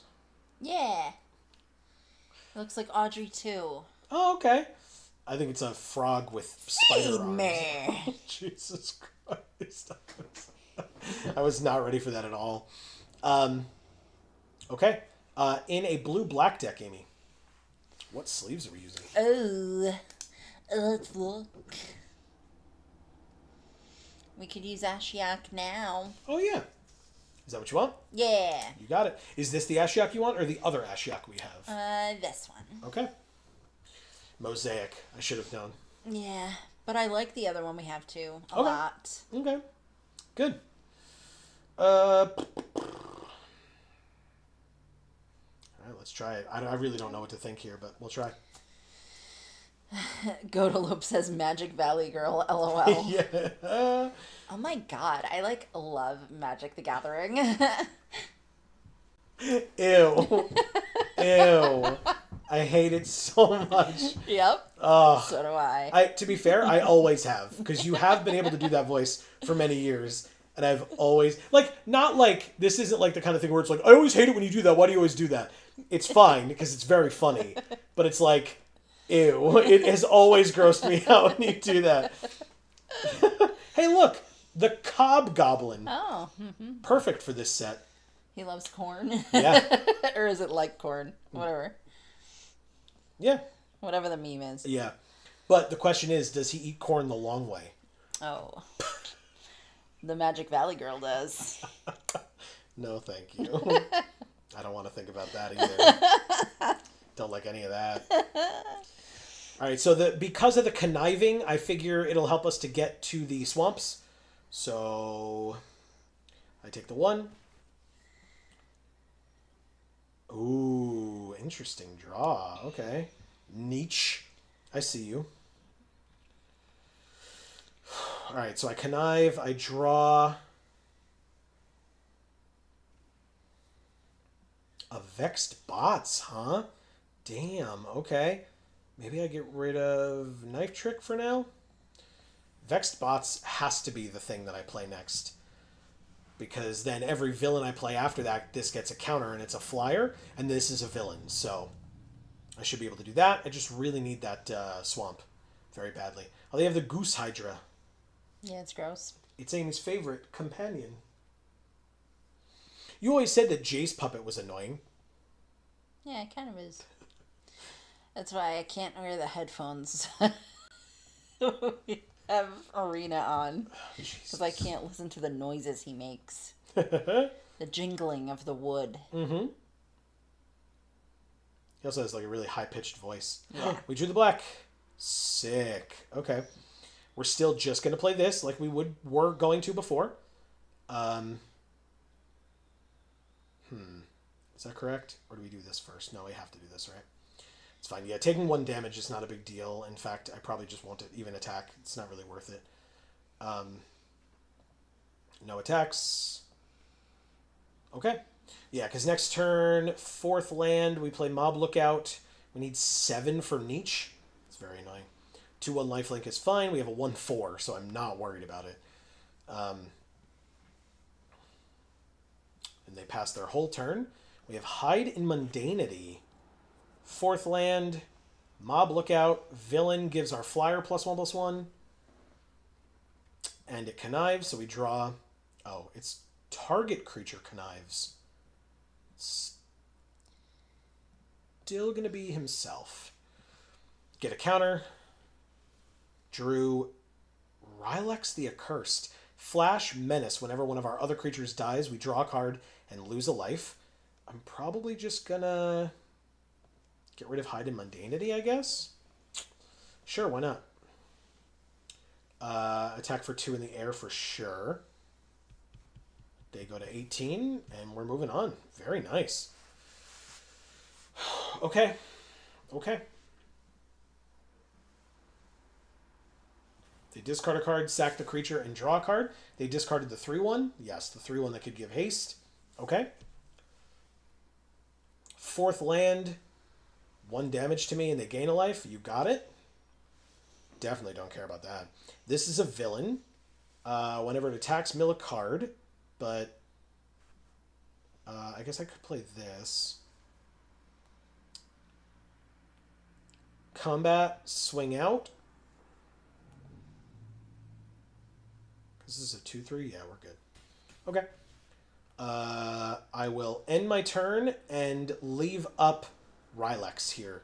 Because basically now, if they attack with this 2-1 to try to gain some life, I can just kill it and get rid of it. Get it off the field. They play something pre-combat. Flying 2/3. You don't lose unspent red mana as steps and phases end. Whenever you cast an instant or a sorcery, add a red. When this leaves the battlefield, you can pay X and deal X damage to target player. You got it. Do you attack? They don't attack. Smart. I'm not going to waste this opportunity. I'm still going to play this. Okay, cool. We take our turn. We drew another land. That's 5. So we actually could do both of these. So play Phantasmal Vision. Get a counter. I definitely control a villain, so I'm going to put that on the bottom of their library. It's when it leaves, so they can pay 2 and deal me 2. Unless they need that 2.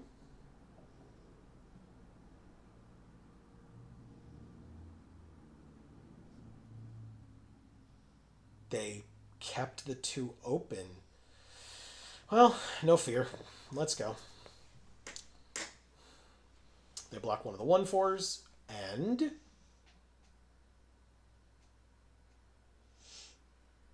give it +3/+1. Trade. Oh, not trade. That's fine. They gain 5, but I draw a card and lose a life. Thank you. And it's one of the lands that we needed. Nice. We only need 2 more land total. This is one of them. So 1 more land and 2 turns, I guess. You sounded like Magic Valley Girl there for a A second. little. It's one of the lands we needed. You know, I got the influence coming at me, right? All right, so combat, swing out again, mill a card. It's Scorpion Sting. That's a little annoying, but fine. Of all the things, not a big deal. Notably, milling too many cards is definitely a problem. Good, I get to kill them both. Oh, maybe not. Oh, okay. You could have done that well, whatever. No, I guess you couldn't have, so that's fine. You gain 7 life, so they go up to 16. We'll play the land, we'll play the Death Toucher, we'll mill 2 cards. Get another counter on the flyer, and they were both lands. Okay, well, you know what? It is not unheard of for us to have 3, 4, 5, 6 lands in a row on top, so maybe we draw another one. Or maybe we don't. But if we don't, it's fine. We'll get to Nietzsche eventually. And I don't think there's anything that we can't cast. But of course, their last card in hand was a draw 2. Surveil 2, draw 2, lose 2. And they put 2 lands into the graveyard, so... So samesies. Yeah, exactly. They have 4 mana available and a 2/1 lifelink on the battlefield. They kill our flyer. Smart. We drew Detect Intrusion, counter target instant spell, sorcery spell, or triggered ability. Go to combat, swing out again, mill a card. It was another land, but they take it all and go to 10, and we have up counterspell. They were going like this. They were like receiving it. Oh God. Their avatars just like that. 1 damage to each opponent. Okay, and they gain a life. But that was it. We have Drixt Interception. Tap 1 or 2 target creatures. 1, 2, 3, 4. That's not enough. Okay. That's super annoying. Combat. We don't have a lot of cards left in our library, do we? 19? I mean, that's fine, I guess. Attack here. And that's it. Attack for 1, mill a card. Ooh, Arala. Gives +1/+1 and flying. Nice. Okay. So, end the turn. We have 2 counterspells up now. They get a treasure. Congrats, you did it. Discard a card to get a treasure. It was Common Crook. They played a land, so they got nothing else. 1 damage for 4 mana. It's not an... Oh, it's instant or triggered ability. Got it. So this is an activated ability because they paid 4 mana for it. They do it again. You got it. Pass to attackers. Do I just tap their 2 things now? 1, 2, 3, 4, 5. It's not enough, right? I guess I don't care. I would love a land off the top, but we have no idea if we're going to get it. Let's try. We did not. Oh, Miasmic Mist, though. -2/-2, only to their side. Would get rid of their life linker, but not their 5/4. So, and it would have to be with Mayhem, and I don't have any way to discard anything, right? So, if I put a counter on my 1/4, does that make sense? Oh, wait, because this only gives -2/-2, so everybody on my side will be fine. Oh, and in fact, that's great. That's great. So we go like this. Combat. Swing out. Milling Wrench. Unfortunate, but fine. No blocks. Nice. Okay. Then I think we're okay. Because we're basically just going to tap those things, discard a card which they don't have, and make a treasure. So if I have to counter this pre-combat, I will. Otherwise, I'll just tap their things. Do I need to counter a 3/4? I don't think so. So that's fine. Then when they go to... Okay, that's fine. When they go to combat, I will tap this and this? Yeah. Tap those. They pass. I drew Stitcher's Wings. Okay.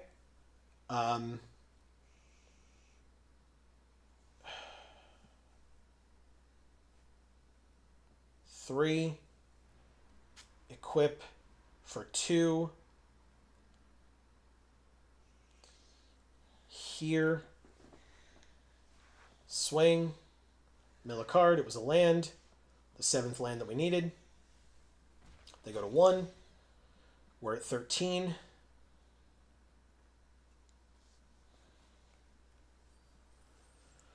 Okay. Instant or sorcery we can counter.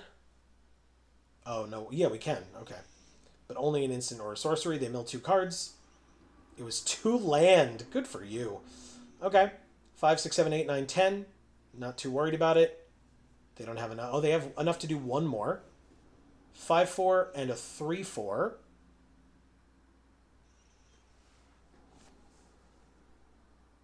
Do I block? I have 4 in the air. They're just dead on board. So, yes, I definitely block the 5/4 just in case. Okay. Perfect. Yeah, they can do it one more time, but, like, you should have attacked with that. You should have done it one more time and then attacked, because then I don't have you dead on board if I block like that. But that's okay. Combat. We know that this card wins games. We've lost to it many times. Thank you, the Cobgoblin the Fervent. Oh my god. That was a little stressful, I won't lie. Long, Yeah, too. scary. Scary, scary stuff. Alright. 1-0. Let's keep it going. Yeah, that was the first game. Pretty scary one. Okay.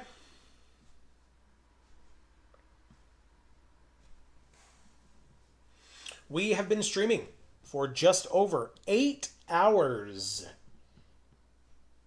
It is currently after 9 p.m. Eastern over here.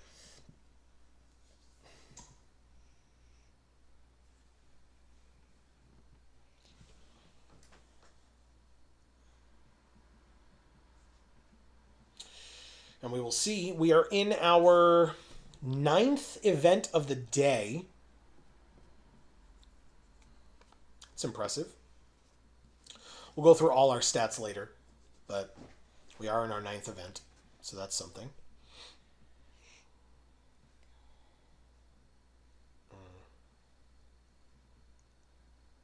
What? Nothing, we're good.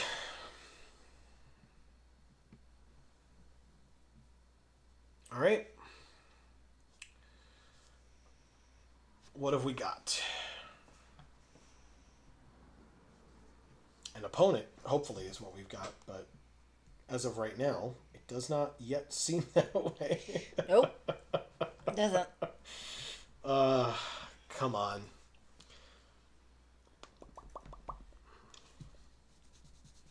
I don't know that I've mentioned it yet, but this Friday, actually, I should say tomorrow, not only is that big video coming out, but our usual Friday stream will be happening on Thursday instead over on Video Games for All. So again, link down in the description box below for Video Games for All. And I haven't said it yet today at all.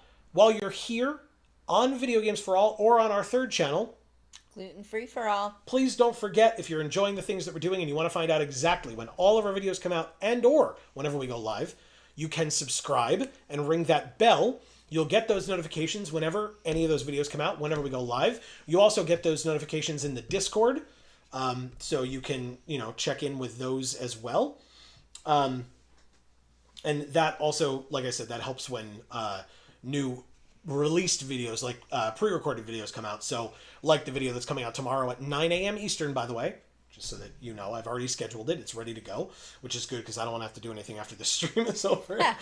But I did that earlier today, so that is taken care of and ready to go for tomorrow. But you can check that out, and you'll get, like I said, you'll get those reminders, especially when we stream at like a weird day like today, firstly.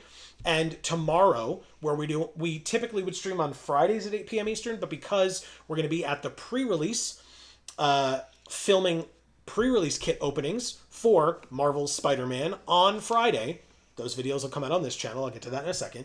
We are instead not going to be streaming on Friday night. We're going to stream tomorrow night.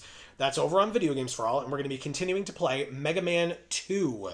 We just finished Mega Man 1. Yeah. And then we moved on to Mega Man 2. And so you all can go check that out tomorrow, like I said, 8 p.m. Eastern. If you're unavailable on Thursdays, where you're typically available Fridays or something like that, the VOD will still be available, and we encourage you to check that out as well. And we'll be back to our regular schedule next Friday, which will be the 26th. So, Yes. thank you for bearing with us on that. Holy crap, we're waiting a long time, huh? Well... All right, well, let's do this. We'll give it a minute to reset. We'll give folks a minute to figure themselves out here. Waiting for the server. Amy. Yeah. Can you, I don't know, maybe some, Age of Eternity's alchemy is weird. Maybe open 10 Final Fantasy packs. Okay. And I'll be back very quickly after I take care of a couple of things. Okay. I'll be right back. Yeah.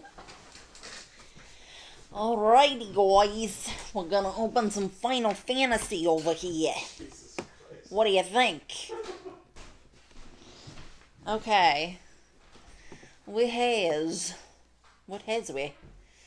Oh, we got a bunch of wild cards. Let's see if there is anything that says first. Well, we have this bonus sheet card. Endwalker Brainstorm is the actual card it's based on.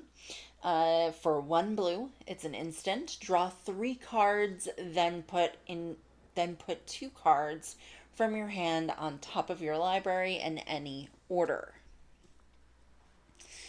This one's from the bonus sheet. This one's Shadowbringers, but it's actually called Dovin's Veto. I like that card. It's 1 white, 1 blue for an instant. This spell can't be countered. Counter target non-creature spell. Okay, that's those. Oh, we do have a first here. I do see one. Lucas Stadium, which is Strixhaven Stadium, for 3 colorless artifact. Tap, add a colorless mana, put a point counter on this artifact. Whenever a creature deals combat damage to you, remove a point counter from this artifact. Whenever a creature you control deals combat damage to an opponent, put a point counter on this artifact.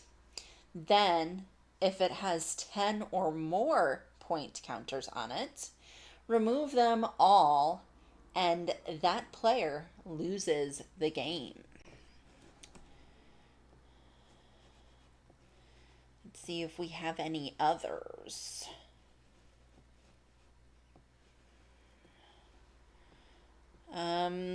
This one, technically, Barren Airship Kingdom, which is a land. This land enters tapped at tap, add 1 blue or 1 red mana. So that is all of our firsts. I mean, we must be nearing the end of having any more firsts to acquire for this set, Final Fantasy, but let's look at what is turned around here. We've got our first rare is Matoya, Archon Elder, 2 and a blue, legendary creature, human warlock. Whenever you scry or surveil, draw a card. Draw after you scry or surveil. It's a 1/4. This is a rare. Noctis, Prince of Lucas. 1 and a white, a blue, and a green. Legendary creature, human noble. With lifelink. You may cast artifact spells from your graveyard by paying 3 life, in addition to paying their other costs. If you cast a spell this way, that artifact enters with a finality counter on it, and it's a 4/3. Above that, we have Tifa Lockhart. Great card. Legendary creature, human monk. All of these are going to be rares until the mythic, so I won't even mention that part. Trample, landfall, which means whenever a land you control enters, double Tifa Lockhart's power until end of turn. So that's not what landfall is. Actually, it's just, I thought it was just explaining it, but it's just telling you the rest of her ability here. And she is a 1/2. And this art is so cool of her. Here we has Sin, Spira's Punishment. For 4, a black, a green, and a blue, you get a legendary creature Leviathan avatar with flying. Whenever Sin enters or attacks, exile a permanent card from your graveyard at random, then create a tapped token that's a copy of that card. If the exiled card is a land card, repeat this process, and it's a 7/7. This card, let's see, is a Summon Brynhildr for 1 and a red, and it's a saga. So as this saga enters, and after your draw step, add a lore counter. Sacrifice after 3. So for the first lore counter, I guess is what that would be. Chain. Exile the top card of your library. During any turn you put a lore counter on this saga, you may play that card. Number 2, Gestalt mode. When you next cast a creature spell this turn, it gains haste until end of turn, which is also number 3 on this saga. Enchantment creature, and it's a Saga Knight. And the flavor text is a name in blood, a pact of flame. And it's a 2/1. Let's see, we've got the Masamune for 3, colorless, legendary artifact equipment. As long as equipped creature is attacking, it has first strike and must be blocked if able. Equipped creature has, if a creature dying causes a triggered ability of this creature or an emblem you own to trigger that ability triggers an additional time. That's a long quote. Yeah, Equip 2. the Masamune is a good card. Ooh, and you got Endwalker too. I love that art so much. I know you said you're not as big of a fan, if I recall. Of what? Of this one. Of the art? I love Correct. that art. Oh, I thought you said it was all very samey, in your opinion. It is, but I guess that's kind of like the look, you know? Sure. Yeah, I love it. I think it's gorgeous. It's very cool. Oh wow! And I got to you just at the end of the rares. Wow. I didn't finish that one, or I didn't start that one. Oh, okay. Not that one. That one. Midgar, City of Mako. So you can play the adventure half first. Reactor Raid, 2 and a black. For a sorcery adventure, you may sack an artifact or creature to draw 2 cards. And then it is a land. The land enters tapped, and you can tap it to add a black. Okay. Cool. Yeah. And then the last rare, is Sarah Farron. Ah. Look how beautiful she is. Yeah. 1 green, white for a 2/2 human citizen, legendary. The first legendary creature spell you cast each turn costs 2 less. And at the beginning of combat on your turn, if you control 2 or more other legends, you may transform Sarah Farron. And if you do, she becomes a legendary artifact, crystallized Sarah. Oh, I was about to ask if she's ice.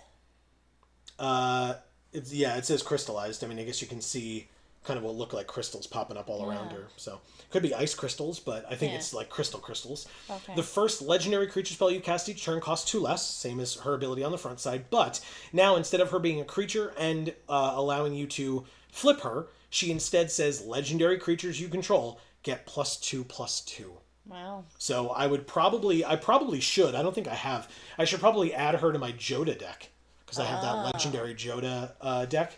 Well, you haven't because she's her first. Yeah, there you go. And so now I can. You're totally right. And I forgot to mention that this summon one is first. Did you as well. Did you remember how to pronounce this thing's name? It took me a while. Brynhilder. Brynhilder, yeah. It took me a while to remember. Like Brynhilder? It's Seymour Guado, which is a reskin of Kinnan Bonder Prodigy from Ikoria. Green, black, green, blue. That's what colors are. For a 2/2 legendary human druid, whenever you tap a non-land permanent for mana, add 1 mana of any type that permanent produced. And then for 7 mana, 5 green, blue. Look at the top 5 cards of your library. You may put a non-human creature from among them onto the battlefield and the rest on the bottom in a random order. Oh, we both got these things on our faces. Yeah, that's for sure. Second mythic is Kefka Court Mage. Love this card. 2 and Grixis, blue, black, red for a 4/5 legendary human wizard. Whenever Kefka enters or attacks, each player discards a card. Then you draw a card for each card type among cards discarded this way. So, cool thing is you get to discard a card as well. So even if it's a one-on-one game, we've seen this before. But if we discarded an artifact creature and they discarded an instant or a land, for example, you would get to draw 3 cards because you have an artifact, a creature, and a land. Cool. Even though it's 2 cards, right? Yeah. And then for 8 mana, each opponent of any color, each opponent sacrifices a permanent of their choice, and you transform Kefka only as a sorcery. And then Kefka is a 5/7 flyer, and whenever an opponent loses life during your turn, you draw that many cards. That's burn damage, that's loss of life, like, gain 2, lose 2 kind of a thing or whatever. Or damage. If you attack with this 5/7 and they take 5, you draw 5 cards. Wow. Really, really cool. And last but not least, Cloud, Midgar Mercenary. Nice. Okay, good stuff. And it's our first. Yeah, that's awesome. I did not know that. 2 white for a 2/1 legendary human soldier mercenary. When Cloud enters, search your library for an equipment, reveal it, put it into your hand, and then shuffle. And as long as Cloud is equipped, if an ability of Cloud or an equipment attached to it triggers, that ability triggers an additional time.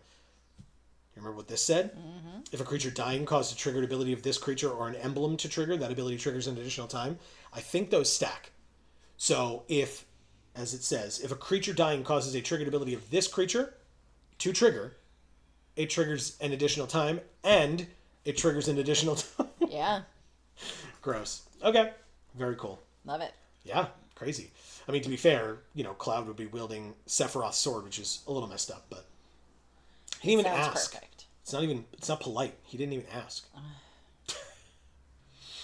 All right, we're 1-0. Let's keep going in this sealed event. Blue-black. Yeah.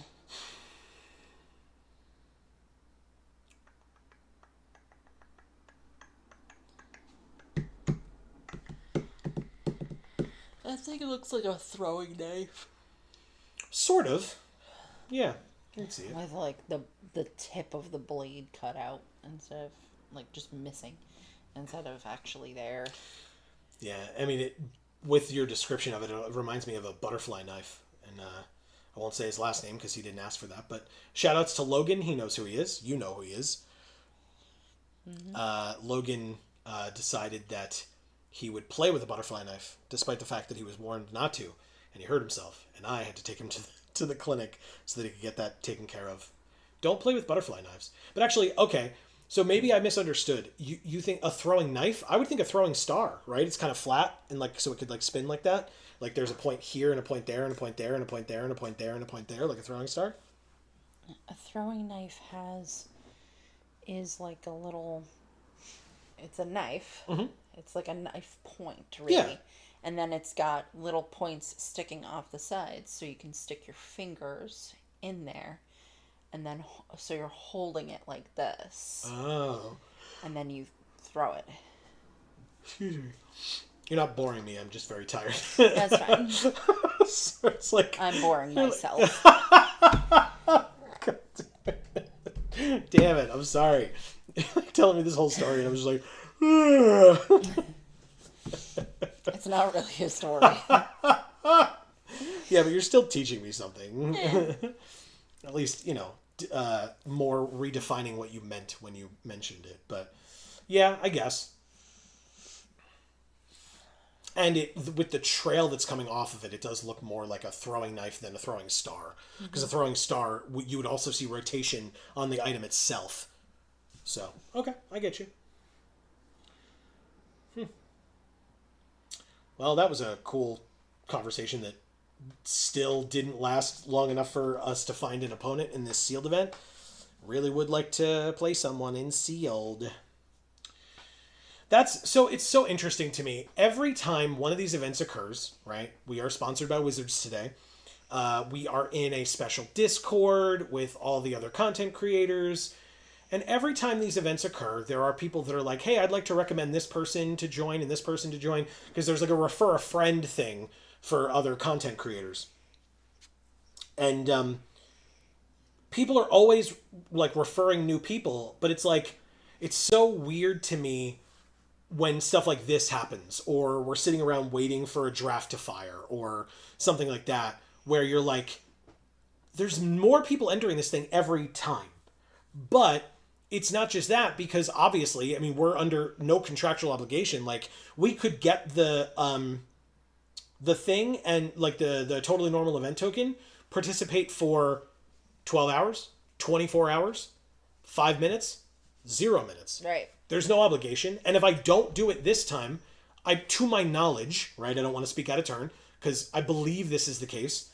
But I don't know that I could point you to anything written down where it has said this. But I imagine that if I didn't participate in this one, because, for example, if I felt like my community wasn't interested in this format, right, because we've talked about that, that's absolutely a possibility, I don't think I would be precluded from participating in future ones.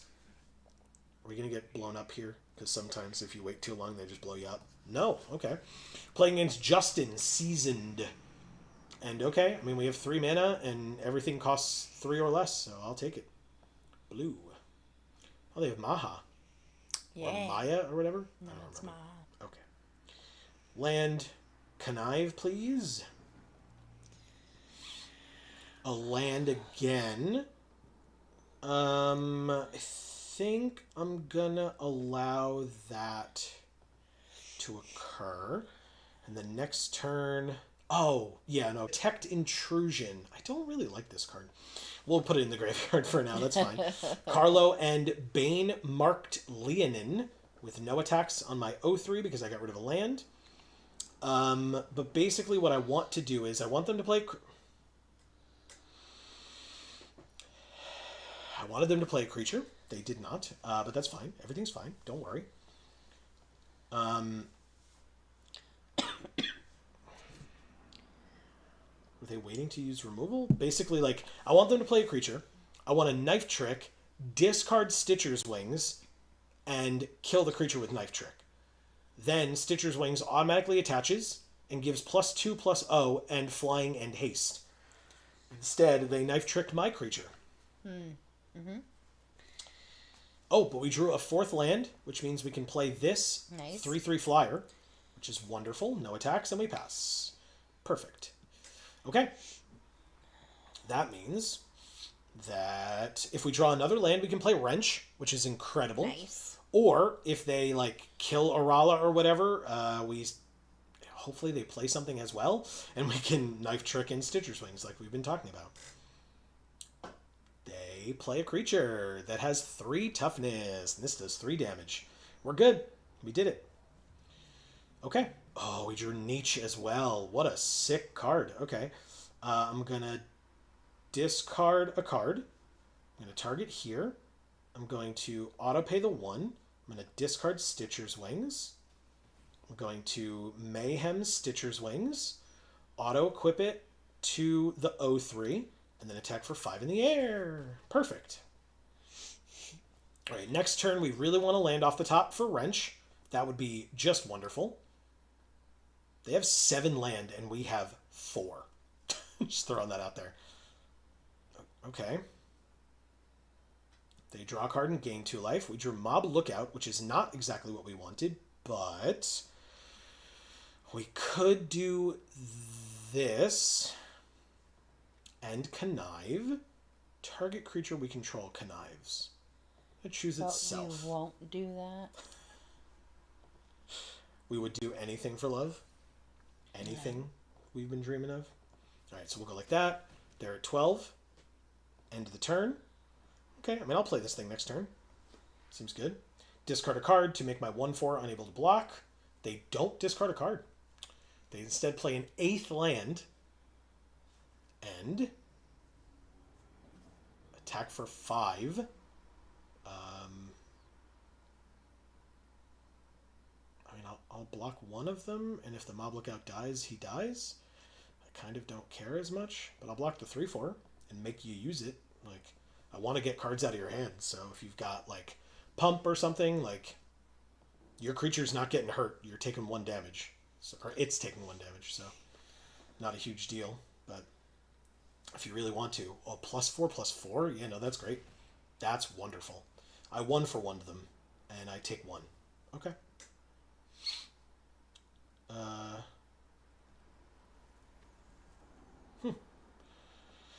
Okay, they played a 2/3 with Reach. That's relevant. And Sarn in webbing the other Sarn, drawing a card and gaining 2 life. Very nice. We drew the 5th land, though. Wow. Which means Wrench time. Top 9 cards of their library. Oh. First of all, there's Gloria. There's Stitcher's Wings. Wow. Oh my god. And there's Mothwing Shroud. It's got to be Mothwing Shroud and Stitcher's Wings. I don't think I take Gloria here, that's all. Yeah, I think that's it. Okay. That's hilarious. Okay. Wow. Attack for 3. They're at 11. I guess I would play the Shroud on one of the Sarns, and then Stitcher's Wings Wrench. Seems okay, right? 3 to play, 2 to equip. That's my whole turn, unfortunately, because I don't have any method of discarding, right? I don't. Okay. Interesting. So yeah, I could take a whole turn to Stitcher's Wings and then swing for 4, 5, 6, 7, 8, 9 in the air. They go to 2. Oh, nope, my creature just died. Okay. I take a damage. That's super interesting that this card is just like insult to injury the card. Like if one of your creatures dies, you take 1 damage. Like, wow. Yeah. That's pretty messed up. I will block this one. They're both 2/3s. It's irrelevant. Again, they can pump if they really feel like they want to with their last card. Whoa. Okay. Wow. I mean, insult to injury is a card. I know. I know it is. All right, so that just is annoying, but fine. 4/5. They enweb the other one, but I drew a land, so actually we have this. The Shroud can get played on the 3/4, I guess. But which one? I want it on their Warden, I think, because they're both 3/4s now. So I'm going to get rid of this one with their Mothwing Shroud, and then I'm going to use play Stitcher's Wings, or do I play this? I think I played this. It's a 2/3. I've also got this 2/3. Maybe I do this and mill 2 cards. Let's try that. Mill 2 cards, but now I have a Death Toucher, so it makes it harder to attack. We lost the -2/2 to their team. But again, with what's on their board right now, I guess that's not really relevant. All right, we're both at 8. This is super scary. Both at 8. You could discard a card to make my 2/3 unable to block and then hit me for 5 and put me to 3. That is an option available to you. They don't do it. Instead, they swing with the 3/4, which I am very happy to block. Like, super happy to block. And then I take 1. You got it. I'm at 7. Done and done. 3, 4, 5, 6, 7. They're at 8, though. They play a 4/4. Whenever you cast a creature spell, put a counter on it. Wow, and it was Sarn. They had enough for both. I mean, I knew they had Sarn. Oh, of course they have enough for both. They have 1,000,000 land. I forgot about that. Okay, fine. They draw a card and gain 2 life. They're up to 10. That's annoying, but good for them. Okay. Hide in Mundanity is wonderful. But the question is, who do I target? I think I target the 4/4. Yes, because every creature spell they cast, the thing gets bigger. So we want the 3 mana up for Rylex, the Accursed. So I'll say no attacks and end the turn. They're at 10, we're at 7. They could again discard, make our 3/3 unable to block, but they haven't done it yet. They still continue to not do it. What else do they do, though?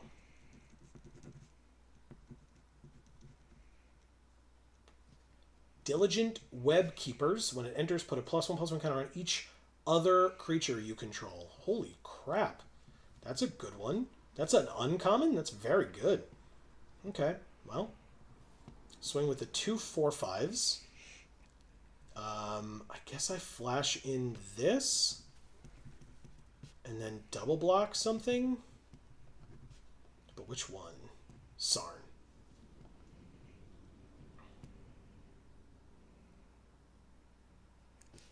It's a question what they kill. I mean, I assume it would be the flyer, but no, it's the menace creature. Interesting. Okay. So I take 1. I'm at 2. Wow. Okay. Any land gets me Niche. Just throwing that out there. That is not a land. That's super annoying. Okay. I mean, 3, 4, 5. Wow. Play this. And equip. Sure. Okay. Yeah. We're going to do that. Say no attacks and pass. I really need to land off the top, man. This is so silly. Okay, fine. One of my creatures can't block, but which one? The 3/3? So that you would want the 3/3 to die, right? Yeah, there you go. Okay. Oh, we're dead regardless. Never mind. Damn it. I just needed a land. Come on, man. That sucks. All right. But you know what? Fair game.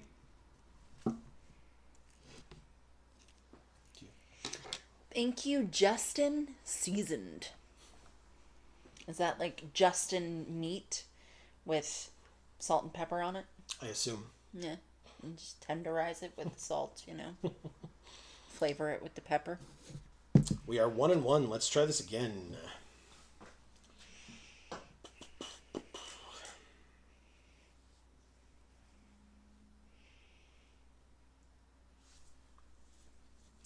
I'm sorry, Justin, whoever you are.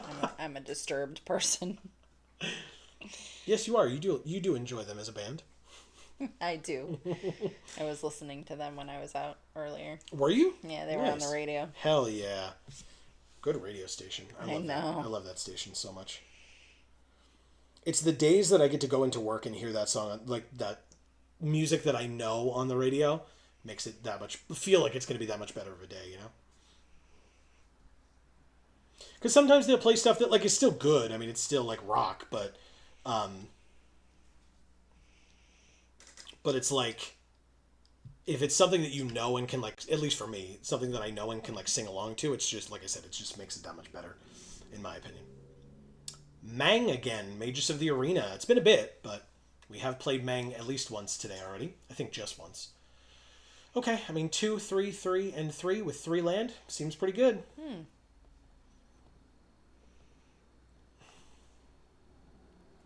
They've got an angel. We drew a 4th land. We could probably cool it for a little bit, deck. I think 4 is fine for now. Let's connive. We drew not a land. And we want to get rid of what, though? This one, maybe? Make it a 1-4.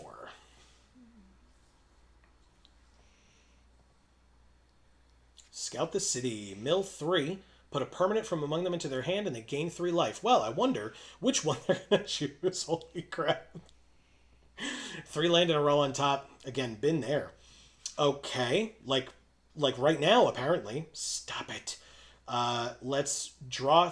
surveil 2, draw 2, lose 2. I guess we go to... Well, it doesn't matter. They're tapped out. We don't have to worry about doing it then. We'll ditch a land and keep the Mayhem Flash Flyer on top. Drawing... it and Carlo. Very nice. I like Carlo a lot. Okay.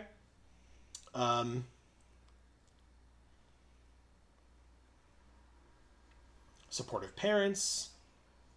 We have Carlo. No attacks with the 1-4. We'll just chill.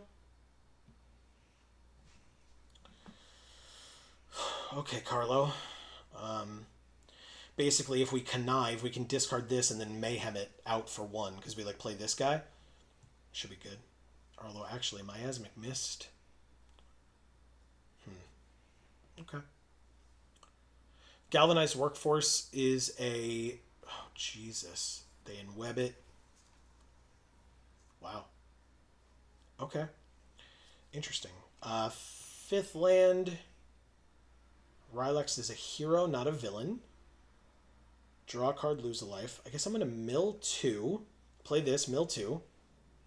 Connive. So land Stitcher's Wings. That's a little unfortunate, but overall fine. I'm then going to ditch Wekdu. And then combat, attack for 3 menace into their 4-4. And then attack, or not attack, play this guy. Connive again, discarding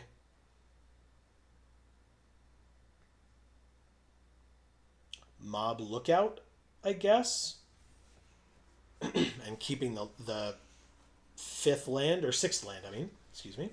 Oh, God. Okay, this is very scary. Yep, I take 7 and go to 11. I could chump. Sure, I'll chump. Why not? Okay. You're a chump. That sounds right. All right, I drew an island. I'll play the island. I could Miasmic Mist. That does nothing here for me. So what does this say? Whenever you cast a creature spell, counter, and it gains flying. So this goes here for sure. Goodbye. It's only a 2/2 now, which is great for me. And then I'll flash that in later. Go to... combat? No. End of the turn. And then if they want to... Jesus, sorry. If they want to pump Oris with itself and then swing, I would block with the Death Toucher, flash in the Menace. Yeah, please do it. Go ahead. Yes. Oh, gorgeous. Flash this in. Block with the Death Toucher. Perfect. Absolutely perfect. Just how we drew it up. That's great. Really, really nice. Merciless Enforcers is a villain. So nice with Carlo, man. My God. Okay. Then some sort of dual fight spell. Perilous Lunge. Okay, you got it. I didn't really need this anymore after that. It was pretty good on its own, getting rid of your thing. So. Oh, crap. Okay. They played another 2/2. They exile 2 lands. Oh my god. Oh my god, that's rude. Okay. But notably, we have some conniving to do with Miasmic Mist on the field. So let's go ahead and play this. We connive, drawing, wrench, discarding this, Miasmic Misting, to -2/-2 to only your team, and swinging for 5 Menace. They're at 14. It's a interesting game, man. Very, very interesting. Okay. They played a Black Source, first one of those. Another Galvanized Workforce, that's a third. And another Oris. They have a lot of duplicates in this deck.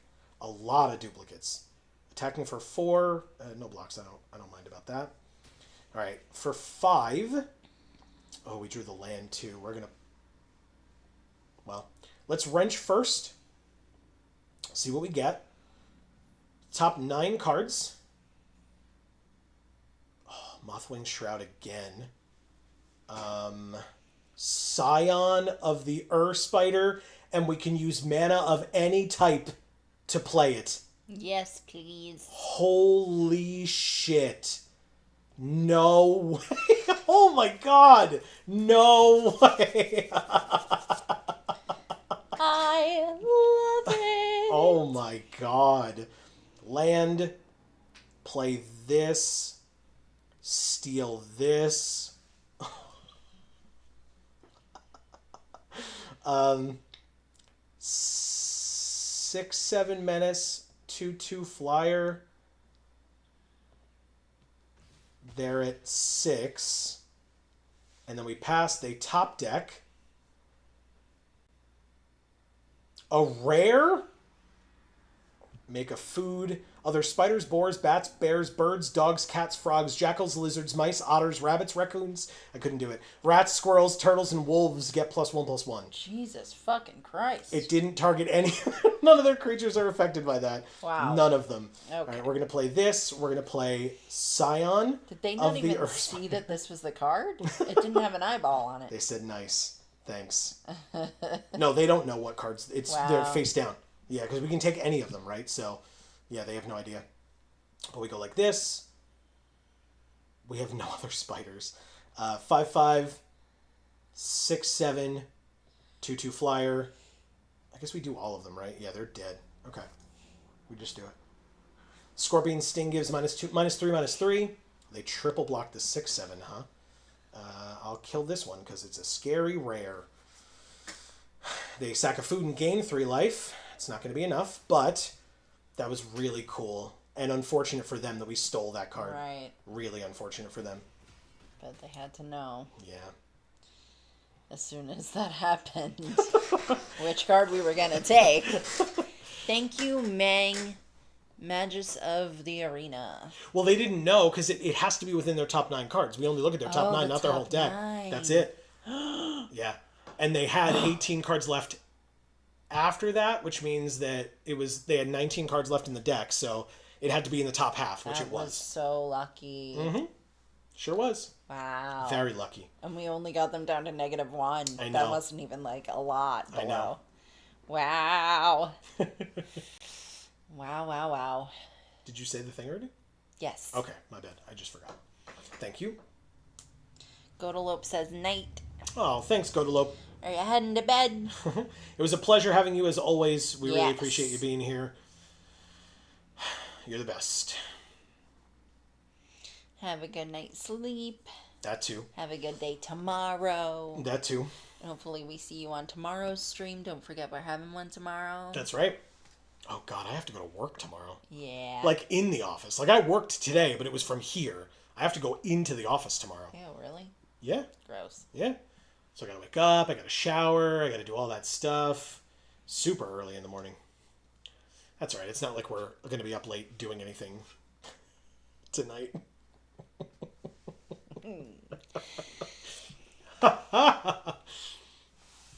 Oh my God. Do you know Wrench is a good card? Yeah. I learned that.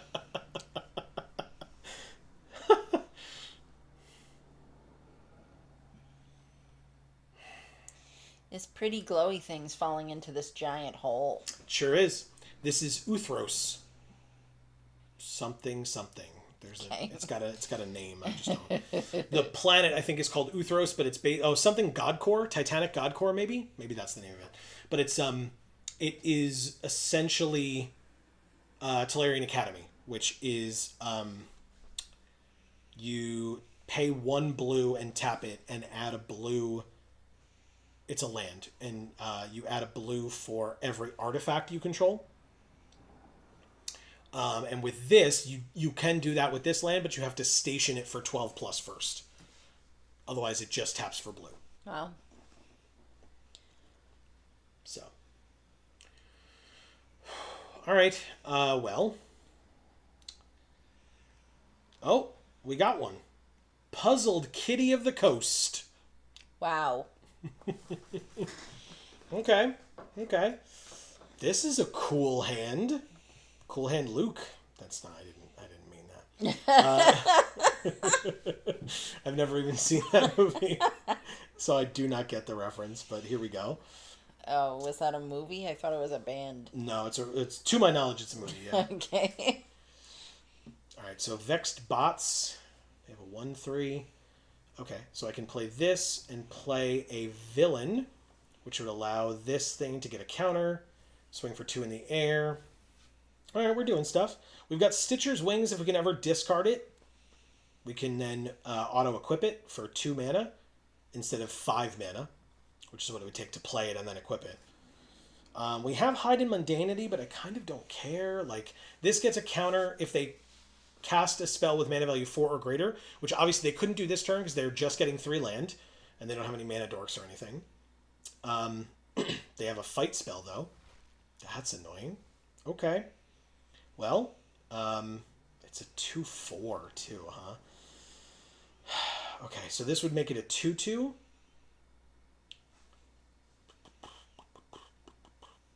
Or, I could Surveil 2, draw 2, lose 2. Rylex the Accursed and Wekdu Midnight Hunter. Fine. I get to draw them both, so hopefully I draw into some land soon-ish anyway.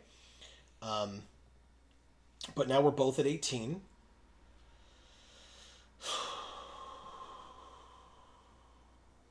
Now they have the capability of playing a 4th land and playing a card that would give Lurking Lizards proper +1/+1 counter. It's a Plains. That makes sense for +1/+1 counter strategies. What does it call it? Modified is... Oh, this is Web Slinging. Peter Parker and other spider heroes repeatedly swing in to save the day, returning to your hand and entering again for bonus effects. That's right. Peter Parker and other spider heroes. See? There you go. It's a 3/5 now, and they make a treasure. We drew a 5th land, which would allow us to attack for 4 flying every turn and gain 4 life. We don't win that race off. Well, whatever. We can make it work. Oh, right. Yeah, okay, we're fine. Everything's fine. Don't worry. 4/1, swing for 4, gain 4. So we're at 20, they're at 14. They could kill this thing, I guess. I assume. 1, 2, 3, 4, 5. But basically, I can hide in mundanity on the 4/4 and make it a 1/1 so that I don't have to care about it anymore. And then I guess Rylex. It's fine. I'll take 7. Go to 13. While they're at 14. What do they do? Second main. I'm just very worried that they're going to kill this Enforcers, but they don't. They have a 6/6 Reach Trample, Ward 2. So I guess what I'm actually supposed to do is target this. Yes, I will pay the ward cost. Resolves. Paying 2. It's a 1/1. Combat, attack for 4, gain 4, up to 17. Maybe I do win this race. Seems cool to me. Okay, well.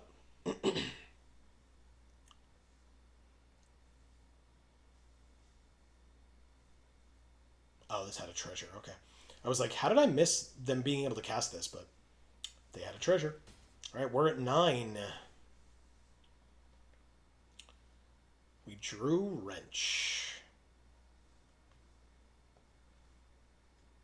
Is it worth it to play Wrench? There's kind of nothing else we can really do profitably here. So, Wrench it is. We have 1 mana left over. So we probably won't be able to play what we steal this turn, but we can next turn, hopefully. We just have to live long enough, I guess. But we should be able to do that. They can't counter it. So, top 9 cards of your library. I get to look and pick the 2 best ones. Not Janai and Hoppy, not a Trail of Teacups. Whenever you cast a creature spell, create a 1/1 human, and for 5 creatures you control get +2/+2 in Vigilance until end of turn. I won't be able to use that ability.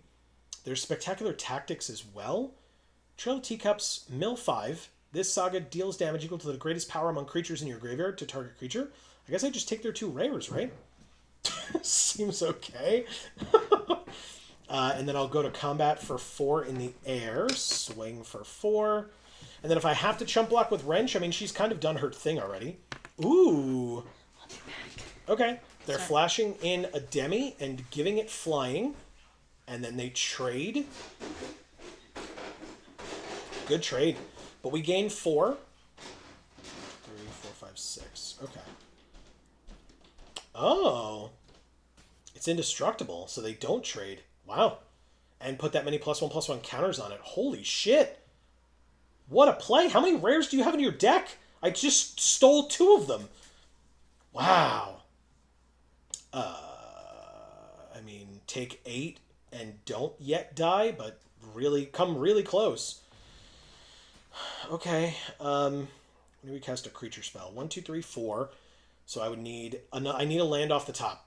Otherwise, I'm definitely dead, whereas I'm only probably dead. They had the extra mana for to give that thing flying to just kill me. But they didn't do it. Wow. Okay, or that, I guess. Jesus Christ. No, we're just dead. We're just dead. I could show them what I took, but it's not really going to matter, right? Mill 5 to target creature. What's the greatest power right now? 2? 2. Okay. We'll play Trail of Teacups. The answer is 2. We milled another creature with 2 power. That's fun. Fate Weaver. Okay. I'll say good game, I guess. Puzzled Kitty of the Coast. There you go. They got there. Gains flying. Nice. Good call. All right, we are at -13. Thank you, Puzzled Kitty of the Coast. Very nice. Very nice. Okay, notably, that is not our 3rd loss. It is our 2nd loss. So we are 2-2, and so we can try again.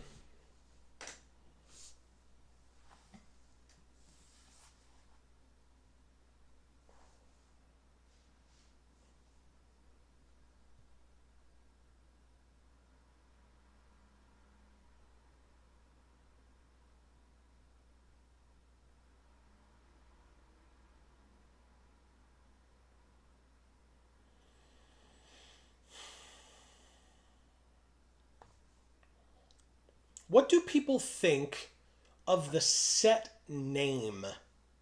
I know that may be a weird question, but the set's name, the main set, not Through the Omenpaths, that set makes sense to me. The set's name for the paper cards that this set is going to be is called Magic the Gathering Marvel's Spider-Man. And it's like, you don't read it, but it's like Magic the Gathering weird vertical delineating line Marvel's Spider-Man. Why? Is there genuinely a single person in the world who thinks, who doesn't know, first of all, that Spider-Man is owned by Marvel, right? That's the first question. But secondly, just like, do you really have to specify, like, oh, what are you playing? Oh, I'm playing Marvel's Spider-Man. Like, is that a card game that I'm not aware of? No, it's a set in Magic the Gathering. Like, oh, okay. I'm going to go draft some Marvel's Spider-Man. Wouldn't that be okay? I'm going to go draft some Spider-Man. Like, I don't know. It just feels super clunky. And I imagine that it's all about, like, the different corporate entities being like, well, we want to make sure that we delineate and we want to make sure that our name is in there properly. But, like, it feels so dumb, right? Like, like I said, it just feels very clunky. I don't want to say dumb. That's not fair. But it feels very clunky. Magic the Gathering Marvel's Spider-Man. It's just Spider-Man. Like, if you're colloquially talking about it with people, you're just like, oh, what's your favorite set? Well, I really enjoyed the Spider-Man limited format, you know? But, like, oh, it's, like I said, it's just it feels so weird. Oh, this hand is awful. Mulligan. Okay, that's much better. Much, much better. Okay. I'll probably just ditch the Mist, I think, and hold on Hope for Wrench.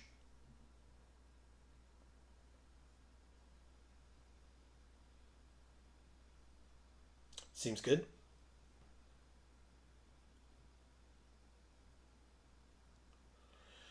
They're either thinking hard or they're not paying attention.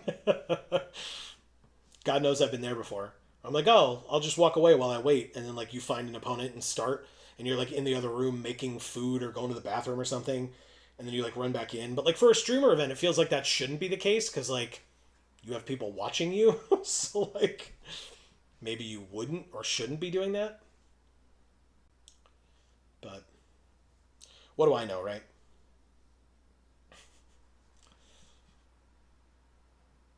Also, there's a weird quirk with YouTube where we've talked about this before, but YouTube only saves the first 11 hours and 55 minutes of a stream VOD. If you go over 12 hours, they don't the rest of the VOD doesn't exist. So typically, what we'll do is, if it looks like we're going to go over 12 hours, we will keep a whatchamacallit. We'll record it just in case anything crazy comes up or cool, and we've posted that later in the past. But yeah, so I don't know. Like, last time we finished with just enough time left where we didn't have to, but we could. Cheering Crowd. At the beginning of... Oh, right. So I could put a counter on it if I want to get a thing, but I will decline. Okay. Land. Could Hide in Mundanity. Seems pretty good. Goodbye, Cheering Crowd. I did not give you a counter, and now your owner can't use your ability, so... See you later. I could have kept up a counterspell, but I felt like getting this off the field was more important. They have passed through combat, and yet have chosen to kill my creature. You got it. You got it. 4th land, keep up the counterspell, or flash in this creature. That's actually incredible. And any land that we draw gets us Wrench. That is probably worthy of countering? Sure, why not? Counter target spell. Oh, it's choose one or both? Cool. I'll tap that one and counter your spell. Cool. Well, I probably just save that. So, pass. They can't attack with that thing anyway. It's got Defender, but they could play a hasty creature. They're part red, right? That is a 5/4 menace. That is not a hasty creature by any means. But I guess I'll flash this in. We did not draw the land. Wow. Okay. Well, we can keep up Scorpion's Sting by playing this guy. Combat, swing for 2. Oh, right. Well, whatever. It doesn't matter. They can block if they... Oh, no, yeah, they can. They can double block. And then, probably figure, like, who cares if I kill the 1/1. But instead... I'm actually going to kill them all. Everybody dies. Technically, this one should take damage first, because I don't really care about the 1/1 anymore, but that's great. Any land gets us Wrench. Any untapped land. I don't think we have any tapped lands in the deck, but still. That's not it. Combat. Attack for 2. Yeah, you do. Yeah, you do. Insane. Miasmic Mist, your creature dies. What does this thing do? When it enters, another creature gains flying. Okay. You get a 2/2 mana dork. And then for 4 more mana... Firebrained Scheme, exile the top 2, choose 1. They both land again. Our opponents, man. I am so sorry. I mean, I guess I'll play it. Can't do anything with it yet, but might as well let it sit for a minute, right? Ooh.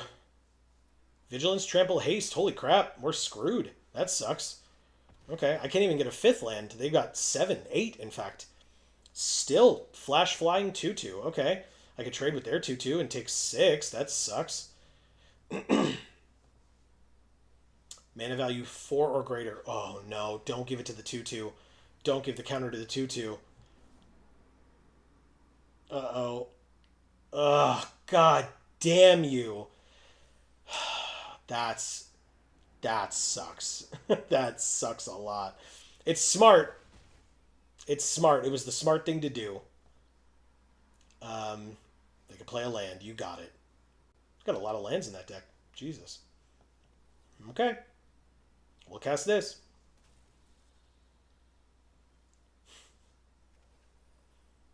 I can't even cast this. That's insane. Okay. I just have 2 of, like, insane 5-drops in my hand. And instead I'm just gonna die. I'm just dead on board as well. To not drawing a 5th land is how I lose this draft. Flash in Leyline Binding. You didn't need it, man. You didn't need it. I needed a 5th land, and I couldn't get it to save my goddamn life. Thank you, Human Token 2212. -8. Ugh. Rough. That is... 2 and 3 in sealed. Wow. All right, well, I guess I'll click claim, and I'm supposed to do a draft now to balance it out, I guess, but God knows this draft format is rough. Let's give it a try. If you haven't seen yet today, this pick 2 draft is weird. It's very awkward. It feels like more of a concession than a like design choice, you know what I mean? But I've been wrong before. It's up to what other people think as well. Well, we do know that we like Wrench. Jesus Christ. We have Wrench. I don't think Basil's the choice. I don't think Ulks is the choice. I do like Wisecrack a lot. I like Wisecrack a lot. Oh, there's Damning Caress, though, too. Destroy target creature, you gain 2. And it costs 2 less if you control a villain. She is a villain. So, yeah, I think we're going to do that. That makes more sense to me. All right, who are we drafting with? I saw it kind of. Giant, or Gant. Chakaw 1977, Daily Draft, and I was going to read off Geek for All. We're drafting with Geek for All. Who is Geek for All, really, when you think about it, you know? Is it 2 people that live in a home together, or is it an idea? Is it a community? And so because we're drafting with all of you, we are drafting with Geek for All, aren't we? God. If I could have kept a straighter face, maybe you would have thought that I was being serious. So stupid. All right, these are both villains. I'll take them. I'll stay mono black. That's actually not bad. Both of these are great cards. Notably, 3/5 drops feels a little rough. Could I take a lower drop, though? Is it Snatch Back? Is it Arachnologist? No. We want villains. And the only way to do that is these, so I guess I gotta do it and see what other people pass us here. Thanks, Marcus. That's actually really cool. I'm really glad people are enjoying the Discord. It is fun. I think so too. I think so too. And I'm glad folks, like I said, I'm glad folks are enjoying it. All right, so villains is supposed to be blue and black. And we've got it here and here. So we could do that. This is a villain too, but like, do I really care about that much? I don't think so. So Common Crook and Mob Lookout is pretty good. Again, we want lower costed stuff. Perilous Lunge wouldn't be too bad. Wonderweave Aerialist I would take. I wonder if there's an argument to be made for doing the what's it called? Doing the Khans of Tarkir strategy, where we just, like, pack 1, you just take the dual lands. If you see a dual land, you take it, and then in packs 2 and 3, you can just snap up all of the rares. Because, again, if you're picking 2 cards per pack, you just snap all the rares out of the pack, right? And then you're set. I don't care about destroying an artifact. Kind of don't care about drawing 2 cards. But this is Spiders. So I guess I'm going to take these 2. In what universe did taking those 2 cards make sense, Arena? I mean, seriously. All right. Wow. How to get lucky as sin. That is ridiculous. Okay. I mean, yes, I will take it. 2 1/1s flash for 5? An enchanted creature gets +2/+2? That feels bad. No? Does that not feel bad? That feels bad. Why would you... Okay. Anyway. Yeah, I'm curious. Like, right here, we could take both of these, right? Like, obviously, you're not going to open Scions of the Earthspider every draft, right? Because there's only 12 packs at the table. But you could. You could do that. Do I want to counter or do I want this? I guess I'll take the counter spell. I have a lot of 2s. So, okay. I don't even know what this does. It kind of doesn't matter. Whenever this creature deals combat damage to a player, look at that many cards from the top of your library, 1 into your hand and the rest into your graveyard. Exile this card from your graveyard, put a counter on a creature you control. It gains this card's other abilities. Activate only as a sorcery. God damn, okay. I mean, I'll take that, and I'll take Unstable Experiment over Mob Lookout. Maybe these 2 come back. Seems pretty good. Let's get rid of this and Data Scrubber. I have to try to remember what my last picks were because I don't care. And Marcus, you're totally right. That story that Winter told a few weeks ago was, in fact, crazy. Amy and I were sitting here reading it after the stream. Was it after the stream that night, I think, right? We were just like, oh my god. Like, just more and more. It's like, wait, what? Holy crap, you know? It's a lot. Eerie Gravestone, not bad. Do we take this and try to splash? At the beginning of your end step, if you've played a land or cast a spell from anywhere other than your hand, it deals damage equal to his power to any target. And it's a double striking vigilance that you can't play during turns 1, 2, or 3. I think I try it. Like, see if I can splash red somewhere. Red's not hard to find. Detect Intrusion I don't love. Clandestine Work I do love. Eerie Gravestone's fine. This is probably better. It has flying during your turn. When it enters, search for an aura or equipment, reveal it, put it into your hand. Okay. Yeah, I like that. Right? We have an aura, don't we? We don't. I guess we debated taking it and then didn't. Whatever, that's fine.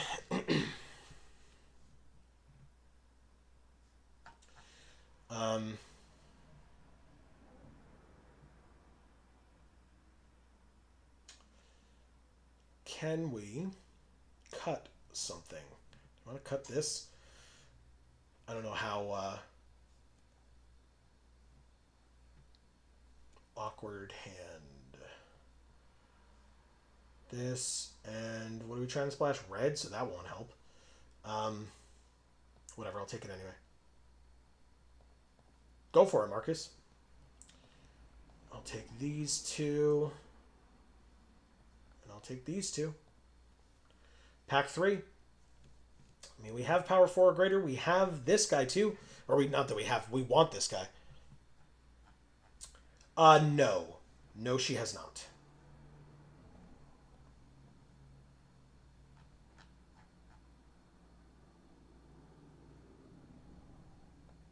Get rid of that as well.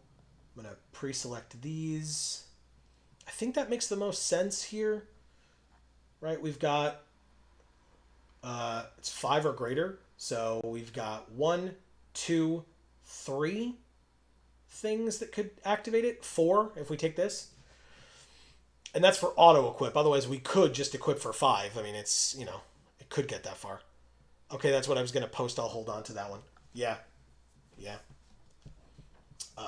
Multiversal Passage. Oh, Nia is here. Red, blue, white.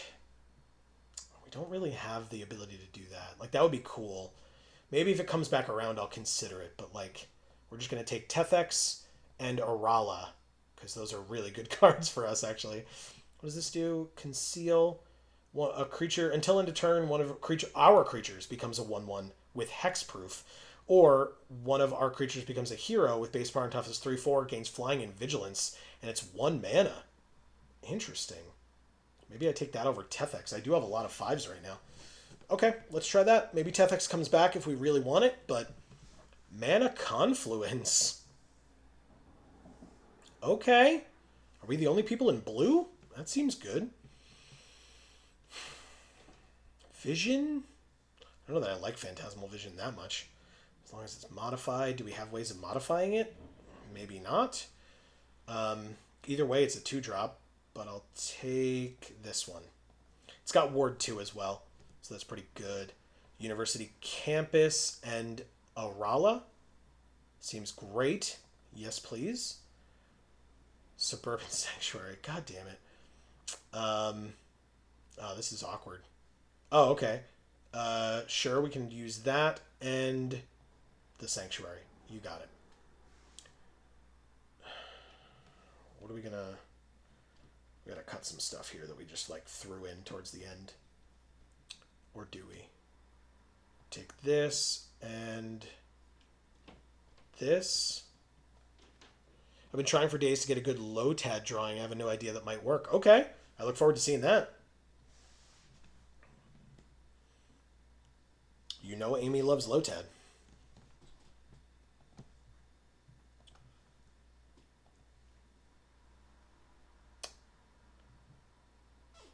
She will probably read this when she comes back, and I do hear her stirring up there if you want to just get rid of the one, just that one message, like retract it or whatever. You don't have to, but you do. You do you.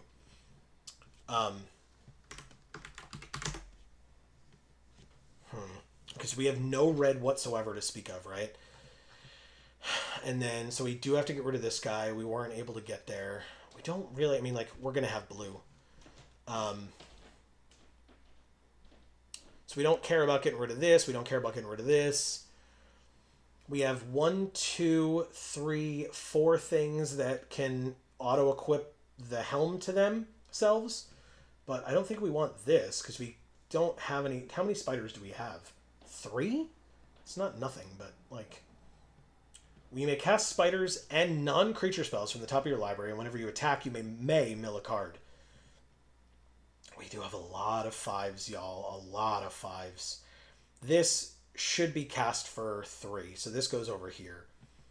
Temple Trap is a little expensive. I'll get rid of 1 for sure. Mayhem for 4, but I don't know how I'm going to discard stuff.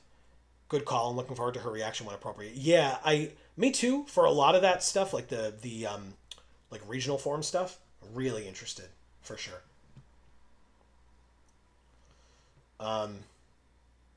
Whenever this attacks, crew 2, 4/3, you can pay a blue, and another attacking creature can't be blocked this turn. I mean, do I care? I don't think I care. So I'll get rid of that.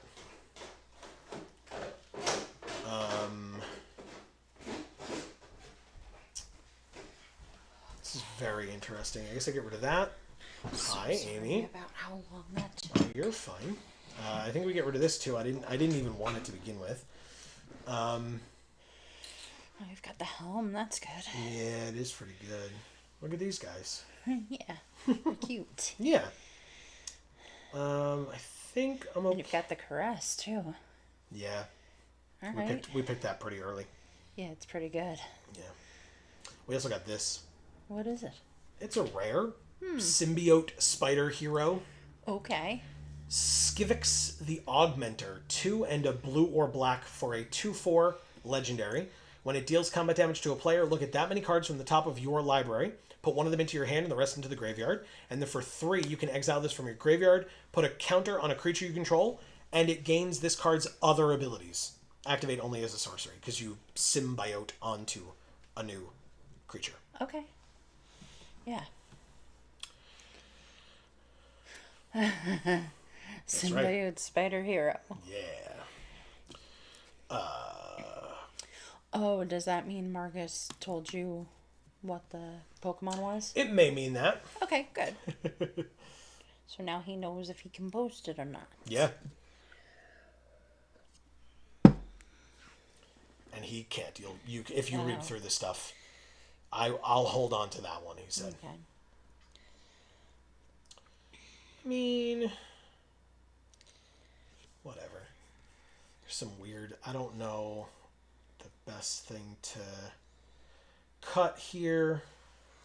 Maybe it's like one of these and this. And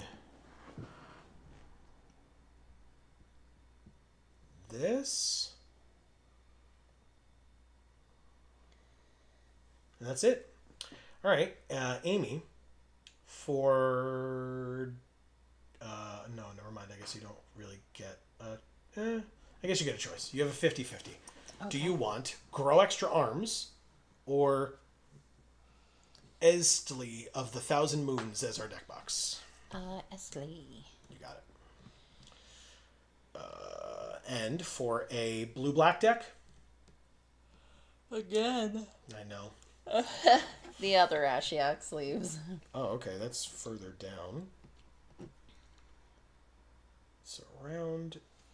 It's on the left hand I side. know. I was just going to say it's on the left side somewhere. Here they are. There you go, Ashiok.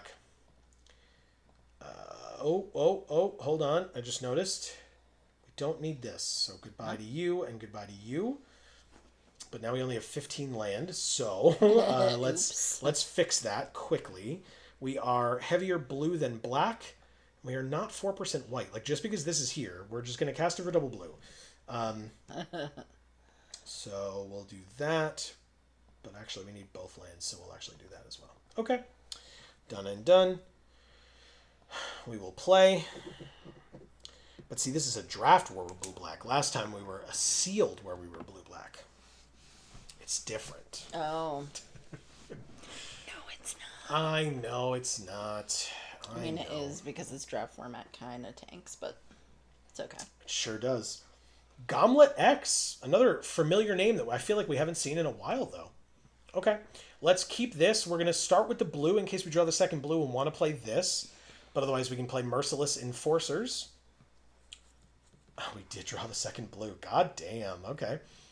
And actually, if we can follow it up with this... I guess this has flash, but... Yeah, no, we play this, and we...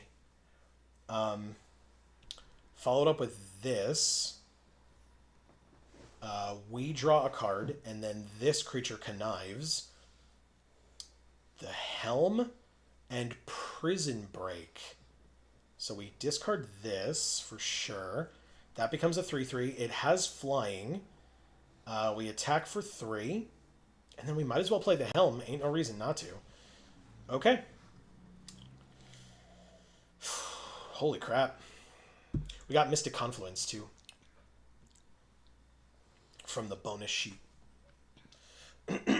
Third land, Favored Fighter. And they get to untap the Spider to then attack us for 2 again if they want, or play something for 2 or less. They attack us for 2. Look at their sleeves. Yeah. You don't belong there, Fibblethip. He's lost. How is he supposed to get home? Does he even have a home? He never finds his way back. No. Well, when we saw him over here, he had dropped his map in the hole over there, so, you know. What do you expect? Exactly. Alright, so Mystic Confluence can counterspell unless they pay 3, return a creature to its owner's hand, or draw a card. And you can choose it 3 times, and you can choose the same mode more than once. Alright, so the 2/1 dies, and we take 2. Kazuo is a very good card. Very good card. How are we at 10 already? We just got in here. I know. Don't remind me. Whoops, didn't mean to do that. He should find himself a travel buddy. Fibblethip? Yeah. Somebody who's good with maps. Are you good with maps? No. No. I would not be his good travel buddy. Alright, so this dies. We could get it back with a counter if we want, but like... I'll be the third wheel, but I'm not going to be the person with the map, because then we'll both get lost. Alright, let's see. Do I go to 1? I do, in fact, go to 1. But do I live? I do live and get a 5th card in my hand. And I have Mystic Confluence, so I can bounce 2 of their creatures and counter a spell? I hope? Or draw a card, I guess? But do I attack then? Yes, I do. I'm going to be bold as hell and make it seem like I think I've lost. But I haven't, because 1 is not 0. Yes. There it is. Play this. I would like to counter your spell unless you pay 3, and then return 2 creatures to your hand. Target this creature, target this creature. It worked! Yeah. As Marcus said. It's gonna be sick if it works. And it did. They play a land tapped and play nothing else for the turn. Now I can prison break back out the flyer. He says, let's go! Alright, so I can prison break back out this flyer. Give it a counter. Right, because I don't need to discard. Whenever this creature deals combat damage to a player, look at how many cards on the top. 1 into your hand and the rest in the graveyard. So yeah, I think I'm going to try this, because I have Damning Curse for the other thing, and this is a villain. So I think I'm going to bring her back as a 4/4 flyer. Attack for 3. They're at 8. 1 is not 0. This gains me 2 life as well. They can only... Yeah, they play this back, deal 2 damage to a creature, but... Oh, and 2 damage to me. I'm dead. Damn it, I forgot. Fuck. Damn it. Okay. Thank you, Gomlet X. Yeah, unfortunately, there was no target for this. Yeah. Otherwise, I could have. Destroy target creature, you gain 2 life. So I wouldn't have died to that ability, but I just did.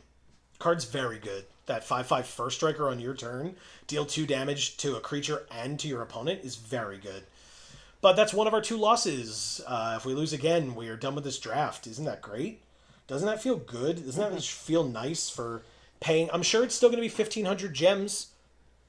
Yeah. For that shit-ass experience. It's fucking bullshit. Yeah, it really is. It, like, really is. If they make it cheaper, then I guess I'd be more fine with it. But if they don't, like, that's super messed up.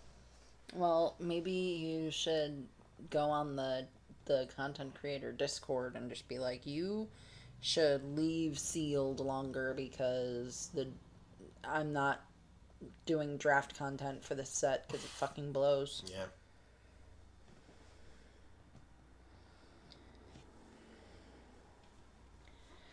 Maybe if you say that and then other content creators see it, they'll also agree, and then they'll actually have to do it. I mean, I don't think they can do it. They've already programmed it all in. Like, it's not like they could change it at the last minute. Plus, again, if it's part of their deals with Marvel, they're not changing shit. Because no matter what any number of content creators say,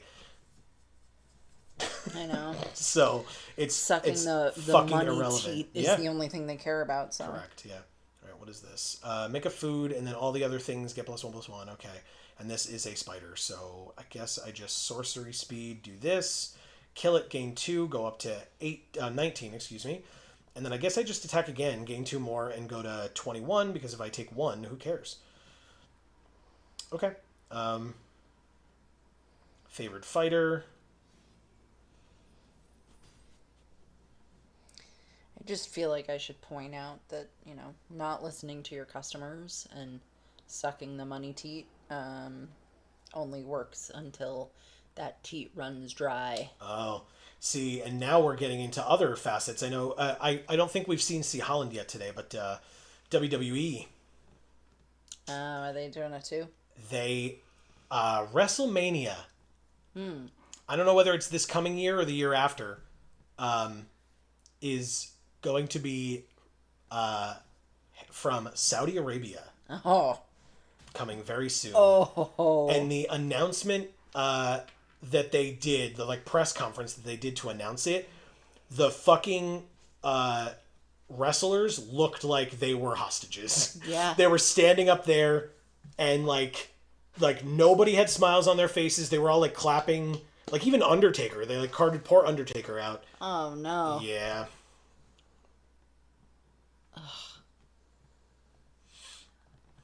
Every woman in that company should fucking walk out. And there was at least one woman in the announcement as well. Ugh. Oh, I can do both. Oh shit. Hell yes. Tap and tap. Goodbye. When did that announcement occur? This past week. How has she looked in the mirror since? Don't ask me. Wow. Yep. That's real gross. Yep. I mean, again, possibly they looked in the mirror because otherwise they don't get to keep their job. Not that I'm saying that, I'm not going to... I mean, clearly they're not keeping their job. They're being told they aren't good enough. Well, that's what that means. So yes, they do still get to perform, but they have to perform in the desert in clothing that covers their entire body, except for, they don't have to cover their hair, which I was very surprised by, but I guess if you're taking bumps and stuff, I guess they realized it would be, almost impossible to, wrap that up enough, because, a headscarf is not going to cover that properly, so... okay, so I can only double block this. 4, 5, 6, 7, 8. Okay. And I gain 2. So I take 6 and go to 10. Land off the top gets me wrench, or this deals 5 damage. Of course, I didn't get a land off the top, because why would I? I can't draw lands with this deck. That's what I've learned. This is Death Touch. That stops the 4/4. I take 4. I lost Mystic Confluence and the second Orala. But I didn't lose any land, so hopefully a land is in my future next turn. That's what we're hoping for. Don't do it. Don't kill my creature. You have 1 card in hand. There's no way. Sorry, go ahead. Marcus says, yeah, that Disney money hits different. It does. It does. It's a hard habit to break, right? They've done that before. WWE, they've never had WrestleMania in Saudi Arabia. They have had other pay-per-views there that they have, because Saudi Arabia has been we want this, and we want this, and we want this. My favorite is when they asked for Yokozuna. Oh my God. My favorite thing in the world. They were we would like to have Yokozuna perform in the, whatever the dome is called in Saudi Arabia. And they were Yokozuna is dead. It got Shawn Michaels to come out of retirement for one of the shittiest matches I've ever seen in my entire life. Oh, no. It was Shawn Michaels and Triple H. Oh, they had a land. Shawn Michaels and Triple H versus Kane and The Undertaker. And it was bad. It was very, very bad. I guess I could have played this, but it's a 2/4. Maybe I should have played that. Okay. Well, whatever. We're only going to do it once. We're not going to attack because they're at 18. We're at 10. And this one Death Toucher held back all 3 of their creatures this turn. So I'm going to hope that it stays that way. Let's see. They have a Skittering Kitten with haste. I don't care. Do they swing out now? They don't. They pass, in fact. But of course we drew a 6-drop. But it does give me a chance to remedy what I did last turn. And now play Skivix the Augmenter. and wait for my 5th land to eventually come in, hopefully. Maybe someday my prince will come. Who knows? Oh, babe. I wouldn't count on it.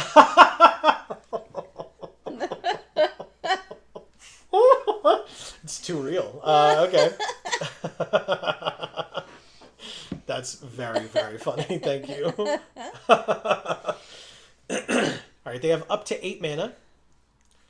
Marcus says sideways crying laughing face. That was to either the Yokozuna thing or the terrible match. All right, so 3/4 blocks the 4/4, makes me, saves me some trials and tribulations of whether to play Temple Trap or not. They played a land, but we drew the 5th land, y'all. They have 23 cards left in their library. Let's look at the top 9 of them and see what we get. Wrench, help us out, girl. Human Rogue Villain. We get...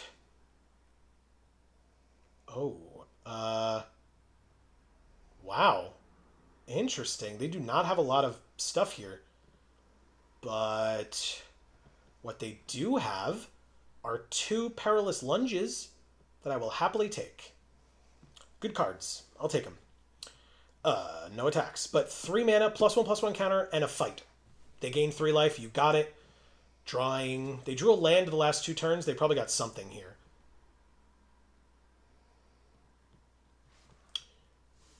I don't...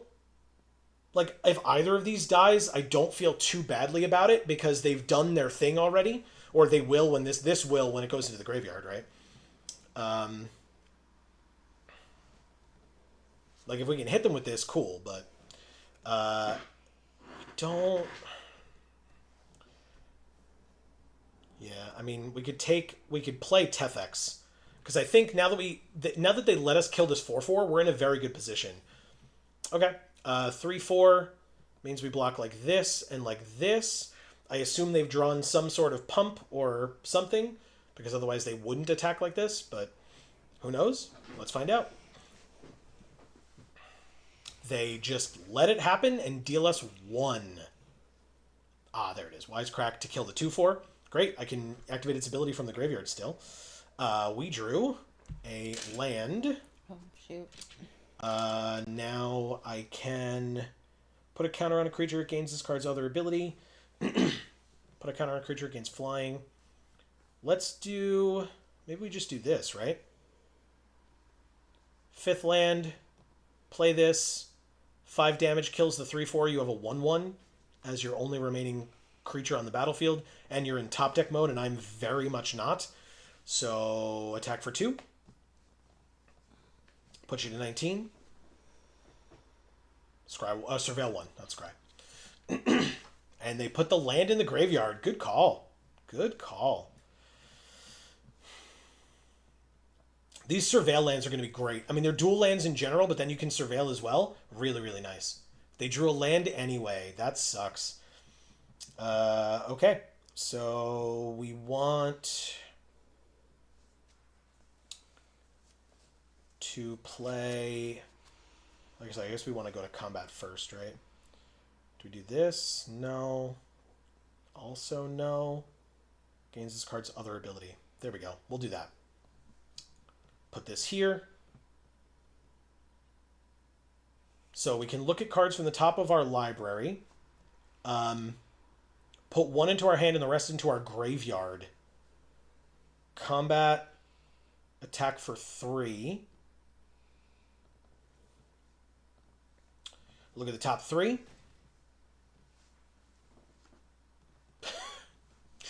I wonder which one we'll take. Goodbye, 2 lands. Jesus Christ. And then we will... Secret Identity is an instant. So we will end our turn. We can give our creature hexproof if we want with Secret Identity. It will lose all abilities until end of turn, but it will gain hexproof, which is relevant and important. They Surveil 1 at the end of our turn. They don't have a 3rd land in a row, it looks like, because otherwise they would have snapped it into the graveyard. Instead, they're debating... Oh, it was a land! Holy crap! Wow. Opponent, I am so sorry. They Surveil 1 again.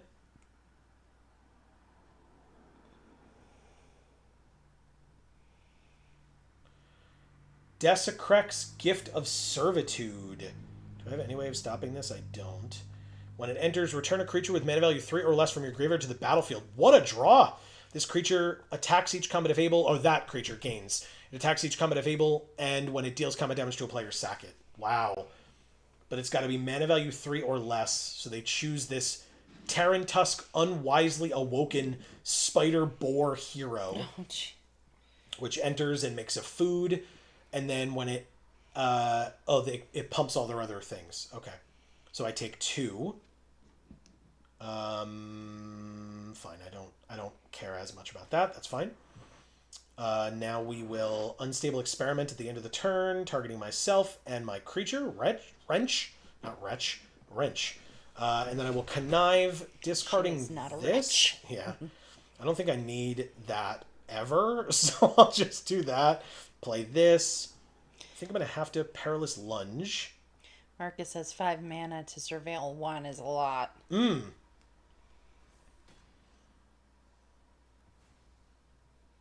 Good point.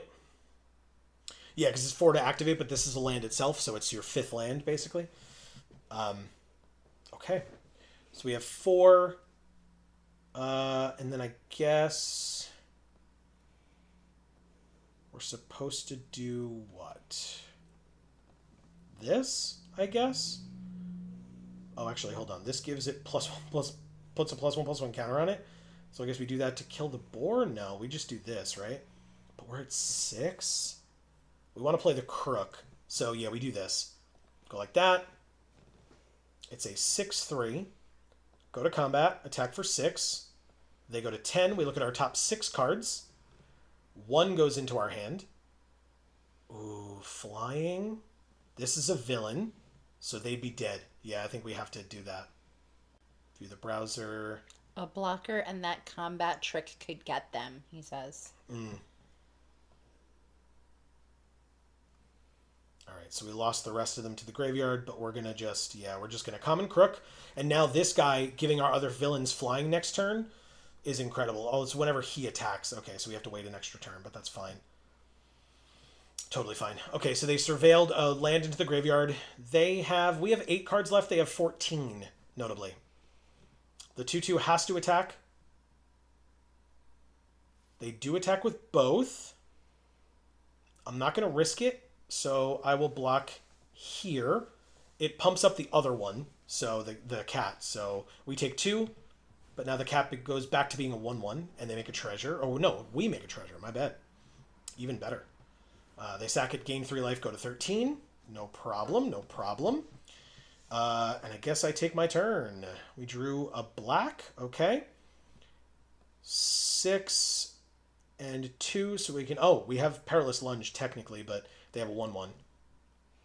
If you block the red creature, they both die, Marcus says. Oh, I see what you're saying.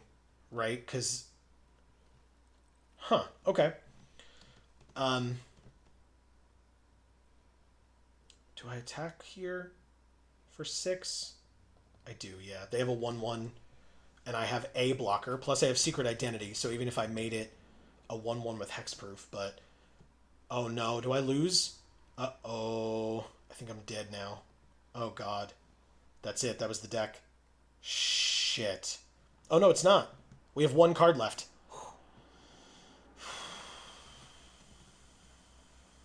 He says, when this deals combat damage to an opponent, sacrifice it. Yeah. So that was what that thing was at, because when it came back. So I would have only had to take 2, block the kitten dies, it hits us, it dies, and it would have been a board wipe. Okay. Well, thankfully we have a lot of flying,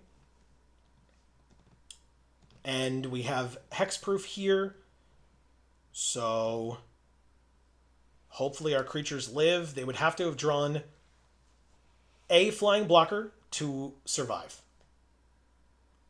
And I don't know what this card is, obviously, but it is the last card in our hand. Oh, and actually we have this, so never mind. Even if they have a flying blocker, we're probably fine. Or a creature that blocks flying. They don't, so they lose right now. Pass to attackers. They don't attack. We take our turn. We drew Eerie Gravestone that was the last card, which would draw us a card, which would lose us the game. So instead, we will take their other Perilous Lunge, and we will go like this. Right, this just... Hold on. Yeah, we're fine. Into this. Just want to make sure I'm not doing something wrong here. Fight. We still have Secret Identity. Combat. Swing. Other villains gain flying. 11 damage in the air. Sack it. Discard a land. Draw a card. See what their last card would be. And we win. Thank you, Nykthos. That was so close. Oh my god. Whew. That was very scary. We almost very much died there.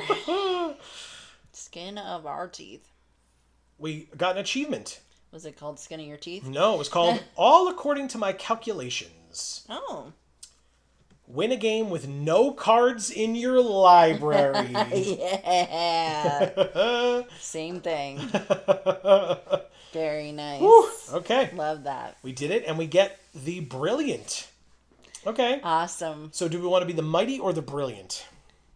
The Brilliant, obviously. Okay, my bad. We'll be the Brilliant. Go back to the draft. We're 1-1. Wow. 1-1. You got your Brilliant title. Nice. Yeah. Marcus says. It's all that blue stuff. Dirt Nymph is what this person is called. Dirt Nymph. Amazing. That is amazing. All right. 1, 2, 2, or 3. That's an interesting curve, but notably, we won't be able to cast either of these if we don't draw black. Awkward, but fine, right? Everything's fine. We're going to draw black this turn or next turn. It's next turn. No problem. Ooh, Wrench with the giant craft helm on. Seems pretty cool.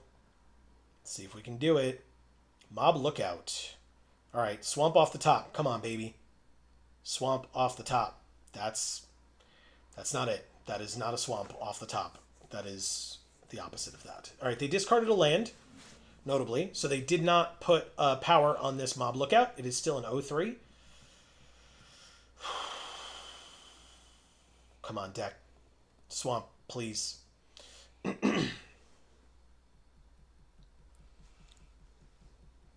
Crash, Reckless End Rider. That's not a swamp. That's a Secret Identity. Technically castable, but not really good. So, okay. End the turn. What's the other half of this? You can make a 3/4 Flying Vigilance. Okay.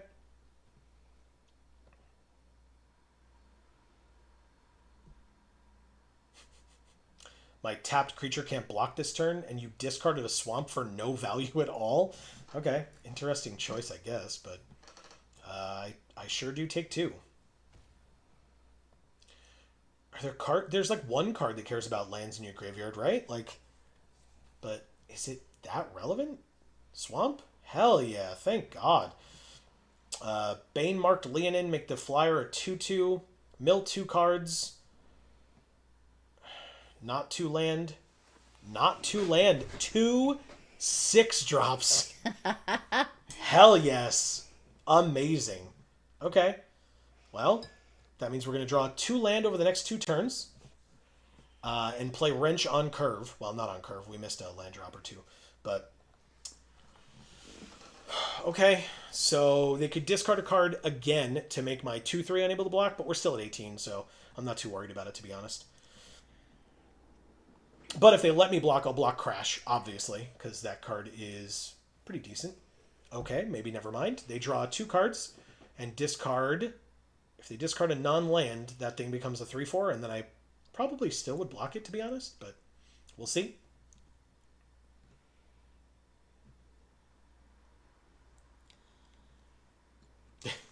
They discard. Come on.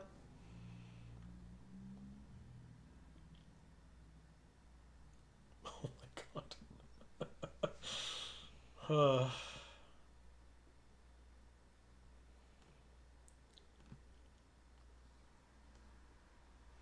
It was a land. Hell yeah. All right, but now do they discard a card again to make my 2/3 unable to block, or will they not even attack with Crash? Like, I will happily block and kill Crash here. They don't discard a card. They do play a land. They have 5 mana. But they could just be talking about my Leonin. Nope, they're damning caressing it, and we take 1, and then we take 4 more and go to 13, I assume. 2 mana left for them. They're looking at the cards in their hand. Leave in the comments if you frequently damn the things that you also frequently caress. Very nice. Oh, they are trying to connive on this mob lookout again to give it 1 power to get some benefits from it being on the battlefield for them, I guess. And they still discard a land. Oh my god. Okay, take 4, go to 13. Drew a land. It does enter tapped, but that's okay. Merciless Enforcers or Common Crook. Common Crook because it makes a treasure when it dies. We have another villain enter, so our flyer. Go to combat, swing for 3. Okay. End our turn. Okay, let's see if they discard a card to make our 2/2 unable to block. Got a lot of discard stuff going on, and they just keep discarding land. How many lands are in their graveyard right now? They have 7 cards in their graveyard. 4 of them are lands. Over half. Okay. They don't discard, but they play Data Scrubber, exile up to 1 target card from a graveyard, and one of their creatures connives. Oh my god. Please let it be the 0/3 again. Please let it be the 0/3 for a 3rd time. Nope, it's Common Crook, and they get rid of our flyer. That's fine, I don't care. And they discard.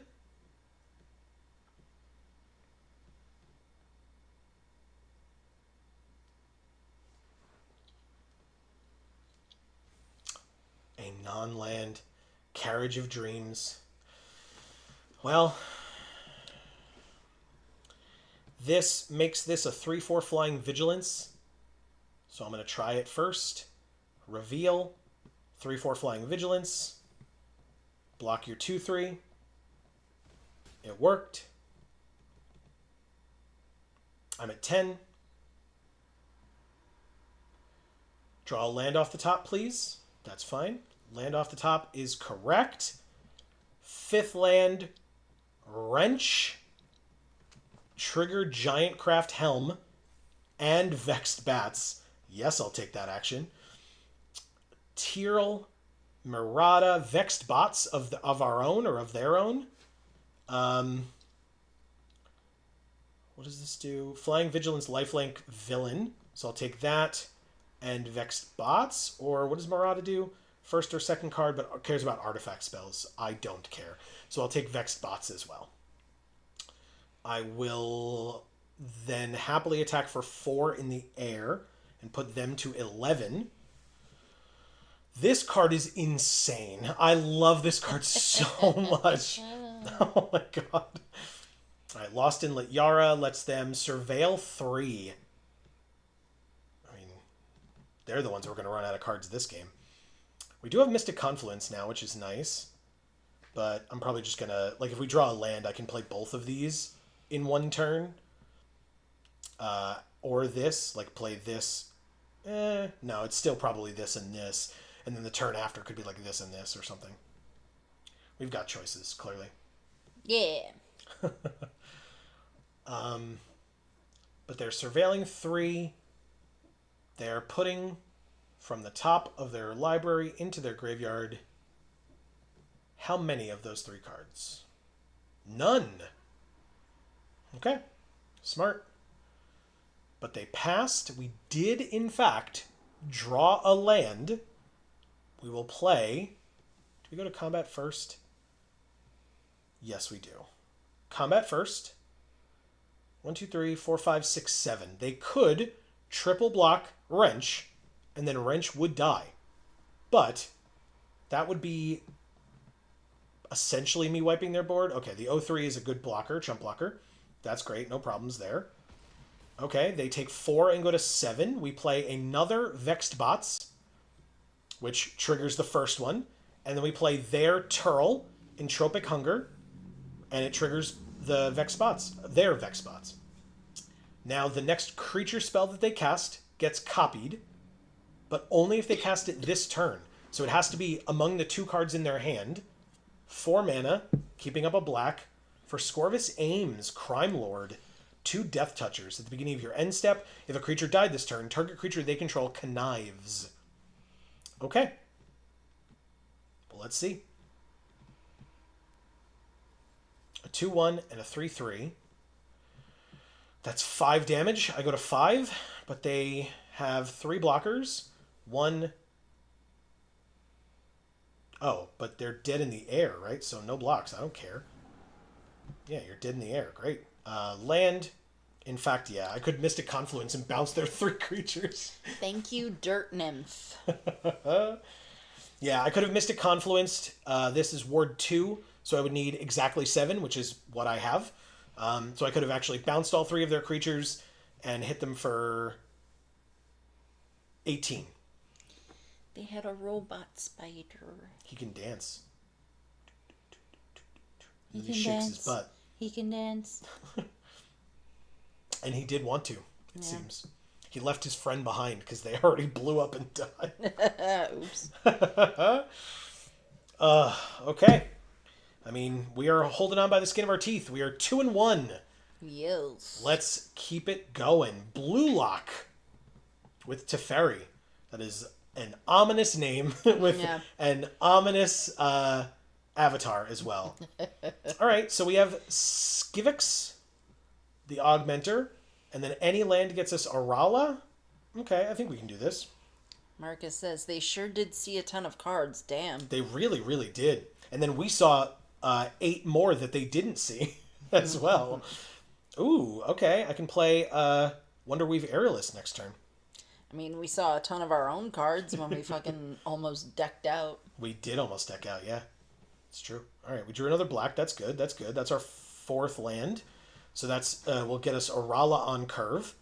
But Skivix is next turn. So we've got a 2, a 3, and a 4. It's just that they've got a 1, a 2, and then possibly a 3. No, they're sacking to play this. Okay, because Mayhem. Ooh. Interesting. Wow, they're trying to be very aggressive. First aggressive deck we've seen, right? I don't think we've seen any other aggressive decks yet. Okay, well, let's see if we can fight it off.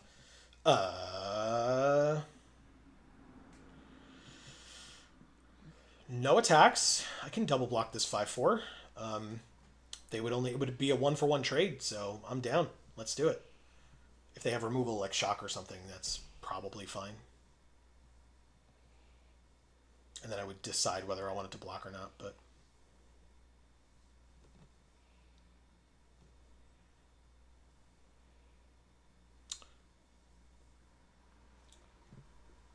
Galvanized Workforce. Not an issue. Playing these pre-combat, meaning I am in no fear whatsoever when they attack, which is why you usually play things post-combat, because I might have changed my strategy, depending on what I was afraid they might have. And instead, I'm going to 1-for-1 trade to kill this 5/4. And either way, I trade up. So they killed Skivix. That's great. We will play a Swamp. And we'll play Arala, I guess. Excuse me. Jesus Christ. We'll play Arala. No attacks. If I have to trade this Wonderweave Aerialist for this 3/1, I will absolutely do that. We're a little bit behind, but we have our 5th land. We have Mystic Confluence. We have Tethex as well. So we've got options for sure. 3/1 does attack. We do trade the 2/2 for the 3/1, or at least attempt to. We succeed. No issues whatsoever. And they discard a Tethex to draw 2 cards. A land is one of them. And then they play Merciless Enforcers for 2 again. You got it? We've got Secret Identity, 5th land. Do we play our Tethex here? Or do we keep up Mystic Confluence? I feel like... Or we push down Mystic Confluence. We're the man holding it down. Let's play Tethex. Question is, do we attack? They're at 22. Maybe we... Damn it. Oh, I think we're supposed to do this and Merciless Enforcers. That's what we do. Okay. Because maybe we wait for another land so that we can keep up Secret Identity to save this. So we go to combat, attack for 4. Look at the top 4. And put 1 in our hand and the rest into our graveyard. How many villains do we have? 1, 2. It's not terrible. There's another Arala. I take Arala, though. That's a better card for sure. Okay.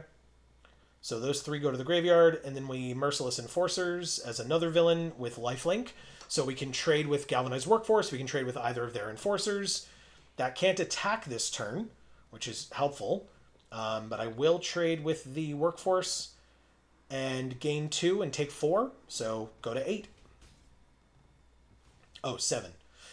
Okay. I missed something, but that's totally fine. Let's... Oh, yeah, we can bounce this, right? Okay. No attacks. End the turn. Okay. All right. Yes, I was hoping they would do that too. That's great. 2 counters on it against Death Touch until end of turn. Love that for me. Pass to attackers. They all attack? No, they don't all attack. Interesting. Okay. Their other villains gain flying. But we've got Mystic Confluence. Return a creature, draw a card. So this creature goes away, this creature goes away, and we draw a card. Perfect. It was a land, so sort of irrelevant at this point. They can then recast the 2-drop, not the 6-drop. I'm so sorry. What? What?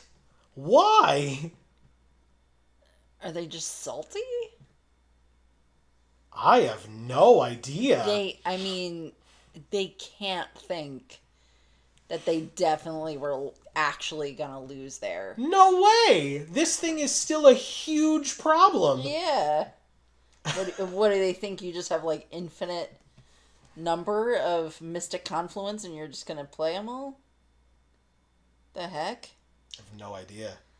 Wow. No idea. Marcus says, no way.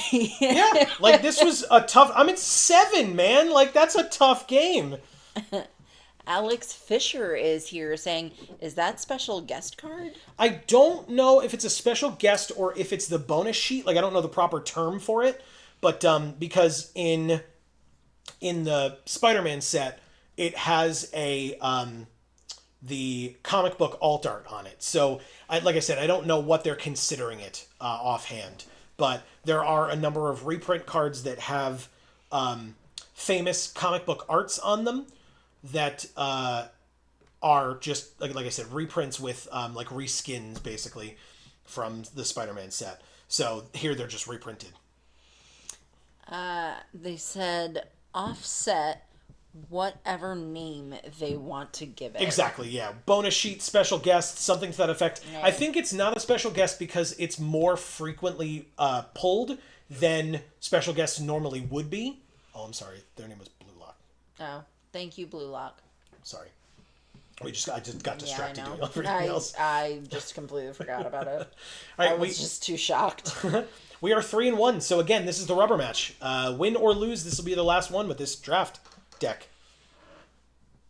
Alex, since you're new here, please leave your pronouns for me in chat. It's Giuliano Bolts 2 again with a different avatar than before, I think. Ooh, 2 mana, but with a 2, a 3, possibly 3, a 6, and a 5. I'd have to go runner, land. I don't think I can make that work. This is not better. They also mulliganed. Oh, no. Okay, that's much better. That's much better. Good. Keep 5. Ditch.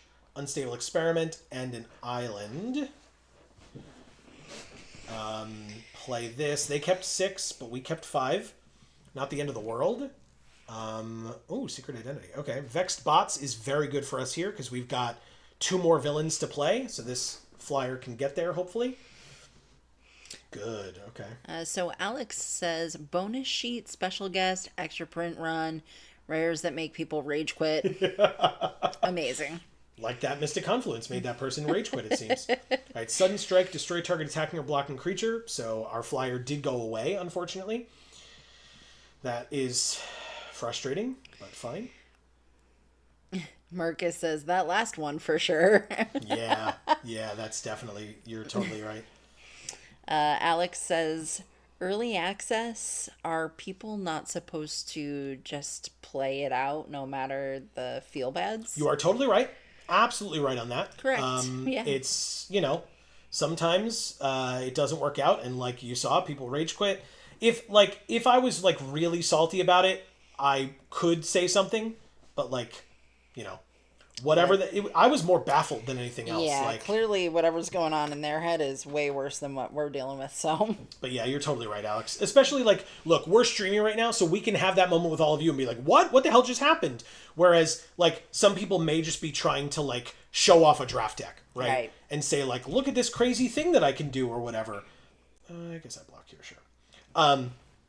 And if stuff like that happens, they may have to be like, great, now I have to stop and change the recording or whatever. Yeah, it's, kind of crazy. Or they keep on saying that each time they start a new game, and then each time they play, the person just quits before the game is over, and they never actually get to do the thing. Maybe, yeah. So they do make that rule for that purpose. Yeah, because, our content creators' time is precious, right? Oh, son of a bitch, this stupid card. No. Alex says, maybe a pipe burst in the house and they had an emergency? You never know, right? You never know. Well, sometimes a personal pipe bursts and you have an emergency. You know what I mean? That inner pipe. Yeah. That long pipe you got. The steam coming out of your ears. That's what happens when that pipe bursts. Oh, this is crazy. We're going to lose this game. No. Take 6, go to 8. Boo. Draw a 6 drop. Come on. This is a 2-1 with flash. No attacks in the turn. We could double block the Death Toucher if they don't target it and instead target this guy again. Right, they can equip it. If they equip to the 2/3, I'm okay with it. Yes, I'm okay with that. I want to kill your Death Toucher. I feel like this guy's just like, give me the ring. It's my this precious. Guy? Yeah. Yeah, Olix or whatever. Do the same target you did last time, and or that one. That's fine too. First Strike and Vigilance is totally fine. Pass to attackers. Swing with everybody. Good. You tap one of my creatures. Oh, no. Why? That's so annoying. Oh my god. Okay, fine. Take 6, go to 2. No way we can win. Might as well kill myself on my own terms. Suck it, opponent. I get the final point of damage. Both go into the graveyard. And we draw 2 more. Wrench was there. Bye. Thank you, Giuliano Bolts 2. I can talk. Okay, so we did not... So we have a full win sealed deck today. We do not have a full win draft deck on the day. We went 3-2. That's because this drafting format sucks dick. It really does. 2 losses and you're done with the draft, huh? I didn't say that out loud, but yes, I fucking did. Yeah. We'll go back... You better hear me, wizard. Jesus.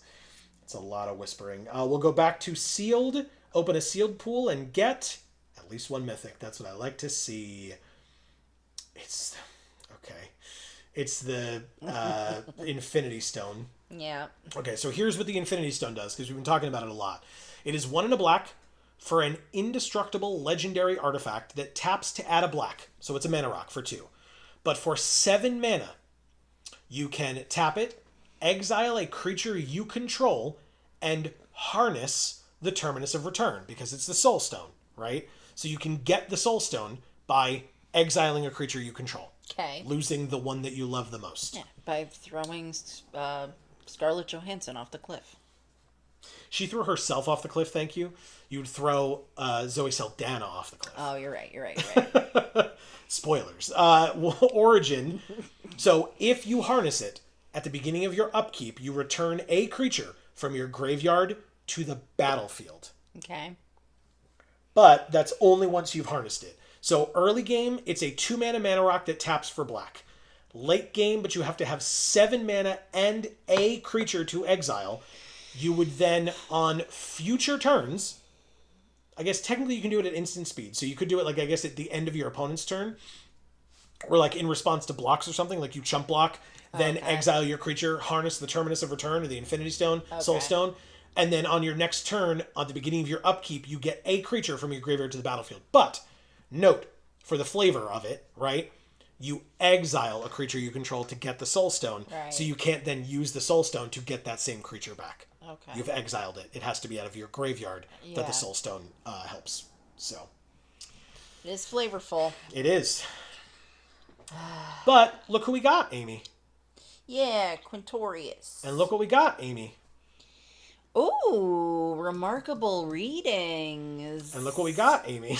Nice. So actually, Gloria. everything but the Soul Stone and the Scouring Storm Soul, which we haven't seen today. Oh, it's Sandman. Sand Elemental Villain. Ah. So it's 1 green for a star Sand Elemental Villain legendary. Its power and toughness are each equal to the number of lands you control, and he can't be blocked by creatures with power 2 or less. And then for 3 green, return this card and target land from your graveyard to the battlefield, tapped. Sand tribal confirmed. Marcus says. Hell yeah. Amazing.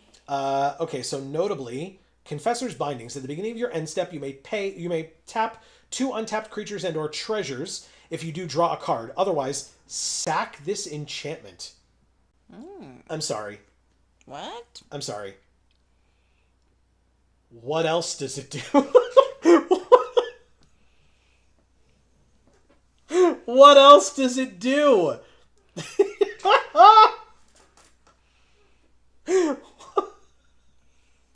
Okay. You could Hey. Whatever. tap 2 untapped creatures and or treasures a turn and do what? What else does it do? Alex says it's Phyrexian Arena if you have extra bodies. But, oh, it says if you do draw a card. Okay. I missed that one line. You're totally right. Okay. Oh. But, like, okay. Still, though, is that worth it? Yeah, you're right. Just draw a card. You're right. But still, is it worth it? I can't see how that's worth it at all. No way. I cannot see the benefit of playing this card. I just can't. Okay. That's ridiculous. No, we don't have to. We're not. Don't you worry. Oh, okay. Don't you worry. All right, then. We can play Demi Lovato. What if it's Demi Moore? We talked about this. I'm sorry, okay? I thought she's on pills or whatever that show is. It's a movie. It's a movie, I'm the sorry. Substance. Yeah. The substance. Is it pills? It's something. It's the substance. It's That's a what it is. substance. It's the substance. Not all cards are for limited. It's works with remarkable readings, though. It gives you 3 little dudes to tape to the buildings. Bindings, and then you draw extra cards. You're right. Yeah. I mean, I'm still not going to play it, but you're totally right. That is a good avenue for how to make that a viable strategy. You're totally right. All right, so we're going to play white-red for sure. Marcus says pills for sideways crying laughing face. I didn't see the fucking movie. All right, clearly. Jesus Christ. What do you want, Marcus? He wants accuracy in your reporting, Amy. That's what he wants. I'm so sorry. I didn't mean to make you almost spit take. I'm sorry. Alex says typos there in their remarkable readings and tap. Yeah, I got it. We got it. It's totally. I mean, like I said, you're not wrong at all. It makes perfect sense. That doesn't mean I'm going to play it, but I do appreciate the insights and the information. Truly. Marcus says nothing. That was perfect. Well, good. I'm glad. Alex says I wouldn't play the bindings either. Yeah, fair enough. All right, so we play this, and we play these. I mean, that's 42. I got to cut something. I actually don't... Am I supposed to like this guy? I don't feel like I like this guy. We want Gloria. Now, the question is, do we also want this? This card seems insane, right?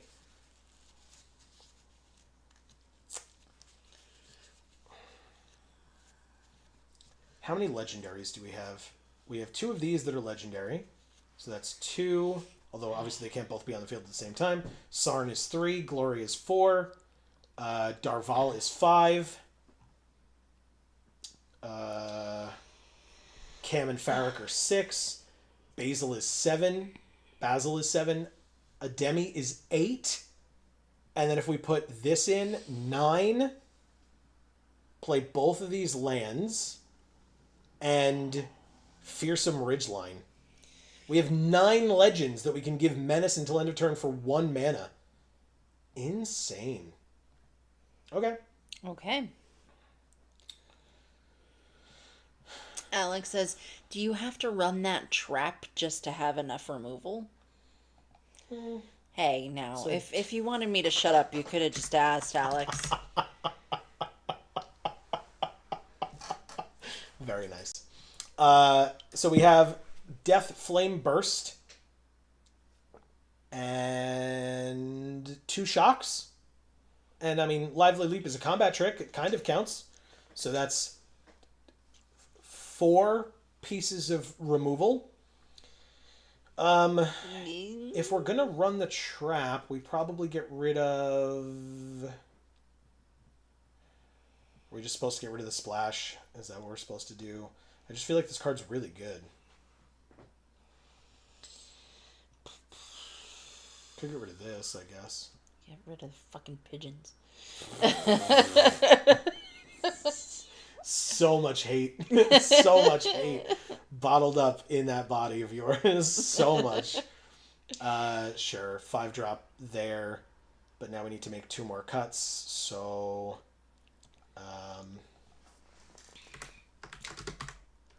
Whoops. There we go.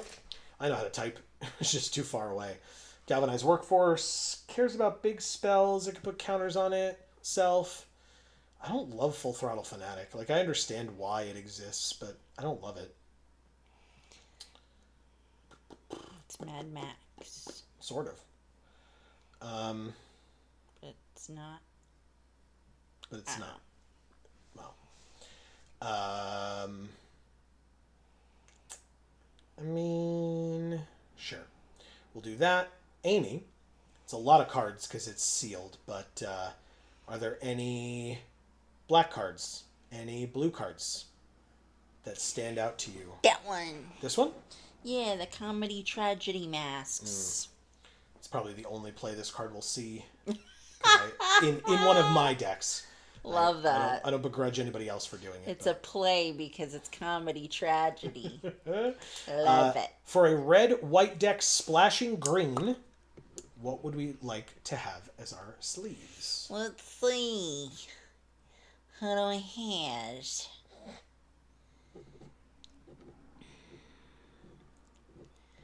Well, Aurelia? Oh, okay. She's red-white. I love it. Yeah. Great. It's kind of a crappy picture of her, but, you know, whatever. It's Yeah. the one we have. Kind of is, yeah. Okay. Red, white, splash, green. Light green splash. Marcus says, I like that art. Cute masks. Thank you. I know. Masio 004 Prominent Pioneer. Oh. Interesting. Okay. All right, so this is a weird hand because, like, the pigeon is good. We need any other... Well, I guess we could enweb this on the flyer, hopefully. I think this will be decent. Let's try it. All right, so they're still considering, so we do get the pigeon out on turn 1. That's helpful. I like it, I like it. Marcus says, shit. That pick is hella menacing. It hints at a different side of Boros Angels. Oh, this? Yeah, she's a little aggro, you know? Well, Boros. Discard this card to destroy target artifact? Yo! So good! Goodbye, Vexed Bots. Amazing.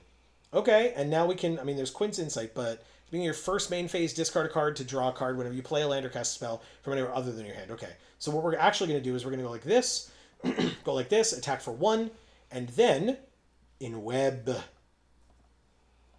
Bring it back, make a food, thank you, and make a 3/4. Incredible. Okay.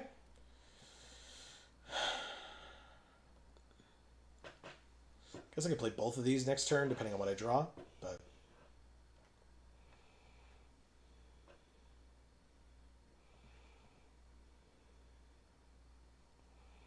Whoa, they're lands. Yeah. Ooh, speaking of land, we drew a land. But that means we have a 5th land for Lavaborn Goblins. I guess we go to combat. Attack for 3. Hit them for 3. Play the pigeon. They do have a blue open, so they could counter this, and they don't. Okay, great. Awesome. Works for me. Yep, works for all of us. Obscura Alley Lurkers is a 2/1 with flash, and whenever it attacks, it connives. You got it. Draw. Discarding a non-land in Arala, Hedron Scalar. I take 3. I'm at 17. But, they could still play something else. They play a land, and if they keep up 4 mana, I'm very worried about playing this. Good, okay. Keeping up 2 mana, oh yeah, that's not gonna... Okay, I can fix that. Sorry. It's fine, it's gotta be from my phone. At the beginning of your first main phase, discard a card if you do draw a card. I'm not going to do that. Oh, I have to. Okay, fine. I'll discard that one. Drew Free Strider Aces. Play the land. Play this hasty boy. And hope that he lands. He does. Good, good, excellent. Yeah, I don't think there's any 2 mana counterspells in the format, but... They just chump block? Or do they not just chump block? Holy shit. Good for you. Okay, I mean, it's still a trade. They get a treasure, but that works for me. 2 for 1. Okay, and they're at 11. Sorry, I'm up with you in a sec. Let me do what I gotta do here. Say okay. Got a 4/6? Jesus Christ. They're attacking with 3/2. I know, there's nothing I can do about it.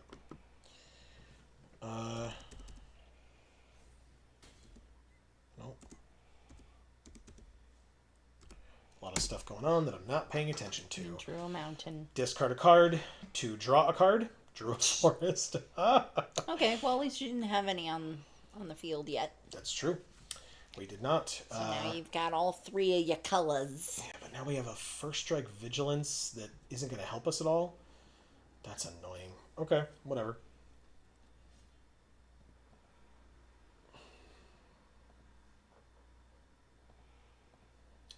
Okay. Rochelle is a very good card and a very big problem. Just throwing that out there. I don't... What? Why? What are you talking about? Do this. Jesus Christ. I'm just trying to play Magic the Gathering here. Okay, fine. I get a 1/1. Isn't that great? Yep. I'm so happy about it. Pass 2 attackers. be with you in a second. Marcus says, could have played that hasty boy for 3 and kept the legendary. Oh, you're totally right. What an idiot. Ugh. You're totally right. Sorry, connives. I'm like not focused enough. Okay, so that, and then we want to just do that, I guess. Yeah, that's better. Okay, thank you. Sorry, opponent. Pass to blockers. I take 9 and go to 4. This is so stupid. This game was lost a long time ago. The second they played this and we didn't have removal for it, the game was over. Right? Maybe? Okay. Sack the food. Gain 3 life. Gloria. Oh, right. Fuck off.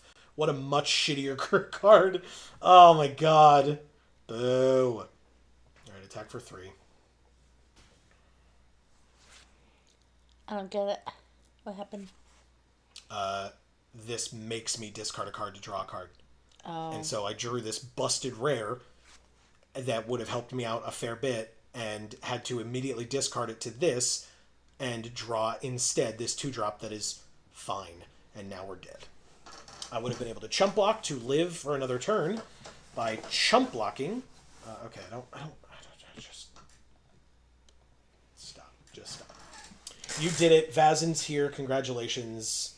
Thank you, Massio004, Prominent Pioneer. There you go. You did it. Not you, them.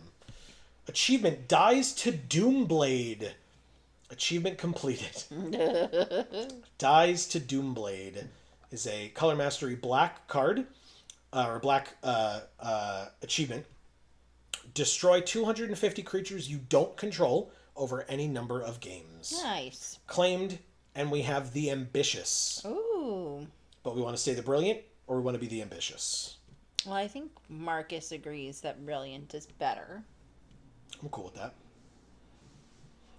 Okay. Need for speed. Attack with 150 creatures the turn they enter the battlefield over any number of games. We need that 4 times. And simply enchanted, cast 300 enchantment spells. We need to cast 2 more. Ooh. So we are barreling through these achievements. Yes. Marcus just said 2 titles in one day. You're on a roll, Joe. Thank you. I sure am. Tressio the Virtuous. Turns out when you play more than 2 hours a week, you can like actually do some stuff in this game. I've never heard of that. No. All right, so we have the green in hand, but that's okay. Even if we don't get to it eventually, it is our splash color. Any land at all gets us Esli? Sure. That sounds right. Esli. I forgot to read that he said, I noticed late too, saw the mayhem cost as it was resolving. We immediately drew the splash. Mm-hmm. But yeah, like I said, it was, we both missed it then. We drew another red. Okay, deck. We're good now. We can stop. I appreciate the lands. It was very helpful. But now we're good. So please and thank you. Cease and desist. Give me a 3-drop or lower creature. That would be extremely helpful. Ancestral Carvings. Look at the top 5. Up to 2 creatures from among them into your hand. The rest on the bottom in a random order. And then they can tap 1, tap it, sack it, and make a treasure. Oh, that one's cool. You like it? Yeah. I love it. They get... It's up to 2 creatures. Nothing. They whiff. That sucks. It's not whiff Noda, but they still whiffed. We're at 18. My eye is itchy. Okay, sorry. I'll take my turn. We drew Shock. I'm shocked. That's great. 3rd land, they're tapped out, so I might as well just do it now before they have the opportunity to do something else. Congrats, you get a treasure. Yeah. They could also sack that to get a treasure, but... So they've got lots of... Yeah, they had land. I was not worried about it. Yeah, it's there. Well, it's like a firefly, I think. It's a bee. It's a bee. Sorry.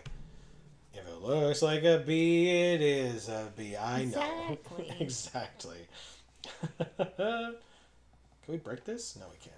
Wrench? Only I'm allowed to play that card. Resolves. God damn it. That's not even in our deck. I know. But I've played her so many times recently. To have her played against us? So rude. Oh. I see. She only loves us, okay? Oh. Yeah, I mean, judging by her face, she doesn't love you. What does that mean? Wow. They're really thinking about it. All right. They picked 2 cards. We will pass. And we will take our turn. We got Galvanized Workforce. Okay. 4th land. Galvanized Workforce. Leave up Lively Leap. I mean, obviously the workforce itself is not galvanized. It could be. I mean, galvanizers, perhaps. Perhaps. Perhaps. Alright, so they played their own mountain. But 2 of our cards are there waiting for them to play. And they play...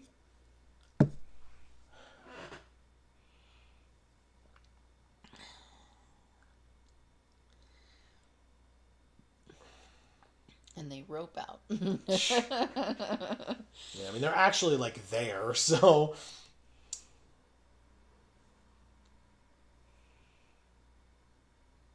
Wow. Ancestral Carvings, they sack to make a treasure. Why would you sack such a thing? How dare you? They break into it, I guess, to get the treasure on the inside. So rude. Alright, so let's see if this works for me. Lively Leap. It's not a spider, so I don't gain 2 life. They allow it to happen. They're being smart, it looks like.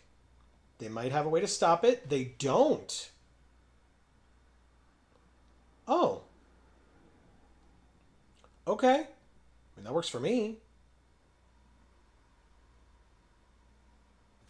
Eleni, Brood Recruiter, is a 3/5. Whenever they cast a creature spell, they make a 1/1, and then for 5 mana, their creatures get +2/+2 until end of turn and gain Vigilance until end of turn. This says whenever you cast a creature spell, put a counter on target creature you control, it gains flying until end of turn, and when this enters, another target creature you control gains flying until end of turn. So let's play Alessos and Pros Acrobats. I deal 1 damage to my opponent, and I pass. Okay.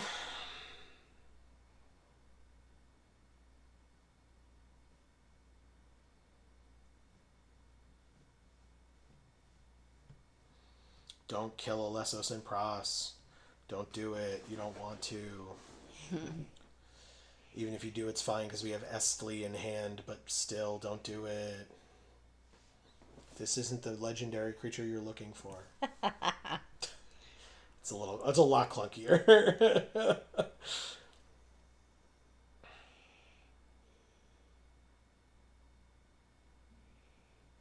They killed it. No blocks on 3 damage. I go to 15. Shock A. That's a good one. Shock B. Nice. I will play this. Flying until end of turn. Deal 1 damage to my opponent. It's a 3/4. Go to combat. Swing for 2. See if they trade. Excuse me. They don't. Cool. Works for me. End the turn. Hold up shock so that basically if I have to block with Estli, I can, on Eleni, I can then kill Eleni with shock. That's my hope. They've played neither of our cards, notably, which I find very interesting. I find that if I get 2 of the best cards out of my opponent's top 9, I want to play them pretty quickly. But who knows? Any creature spell gets them another 1/1. They pay the 1. Don't kill Estli. Sarn. Okay. So it untaps. They get a 1/1. You got it. It's our Gloria. Yeah. That makes a fair bit of sense. They also have a billion creatures on the battlefield. Oh, wait. Oh, and it was our Sarn as well. Okay. Attack with your 3/5, maybe? Why would you? You do anyway, because you put a counter on it. Oh, shit. And we can't kill it anymore. Gotta take 4. No blocks. It's perfect. It's exactly what they needed. They exile the top card of their library and they can play it this turn. But we'll just go like this. I guess they tap it for mana anyway, but... Son of a bitch, man. Alright, so they lose their rare. Hell yes. Good, it gets exiled forever. Good. Thank you, Gloria. Still on our side a little bit. We appreciate it. They draw a card and gain 2 life. Physically on their side, emotionally on ours. Hell yeah. Alright, we got a Demi. No attacks. End the turn. So we have Esli on the field and Esli in hand, so obviously we couldn't have cast the second one, because it would have just... one of them would have gone away.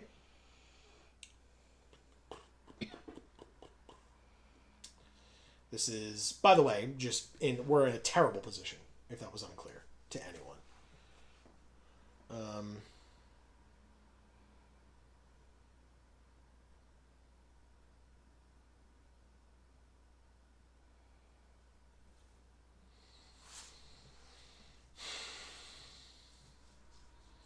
Is it worth it? I think it is. Sure. That raccoon has rabies. It's clear. Look at its eyes. Exactly. Yep. Alright. So, Esli lives this turn. Hopefully. Do you have another thing you're going to cast here? No. Okay. It is a 3/4 flying, and all of my creatures are indestructible, so they cannot profitably attack this turn. They could still swing in basically with everybody, but like we would just get to like pick off one thing or 2 things. They just pass. We can literally do nothing because we drew a land. This is 6 mana to put 2 counters on it.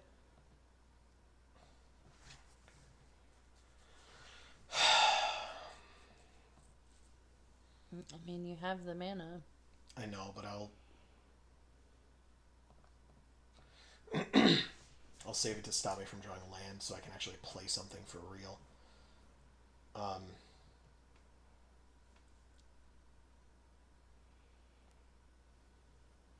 They put the other Eleni into their graveyard. We're having a similar problem. They get a 1/1. They get a 2/1. They could look for a basic. I assume they don't, based on where they're at right now, but they do. Why? Oh, because they can then give their creatures +2/+2 and vigilance until end of turn. That's annoying and definitely the end of the game if they do. Is. Okay. My bad. I forgot. Okay. Well. They're trying to like math out all the blocks that we would make. And so they just pass through the whole turn. And then we surveil 1. Crime Scene Instructor is not it. So goodbye. Put a stop on our upkeep. I don't think we can. We have to draw. Oh, shit. Oh. Oh, shit. Okay.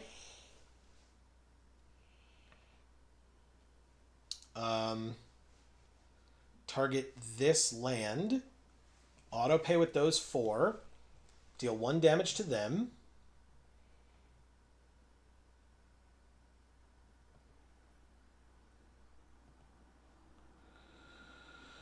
It does say activate only as a sorcery, which really blows because we're on the back foot, not the front foot. But we do make 3 1/1s, which is very helpful on blocks. Yeah. So.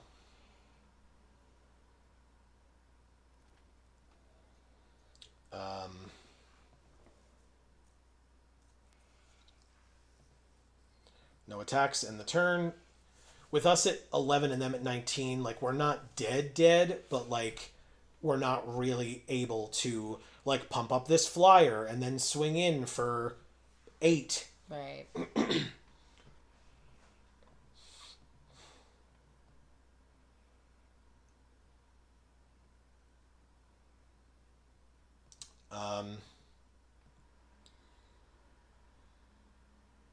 We also can't surveil this turn, but I mean, it's worth it to get this out.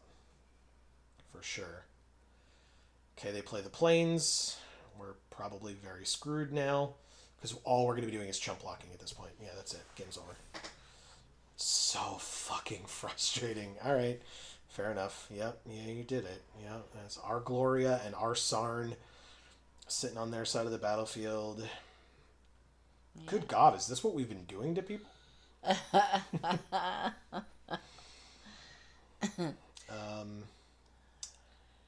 3/4, 4/3. So we block the 6/7, the 6/8, and the 5/5. Then we block here, and then we block one of these, and we take 9. No trample. We're still alive. It's impressive.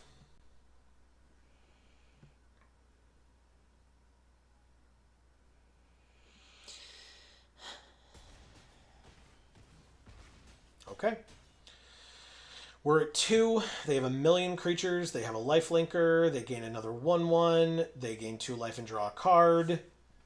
And we got Quint's Insight. I was going to say, we just need a board wipe and something that will hit them for 21. Exactly. Conceit. Thank you, Tresio, the Virtuous. Okay. Trezio? I thought Tresio was fine. Achievement, Simply Enchanted. We played the enchantments we needed to play. Thank you, Quint's Insight, honestly.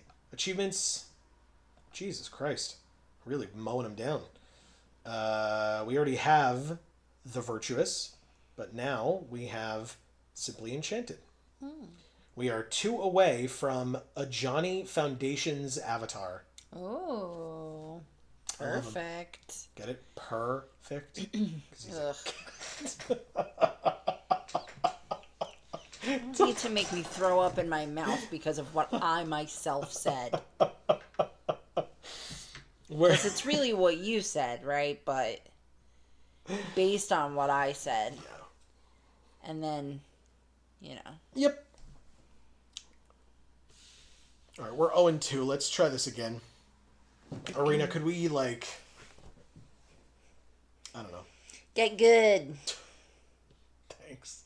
Not you. I'll try my Arena. best. No, it's me. Everybody knows it's me.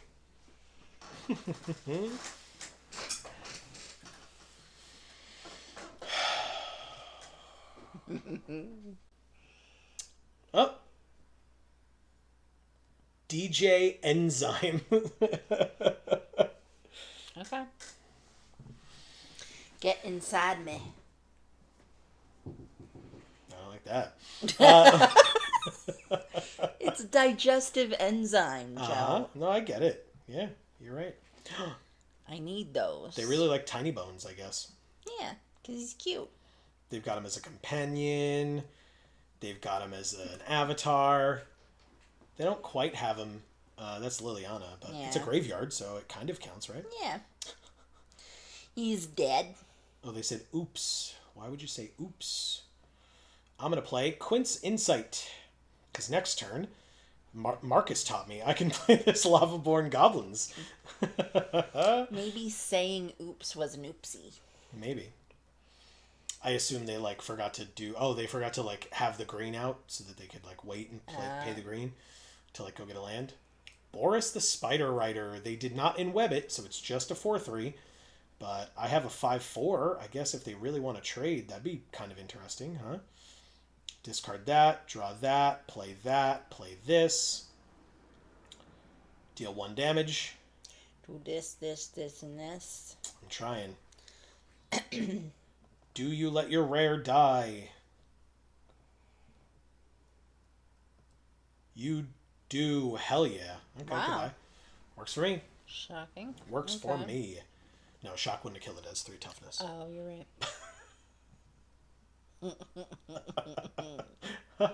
Mill 3 put a permanent from among them into their hand. They got a mythic Ooh. in Vigo, Enforcer of Ig's Crossing.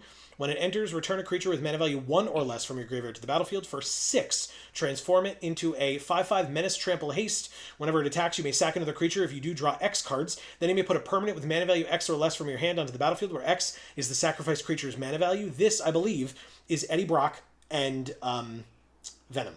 Ah. Something Protector. Lethal Protector? Yes, Venom. Thank you. Hey, he's on my shirt too, kinda.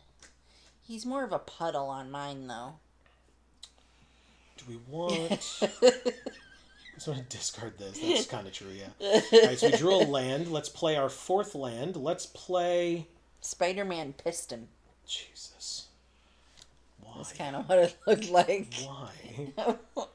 Make 3 1/1s. So that the next turn we can like play Gloria, pump 1, swing, do all the fun things, put a counter on another.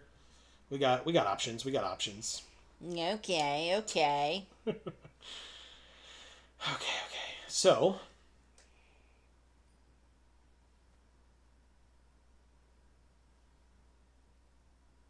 we need a land to be able to do that. And here's Vigo. Skittering Kitten. I would trade with it. I wouldn't trade with it. They can transform it for 6. They currently have 5. So they just need 1 more, and I don't have a way to stop it. So we're going to get venomed. Yeah, hot. They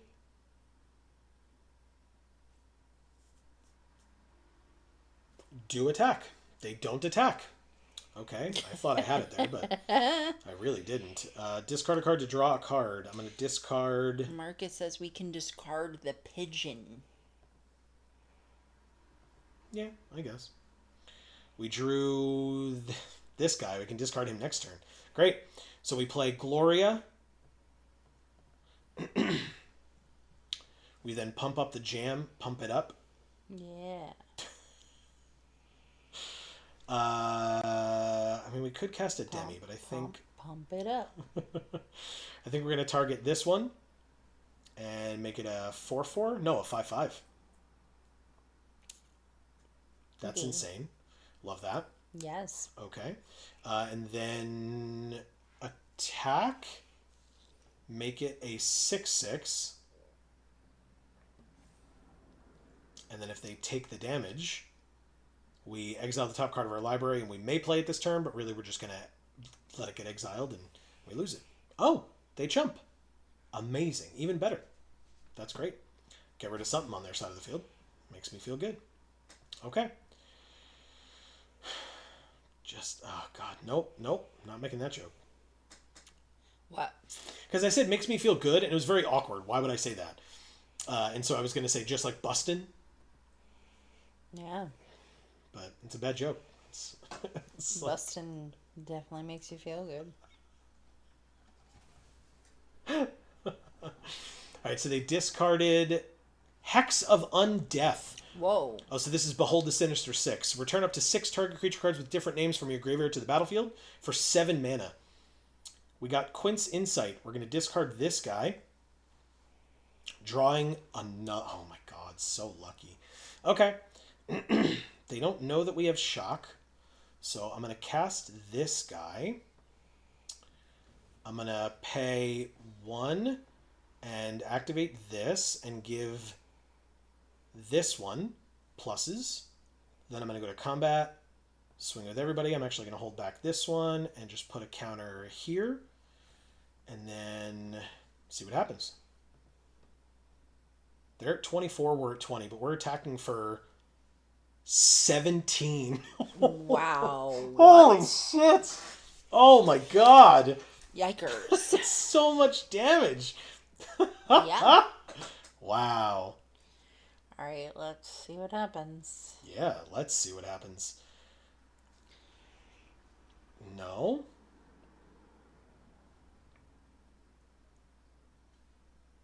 double... No. They scared. Single blocking... I mean, I would be. Yeah. Okay, so they're only taking 11 and going to 13. You got it. And my creature doesn't die, and theirs does. And I get to exile the top card of my library. It's a land. I could play it this turn, but I've already played a land this turn. So I guess I just pass. We lost that land, but it's totally fine. They play another swamp. They finally transform into Venom. Menace, Trample, Haste. Whenever it attacks, they can sack another creature to draw that many cards. But they won't. They instead... They have a 5/5. I will take my turn. Drew another mountain. I will discard the mountain to draw a card. Drew another shock. Oh, shit. So a demi... No, why would you can tap shock the red? them on both sides at the same time. Alright, so let's play a demi. Let's activate this and give the pluses here. It's a 7/7. That's insane. Oh my god. This fucking 1/1 is a 7/7. It sure is. Then we will go to combat with not Gloria. And instead target here for a counter. Seems pretty good to me. And then, like, I mean, I could shock, but, like, they just take it all. They're just dead, right? That's it. Game. Okay. Thank you, DJ Enzyme. Yeah, so again, they could have, like, blocked and traded with the 5/4 to live. Actually, I guess they could have blocked here, right? And what? 7, 12, 13? Or were they at exactly 13? They were, because they went to -4. Okay, so they would have exactly had to block either the 7/7 or the 5/4. The 5/4 they at least could have traded with. Take 12, go to 1, but then, like, with whatever's in their hand, probably not much. And we could have just given our creatures indestructible for 1 mana. Yeah. And they didn't know it, but we could have then shocked them and killed them. So, right. Okay. All right, leave match. Yeah. Let's talk about all the ways we could kill them. Look, sorry. No, that's good. We went 1 and 2, or we're 1 and 2 currently. Let's keep that momentum going. Because that's our first win. So let's snowball it into more. Well, not the first win of the night, but with this deck. Yeah, for sure. It's like, please don't tell people it's the first win. Hell no. Please. If we've been streaming for almost 11 hours and that would be our first win, I would have left a long time ago. Yeah, me too. A long time ago. I don't just mean the stream. I would have just been like, I'm not doing streams anymore. Left the content creation behind. Yeah, exactly. Oh my god, that's funny. Alright, what do we got? Or who do we got, more importantly? Oh. So this is our 11th event of the day. We probably could do maybe one more after this and have that be it, depending on how many more games we get out of this, right? If we go on like a winning streak, then maybe I change my mind on that, but do you have any opinions? Huh? Is that okay? I'm sorry, is what okay? Probably doing only one more event after this.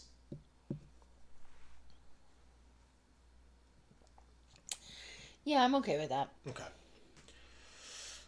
I have to wake up in 6 hours. I have to wake up with you, by the way. Okay. Because I need the car tomorrow. Fair enough. So you get to drop me off at work. Yep. Actually, you get to sleep for an extra hour because I got to get ready. So. Okay. But whatever. Yeah, I'm just going to put these clothes back on to drive you to work, and then I'll come back here and shower. No judgments here, man. No judgments here. Get dressed in real clothes. Yep. Let us know in chat if you relate. Hey, by the way, if you're watching on the VOD, you're always more than welcome to leave comments. We do see them. If they require responses, we do respond. Mm-hmm. And then you're welcome to let us know what you think of anything and everything, the set, our play style, whatever. Runway Steam Queen. Oh. Okay. Well, It's like a runaway steam engine, I mean, I doubt it. but also a runway because she is a queen. Yeah, I guess so. Yeah. They said hello. Well, hello to you too, Runaway Steam Queen. It's just runway. Oh, sorry. Yeah, I Yeah. want to say run away, but Yeah. no, you're totally right. You're totally right. Okay. No in web, but that's fine. I did this on purpose. I could have played Quint's Insight, but I'm going to wait a minute here, and He's so insightful. Galvanized Workforce gets to die to a shock. Sorry, boys. OSHA. Not around. Oh, crap. Land, free Strider Aces. First strike and vigilance to the flyer. Attack for 1. Okay. Eccentric Arachnologist. Ooh, it's Gloria. Whoa. That is extremely good. A very, very good draw for us. Enters tapped. Give itself first strike and vigilance. Then go to combat. Gloria targets this one. They can block it if they want. They don't. And so we get to exile the top card of our library. We did not get to play it this turn, which is fine. 4th land for our opponent. They actually have 5 because this taps for mana. They kill Gloria. Oh. That's okay. They then play Crash. Also fine. We drew Alessos. That's a good movie. What?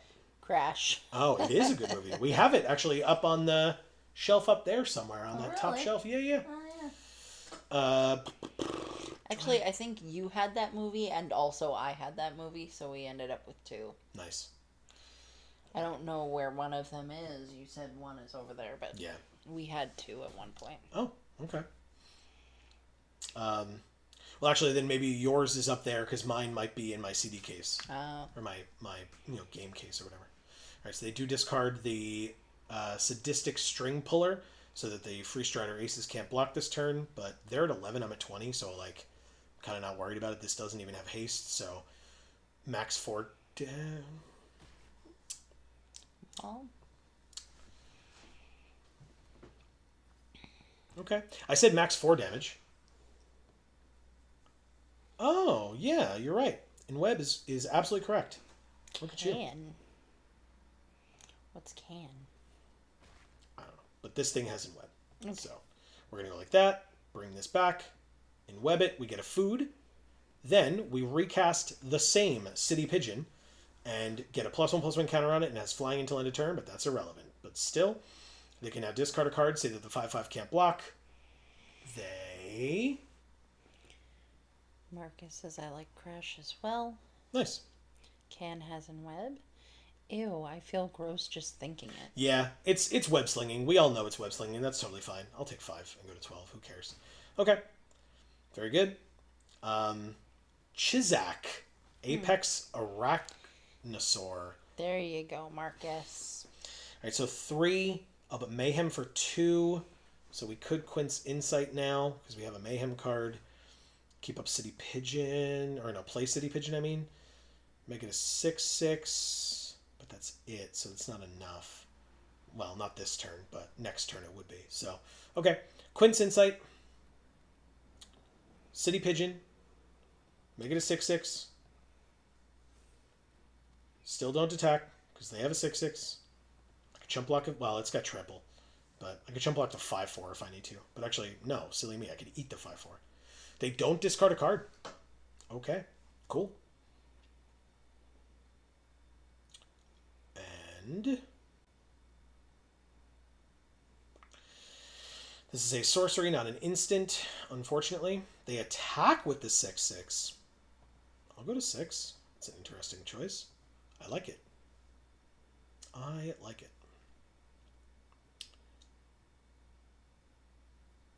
Okay, there we go. I was like, and?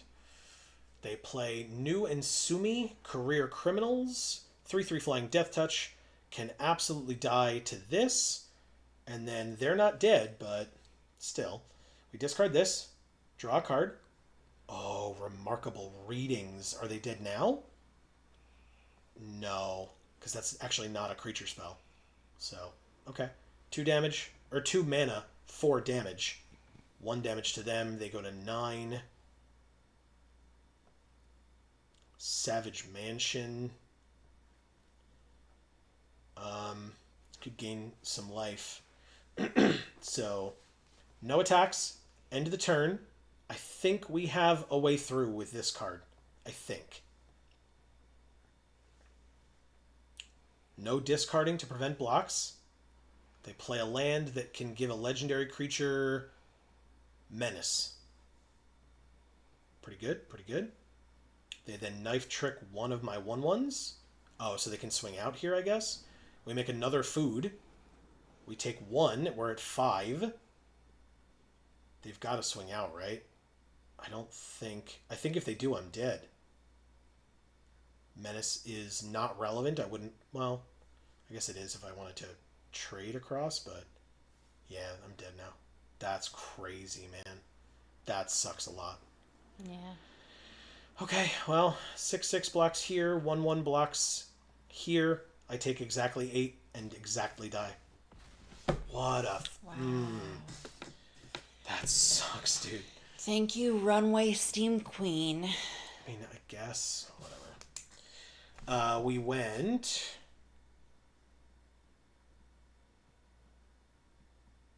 Don't say 1 and 3. 1 and 3. Okay. One last draft. On the night. You don't want to do sealed? Nope. I want to keep it even. It makes me feel better. Okay. Besides, maybe we get Cosmic Spider-Man again. Yup. Oh my god. All right.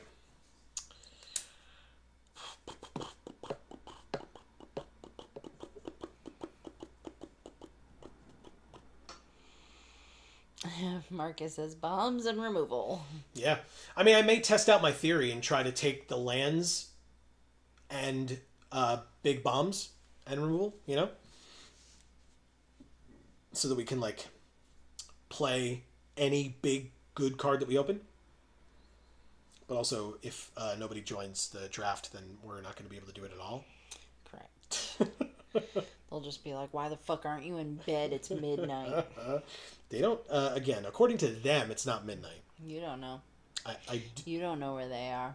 by them, I mean wizards. To them, it's 9 p.m. Well, wizards ain't here. They don't give a shit. Well, I meant like the arena team. We haven't played any arena employees yet today, but they are scattered in this event occasionally. We have a second seat that has been filled. Okay, so the of the coast people are not No. wizards. Nope. Wow, okay. Orange names are wizards employees. Right.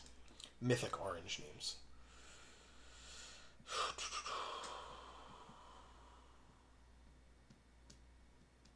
To my knowledge, I assume Of the Coast is a title that you can get just like any other from achievements. Yeah. Okay.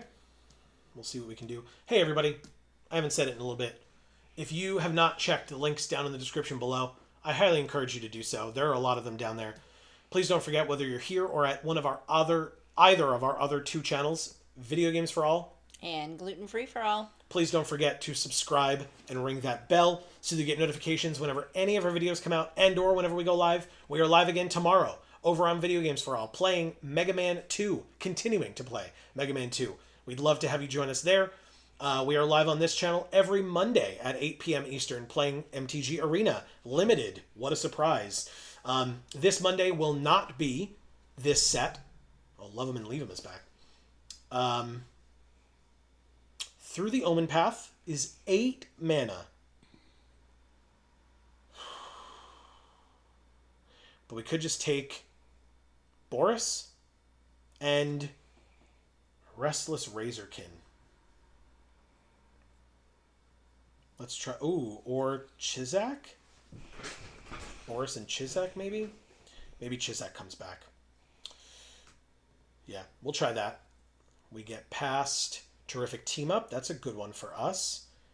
And... Ooh, Remarkable Readings, though. Yeah. Okay. Because the land So maybe we do the land and Remarkable Readings Okay. instead of Terrific Team Up. Maybe we hold off on the land and we just do these two for now. Okay, we got removal. We got bombs. What are you? Betty Ray. 3 mana, 2/3. When she enters, put a counter on another creature. When she attacks, target modified creature you control gains a lifelink until end of turn.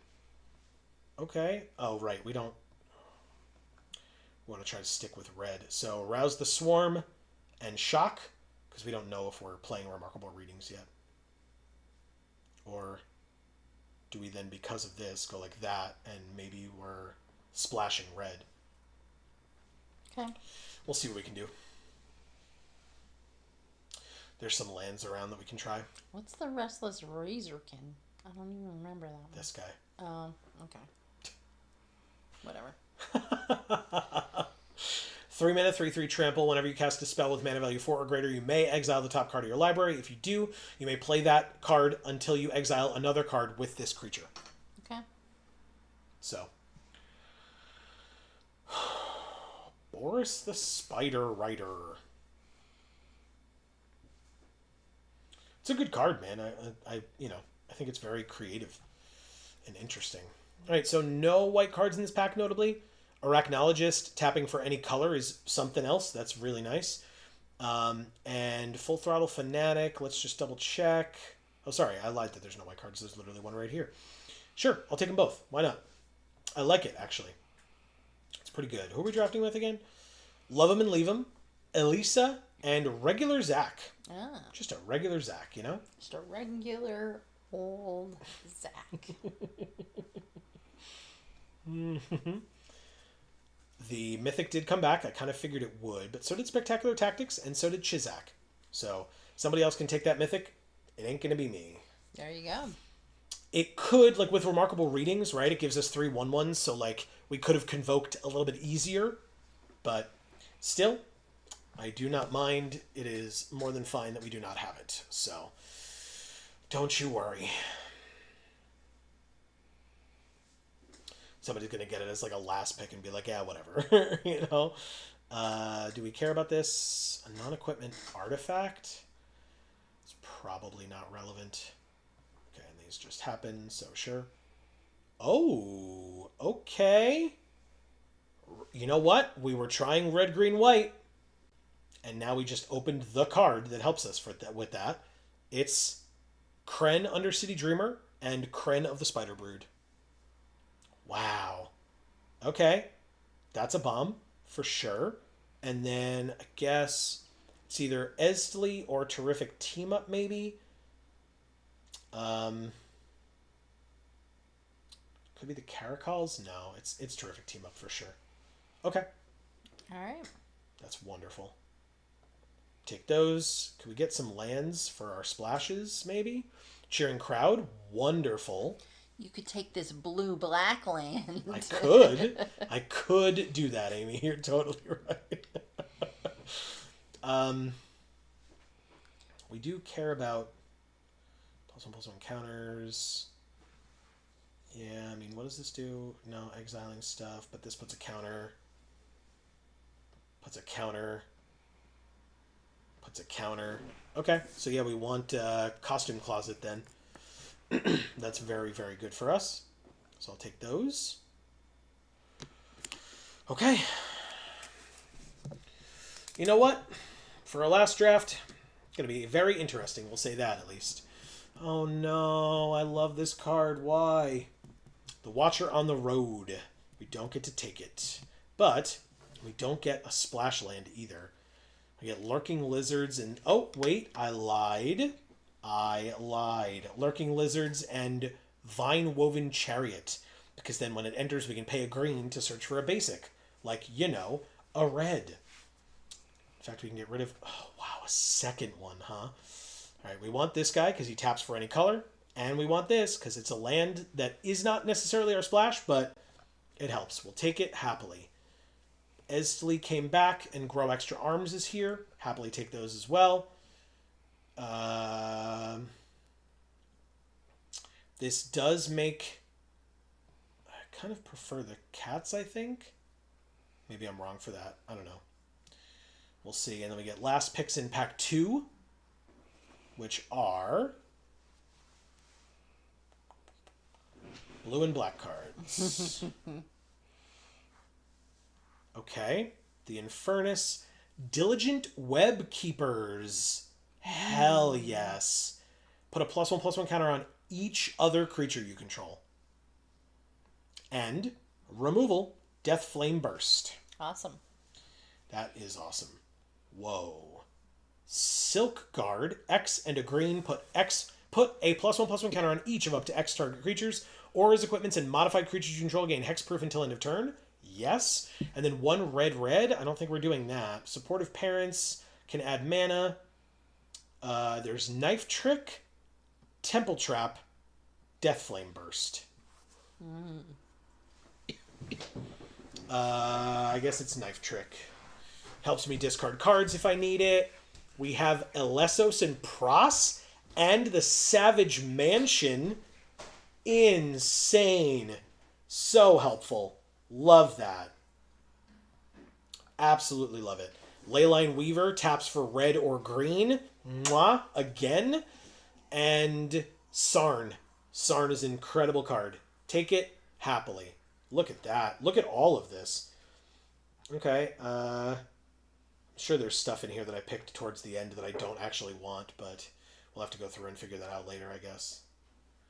Correction Arms, Lurking Lizards. We want that. Cheering Crowd. Take these 2. Right? No, we don't want this. We want this. Okay. Got there. Red is definitely our splash. We will take Trap and Favored Fighter. They picked it correctly. Thanks. Because the trap, we don't need red to destroy an artifact, but if we have it, great. And then we'll put this in the sideboard. It didn't... I don't know that quite worked, but it's fine. It was our last 2 picks anyway. Okay, let's see what we can do with this deck. The last one for us. Mob Lookout goes away. It's definitely not what we wanted. We still need 11 cuts. Gross.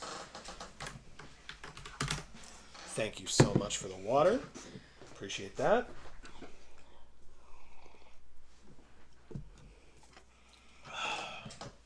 Okay. It still wants us to have 3 mountains, but that's because we have a lot of red.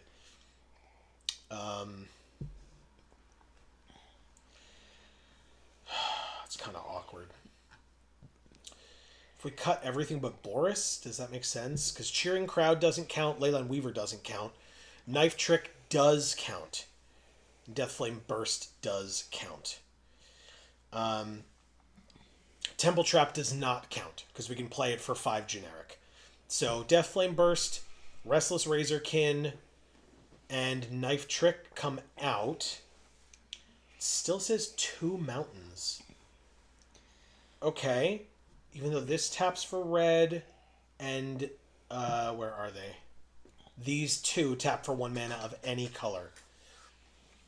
For a single red pip in the deck, I feel like we get rid of both of these. Yeah. We add 1 more here and 1 more here. Because we have Savage Mansion, so 1, 2, 3, 4 red sources in the deck for 1 red pip. Mm-hmm. Yeah, they're just counting the red hybrid ones. Yeah. Well, and 1.5 red pips maybe with Temple Trap. Yeah. But again, we don't need it. We can still play this, deal 5 damage to something. It's only if it's in our hand and they have an artifact that we really want to get rid of, and we have the red, that we could tap 2, discard this card, and destroy an artifact. But okay, so 48. We need more cuts. Did you see we got this? Yeah.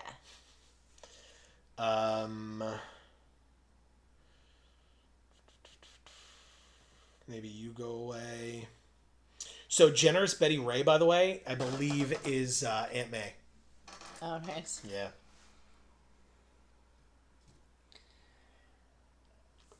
The fact that she's a 2/3 and that you gain benefits when she attacks is crazy to me. Why would Aunt May attack? I don't see it. This should be like at least 2. X equals 2, so it would be like this. Maybe. So we have no 1-drops, but that's okay. We have a lot of 2s. Jesus. Maybe...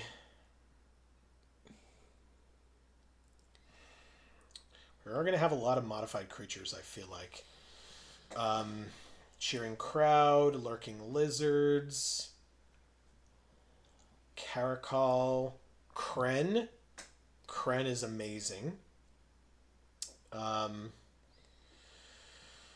a +1/+1 counter on Kren. He gains hexproof and becomes colorless until end of turn. Whenever you attack, double the number of each kind of counter on each spider and legendary creature you control. Wow. Okay. Well, Marcus says lizards? I guess. Yeah. I thought that for a second, and then I was like, "Ugh." It's fine. It doesn't, like, really work towards our strategy, right? I was just thinking, like, that's an actual, just, creature to have. Yeah. I mean, like, we could get rid of Favored Fighter and Estley, I guess. And then we still have 1, 2, 3, 4, 5. Is it only creatures? Cast a spell with mana value 4 or greater. So that's 1, 2, 3, 4, 5, 6, 7, 8, 9, 10. So that's pretty good. I thought it was creatures, because I thought that it was important to have creatures. Well, this says if you control a permanent with mana value 4 or greater. So this would only count these 5 creatures, but also Temple Trap, because it's permanent. Actually, Rouse the Swarm, also an enchantment. And Remarkable Reading's an enchantment. Never mind. Okay. There you go. Yeah, so that's great. It still is 8 instead of 10, but you want to get rid of one of the team-ups? Okay. If we control a permanent with mana value 4 or greater, it costs 2 instead of 4, but we can get rid of at least 1. And that's 41. I guess that's the deck then. Amy. Blue card. Not with eyeballs. Blue card. Oh, that's pretty. Black card. The middle, Or blue-black card. the middle one, please. This one. Yeah. Ozor. That is Dr. Octopus, but, not. Right. Okay, so with a... Sorry, I forgot. Hold. Come on now. There we go. With a red-green... Or no, red-white splash red. Nope. Green-white... I'll try this again. Green-white splash red deck. Yeah. What do we want as our sleeves? Well, let's see. A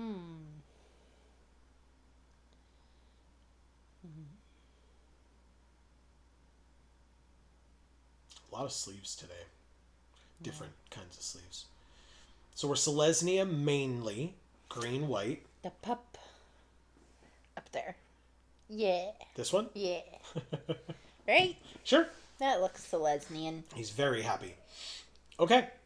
That's 41. I may want to cut a land and go down to 40, but we'll see after a few games. We are 0-0. This is a draft, and we do have the card that is depicted in the background of the draft area there. So, Cool. yeah, there's that. Okay.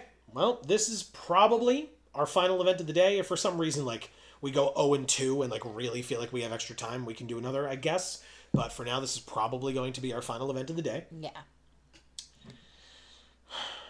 We are currently at 11 hours and 15 minutes streamed.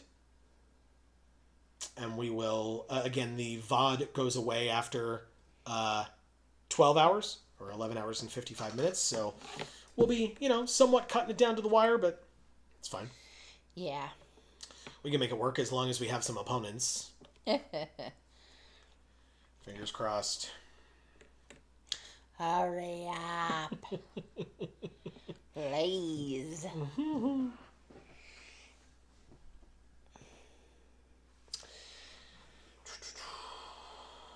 And then, like we said, we'll be back again tomorrow, streaming on Video Games for All. We actually had a video come out on Video Games for All today, 1 hour before this stream started. So if you haven't checked it out yet, that was a Final Fantasy VIII video. Video Games for All does not stop. The left hand doesn't know what the right hand's doing, right? Video Games for All just keeps going. Okay, I do not know how to read this person's name, but they are Squall. That is a very annoying hand. Like, very annoying. This taps for red or green. This can tap, if you tap green, can go get a land. We can't play any of them. Mulligan. That is the same thing. Oh. I guess I will keep and ditch the 6-drop because at least I can play Generous Betty Ray. Yeah. It does say put a counter on another target creature. We drew the green. Look, their sleeves. Extra Life 2024 with a Johnny dressed as Nicol Bolas. They don't like each other. He wouldn't dress like him. Well, he looks really happy to be dressed as him. Alright, I guess we're going to have to wait. That's unfortunate. But it's fine. We can cast Sarn and then cast Generous Betty Ray off curve, basically. Bayo, Irritable Instructor, is a 3-mana 3/3 flyer. You don't... Oh, this is the mana thing. Okay. Totally fine. We drew Eccentric Arachnologist. So actually, maybe we play him. Okay. And then we do this. And then, interestingly, we could Boris in webbing, because he can tap for red, tap the green, Boris the tapped creature back to our hand, and then this would be this would get 3 counters, so it would be a 7/6 trample. Which would be pretty cool.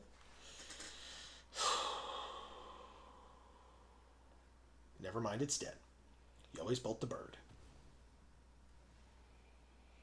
Take 2. 18. Do.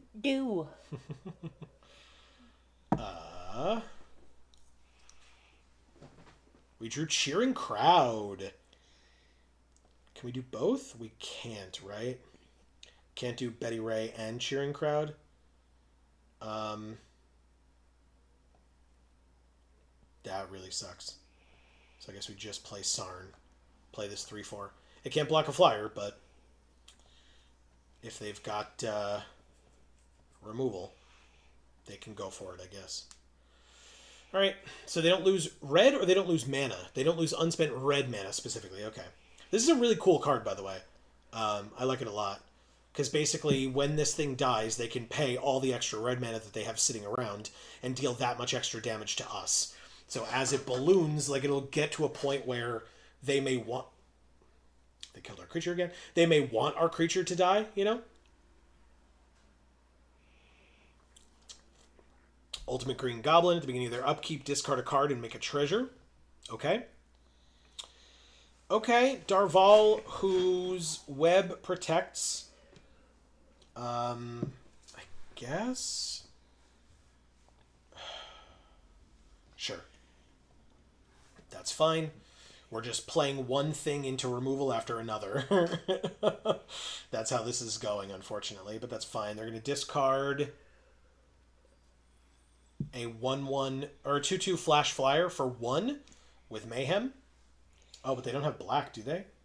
They don't. Then how did they... Oh, the treasure. Silly me. Silly me. All right. Taking... Okay, I was like, taking 2? No, we're taking 7 and going to 9. We could do none of that, so that's fine. No blocks, pass to damage. We can... I really want to land off the top deck. Is that possible here? I guess I didn't specify. So, F me, I suppose. Holy crap, dude. So frustrating. No attacks, end the turn. Okay. Discard a card, make a treasure. They do not have a Mayhem. They just discard an island. That's a positive. I would trade my 4/4 for their 5/4 here. Instead, they just attack for... Nope, they do it. Okay, good. I will try it. Pass to blockers. Block here. It works. I'm at 5. Boris does not have reach. He has trample, but not reach.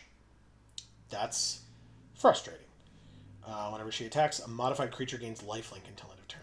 Okay. And it doesn't say another. It says target modified creature. Okay. Interesting.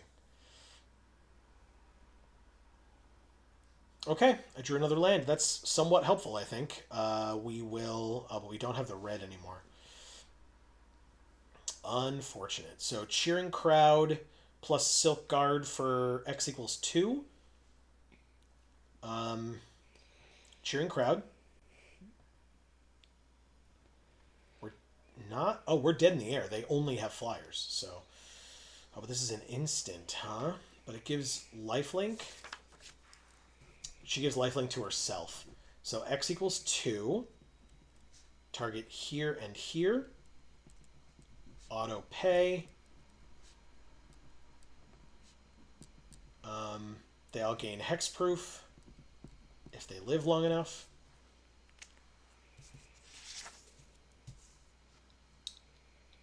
Maybe. They shock the Cheering Crowd because it's the only one they can. I was like, that's the wrong choice, but it's not. They just didn't have any other options. So I do my best to do this, gain lifelink. Might as well take it. I go to 8, and then they hit me for 7, and I go to 1 on board right now. Wow. Which is unfortunate. Ah, never mind, we lose. As long as they discard any non-land card, they win the game. They win the game. You got it. Okay, that was or you could have done that as well, I suppose. Regardless, you got it. -1. Thank you, opponent. I'm sorry I don't know your name, but I can't read that language. But I can call you Squall. Thank you, Squall. That's true. All right, we're 0-1. We only get 2 losses. FMA, the Untouchable, a Wizards of the Coast / MTG Arena employee. It's like FMA, FEMA. It's like FML? Fuck my life? All right. Yeah, pretty much. All right, so let's go like this and like this. They have a City Pigeon. Good for you. I do not. I have a terrific team up, but I can't play it now. Pass. They have the Urza's whatever. I forget what it's called. Take 1. Do you have in web? Silex. No, it's not Urza's Silex. The they do not. thingy.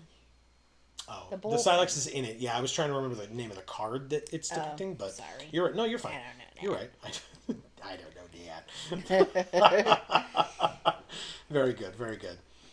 All right, Diligent Web Keepers is not bad. I think next turn we can Remarkable Readings, and then Diligent Web Keepers to put a counter on everything seems pretty like a pretty good follow-up, I think. The 1/1 flyer can keep attacking us. You can kill the 3/3 if you want, but I'd rather you didn't. Instead, they make it a 1/1. You know what? Still works with this. Totally fine. Take 1. We drew a Cruel Caracals. That is not a land. We need a land next turn. But for now, I will enchant this Plains. Sure. Okay. We have 3 1/1s. Actually, 4 1/1s, technically. One of them has Defender. I will probably... Oh, chosen by Valgavoth. Holy crap. Okay, well. Damn it. Could you not... Okay, whatever. That's fine. Everything's fine. Don't worry about it. We're going to play this. Next turn we have enough for the Web Keepers. But for now, go to combat. They're all flying, so... Attack for 3, right? No reason not to. It goes directly there. That's funny, because it looks like I'm attacking the creature, but I'm not. Because otherwise my creatures would die. But it's fine. Okay, so basically next turn we want a Diligent Web Keepers. Hopefully our Arachnologist lives long enough to do so. Because then we will have 4 2/2s and a 3/4 and a 4/3. But we're going to take 5 damage in the process, which is really rough. Wow. Nope, 4 damage in the process. Nope, 5 damage in the process. Oh my god. Okay. Fine. Why is it... Oh, if you control a permanent with mana value 4 or greater, okay.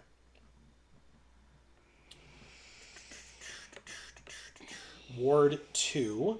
So this would cost me 4. All right, Sarn is fine. They do in web. That's good. It's good. But they didn't get a chance to... Like, they can replay it now, but they don't. Because they have 2 mana open. So why would you need 2 mana open? It's a little scary.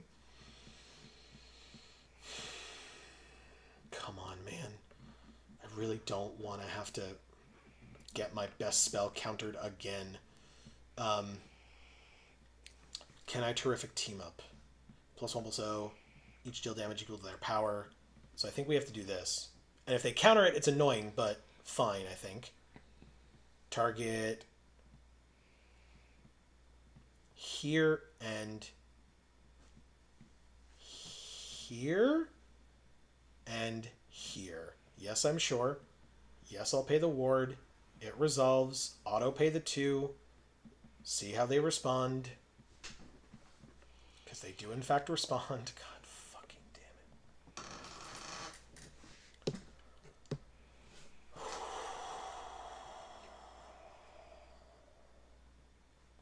Okay. So we could have played this and it wouldn't have been an issue.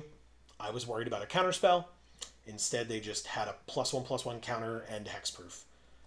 Which was... Okay. Are we dead this turn? Nope. They don't give flying, so... Okay. You got it. Pass to attackers. Take 6, go to 2. Does this have reach? It does. Interesting. Okay. They draw a card and gain 2 life up to 22. We take our turn. This doesn't have reach either. Oh my god. Oh my god. Okay.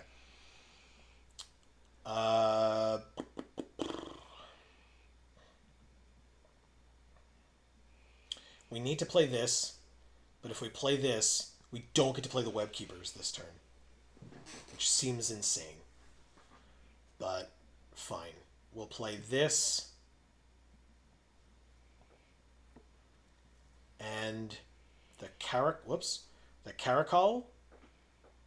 No. Can we in-web something? It doesn't make sense, does it? We in-web this. X the mana value of the returned creature. I think we have to try. So we're going to tap this for red. And in web with the green, trample through, or in web through this guy, make a 7/6 trample, and I could buff up something, but I don't think I need to. But yeah, let's try this on here. Attack for 7. Let's deal you some damage. Let's see what you got. If they have removal for the Leyline Weaver, the game's over regardless. They chump block.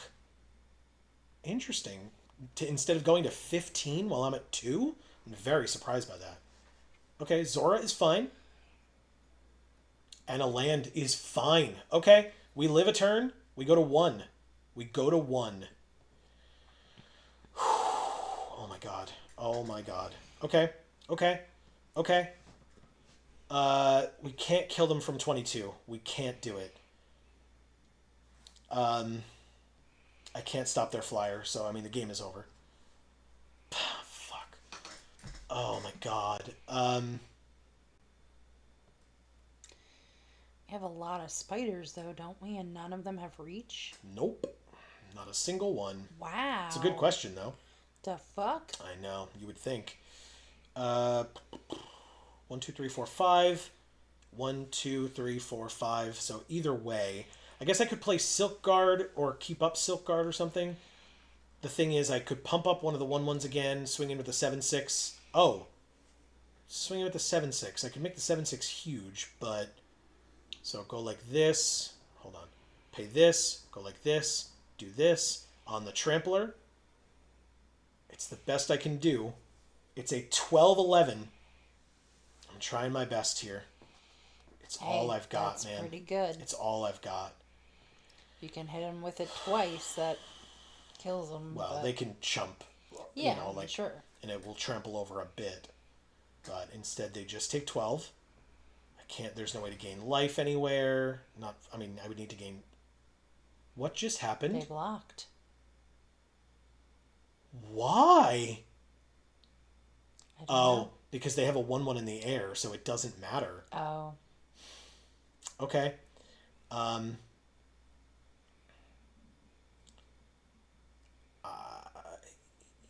have nothing. I have absolutely nothing. I don't mean to... Yes, you go to 25. Congratulations. God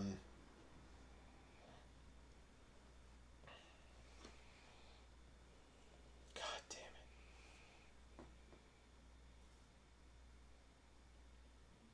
I could put the fear of God in them and play this. X equals 3.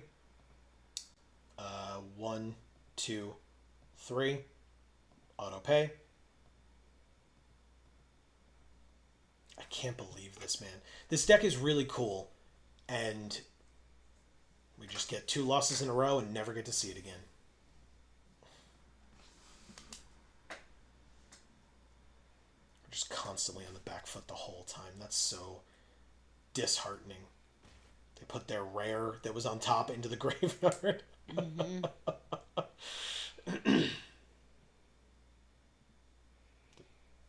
Thank you, FMA, the Untouchable. 0-2, huh? That sucks. Okay. Well, let me do some math.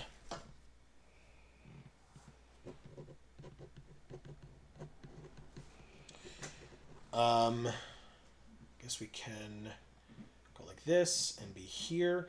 We got a lot of achievements done today. Creature power. Tap 100 creatures for mana over any number of games, and attack with 2 hasty creatures, basically.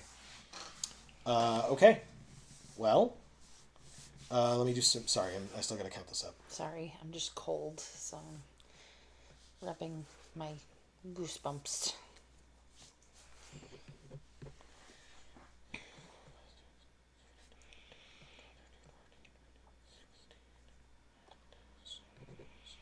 All right, so guys, leave in the comments how you feel about this style of draft. Only 4 people at the table, then you fucking only get 2 losses. And 4 wins. Right. Tell us what you think about that. Leave that in the comments for me, please. We will look at that later, and we can have further conversations. Okay. So, our stats for today. Yes. We had 12 total events. 6 draft, 6 sealed. We had a record. We played a total of 52 games of Magic today. It's awesome. That's an insane number of games. Yes, it is. Truly an insane number. It's comparable. In fact, I have Edge of Eternities right here. Edge of Eternities, we played 53. There you go. So, but in Edge of Eternities, we had a winning record of 28 and 25. It helped that we had 2 7-win decks in a row. Mm-hmm. Well, and we were edging. Today, Jesus Christ. Today we had 1 7-win deck. It was not enough to push us over the threshold. Our record was 23 wins to 29 losses. It is unfortunate. It's close. Honestly, I thought it was further off. Well, we had that 1 7-win deck. 7-win decks make a huge difference because it's a difference of 5 at minimum. Like 5 or 6 or 7.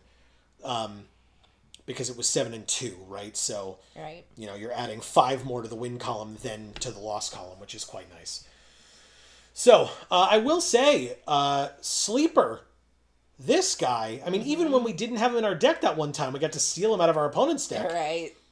This Cosmic Spider-Man is no joke, man, with the dual lands and stuff. Like, I don't know if you'd be able to make him work in sealed, but, I mean, in that 2-headed giant that we're going to play, since you can fuse your kits together, Yes. you absolutely would be able to make that work. Like, you'd need to get it, which, you know, is not a given. Right. And you'd need to get dual lands, which is not a given, but 12 packs worth of cards for it, it's a pretty likely situation, I feel like. So hopefully we'll be able to do that. If you are interested, please stay tuned to the Discord. Link down in the description box below. Stay tuned to the Instagram. Links down in the description box below for both Instagrams. Obviously, if we're talking about playing in the pre-release this weekend, that's going to be Geek for Alls over Gluten Free for Alls. Right. But you should still follow both because Amy actually posts very consistently over on Gluten Free for All, and Geek for All is less consistent. That's more my fault than hers. So just so that we're aware of how this is working. I guess I can do this so that we can see Amy's cool makeup at the end of the night a little bit better and easier. We don't need to see Arena anymore because we're not playing Arena anymore. This set will be live on Arena through the Omenpaths starting Tuesday, whenever they decide to put it live. But the set for Magic the Gathering Marvel's Spider-Man releases this weekend, or pre-releases, I should say, this weekend. If you are anywhere near the Poughkeepsie, New York area, you should come on down to Champion Card Collector in Poughkeepsie, New York. Come say hi to us. Yeah. I will be there Friday. We will both be there Saturday and Sunday. You can keep talking. It's really cool. I think it's great. So you should definitely come say hi. They have a lot of events going on all weekend. 2 on Saturday, 1 on Sunday, and 2 on Friday. So you should stop in. Let them, if you ever go to Champion, I don't care whether it's pre-release or not pre-release, always let them know that Geek for All sent you. Right. Always. Definitely. It's, we love it. They love it. It's an absolute blast. And they're great people. Yeah. So, but otherwise, I mean, that is going to be the end of this particular stream. This has been the streamer event for Through the Omenpaths, sponsored by Wizards of the Coast. I had fun. Yeah. Okay. I'm happy that we are finishing now. I didn't, I'm not sitting here going, oh, but I want to keep playing. Like, I had my fill, right? The draft format is rough. Yeah. It is rough. And that sucks. Yeah. But we can, play as much sealed as possible while it's still around on Mondays at 8 p.m. Eastern for Magic Monday, right here on this channel. We'd love to have you join us. For sure. But otherwise, we'll see what we can do going forward. And otherwise, thank you all so very much for being here. In fact, Amy. Yes. We would usually scroll up, but we're not going to be able to do that today. Too many of y'all were here in chat, and that's your fault. How dare you? Yes, exactly. No, I really, really appreciate that so many people were here. Same. And saying things so consistently. Like, that really helps me, one, have something to do, and like a reason for being here. But also, it is really good to be able to have like feedback at the same time. Oh yeah. That's something that we can't really do with our pre-records. So it's really nice to see like, oh, X number of people watched this video, but like we have no idea how they felt about it. Sure. We don't know what they were thinking at the time unless they leave a comment. So please leave comments on pre-recorded videos. Like, we want to have these conversations with you. We really do. And usually on the pre-records, we have conversations about them, after we play. And it would be really great if we got some feedback from the viewers. Sure. On those. So, but it's great to have you all here and to hear what you have to say and to give advice for the picks or what to discard or, so thank you very much, particularly Marcus tonight for those things. Big time. I mean, that's always true for Marcus, but yes, for sure with bigger streams like this. So. Yeah. So speaking of which, Marcus, thank you so much for being here. You're incredible. He says, I had fun. Thanks a ton for streaming so long. I mean, thanks a ton for being here for so long. Yeah. Like, you went on your walk, but that didn't mean we went away. We stayed on your device, and we appreciate that. Yeah. That's a lot of support, and it means a lot. But also, then, for the rest of the time, you were just here, which is incredible. who would sit and do this for 12 hours? Yeah. We would. But, We would. we don't expect all of you to, although, of course, we appreciate when you do, Hey. if you choose to. It's not like, no, we didn't want you here anyway. Well, fuck y'all. No, we appreciate any of you spending any and all of that time. And in fact, I'll get to that in the end. Well, oh, right. So you did that already. You was just... Okay. Alex Fisher, thank you so much for being here and being new. Hopefully we see you I don't think Alex is new. Oh. I could be wrong, but I think Alex has been here before. Oh, okay. Well, but it's been a bit, so welcome back. Yeah. Chris Cooper, I believe, is not new. Correct. I agree. I feel like I remember them last time we had one of these long streams. Yeah, and that's, you know what? Some people might be indignant about that. I really appreciate the people that, I don't care if you come back just for these. Yeah. We're happy to have you. Thanks for choosing us. Exactly. Because there are a lot of different options, obviously, as you saw, right? There's many different people that stream. But because we do it for so long, we're, happy and confident, especially because we're on YouTube, that, if people are on YouTube specifically, it's come on out, watch our stuff. We're happy to have you. And contributing as many of you do makes the streams what they are. Right. Truly. So... Mr. Know-It-All, thank you so much for being here. welcome back. Yes, good to see you as well. Yeah, Oz10A, you were also here last time we did one of these big streams. Correct. You and Mr. Know-It-All both. Great to have you both back. Yeah. Go to Lope. You always come and support us, even if you don't necessarily care what we're doing, because you're just great. And it seemed like you cared this time, and we got to check in with you on how life has been, so that was awesome. Yeah. Thank you. Greg, thank you so much for being here for us. We're gonna get to see you because we're coming to your store. We're gonna knock down the doors. He is one of the co-owners of Champion, so we will be there again all weekend long. So we will see Greg. You can all see Greg. And you can see us if you stop by. Yeah. Comrade Question. I believe you are new. So I believe so as well. Thank you so much for being here, and hopefully we see you again at the next one of these, or preferably sooner than that at one of our other streams. That'd be great. Or commenting on one of our pre-recorded videos. Also cool. Chef Henny 92, you are also new. Really appreciate you being here, and hopefully we see you back again. Yeah, cool conversations with the new folks as well. Yes. Sowero Blackheart, I think you were also new, or I believe so as well. Yep. yes. Okay. And again, in that new crew, really appreciate it. Yeah, for sure, for sure. Inquiring Mind Screw, we love seeing you all the time.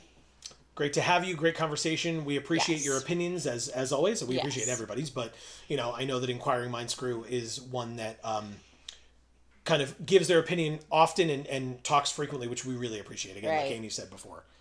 And Moop Moop, thank you so much for coming here after talking to Joe over at Champion and saying, wait, you have a YouTube? What is it? I got to get on there. Yeah. And then you came, and we really appreciate it. Yeah, Moop Moop, the only person that doesn't work at Champion that got a little bit of a sneak peek of the video that's coming out tomorrow of me opening over 54, that's right, I said 54, $100 worth of retail product for the new Magic the Gathering Marvel Spider-Man set. Insane value this time.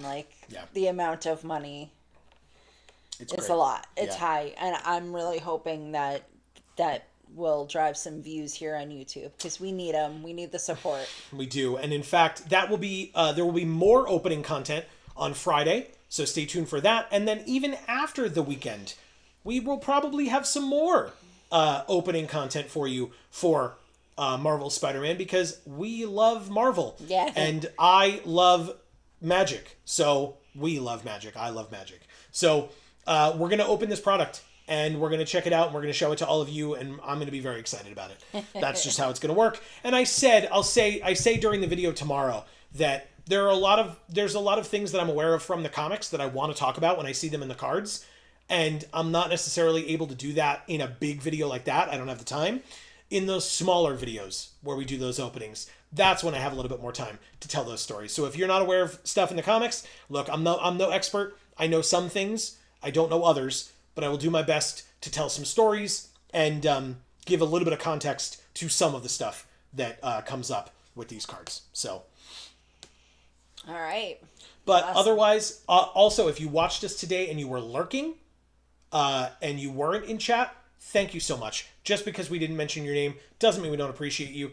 Thank you so much for being here. We hope to see you all back on a future stream, whether it is just a future streamer event, totally understandable. But like Amy mentioned, we're live every Monday at 8 p.m. Eastern right here on this channel playing Arena.